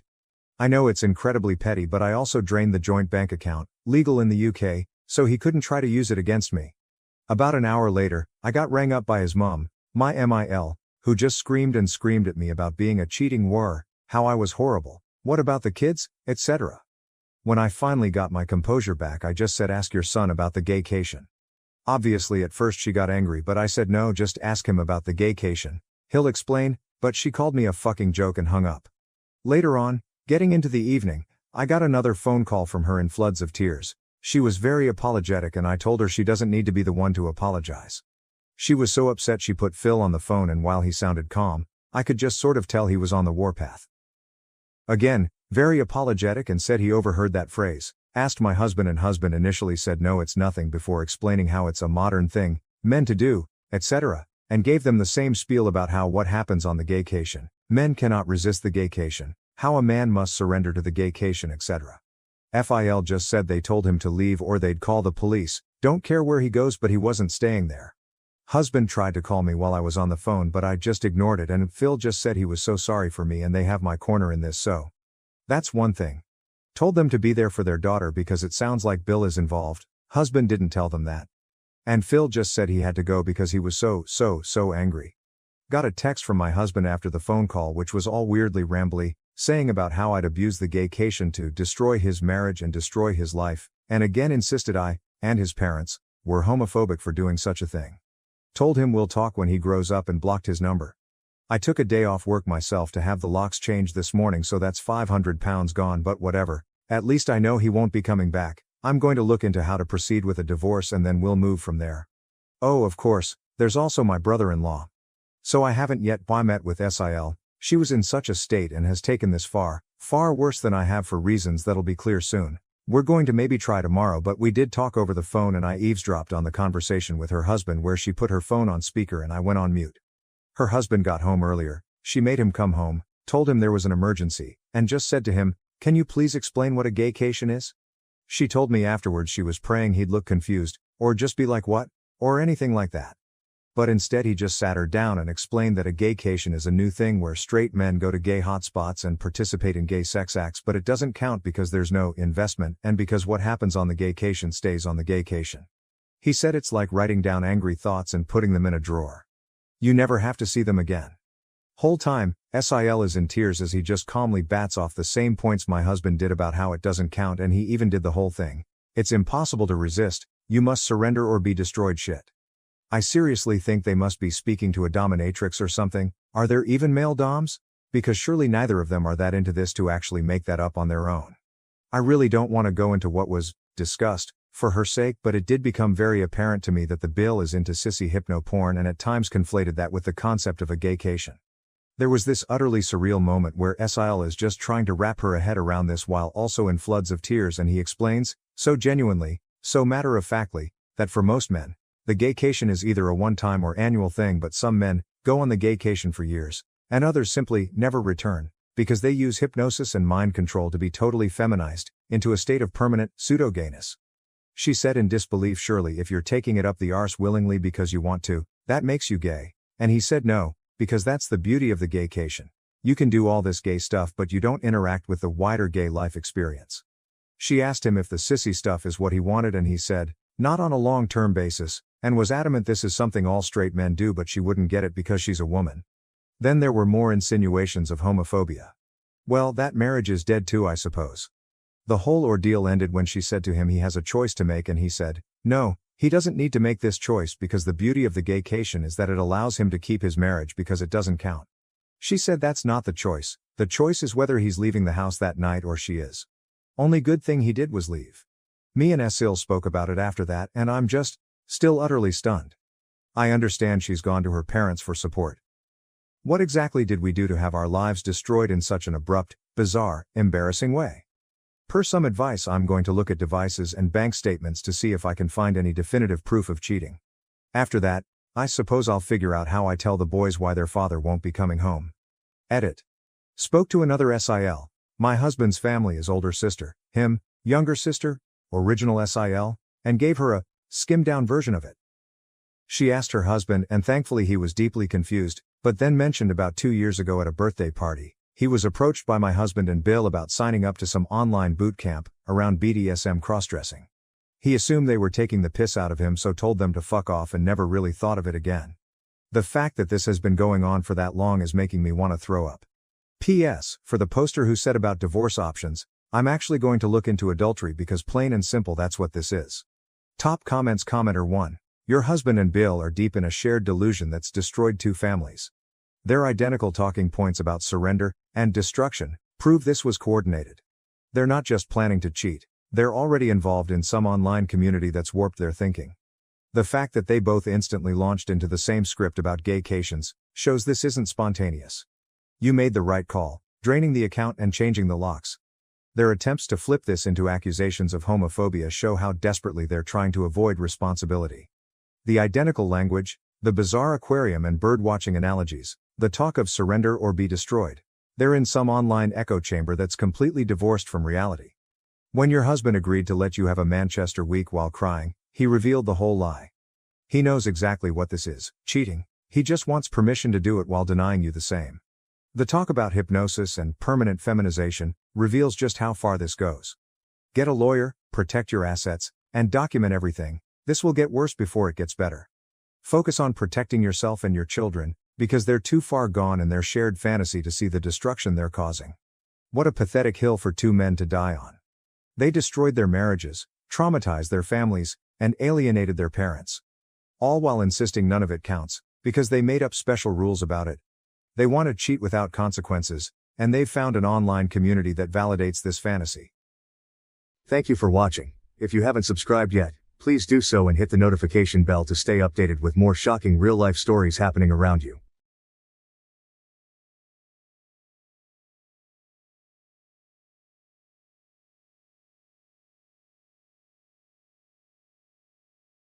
Dad favored my sister but was rejected. I chose my brother to walk me down the aisle and witnessed karma hit him hard.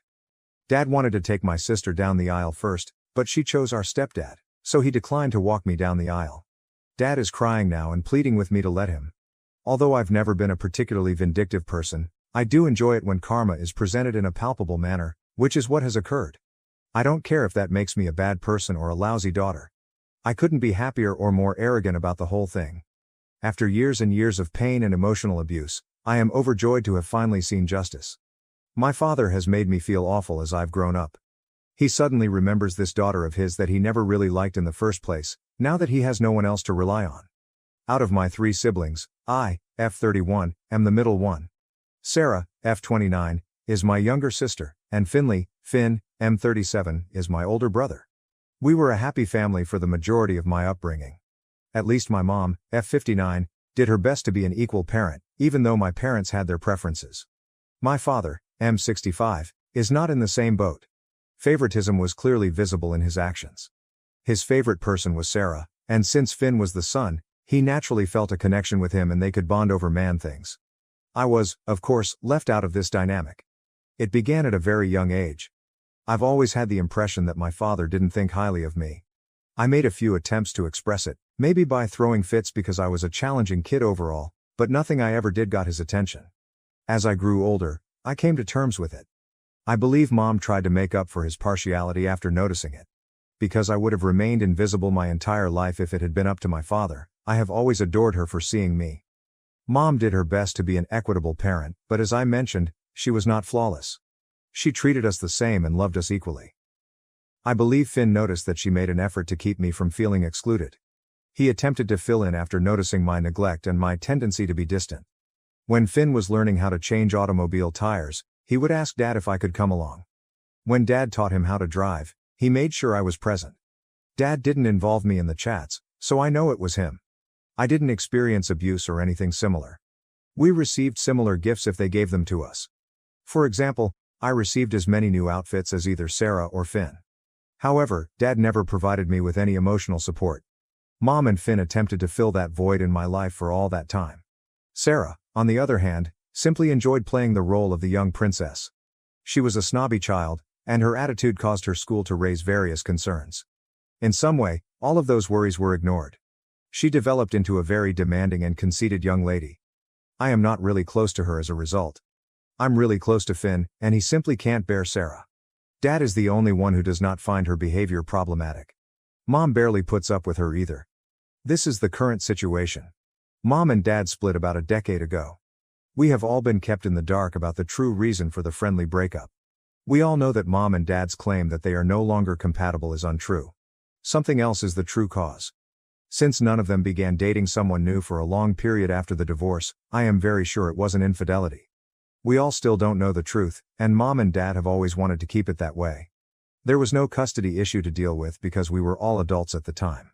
Since then, they've generally gotten along well. Since, let's face it, there's no love lost there, I have personally opted to avoid seeing Dad as much as possible. I suppose it works for both of us because he hasn't voiced any complaints about my absence. When I have free time, I usually visit Mom's house, although Finn and Sarah split their time equally between the 2 locations. We never go with Sarah unless it's for Christmas, but Finn and I occasionally plan our trips to Mom's house. Finn simply cannot tolerate her. When viewed from the outside, we appear to be rather normal and functional. But for once, I am glad that things have taken a turn for the worse. Mom began dating Arthur, M60, 5 years ago. They clicked right away after meeting at a yoga retreat. My time with Arthur is enjoyable, and he is a cool guy. He never tries to push limits and is kind to Finn and myself. Since nobody has ever mentioned it and I don't see any justification for him to treat Sarah badly, I'm going to presume that everything is well between them. All that matters is that Mom is happy. Even though Dad is very combative with Arthur, they have a friendly relationship. I believe it's because Dad doesn't have a steady partner and his dating life hasn't been very successful. In addition, Mom's life is opulent in comparison to her life with Dad, and Arthur makes a lot more money than Dad does. We are all pleased for Mom, but I believe Dad is really resentful of the whole thing. The fact that we get along well with Arthur is another thing he dislikes.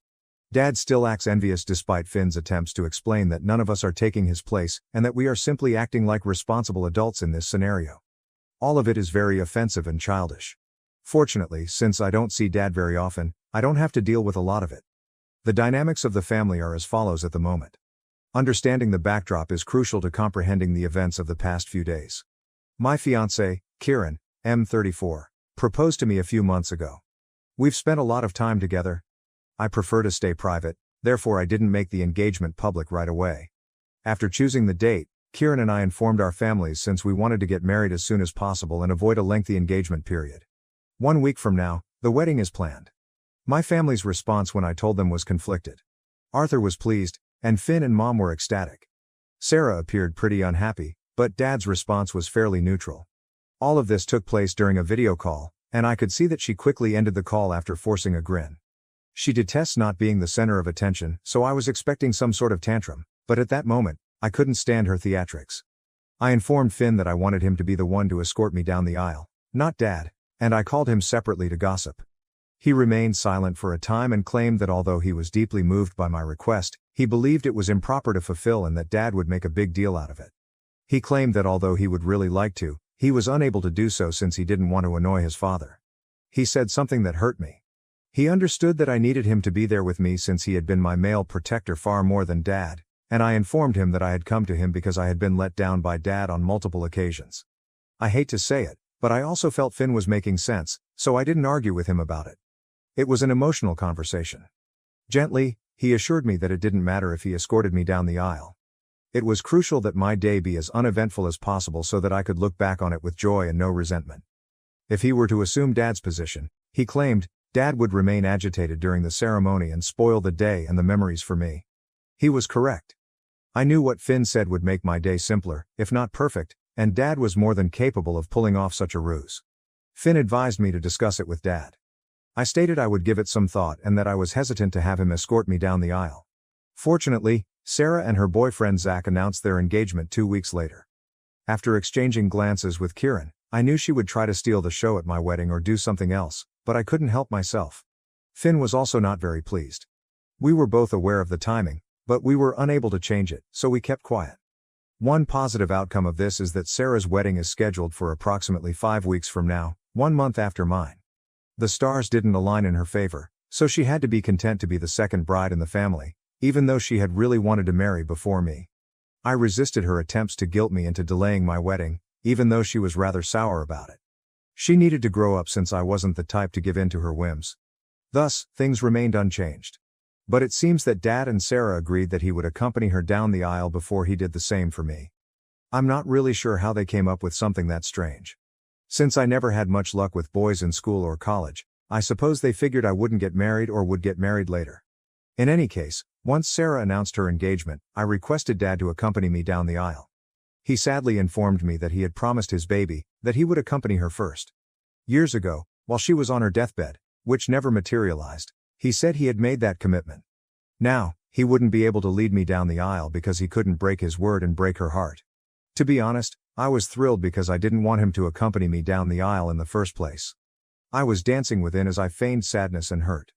I assured him that even if it hurt, it didn't, I would accept his vow to Sarah because I respected it. I called Finn right away and informed him of the situation. He was upset with his father. Finn stated that he would have seized the chance to accompany me down the aisle immediately if he had known Dad would act in this manner. He said that I could choose whatever daughter I wanted to grant this privilege to if Dad could. I was too delighted to care if Finn was upset with Dad. In the end, it had turned out to be just what I had desired, and I am overjoyed. Despite the pressure of wedding planning, everything was going smoothly. Up until yesterday, when unheard of drama entered my life, drama for which I lacked the stamina, everything looked to be in order, despite my jitteriness and nervousness.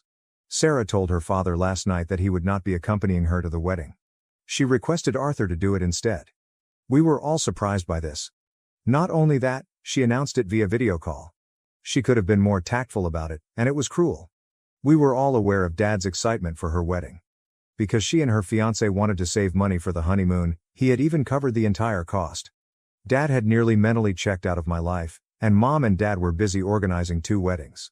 Since all of his attention was on Sarah, he had nothing to contribute or recommend and continued to show no interest in anything pertaining to my wedding. Furthermore, he had not made any financial contributions to my wedding. We were paying for it ourselves, Kieran and I. It had gotten to the point where I was depending more on Mom and Arthur's advice than on Dad's. In contrast to Sarah, Arthur was actively involved in my wedding preparations. Because of this, even Arthur appeared surprised by Sarah's request, or rather, her demand, and was unsure of how to react. When Mom finally stated that Arthur would love to do it, he continued to stare at her. I work in corporate, where terrible calls are almost a given, but that had to be one of the worst calls I've ever been on. Dad was crying. He began cursing out Arthur instead of discussing it with Sarah, and then hung up. And that was all. I didn't ask Dad how he was feeling, but I'm sure the others did. I quickly hung up the phone since I had too many other things to think about. Besides, this wasn't my problem. He didn't want to renege on the commitment he had made to Sarah. It was between them if she broke it. I didn't want or intend to step in. They were able to resolve it among themselves. I wasn't interested in becoming involved in trivial family matters at this time. I had no idea that it would soon cause me great annoyance. A few hours after his little princess dealt him a heartbreaking blow, Dad called me last night in tears. On the phone, he was crying and telling me that he would love to walk me down the aisle now and that he was foolish for turning down my offer. I was shocked by what I heard. It was astonishing how entitled they were. Although I was sorry for what had transpired, I gently explained to him that it was between him and Sarah. It had no bearing whatsoever on my wedding plans. I informed him that this had been decided months prior and that Finn was escorting me down the aisle. I also informed him that I was unable to make a last-minute modification. He promised to speak with Finn, saying that I didn't need to be concerned about Finn's disagreement because Finn was merely a placeholder for him. I explained to him that I didn't want to hurt Finn, not that he agreed. Dad didn't need to know that I didn't want him to be my father in the first place. I informed Dad that no swap was taking place, despite his insistence that he speak with Finn and make amends. The final step was for Finn to lead me down the aisle. He believed I was resisting because Finn wouldn't resign, and he was living in total denial. He was sure he could persuade Finn not to do it. After hanging up, I called Finn right away to let him know what was happening. It would be an understatement to say that Finn was furious. I informed him that I had always wanted him to be the one to reveal my identity when he asked what I wanted. Only at his encouragement did I ask Dad in the first place, and he was the first person I had asked. I replied in the affirmative when Finn asked if I was certain I wanted him to lead me down the aisle. Then he assured me that if Dad phoned him, he would correct him and that I shouldn't worry about anything. Since his favorite had sent him out, I told Finn that I didn't want any drama at the wedding and that Dad needed to realize that he couldn't just walk in anytime he wanted and use me as a stand-in daughter. Finn reassured me that there would be no alteration to the wedding arrangements and that he would make sure Dad knew about it.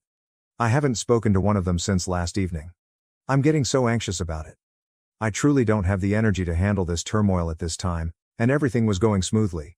I'm not sure if I should get in touch with them or hold off until I find out what transpired between Finn and Dad. I'm not even sure whether Finn has had a conversation with him yet. The anxiousness is making me queasy, and I'm at a loss for what to do. Update 1. Finn and I eventually spoke, and the situation is a complete mess, even worse than I had anticipated. Fortunately, he has taken care of the majority of it, so I won't have any issues. Finn claimed that he had been expecting a call from Dad to talk about the alleged change in plans, but the call never arrived. Finn recognized then that Dad was not going to talk about anything. Dad reasoned that since he had made the decision to accompany me down the aisle, everyone else must have agreed. After waiting a day for Dad to get in touch, Finn called him. Because I had mentioned something, he asked Dad if the arrangements had changed. In an attempt to appear casual, Dad said that because Sarah would no longer be walking me down the aisle, I had requested him to do so. Now, Finn, the more reasonable and level-headed of the three of us, is typically diplomatic. I was shocked to hear that he went completely crazy on Dad. Finn claimed that since they both knew I hadn't requested Dad to accompany me down the aisle, he urged him to stop being so rude. Rather, Dad had pleaded for the part after his beloved daughter had turned him down. Dad was enraged to hear this. When faced with the truth or anything he doesn't want to hear, he has a tendency to react violently. Finn, however, told Dad to stop talking and listen for once before he could interfere.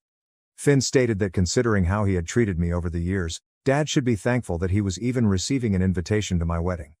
Then Finn relaxed.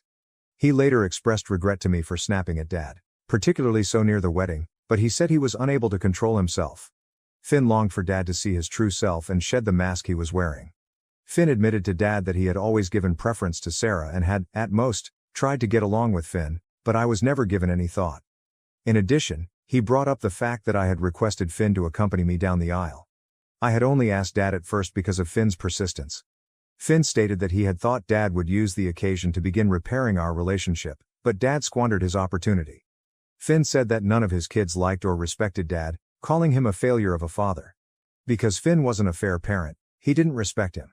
He never made an effort to love me or treat me like his daughter, therefore I didn't respect him.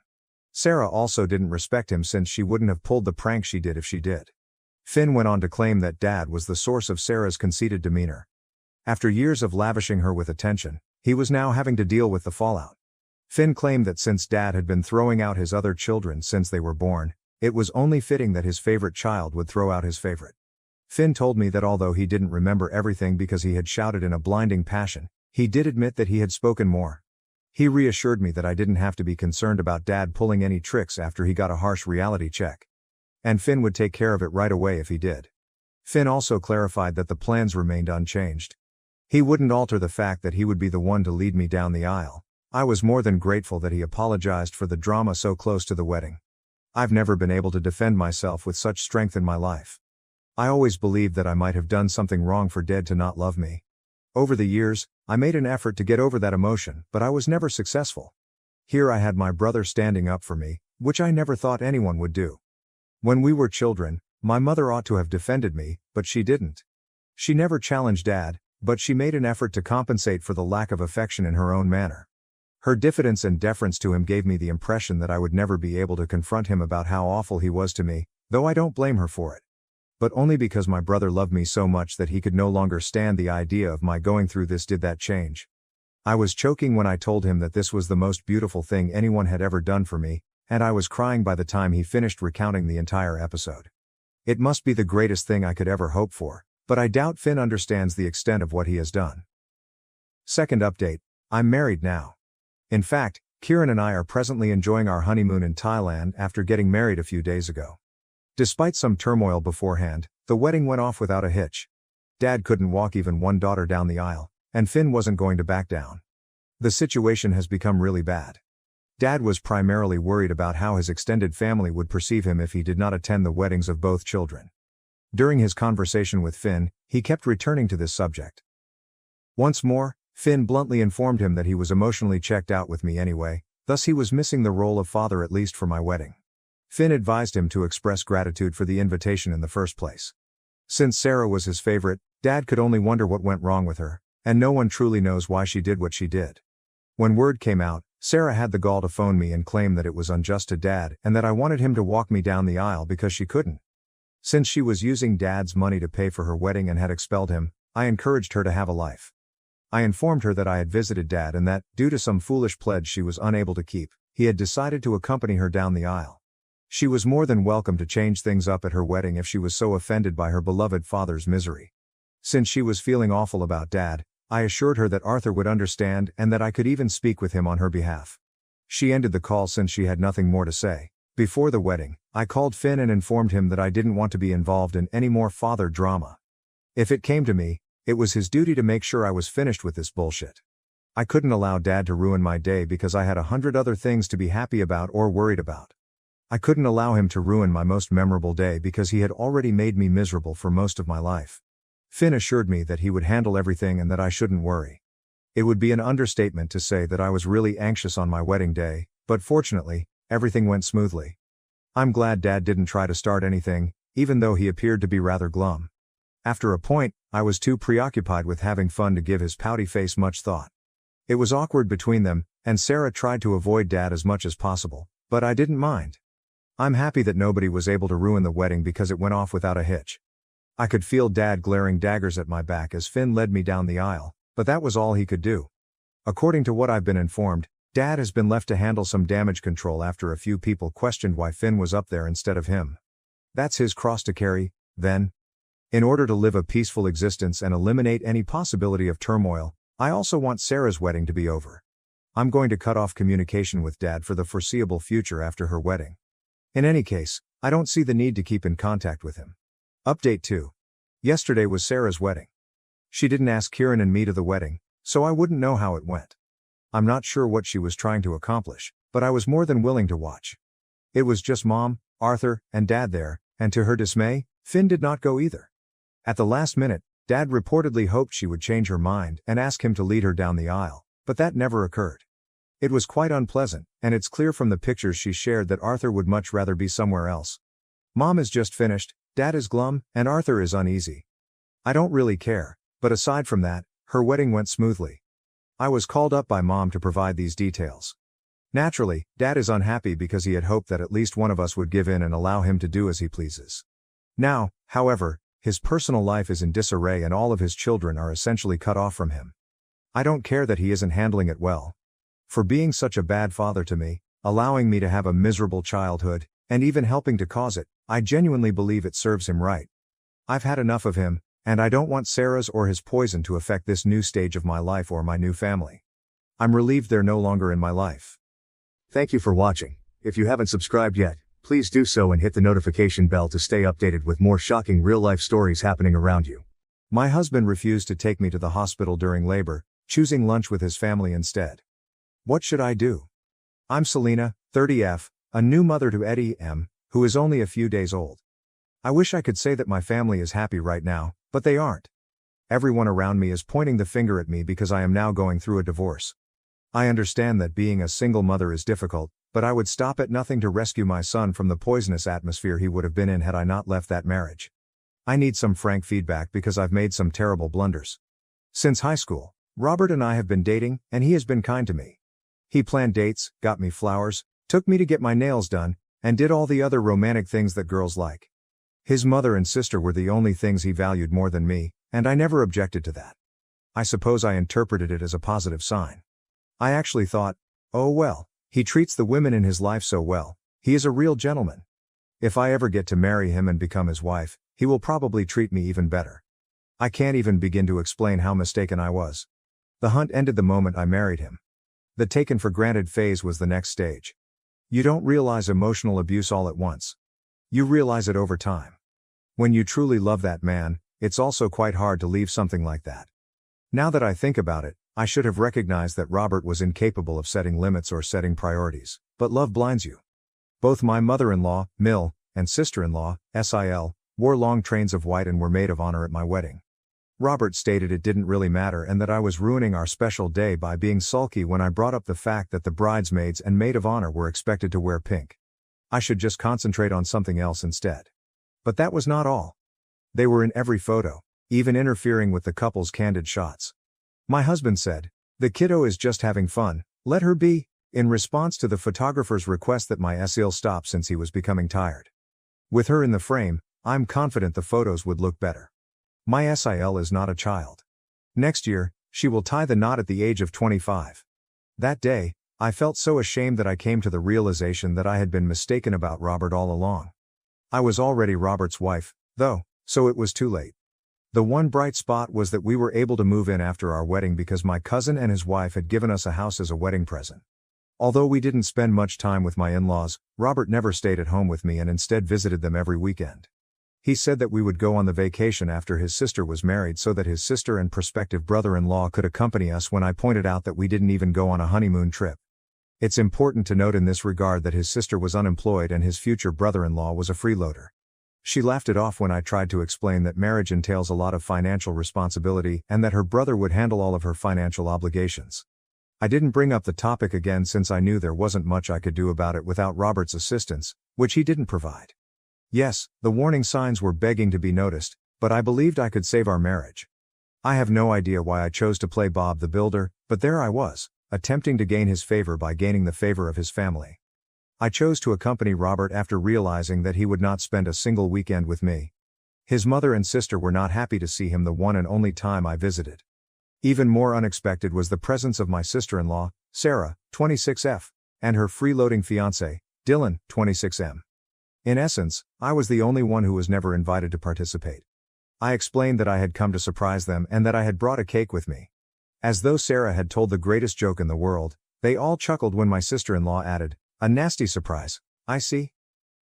Beatrice, 56F, Robert's mother, stated that they didn't have enough food for me because they didn't expect strangers because this was family time. Since I was his wife, I expected Robert to remark something about how much more of a part of the family I am than Dylan, but instead he was staring out the window and was totally absorbed in his thoughts, or at least acting that way. Robert gave me the car keys stoically after I informed him I would drive home. His mother waved goodbye with a smile and advised me not to act like a jealous child and bother Robert in that way. I cried all the way home and left without saying anything because I was so embarrassed. The following day, Robert took me out to dinner at my favorite continental restaurant after returning home that day with flowers and chocolates. Therefore, he was aware of the abhorrent treatment, he simply decided not to confront it. Robert treated me like a queen for the entire week that followed, until the following weekend, at which point he left for his contented family. Until the following weekend, he would return and overcompensate. After a few months of marriage, this occurred, and even the preferential treatment ceased. Dismissal took its place. He would blame me of not understanding his responsibilities to his family and say that I should be accustomed to his Saturday breakfast with his family by now if I ever mentioned how lonely I felt on the weekends and wanted to spend time with him. He frequently accused me of exaggerating. I told my mother about my extreme dissatisfaction. According to Mom, if we had a child, Robert might be more involved and at home and I might not feel as alone. I reprimanded her and told her that having a child would be a very selfish motive, but she managed to get the notion into my head, and I continued to consider it. I might have to drop the child off at my mom's before I left for work because we would both be working parents, but on the weekends, I would be able to spend a lot of time with the child. Wouldn't the baby's father want the same thing? I asked my husband whether he thought we were ready to become parents as I gradually developed a kind of baby fever. He was ecstatic and said that his mother had even hinted at this. He shrugged and stated that his mother was growing old and ready to be a grandma when I asked him why she wanted us to have a child. Therefore, it would be beneficial to have a young man who could look after her. I informed him that I didn't believe he was ready to be a father and that he couldn't use our child to care for his mother. The baby conversation was out of the question after our argument. I'm not sure what changed, but all of a sudden Robert began spending his weekends at home. He resumed his pre-marriage treatment of me, even purchasing tickets to the Maldives for our much-postponed honeymoon. During our week-long honeymoon in the Maldives, Robert made me feel incredibly unique and adored. He claimed he wanted to make amends for hurting my feelings. I fell straight into his trap, foolish as I was. We found out I was pregnant after returning from our vacation. It delighted Robert. Robert persuaded me that we were prepared to become parents, despite my reservations. During the first 3 months of my pregnancy, he took exceptional care of me, taking me to the doctor, making sure I took my vitamins, staying at home on the weekends, ordering all the food I wanted, and shopping for our unborn child. Things returned to their pre-vacation state in the 4th month. He had gotten me pregnant and ensured that I would do all in my power to avoid having the baby. That was the act's entire purpose. I was really depressed in the weeks before my labor. My mom came over to look after me, but she always blamed Robert's actions on his wealth, which was all that mattered to her. The 3rd week of December was my due date. Mom attended her brother's funeral 2 weeks prior to my birth. I was unable to attend my uncle's funeral because the due date was so near. I pleaded with my hubby to spend the weekend at home. My uncle's passing made me sad and lonely. I didn't want to be at home by myself on that particular day. I stated this to my husband and he responded, "Sel, you are going to be a mother and make a lot of sacrifices in the future, so being alone for a day is nothing compared to the sacrifices that you have to make. I will suggest that you better sleep it off. I will see you tonight. Don't wait up for me. I will have dinner with them. Bye, honey, take care. Remember you have to take care of yourself for our little Eddie." He took the car keys and drove off without even waiting for my answer. That particular day, I was feeling very ill, so I went to lie down and dozed off for almost an hour. I woke up with excruciating cramping. I was horrified to discover that my water had burst when I noticed that the bed was damp. I contacted my spouse right away. Before answering, he hung up the phone twice. His voice was absolutely irritated. When I heard my water break, I actually screamed. He said, "So why are you wasting time calling me? Call the hospital or something." I don't know, man. Gosh, you are a grown woman. Pull yourself together and face the situation. I am literally between brunch with everybody. Even Dylan's parents are here. Stop calling me. The line died. After staring at the phone I was holding, I went outside onto the street. I couldn't even drive myself to the hospital since Robert had stolen the car. A man stopped when I flagged down a car. He held the door open for me in a hurry. I was taken to the hospital in a hurry. Mr. Singh, the gentleman, completed all the papers and asked if I wanted him to make a phone call. He came and informed me that no one was answering after I gave him my husband's phone. In that instant, a stranger named Mr. Singh stood up. Eddie was the only person who came to see me after I gave birth. He brought me chicken wings, bananas, and baby outfits. I started to cry. Since my uncle was unable to be present in person, I had the impression that his spirit had sent this man. Mr. Singh gave me a pat on the hand and congratulated me. He muttered a prayer for Eddie after I handed him over to him. I reminded him of his daughter, he said, and I should call him if I ever needed anything. I got his card from him. I noticed that he practiced divorce law. I believed that all of the signals were coming from my guardian angel. I told Mr. Singh without hesitation that I was looking for a place to stay. I desired a home of my own. He offered to transfer me into his penthouse, saying I wouldn't have to worry about the rent until I started working. He turned back before leaving, saying, "By the way, you can call me uncle." That evening, my hubby called in the interim. I didn't answer, but I did see it ring. I requested the nurses not to tell my husband that I was there in case he called since I didn't want him to know. They concurred. My spouse texted me to inquire which hospital I was at. I didn't respond. I was questioned by the nurses if they ought to contact social services. I requested that they refrain. The physicians and nurses were incredibly understanding and nice. My mother would undoubtedly tell Robert where I was, so I didn't even answer her phone. When Uncle Singh arrived the following day, he informed me that everything was prepared for my move-in. Since his daughter used to live there, he claimed there wasn't much to prepare anyhow. It was not long ago that she left the nation to work somewhere in Germany. He claimed that because he missed his daughter so much, it would be pleasant to have someone live in her apartment. His wife was equally excited to meet me, he informed me. I was driven to their tidy and lovely apartment by Uncle Singh. Auntie quickly began discussing ways to make things comfortable for me, even though she was overweight. I kept telling them that all I wanted was to stay there, but they kept asking if I wanted anything. After telling them all that had transpired, I requested that my uncle initiate the divorce process. I replied that I had never believed in anything more when he questioned whether I was certain about it. I was instructed by my uncle to text my spouse about the birth of my son. So I sent Robert an SMS about it. He informed me that I had been really irresponsible and that we needed to go meet his family right now with Eddie. He had the audacity to believe that I would take my son to meet his toxic family, I told him. After a period of silence, he continued. "Don't be a kid. We have to take Eddie to his godmother." When I questioned him who made the decision to name Robert's sister as the godmother, he told me to stop being funny since that was how it was always meant to be. I lost my composure and began to scream, "You know what's ridiculous? It's you. You are the damn joker. I had to take a lift to the damn hospital and give birth alone. If you loved me and your son, you would have rushed to us. You are so damn selfish, and your family is crazy. You are not going to be a part of my son's life. You will hear from my lawyer soon. I am divorcing you." When I hung up, I was furious. Auntie seemed somewhat worried. She said that my spouse was a child and not a man when I hung up.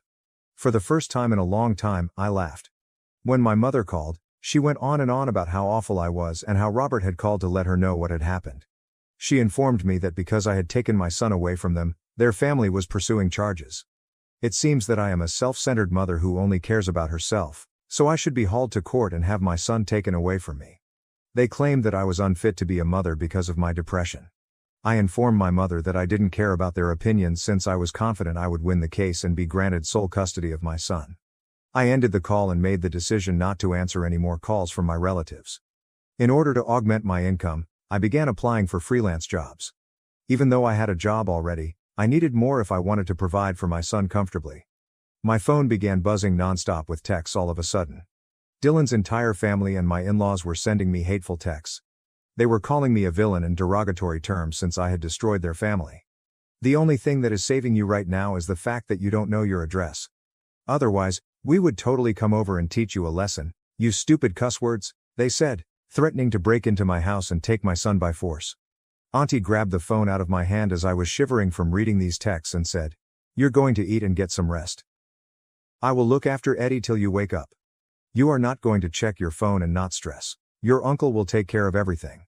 When you wake up, your uncle will take you to the police station to lodge a complaint. We need to file a restraining order. I really wanted to vent, and I figured that putting it in writing would help me gather my thoughts. This was written in the bathtub during a lengthy soak. I'm going to bed shortly. The question of whether I made the right decision in preventing Robert from meeting Eddie, however, has been the one that has been plaguing me the most. Will this have an impact on his child's brain? I'm not sure whether Robert's presence would have had a negative impact on him because I don't think he is a good role model in any way. Update 1. Despite my reluctance to acknowledge it, I have been reading your comments and you are correct. Both divorce and the loss of a parent will inevitably affect Eddie in some way. Simply said, I'm happy Uncle and Auntie Singh will show the baby the affection he needs. Yesterday, I spoke with Uncle's daughter. She works as a scientist. I was explaining the situation that led me to her apartment to her. She concluded by saying that God orchestrated the gathering. She was quite concerned about her parents, but for the first time in a long time, she saw her mother truly happy now that I was there. Don't worry about the rent yet, she said. To my astonishment, she returned my gratitude after I did. I feel so fortunate that I cannot express it to you all. Eddie will look up to Uncle Singh as a positive male role model. I've given it a lot of thought, and I believe I will be as honest as possible in my responses to Eddie's challenging questions. I'll make an effort to teach him how to be a man rather than a pet of his mother. We'll have to wait and see, I suppose. Update 2, let's get to the update. Uncle and I went to file the restraining order after I woke up from my nap. I can state with confidence that Eddie is in good hands because Auntie has been taking excellent care of him. Since the restraining order was filed, there's been a lot of calm, but I think I caught a glimpse of Dylan today as I headed to work. I'm not sure if this is just a hallucination or what. I'm not sure. I might have paranoia. I don't want to cause Uncle or Auntie any unnecessary anxiety, therefore I haven't told them about this. Technically, there is nothing preventing Dylan from attempting to get in touch with me because the restraining order has been filed against Robert's family. I don't want them to learn my residence. I'll keep you all informed. Update 3. Hello everyone, my penthouse was egged last night. I was by myself. Auntie and Uncle had gone home for the night. I rushed to Eddie's sleeping quarters and embraced him. He was sobbing uncontrollably and really frightened. I was secretly experiencing a panic attack because I felt so frightened and constrained. I attempted rocking Eddie back to sleep after the egging ceased after 15 long minutes since I was immobile. I placed Eddie on my bed and lay awake with him after he fell asleep. When Auntie arrived to meet me the following morning, she was in a complete panic. She wanted me to live with them in their home, but I informed her that it wouldn't make a difference because their house will be egged the next time. Although I believe my hypothesis that Dylan had followed me was correct, we are unable to bring a direct case against him because the law does not allow for speculation. We have accused unidentified individuals of vandalism. As I write this, Uncle is installing cameras and a new security system. Next week is when we have our court hearing. I'll keep you all informed. Update 4, I'm exhausted. This will only be a brief update. All I want is for the hearing to end. At this point, the drama is becoming excessive. Dylan attempted to break into the house last night. The security system alerted 911 right away, and he was apprehended. He had a black balaclava on. The police took him away. Upon questioning, it was discovered that they intended to abduct Eddie. Then, custody would go to Robert, and I might be seen as a negligent mother. However, the entire game was altered by the fact that he was captured. They have absolutely no chance of winning now, and more significantly, some of them will be going to jail. Update 5. The kidnapping was rejected by Robert's family. Yes, I'm not at all surprised. Dylan was completely enamored with Sarah, but she has since left him. My uncle told me that no one ever paid Dylan a visit while he was in detention. Uncle gave Robert a lot of attention throughout our court session today. It appears that things will work out for us. Robert rushed up to me and held my hand as I was leaving after the hearing. He wanted me to move back with him and our children after admitting his sins. I was on the verge of giving in, but then I recalled all the times I had done so, and everything had simply returned to normal. I asked him to do his foolish stunts on someone else after taking my hand away from his. I told him that he needed to mature and that it was unrealistic to expect a man who didn't act like an adult to raise a child. It is unheard of for a child to raise another child, is it not? The microphone drops. Before he could say anything further, I hopped into Uncle's car and drove off. I gave myself a mental fist pump in anticipation of this incredible return. LOL. How do you all feel about my return? Wish me luck at the upcoming hearing as well. Can you guess who received Eddie's custody and the majority of the child support? Selena, Your girl is the one. Robert was granted visiting rights, that's all. I'm not going to appeal since I don't think it will be pleasant to deny my child his father. I don't want Eddie to grow up and blame my egotistical drive to win for his dad's unfamiliar appearance, even though I am positive that we would win if I did. This is exactly what I told Robert, but I added a caveat. He must never take Eddie to see his sister and grandma. I won't think twice about removing his visiting privileges if I discover anything suspicious happening behind my back.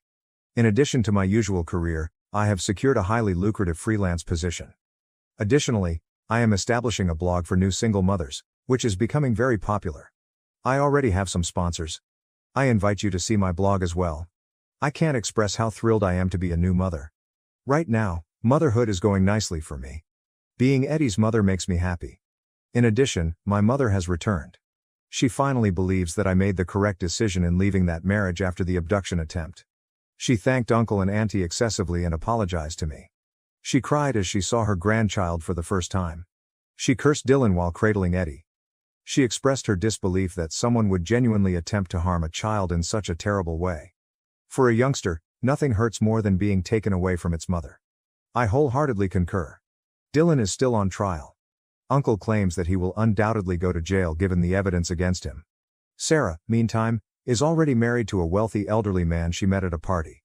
It seems that after just 1 week of dating, they are getting married. A friend of mine who lives close to Robert's residence is providing me with updates on their family. All the tea is going to your daughter. LOL. Oh, and I had requested that Robert vacate our home. Come on, it was a present from my family, therefore it's only right that he moves out. This week, he moved out, therefore I'm going back to my former residence. I can't even begin to express how grateful I am to the Singh family. For 2 months, I remained with them at no cost. They refused to accept my attempt to pay them rent. They only collected a month's rent in the end, claiming that this was my uncle's fee for defending me and that they would not want any more money from me. Update 6. I apologize for not responding to you all sooner. God, being a mother is a full-time job. I know, it's been 6 months. I'm grateful for my mother and aunt. When I leave for work, they alternately watch Eddie. These 2 ladies have been a huge assistance.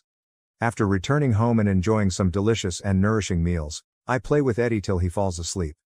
Every weekend, my uncle comes to visit us, and I also got to meet his daughter, who recently moved here from Germany. She is as kind as her parents, and she spent a week with us.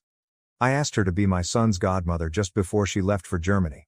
She sobbed uncontrollably and gave Eddie and me hugs. Eddie's godfather is my cousin, who gave the house as a gift. He wasn't shocked when I told him what had happened over the past 6 months. He claimed that he had reservations and constantly felt immature around Robert. He apologized for not being able to support me during that time because I was unable to contact him because he was out of the country. It wouldn't have helped even if I had succeeded in doing it. Eddie has experienced a lot of firsts in the last few months.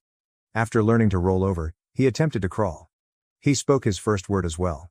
He really enjoys his bumblebee soft toy, but my mom says it's simply a random sound he made. Every month, Robert continues to provide new items. It felt incredibly weird when he came to visit us last week. The fact that the man I loved so deeply is now a stranger also kind of hurts me. But that's life, I suppose. Even though bad things happen, one must remain optimistic. I let Robert play with Eddie by himself. It was a smart move because I could do a lot of work while Robert took care of the infant.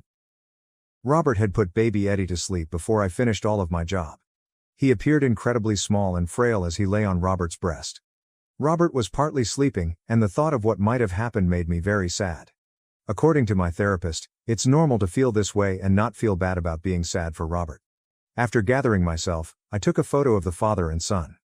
I framed that photo and gave it to Robert as a birthday present. After giving it a thorough examination, he thanked me.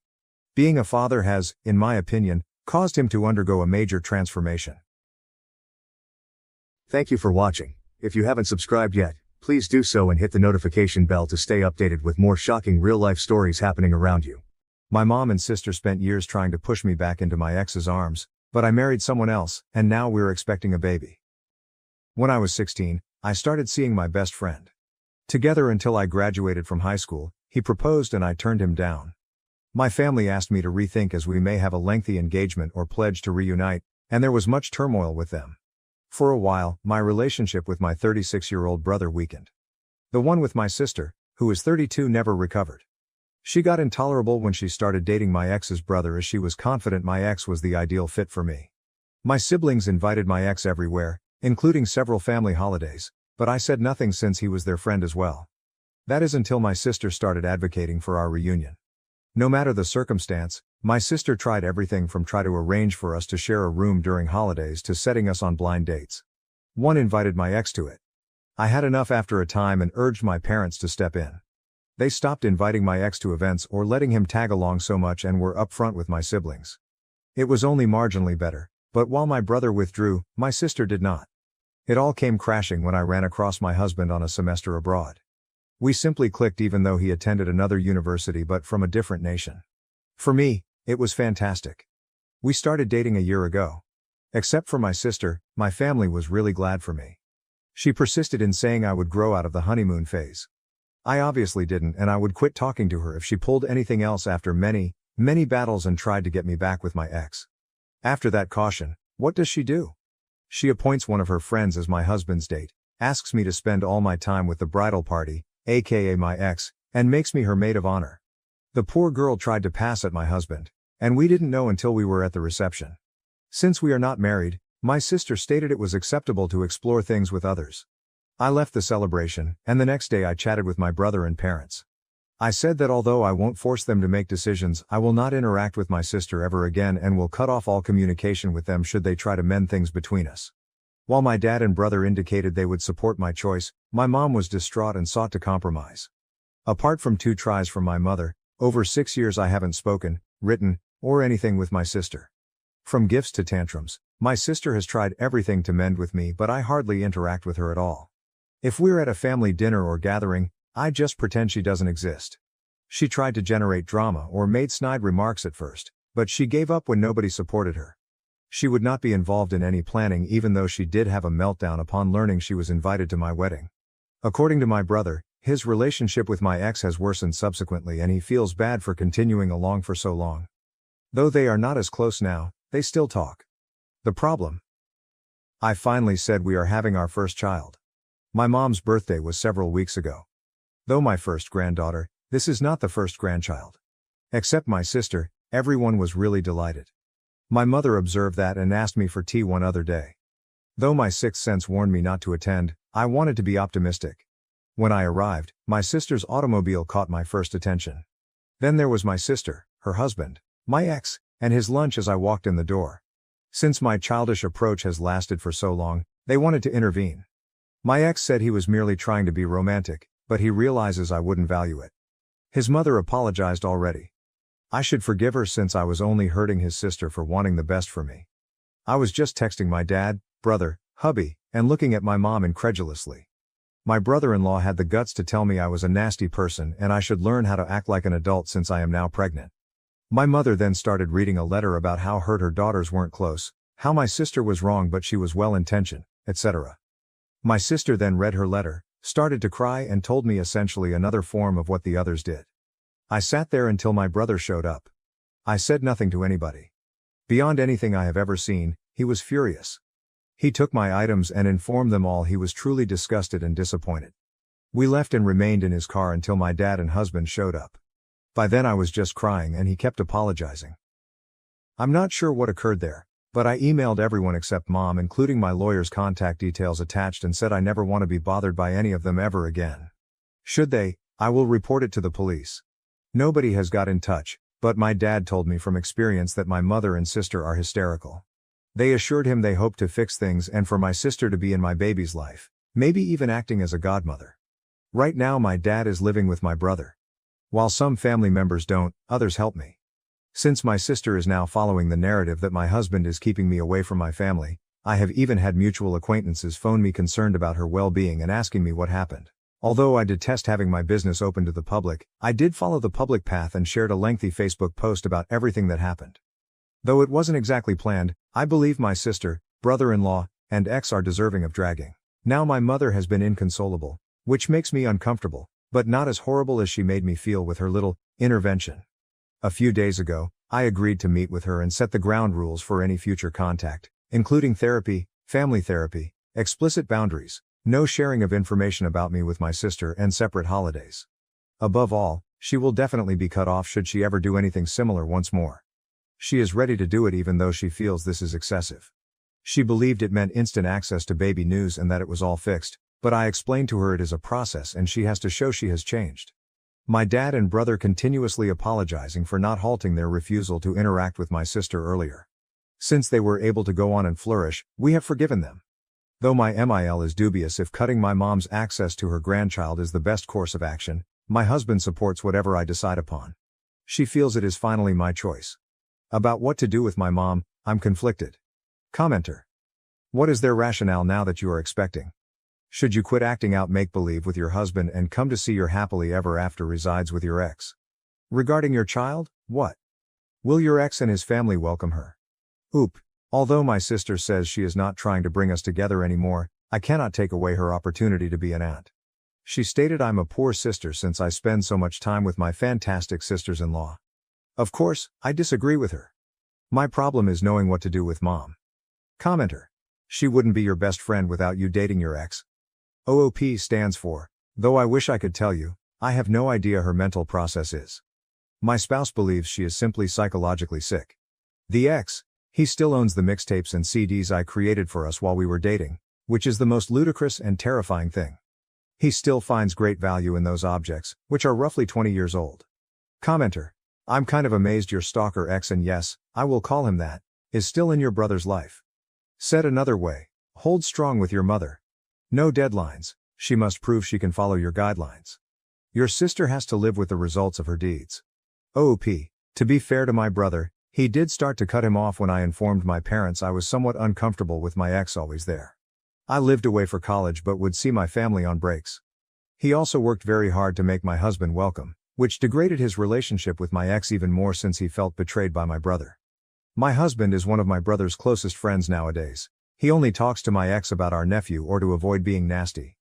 Commenter. You have to understand that your mother is endorsing all of this. She knows your mom also believes it's appropriate, therefore a major reason Big Sis is ongoing this. This makes me somewhat depressed since my mother was always so friendly to my husband and now I'm questioning their whole relationship. For some background, neither Indian nor from a religious family are we. My parents were decent, polite ones. At first, they considered it to be a romantic thing, but subsequently came to see it wasn't. They pushed me to start college and all around. Now, I know my dad really helped me and my mom might have just followed along and had the same ideas as my sister. My sister suggested that we would be best friends with the brothers. Update 1, same day, 16 hours later. The modification I wanted to post but couldn't. I want to thank you for the so far great support and guidance. Since there are too many for me to personally address, I would like to add a bit more information in my remarks.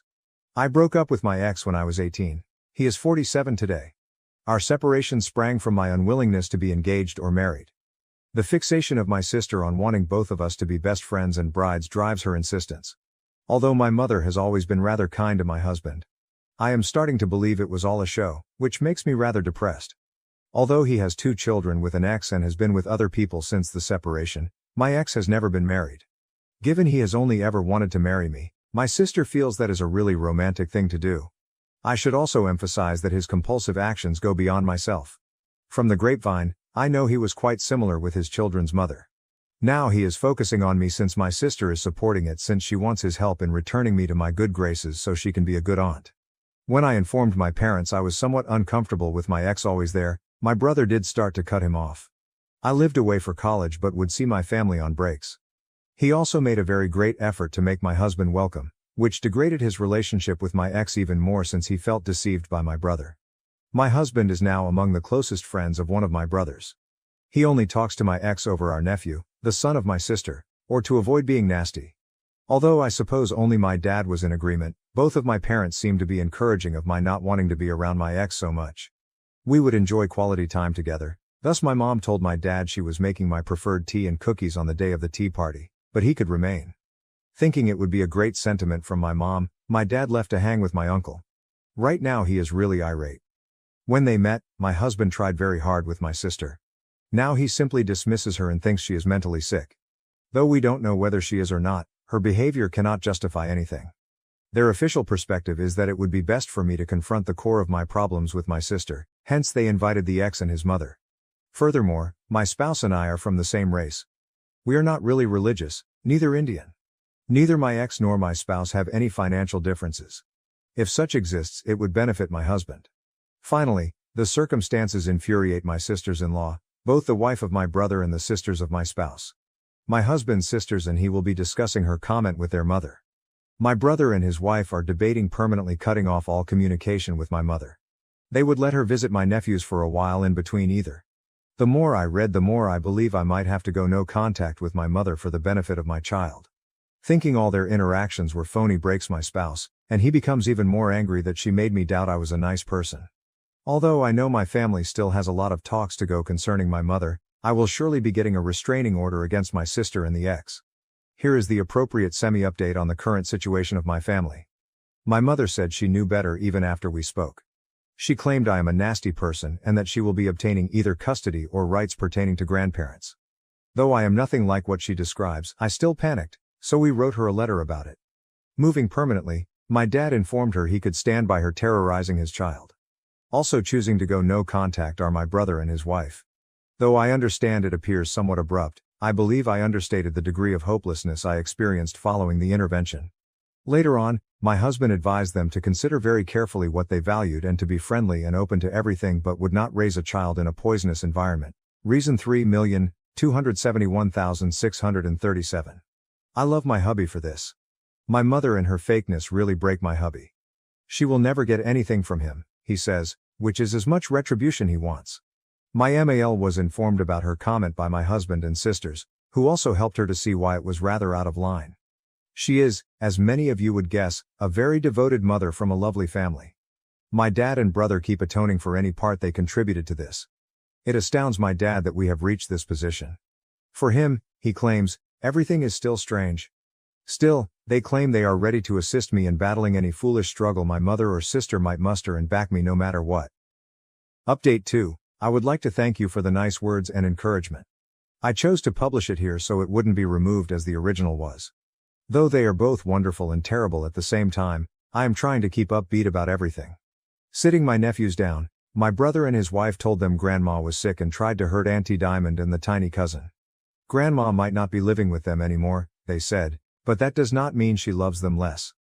Though the kids are smart, it was really difficult. Although Auntie is no longer in their life, they do not care as they hate her, not because of me alone, but rather because she is not exactly great with them either. When she was told, my mother lost it and began asserting she had rights and she would be able to visit her grandkids. Mostly because of my brother's MIL coming to visit, my dad is looking for a permanent apartment but will stay with us until January. We have the space. He is quite depressed. He has contacted divorce attorneys, moved bank records, etc. already. My mother has been sending him innumerable emails, messages and calls, but he responds to nothing. He was advised not to block her right now by the lawyer. He thought about maybe forgiving her, but a few days after my last post here I had a significant increase in blood pressure since she chose to visit my house with his sister. Though my mom knew I didn't want her there and my sister had never visited my house, I suppose that doesn't matter now. Knowing my mom, the cleaning girl let them in. I haven't had time to let her know she was not allowed to enter anymore. I observed the automobile, while I was returning from some errands. I skipped this time as well. I phoned every relative, and my husband's sister, was the one closest by. She challenged them and warned them either they left or I would call the cops on them for trespassing. They went and I started to feel ill. When we visited the doctor, they advised me that all the excitement was not good and that I should start unwinding or else the baby would suffer. Along with my brother, uncle, and husband, my dad headed home carrying every single item he could have thought of. According to my husband, my sister was also present and kept yelling at him that he wrecked her family. My dad told my mother and sister they nearly killed the infant and he also wants not to interact with any of them once more. Though it is not happening, my sister kept messaging my brother begging for aid. Since his mother has some crazy beliefs, my nephew is losing so much of his family. Hence, I am devastated and somewhat sad for him, but it is what it is. Regarding the custody and grandparent rights my mother wishes to exercise so much, my attorney wrote her a letter declaring she harmed the kid and my health and declaring, should she continue to harass me, it will become official legal business. Using her harassing of me as justification, my brother also sent her a letter. My mother and sister have both turned down attending treatment. Although they may be mentally sick, given all of this comes to light, it is clear they have long-standing agreement. Spending holidays with my family. Maintaining health, and attending therapy will be my main priorities. Update 3. Hi, I figured it would be a good fit as I had some time and had several requests for an update. From the bottom of my heart, I want to thank you for your comments, letters, and every piece of advice since we owe you for making us even more cautious than we were. A few asked me what process we utilized to find the baby's gender. After 20 weeks, I announced it. We wanted to be sure and feel comfortable about the announcement, hence we waited so long because we had experienced a loss in the past and we were ready to share it. We were also stupid enough to believe it would be especially meaningful for my mother. I sent it to my husband after publishing, and he spent a few days reading your comments, mails and advice. We cleaned the house and fortunately discovered nothing, but we still felt somewhat vulnerable and so visited a motel with my dad. Then we discovered a tracker on the vest of my fur baby. He has a humorous vest since he is a pretty small dog and gets cold a lot. I never would have considered checking there, but we found the tracker when my dad took him around the hotel grounds. My sister approached him about me and reconciliation. We moved since I was somewhat offended. We are fortunately able to afford it. Not merely empty, we are renting our former house as well as right now. That house used to be my favorite, but today I feel it's destroyed and contaminated in some sort.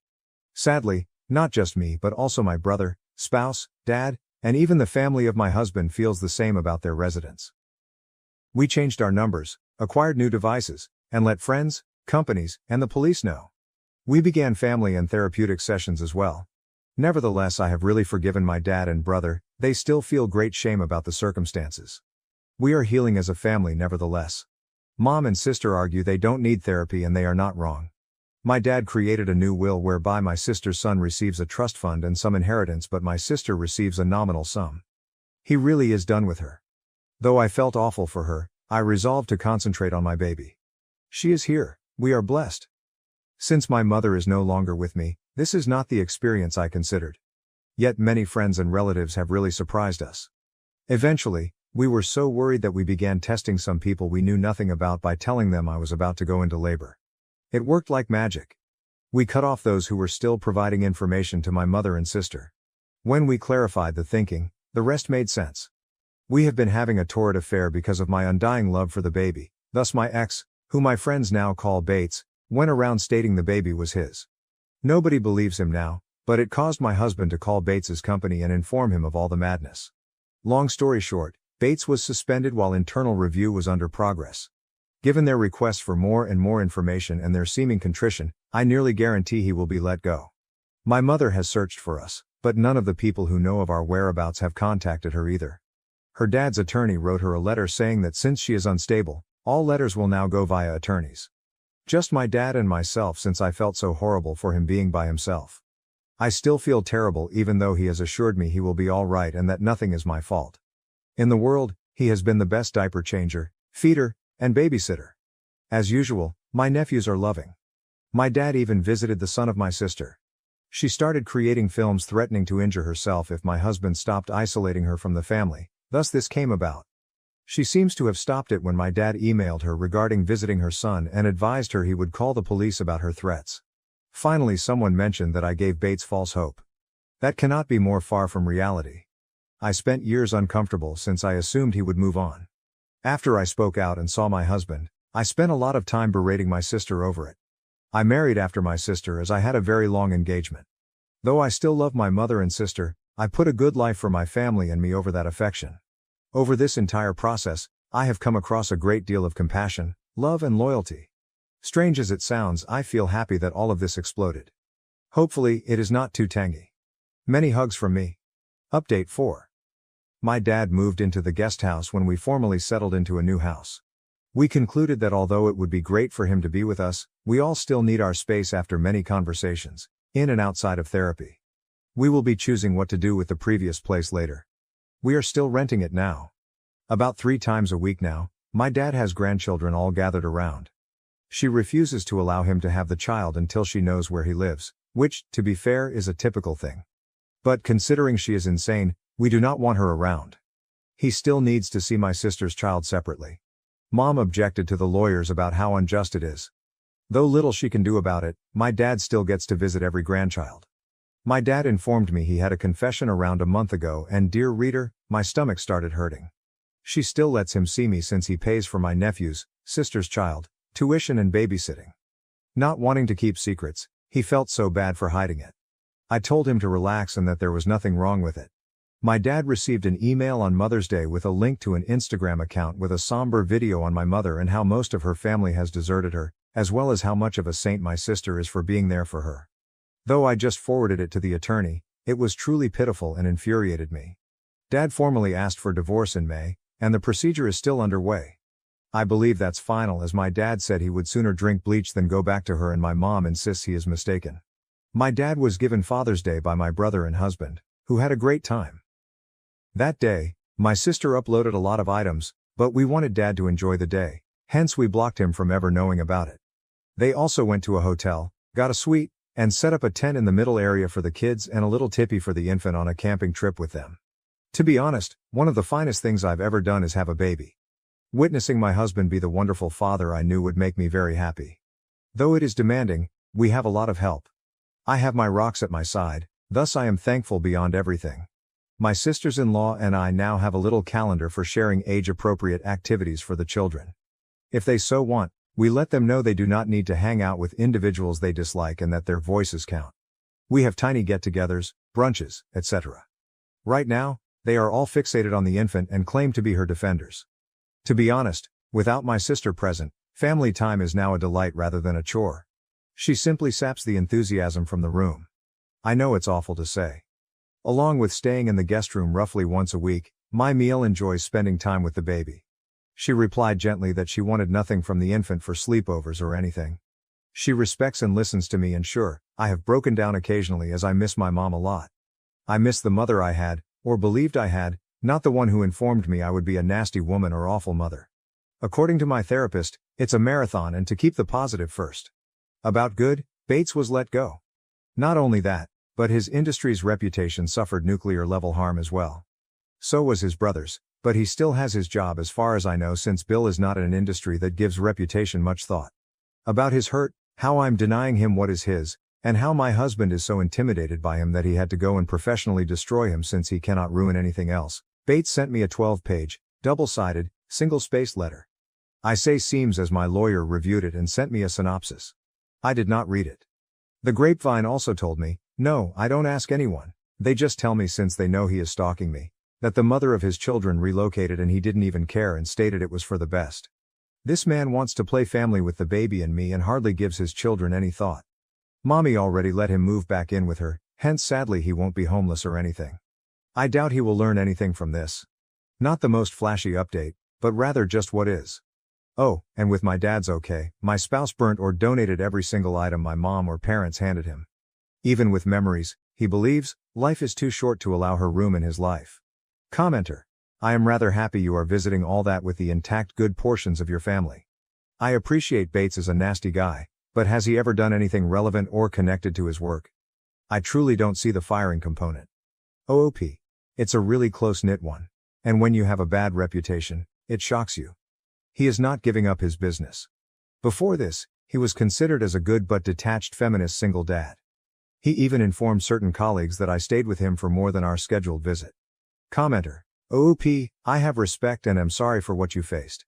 I am reading your entire story from the best of Reddit from my house in India at 1:30 a.m. As healthy and pleasant as you both are, I hope your child develops to be as well. Also, I hope this whole mess ends soon so you may be back with your mother following the end of her XF dream. Respect you, keep fighting. OOP. That's a great attitude, but I will never chat to my mom once more. I miss her a lot. I shed a lot of tears.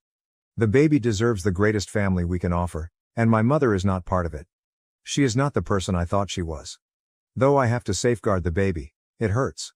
New update: long time, no saw. Though first I want to thank you for all of your comments and letters. I have some updates for you. I value it greatly as every time I log into this account I am inundated with essentially wonderful stuff. Nobody will probably read this, but for those that want updates, they are mostly decent. Let's get right on with that out of the way.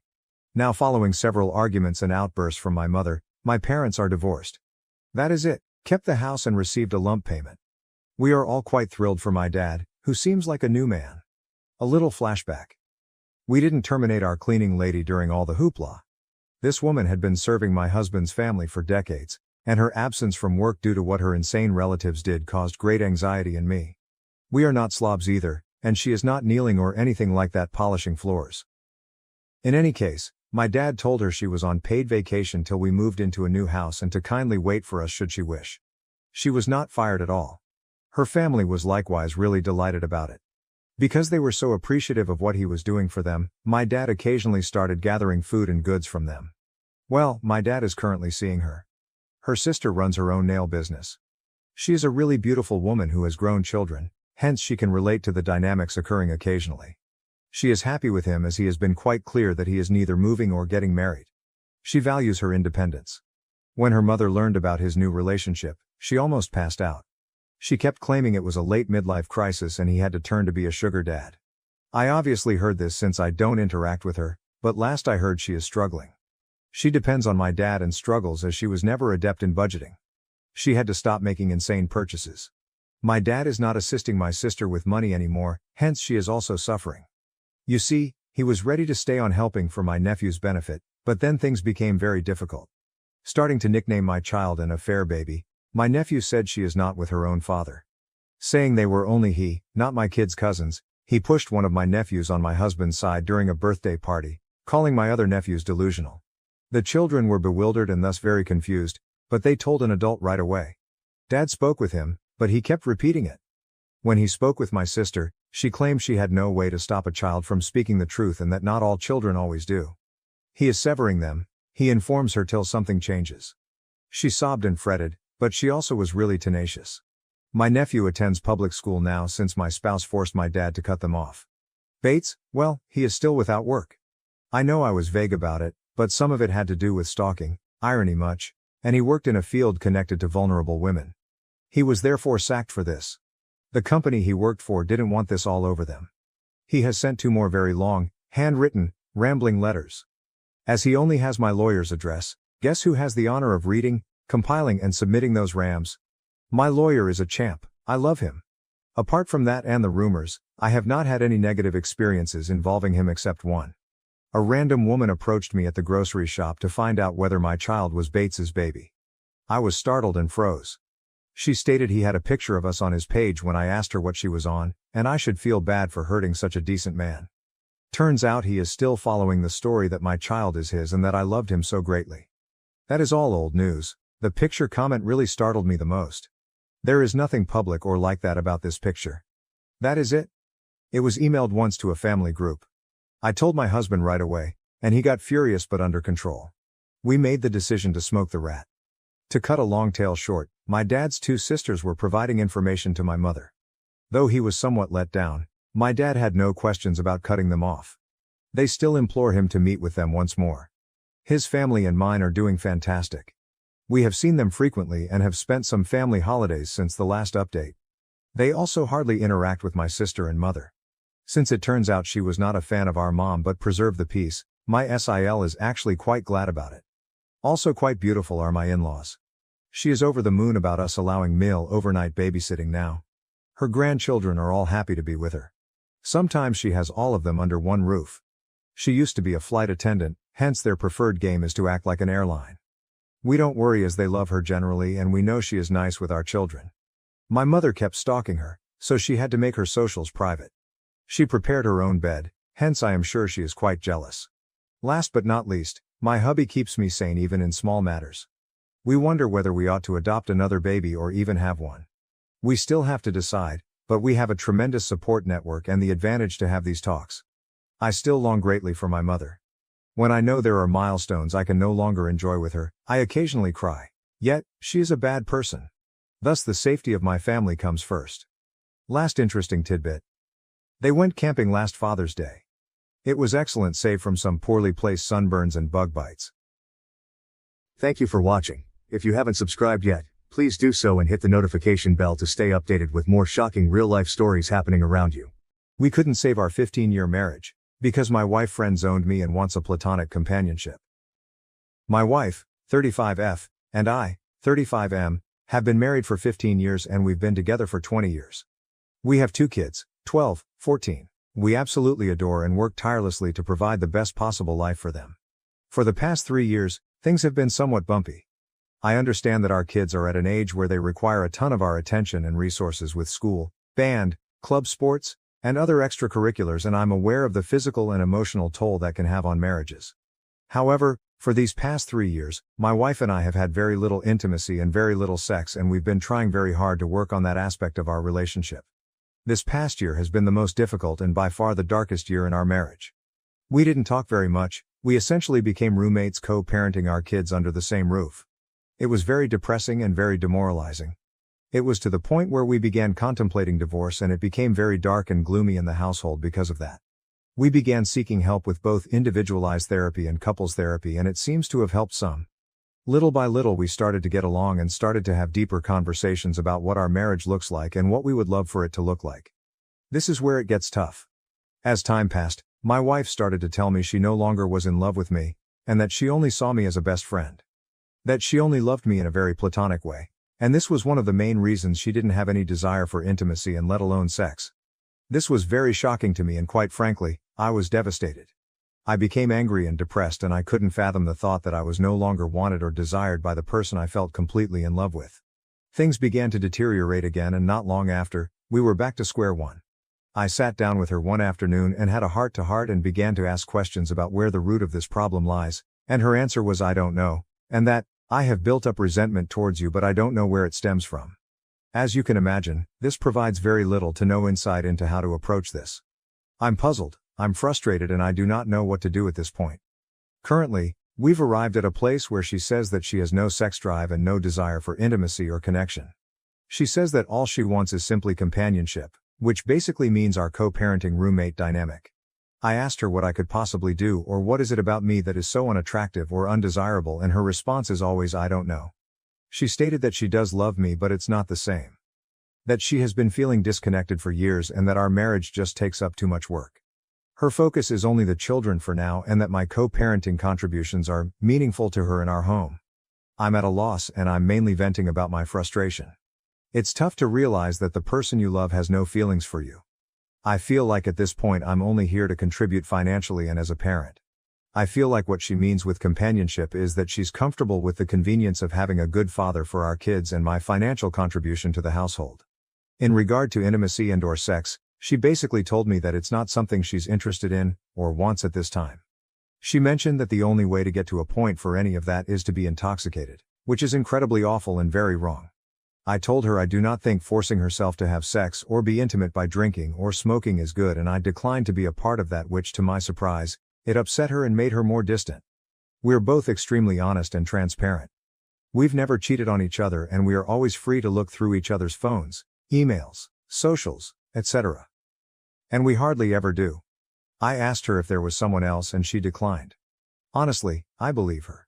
We then peacefully went through each other's things, and as expected, it was clean. We've always been very forward, even with the hard topics, so I don't smell or feel any foul play or infidelity. Am I wrong for declining to only be intimate or have sex when she's intoxicated? I'm firm on my stance of not partaking in this only when I'm high or drunk sex, because it doesn't sit well with me. I do not know how to help our situation, and I'm starting to become a bit anxious and desperate. We're both fairly young and healthy individuals and good looking. We both have good standing careers and are good parents. I'm just not sure how our lives could have driven us to this point. I'd love some outside perspective on this matter and some insight on how to address something like this. It feels so awful to be unwanted and undesired by my own spouse. I hate it. My wife of 15 plus years is no longer in love with me and doesn't know why, and now says she can only have sex while intoxicated, or I need to settle for a platonic sexless marriage, and she doesn't know why that is, but it is what it is, and I'm in need of insight or advice. Relevant comments, missing reasons. Commenters looked at his history and found they were swingers. We did some swinging in the past. That was fun for some time. We mutually decided to stop doing it, and we have established it's not the case. When we were swinging, however, our marriage seemed to be in a good place.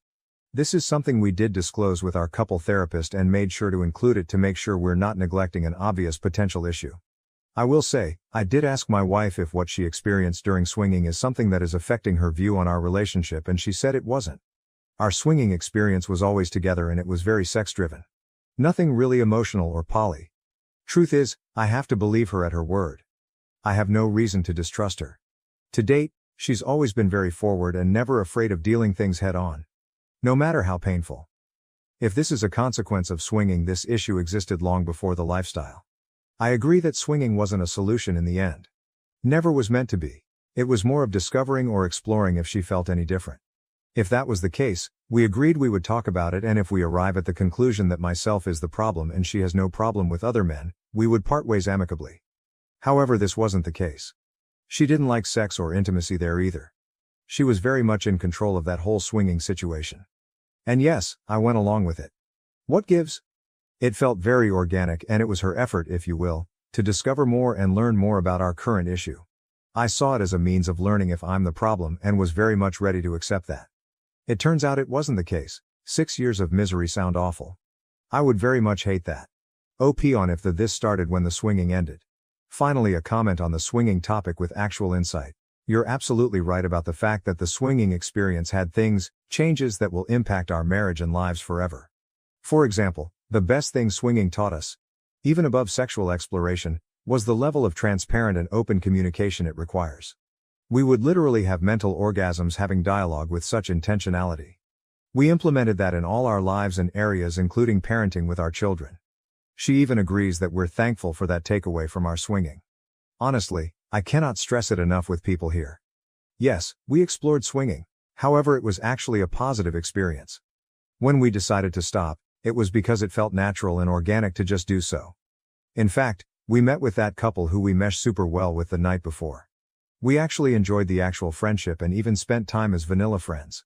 So it wasn't because of something negative. Wife mentioned that it certainly wasn't any better, and since she's not enjoying the sex, we both agreed there's no point to this. I agreed, and we moved on, and we're still friends with those people because it's great. All that said, I know, more often than not, swinging causes massive issues. However, this was something we explored in pursuit of a solution to an issue that was present way before. I think of it as taking a practical approach to trying to solve the problem. Update 1. I wanted to give you guys an update of how the therapy session with my wife went this week. Not sure if this is helpful or not, but I took many of the responses, comments, suggestions from my initial post and put together some things I wanted to discuss with our couples therapist to help us navigate some of the core issues that may be affecting this situation. One of the main things that is the buzzword of this has been the term resentment, and it has been really eating me up inside knowing my wife keeps telling me she doesn't know why she's resentful or doesn't know why this is affecting her emotionally, mentally. I brought this up with our therapist once again and resurfaced the conversation about being married for so long, 15 years, and being together since we were 14 years old. Our long history of growing up and how having children when she was 19 years old, me 20, significantly changed the trajectory of our lives.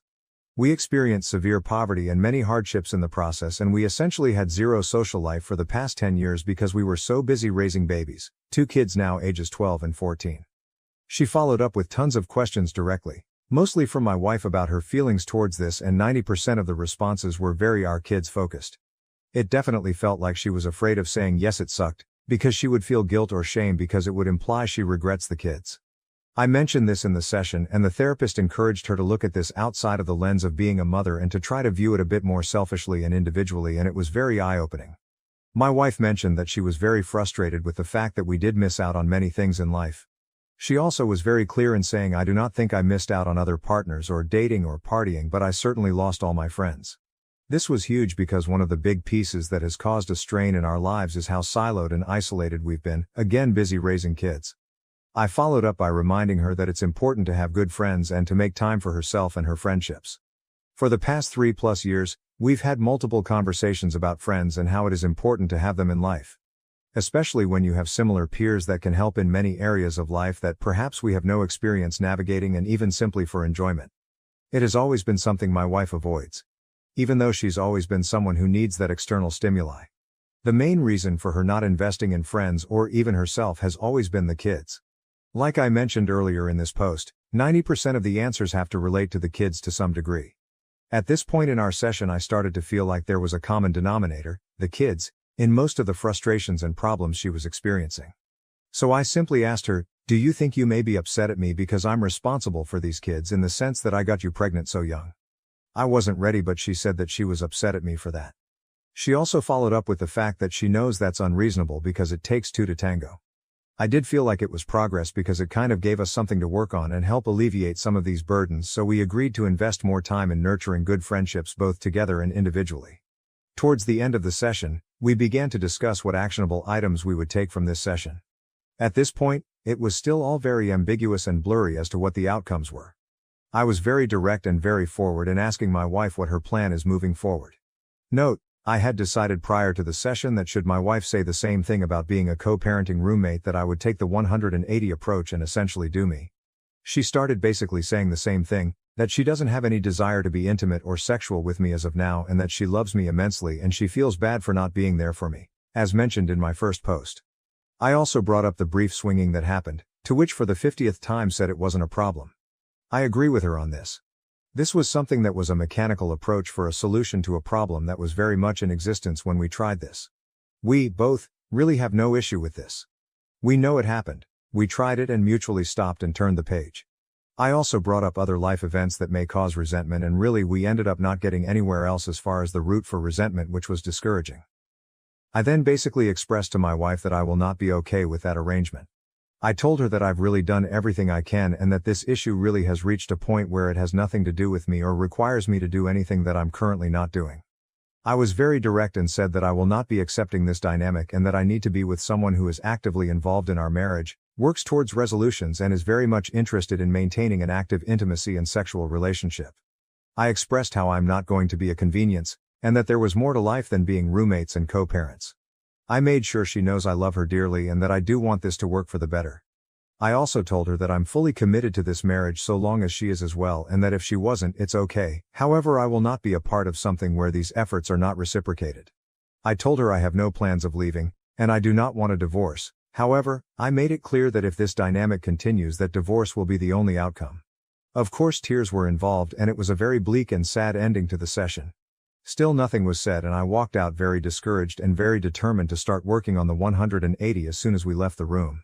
It's painful and very difficult because much of the 180 requires you to be very short and cold and transactional.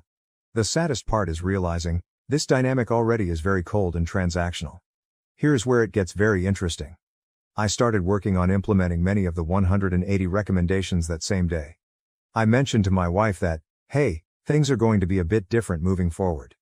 I'm going to honor her roommate co-parent dynamic without reproach and that it should be no mistake that I'm not happy here and I am never going to be okay with it, but I am done working on it if she wasn't going to work on it. She agreed and went to bed. I started to build distance and started to basically focus on myself. Very short and transactional. She asked for help on some of her personal things to which I declined and it really shocked her. She was upset saying I was being petulant. I explained to her that she is now fully in charge of her own life and her own issues. We didn't talk all day and we only spoke when necessary. Few days I keep this going and she's very visibly upset and stressed. I typically react to that with gestures of help or nurturing, but I didn't this time. That night she was crying telling me she's stressed and she thinks something is wrong with me because I'm indifferent. I simply listened, then I told her that this is the dynamic she proposed and that I'm simply, much like her, taking care of myself and focusing on myself. I'm not going to lie. It has been very hard to be cold and distant because as I mentioned before, I love her and I wish I could hold her and love on her. However, I know this is somewhat manipulative in a way just to get her way and still keep me in the friend zone. So I've been staying the course. We're now going on a week of this 180 and let's just say, there has been many changes on her side. I think she is starting to realize there is more to me than just friends and co-parenting. I sent her a text a few days ago essentially itemizing bills and separating the financial responsibilities 50-50ths and she lost her shit. She basically told me it was out of left field, to which I responded, hey, friends go in 50-50ths and as your friend I expect nothing less. This was very eye-opening because it gave me a glimpse of how I'm really taken for granted and how her level of comfort and convenience at my expense is really overlooked. I pushed through anyway and basically told her that this is the new dynamic she asked for and that it's still a bargain, because she would have to be 100% if she was on her own. I'll wrap up with this. While the 180 has been working in many different areas, I am still very much sad about the overall situation. There have been many eye-opening statements being said and realization that have not been pleasant to encounter. It has also sparked new energy and new efforts on her side as well. She's definitely seeking to talk to me more often and while it's hard to turn down, I hope if things improve this continues to happen. I've also noticed that she's making more time for herself aside from being a mom, which is huge because she pretty much neglected herself for years. I'm very pleased seeing her be more herself. My hope is that as we work on ourselves, the marriage improves. There really is no telling at this point where this will go. We are very much cordial and amicable even to this day and that's a very good sign. Boundaries are set and expectations are very clear, and I feel that no matter the outcome, I will be at peace with everything that has been done. We're still going to continue the couples therapist until we either rekindle our marriage or end up in divorce. I feel like having this unbiased third party really helps as a witness and as a guide through this. No matter what, I will always love my wife. However, I will not participate in a sexless, intimacy-less marriage because we both deserve better. Thank you all for all the kind words and recommendations and feedback. This will be my last post on this topic and I wish you all the best. TLDR. My wife friend-zoned me once to just co-parent at my expense, but I started the 180 method to try and find a solution because she doesn't want to work on us, which seems to be working on getting her out of her rut and helping me discover more about how she feels.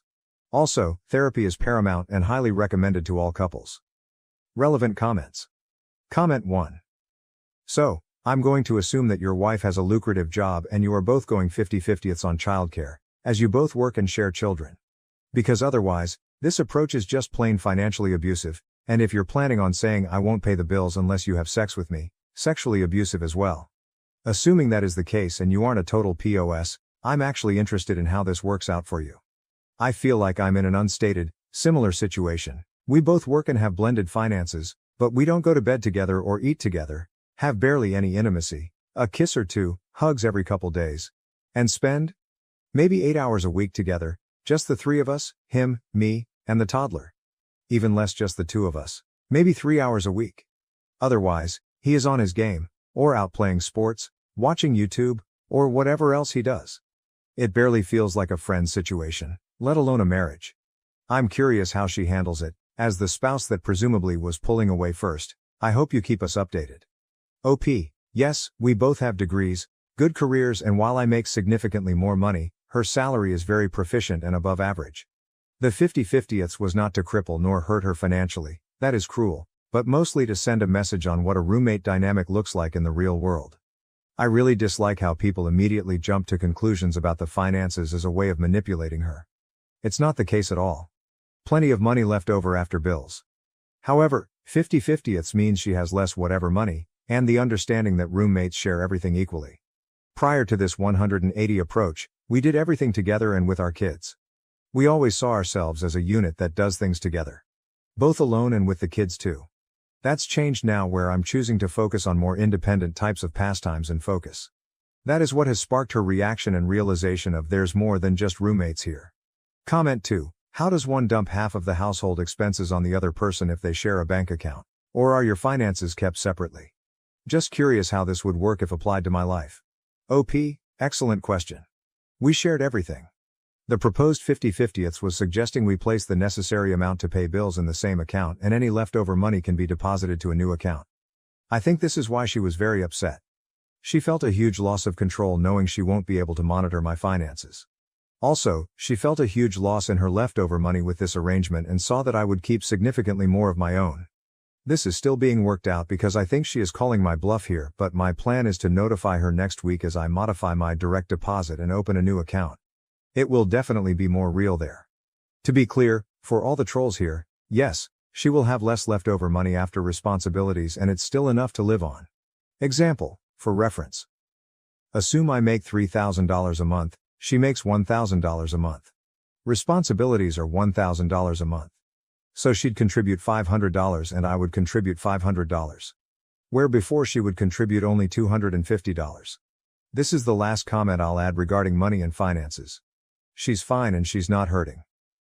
I promise when asked what if she leaves for another man. Interesting. She has no shortage of men hitting on her and we're by no means jealous people. So I've witnessed this multiple times and her reactions are somewhat indifferent. I will say, if another man for her was the answer, she'd tell me or she'd have some inkling maybe. There's no telling, but I think the problem is deeper than superficial attention from a different person. You might be right, and if this is the case, so be it. However, I'll live with peace knowing I left no stone left unturned. Crazy thought, I know I would be disappointed and saddened if she did leave for another man that would accept the bare minimum. But I'd also feel a peace knowing it's not all my fault. I know I'm responsible in some way to some degree. That's just marriage. I know sadness and depression will creep but we'll both overcome, but if this does happen at least there will be clear reasons and clarity as to why it did. Also, I know for a fact that she wouldn't cheat. We're both very blunt, open and transparent. She would definitely tell me that she wants to step out on our marriage before it actually happens. As would I. We owe ourselves this respect for each other and we actively practice it. New update.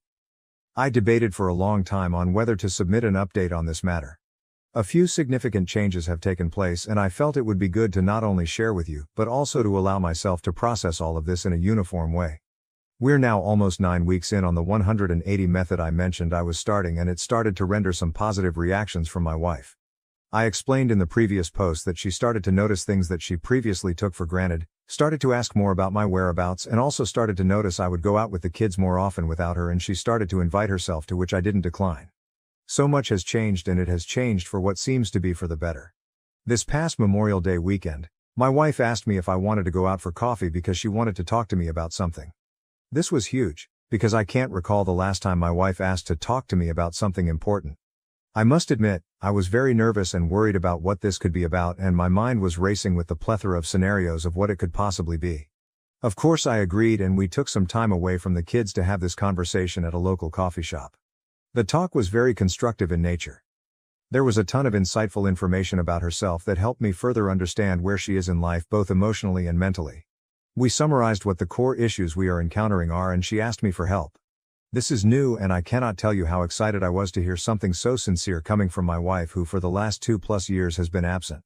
So after she was through sharing all her thoughts, I proposed a plan that I felt was right for us.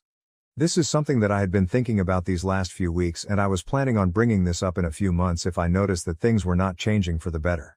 This date felt like the right place to share it, since it goes hand in hand with what she talked about, and it also relates to the help she was asking me for. I started by first acknowledging her feelings and her concerns. I told her they are valid, and how she feels is personal to her, and that I care that she feels this way because I don't like the thought of her being sad or depressed. I also told her that my goal still is and will always be for us to reconcile and be the happily ever after we vowed to be for each other, and that my love for her is as strong, if not stronger, as it was the day we said I do. I continued the conversation by telling her how I felt about the whole situation. Read my previous post for details, and how it affects me every day. I also clarified some things that she mentioned she was feeling because I have been very distant and monotone, transactional, lately. I explained to her that I was very much trying to protect my feelings and emotions from the rejection and neglect, and that it wasn't personal. It was simply me safeguarding myself because I cannot control her, I can only control myself. This was a perfect segue way to the core of this approach, which is focused on self-accountability. I told her that for the longest time I was always working hard to make her happy and do things that I knew she enjoyed or wanted.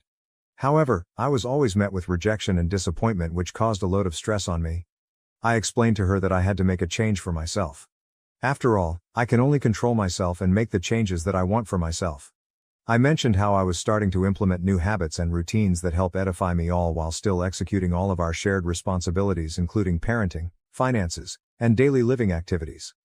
I explained that the goal is to continue to improve myself both as a husband and father, learn more, and be healthier, among other things. She was very receptive to this. She told me that she sees what I'm doing and that she is proud of the changes she has seen. She also told me how she's starting to realize that she feels left behind and that much of the things that have affected her negatively are her own fault. Toward the end of the conversation, which was about 3 hours, there was a very high spirit of reconciliation in the room. I told her that my goal is to ultimately make this work. However, I was very clear that I was not going to live under the current circumstances. I told her that my heart wants her to be happy even if it means elsewhere, and that I also deserve to be happy myself. I also explained that I do not want our children to grow up thinking this was okay or normal because they deserve better as well. She told me she doesn't either. She told me she doesn't know what to do, to which I replied, let's set some clear goals. However, the goals will be for ourselves, not for each other. So here is what we established. We are in charge of our own happiness. The key here is that she's not responsible for making me happy, and vice versa. We both need to seek what that personal plan looks like individually. Also, we're both encouraged to include each other in taking those steps if we want, but it is not required. We are in control of our own individual lives and our own journey. This means we're both responsible for finding the resources necessary to grow, change, and heal. We can definitely help one another when help is requested. However, unsolicited advice or help will not be rendered. We are responsible for communicating. This ensures nothing is left unsaid. If it was never brought up or discussed, it never happened. We're not mind readers, and we need to take ownership when we fail to communicate. Make a list of needs and wants. This gives us both clear directions about meeting each other's needs. This also gives us a choice as to what we choose to do, compromise on, or decline to do. This list also will not serve as a checklist for accountability. We made it clear we would not be bringing this list up for the purpose of arguing. And it was up to the other person to use the list as a tool for growth, transparency, or clarification. We concluded that it was up to us to decide if we will be happy doing these things for ourselves because we care, not to simply check a box. This was very important in order to establish long-term habits and not short-term band-aids, because you cannot make someone change or do something they don't believe is important. Established a deadline, Memorial Day 2025. At the end of the conversation, we concluded by setting Memorial Day 2025 as a hard stop to evaluate our lives and our progress. We agreed we would do this with the clear understanding that we will independently decide if we are happy here. If we determine we aren't happy, we will be getting a divorce. We would also both assume full responsibility for what happened should we get divorced. For example, if needs were not met, it would mean my partner chose not to meet them. This places full responsibility on each other in all areas. The whole process requires that if needs were not met, the next question should be, did we do everything to address this issue? If yes, then we will have a clear conscience of what transpired and know we left no stone unturned. If, however, we didn't do everything to address the issue, it will mean the issue was not important enough for you or didn't care to meet those needs. This goes both ways in all areas, like everything else. We established that the main motivator for change should be ourselves, and that if we did that, we would in turn begin to see beneficial changes towards each other. The goal is to ensure that everything we are doing for one another to meet each other's needs is being done because we want to do it for our spouse, not because she asked. Instead, it was done because I know it makes him/her happy and I love seeing them happy. I felt it was important to mention to her that we are no longer required to do anything for each other. It is now more of a I want to do these things for each other. Ultimately, I felt the conversation was very positive and productive. Many tears were shed and lots of hugging ensued.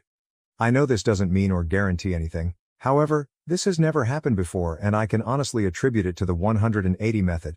I cannot give any more insight on this method other than it's the only thing I did differently and something new happened for what seems to be better. I've decided I will conclude and will refrain from this method moving forward as the plan now has changed. I'm planning to devote myself entirely to not only myself and my growth but to also work on her needs and wants because I want her to be happy by my side. She said and agreed she would do the same for herself. We agreed we would help and build each other wherever we request for it and that we will be approaching this as a team. As of today, some of the biggest changes I have noticed are her commitment to therapy and mental health. She is taking some antidepressants that are helping her. She is also more confident and in a far better mood more frequently. We have started to explore more ways of intimacy in multiple areas such as physical touch and words of affirmation. Sex is starting to make an appearance, which is exciting. Side note, sex was very awkward to start when you've been abstinent for so long. We've also started to work out together, which is great, and have lost weight, which is also very exciting. Overall, communication has improved, and I cannot wait to see where this leads. I hope this helps someone out there. I'm still very much interested in your feedback and thoughts on this. You all have been a huge help in giving me hope and insight into this tough journey. Trolls aside, many of you have really been instrumental in my journey both emotionally and mentally. I will not be providing any more updates until Memorial Day next year. I think it's now time to keep focusing on myself and start working on all the new opportunities that hopefully will arise with my wife. I wish you all the best in life and your relationships with those you love. TLDR, our marriage took a turn for the better after the 180 method and we're now working on ourselves, each other, and rekindling our marriage. We also set a deadline for next year to either remain together or get divorced. Thank you for watching. If you haven't subscribed yet, please do so and hit the notification bell to stay updated with more shocking real-life stories happening around you.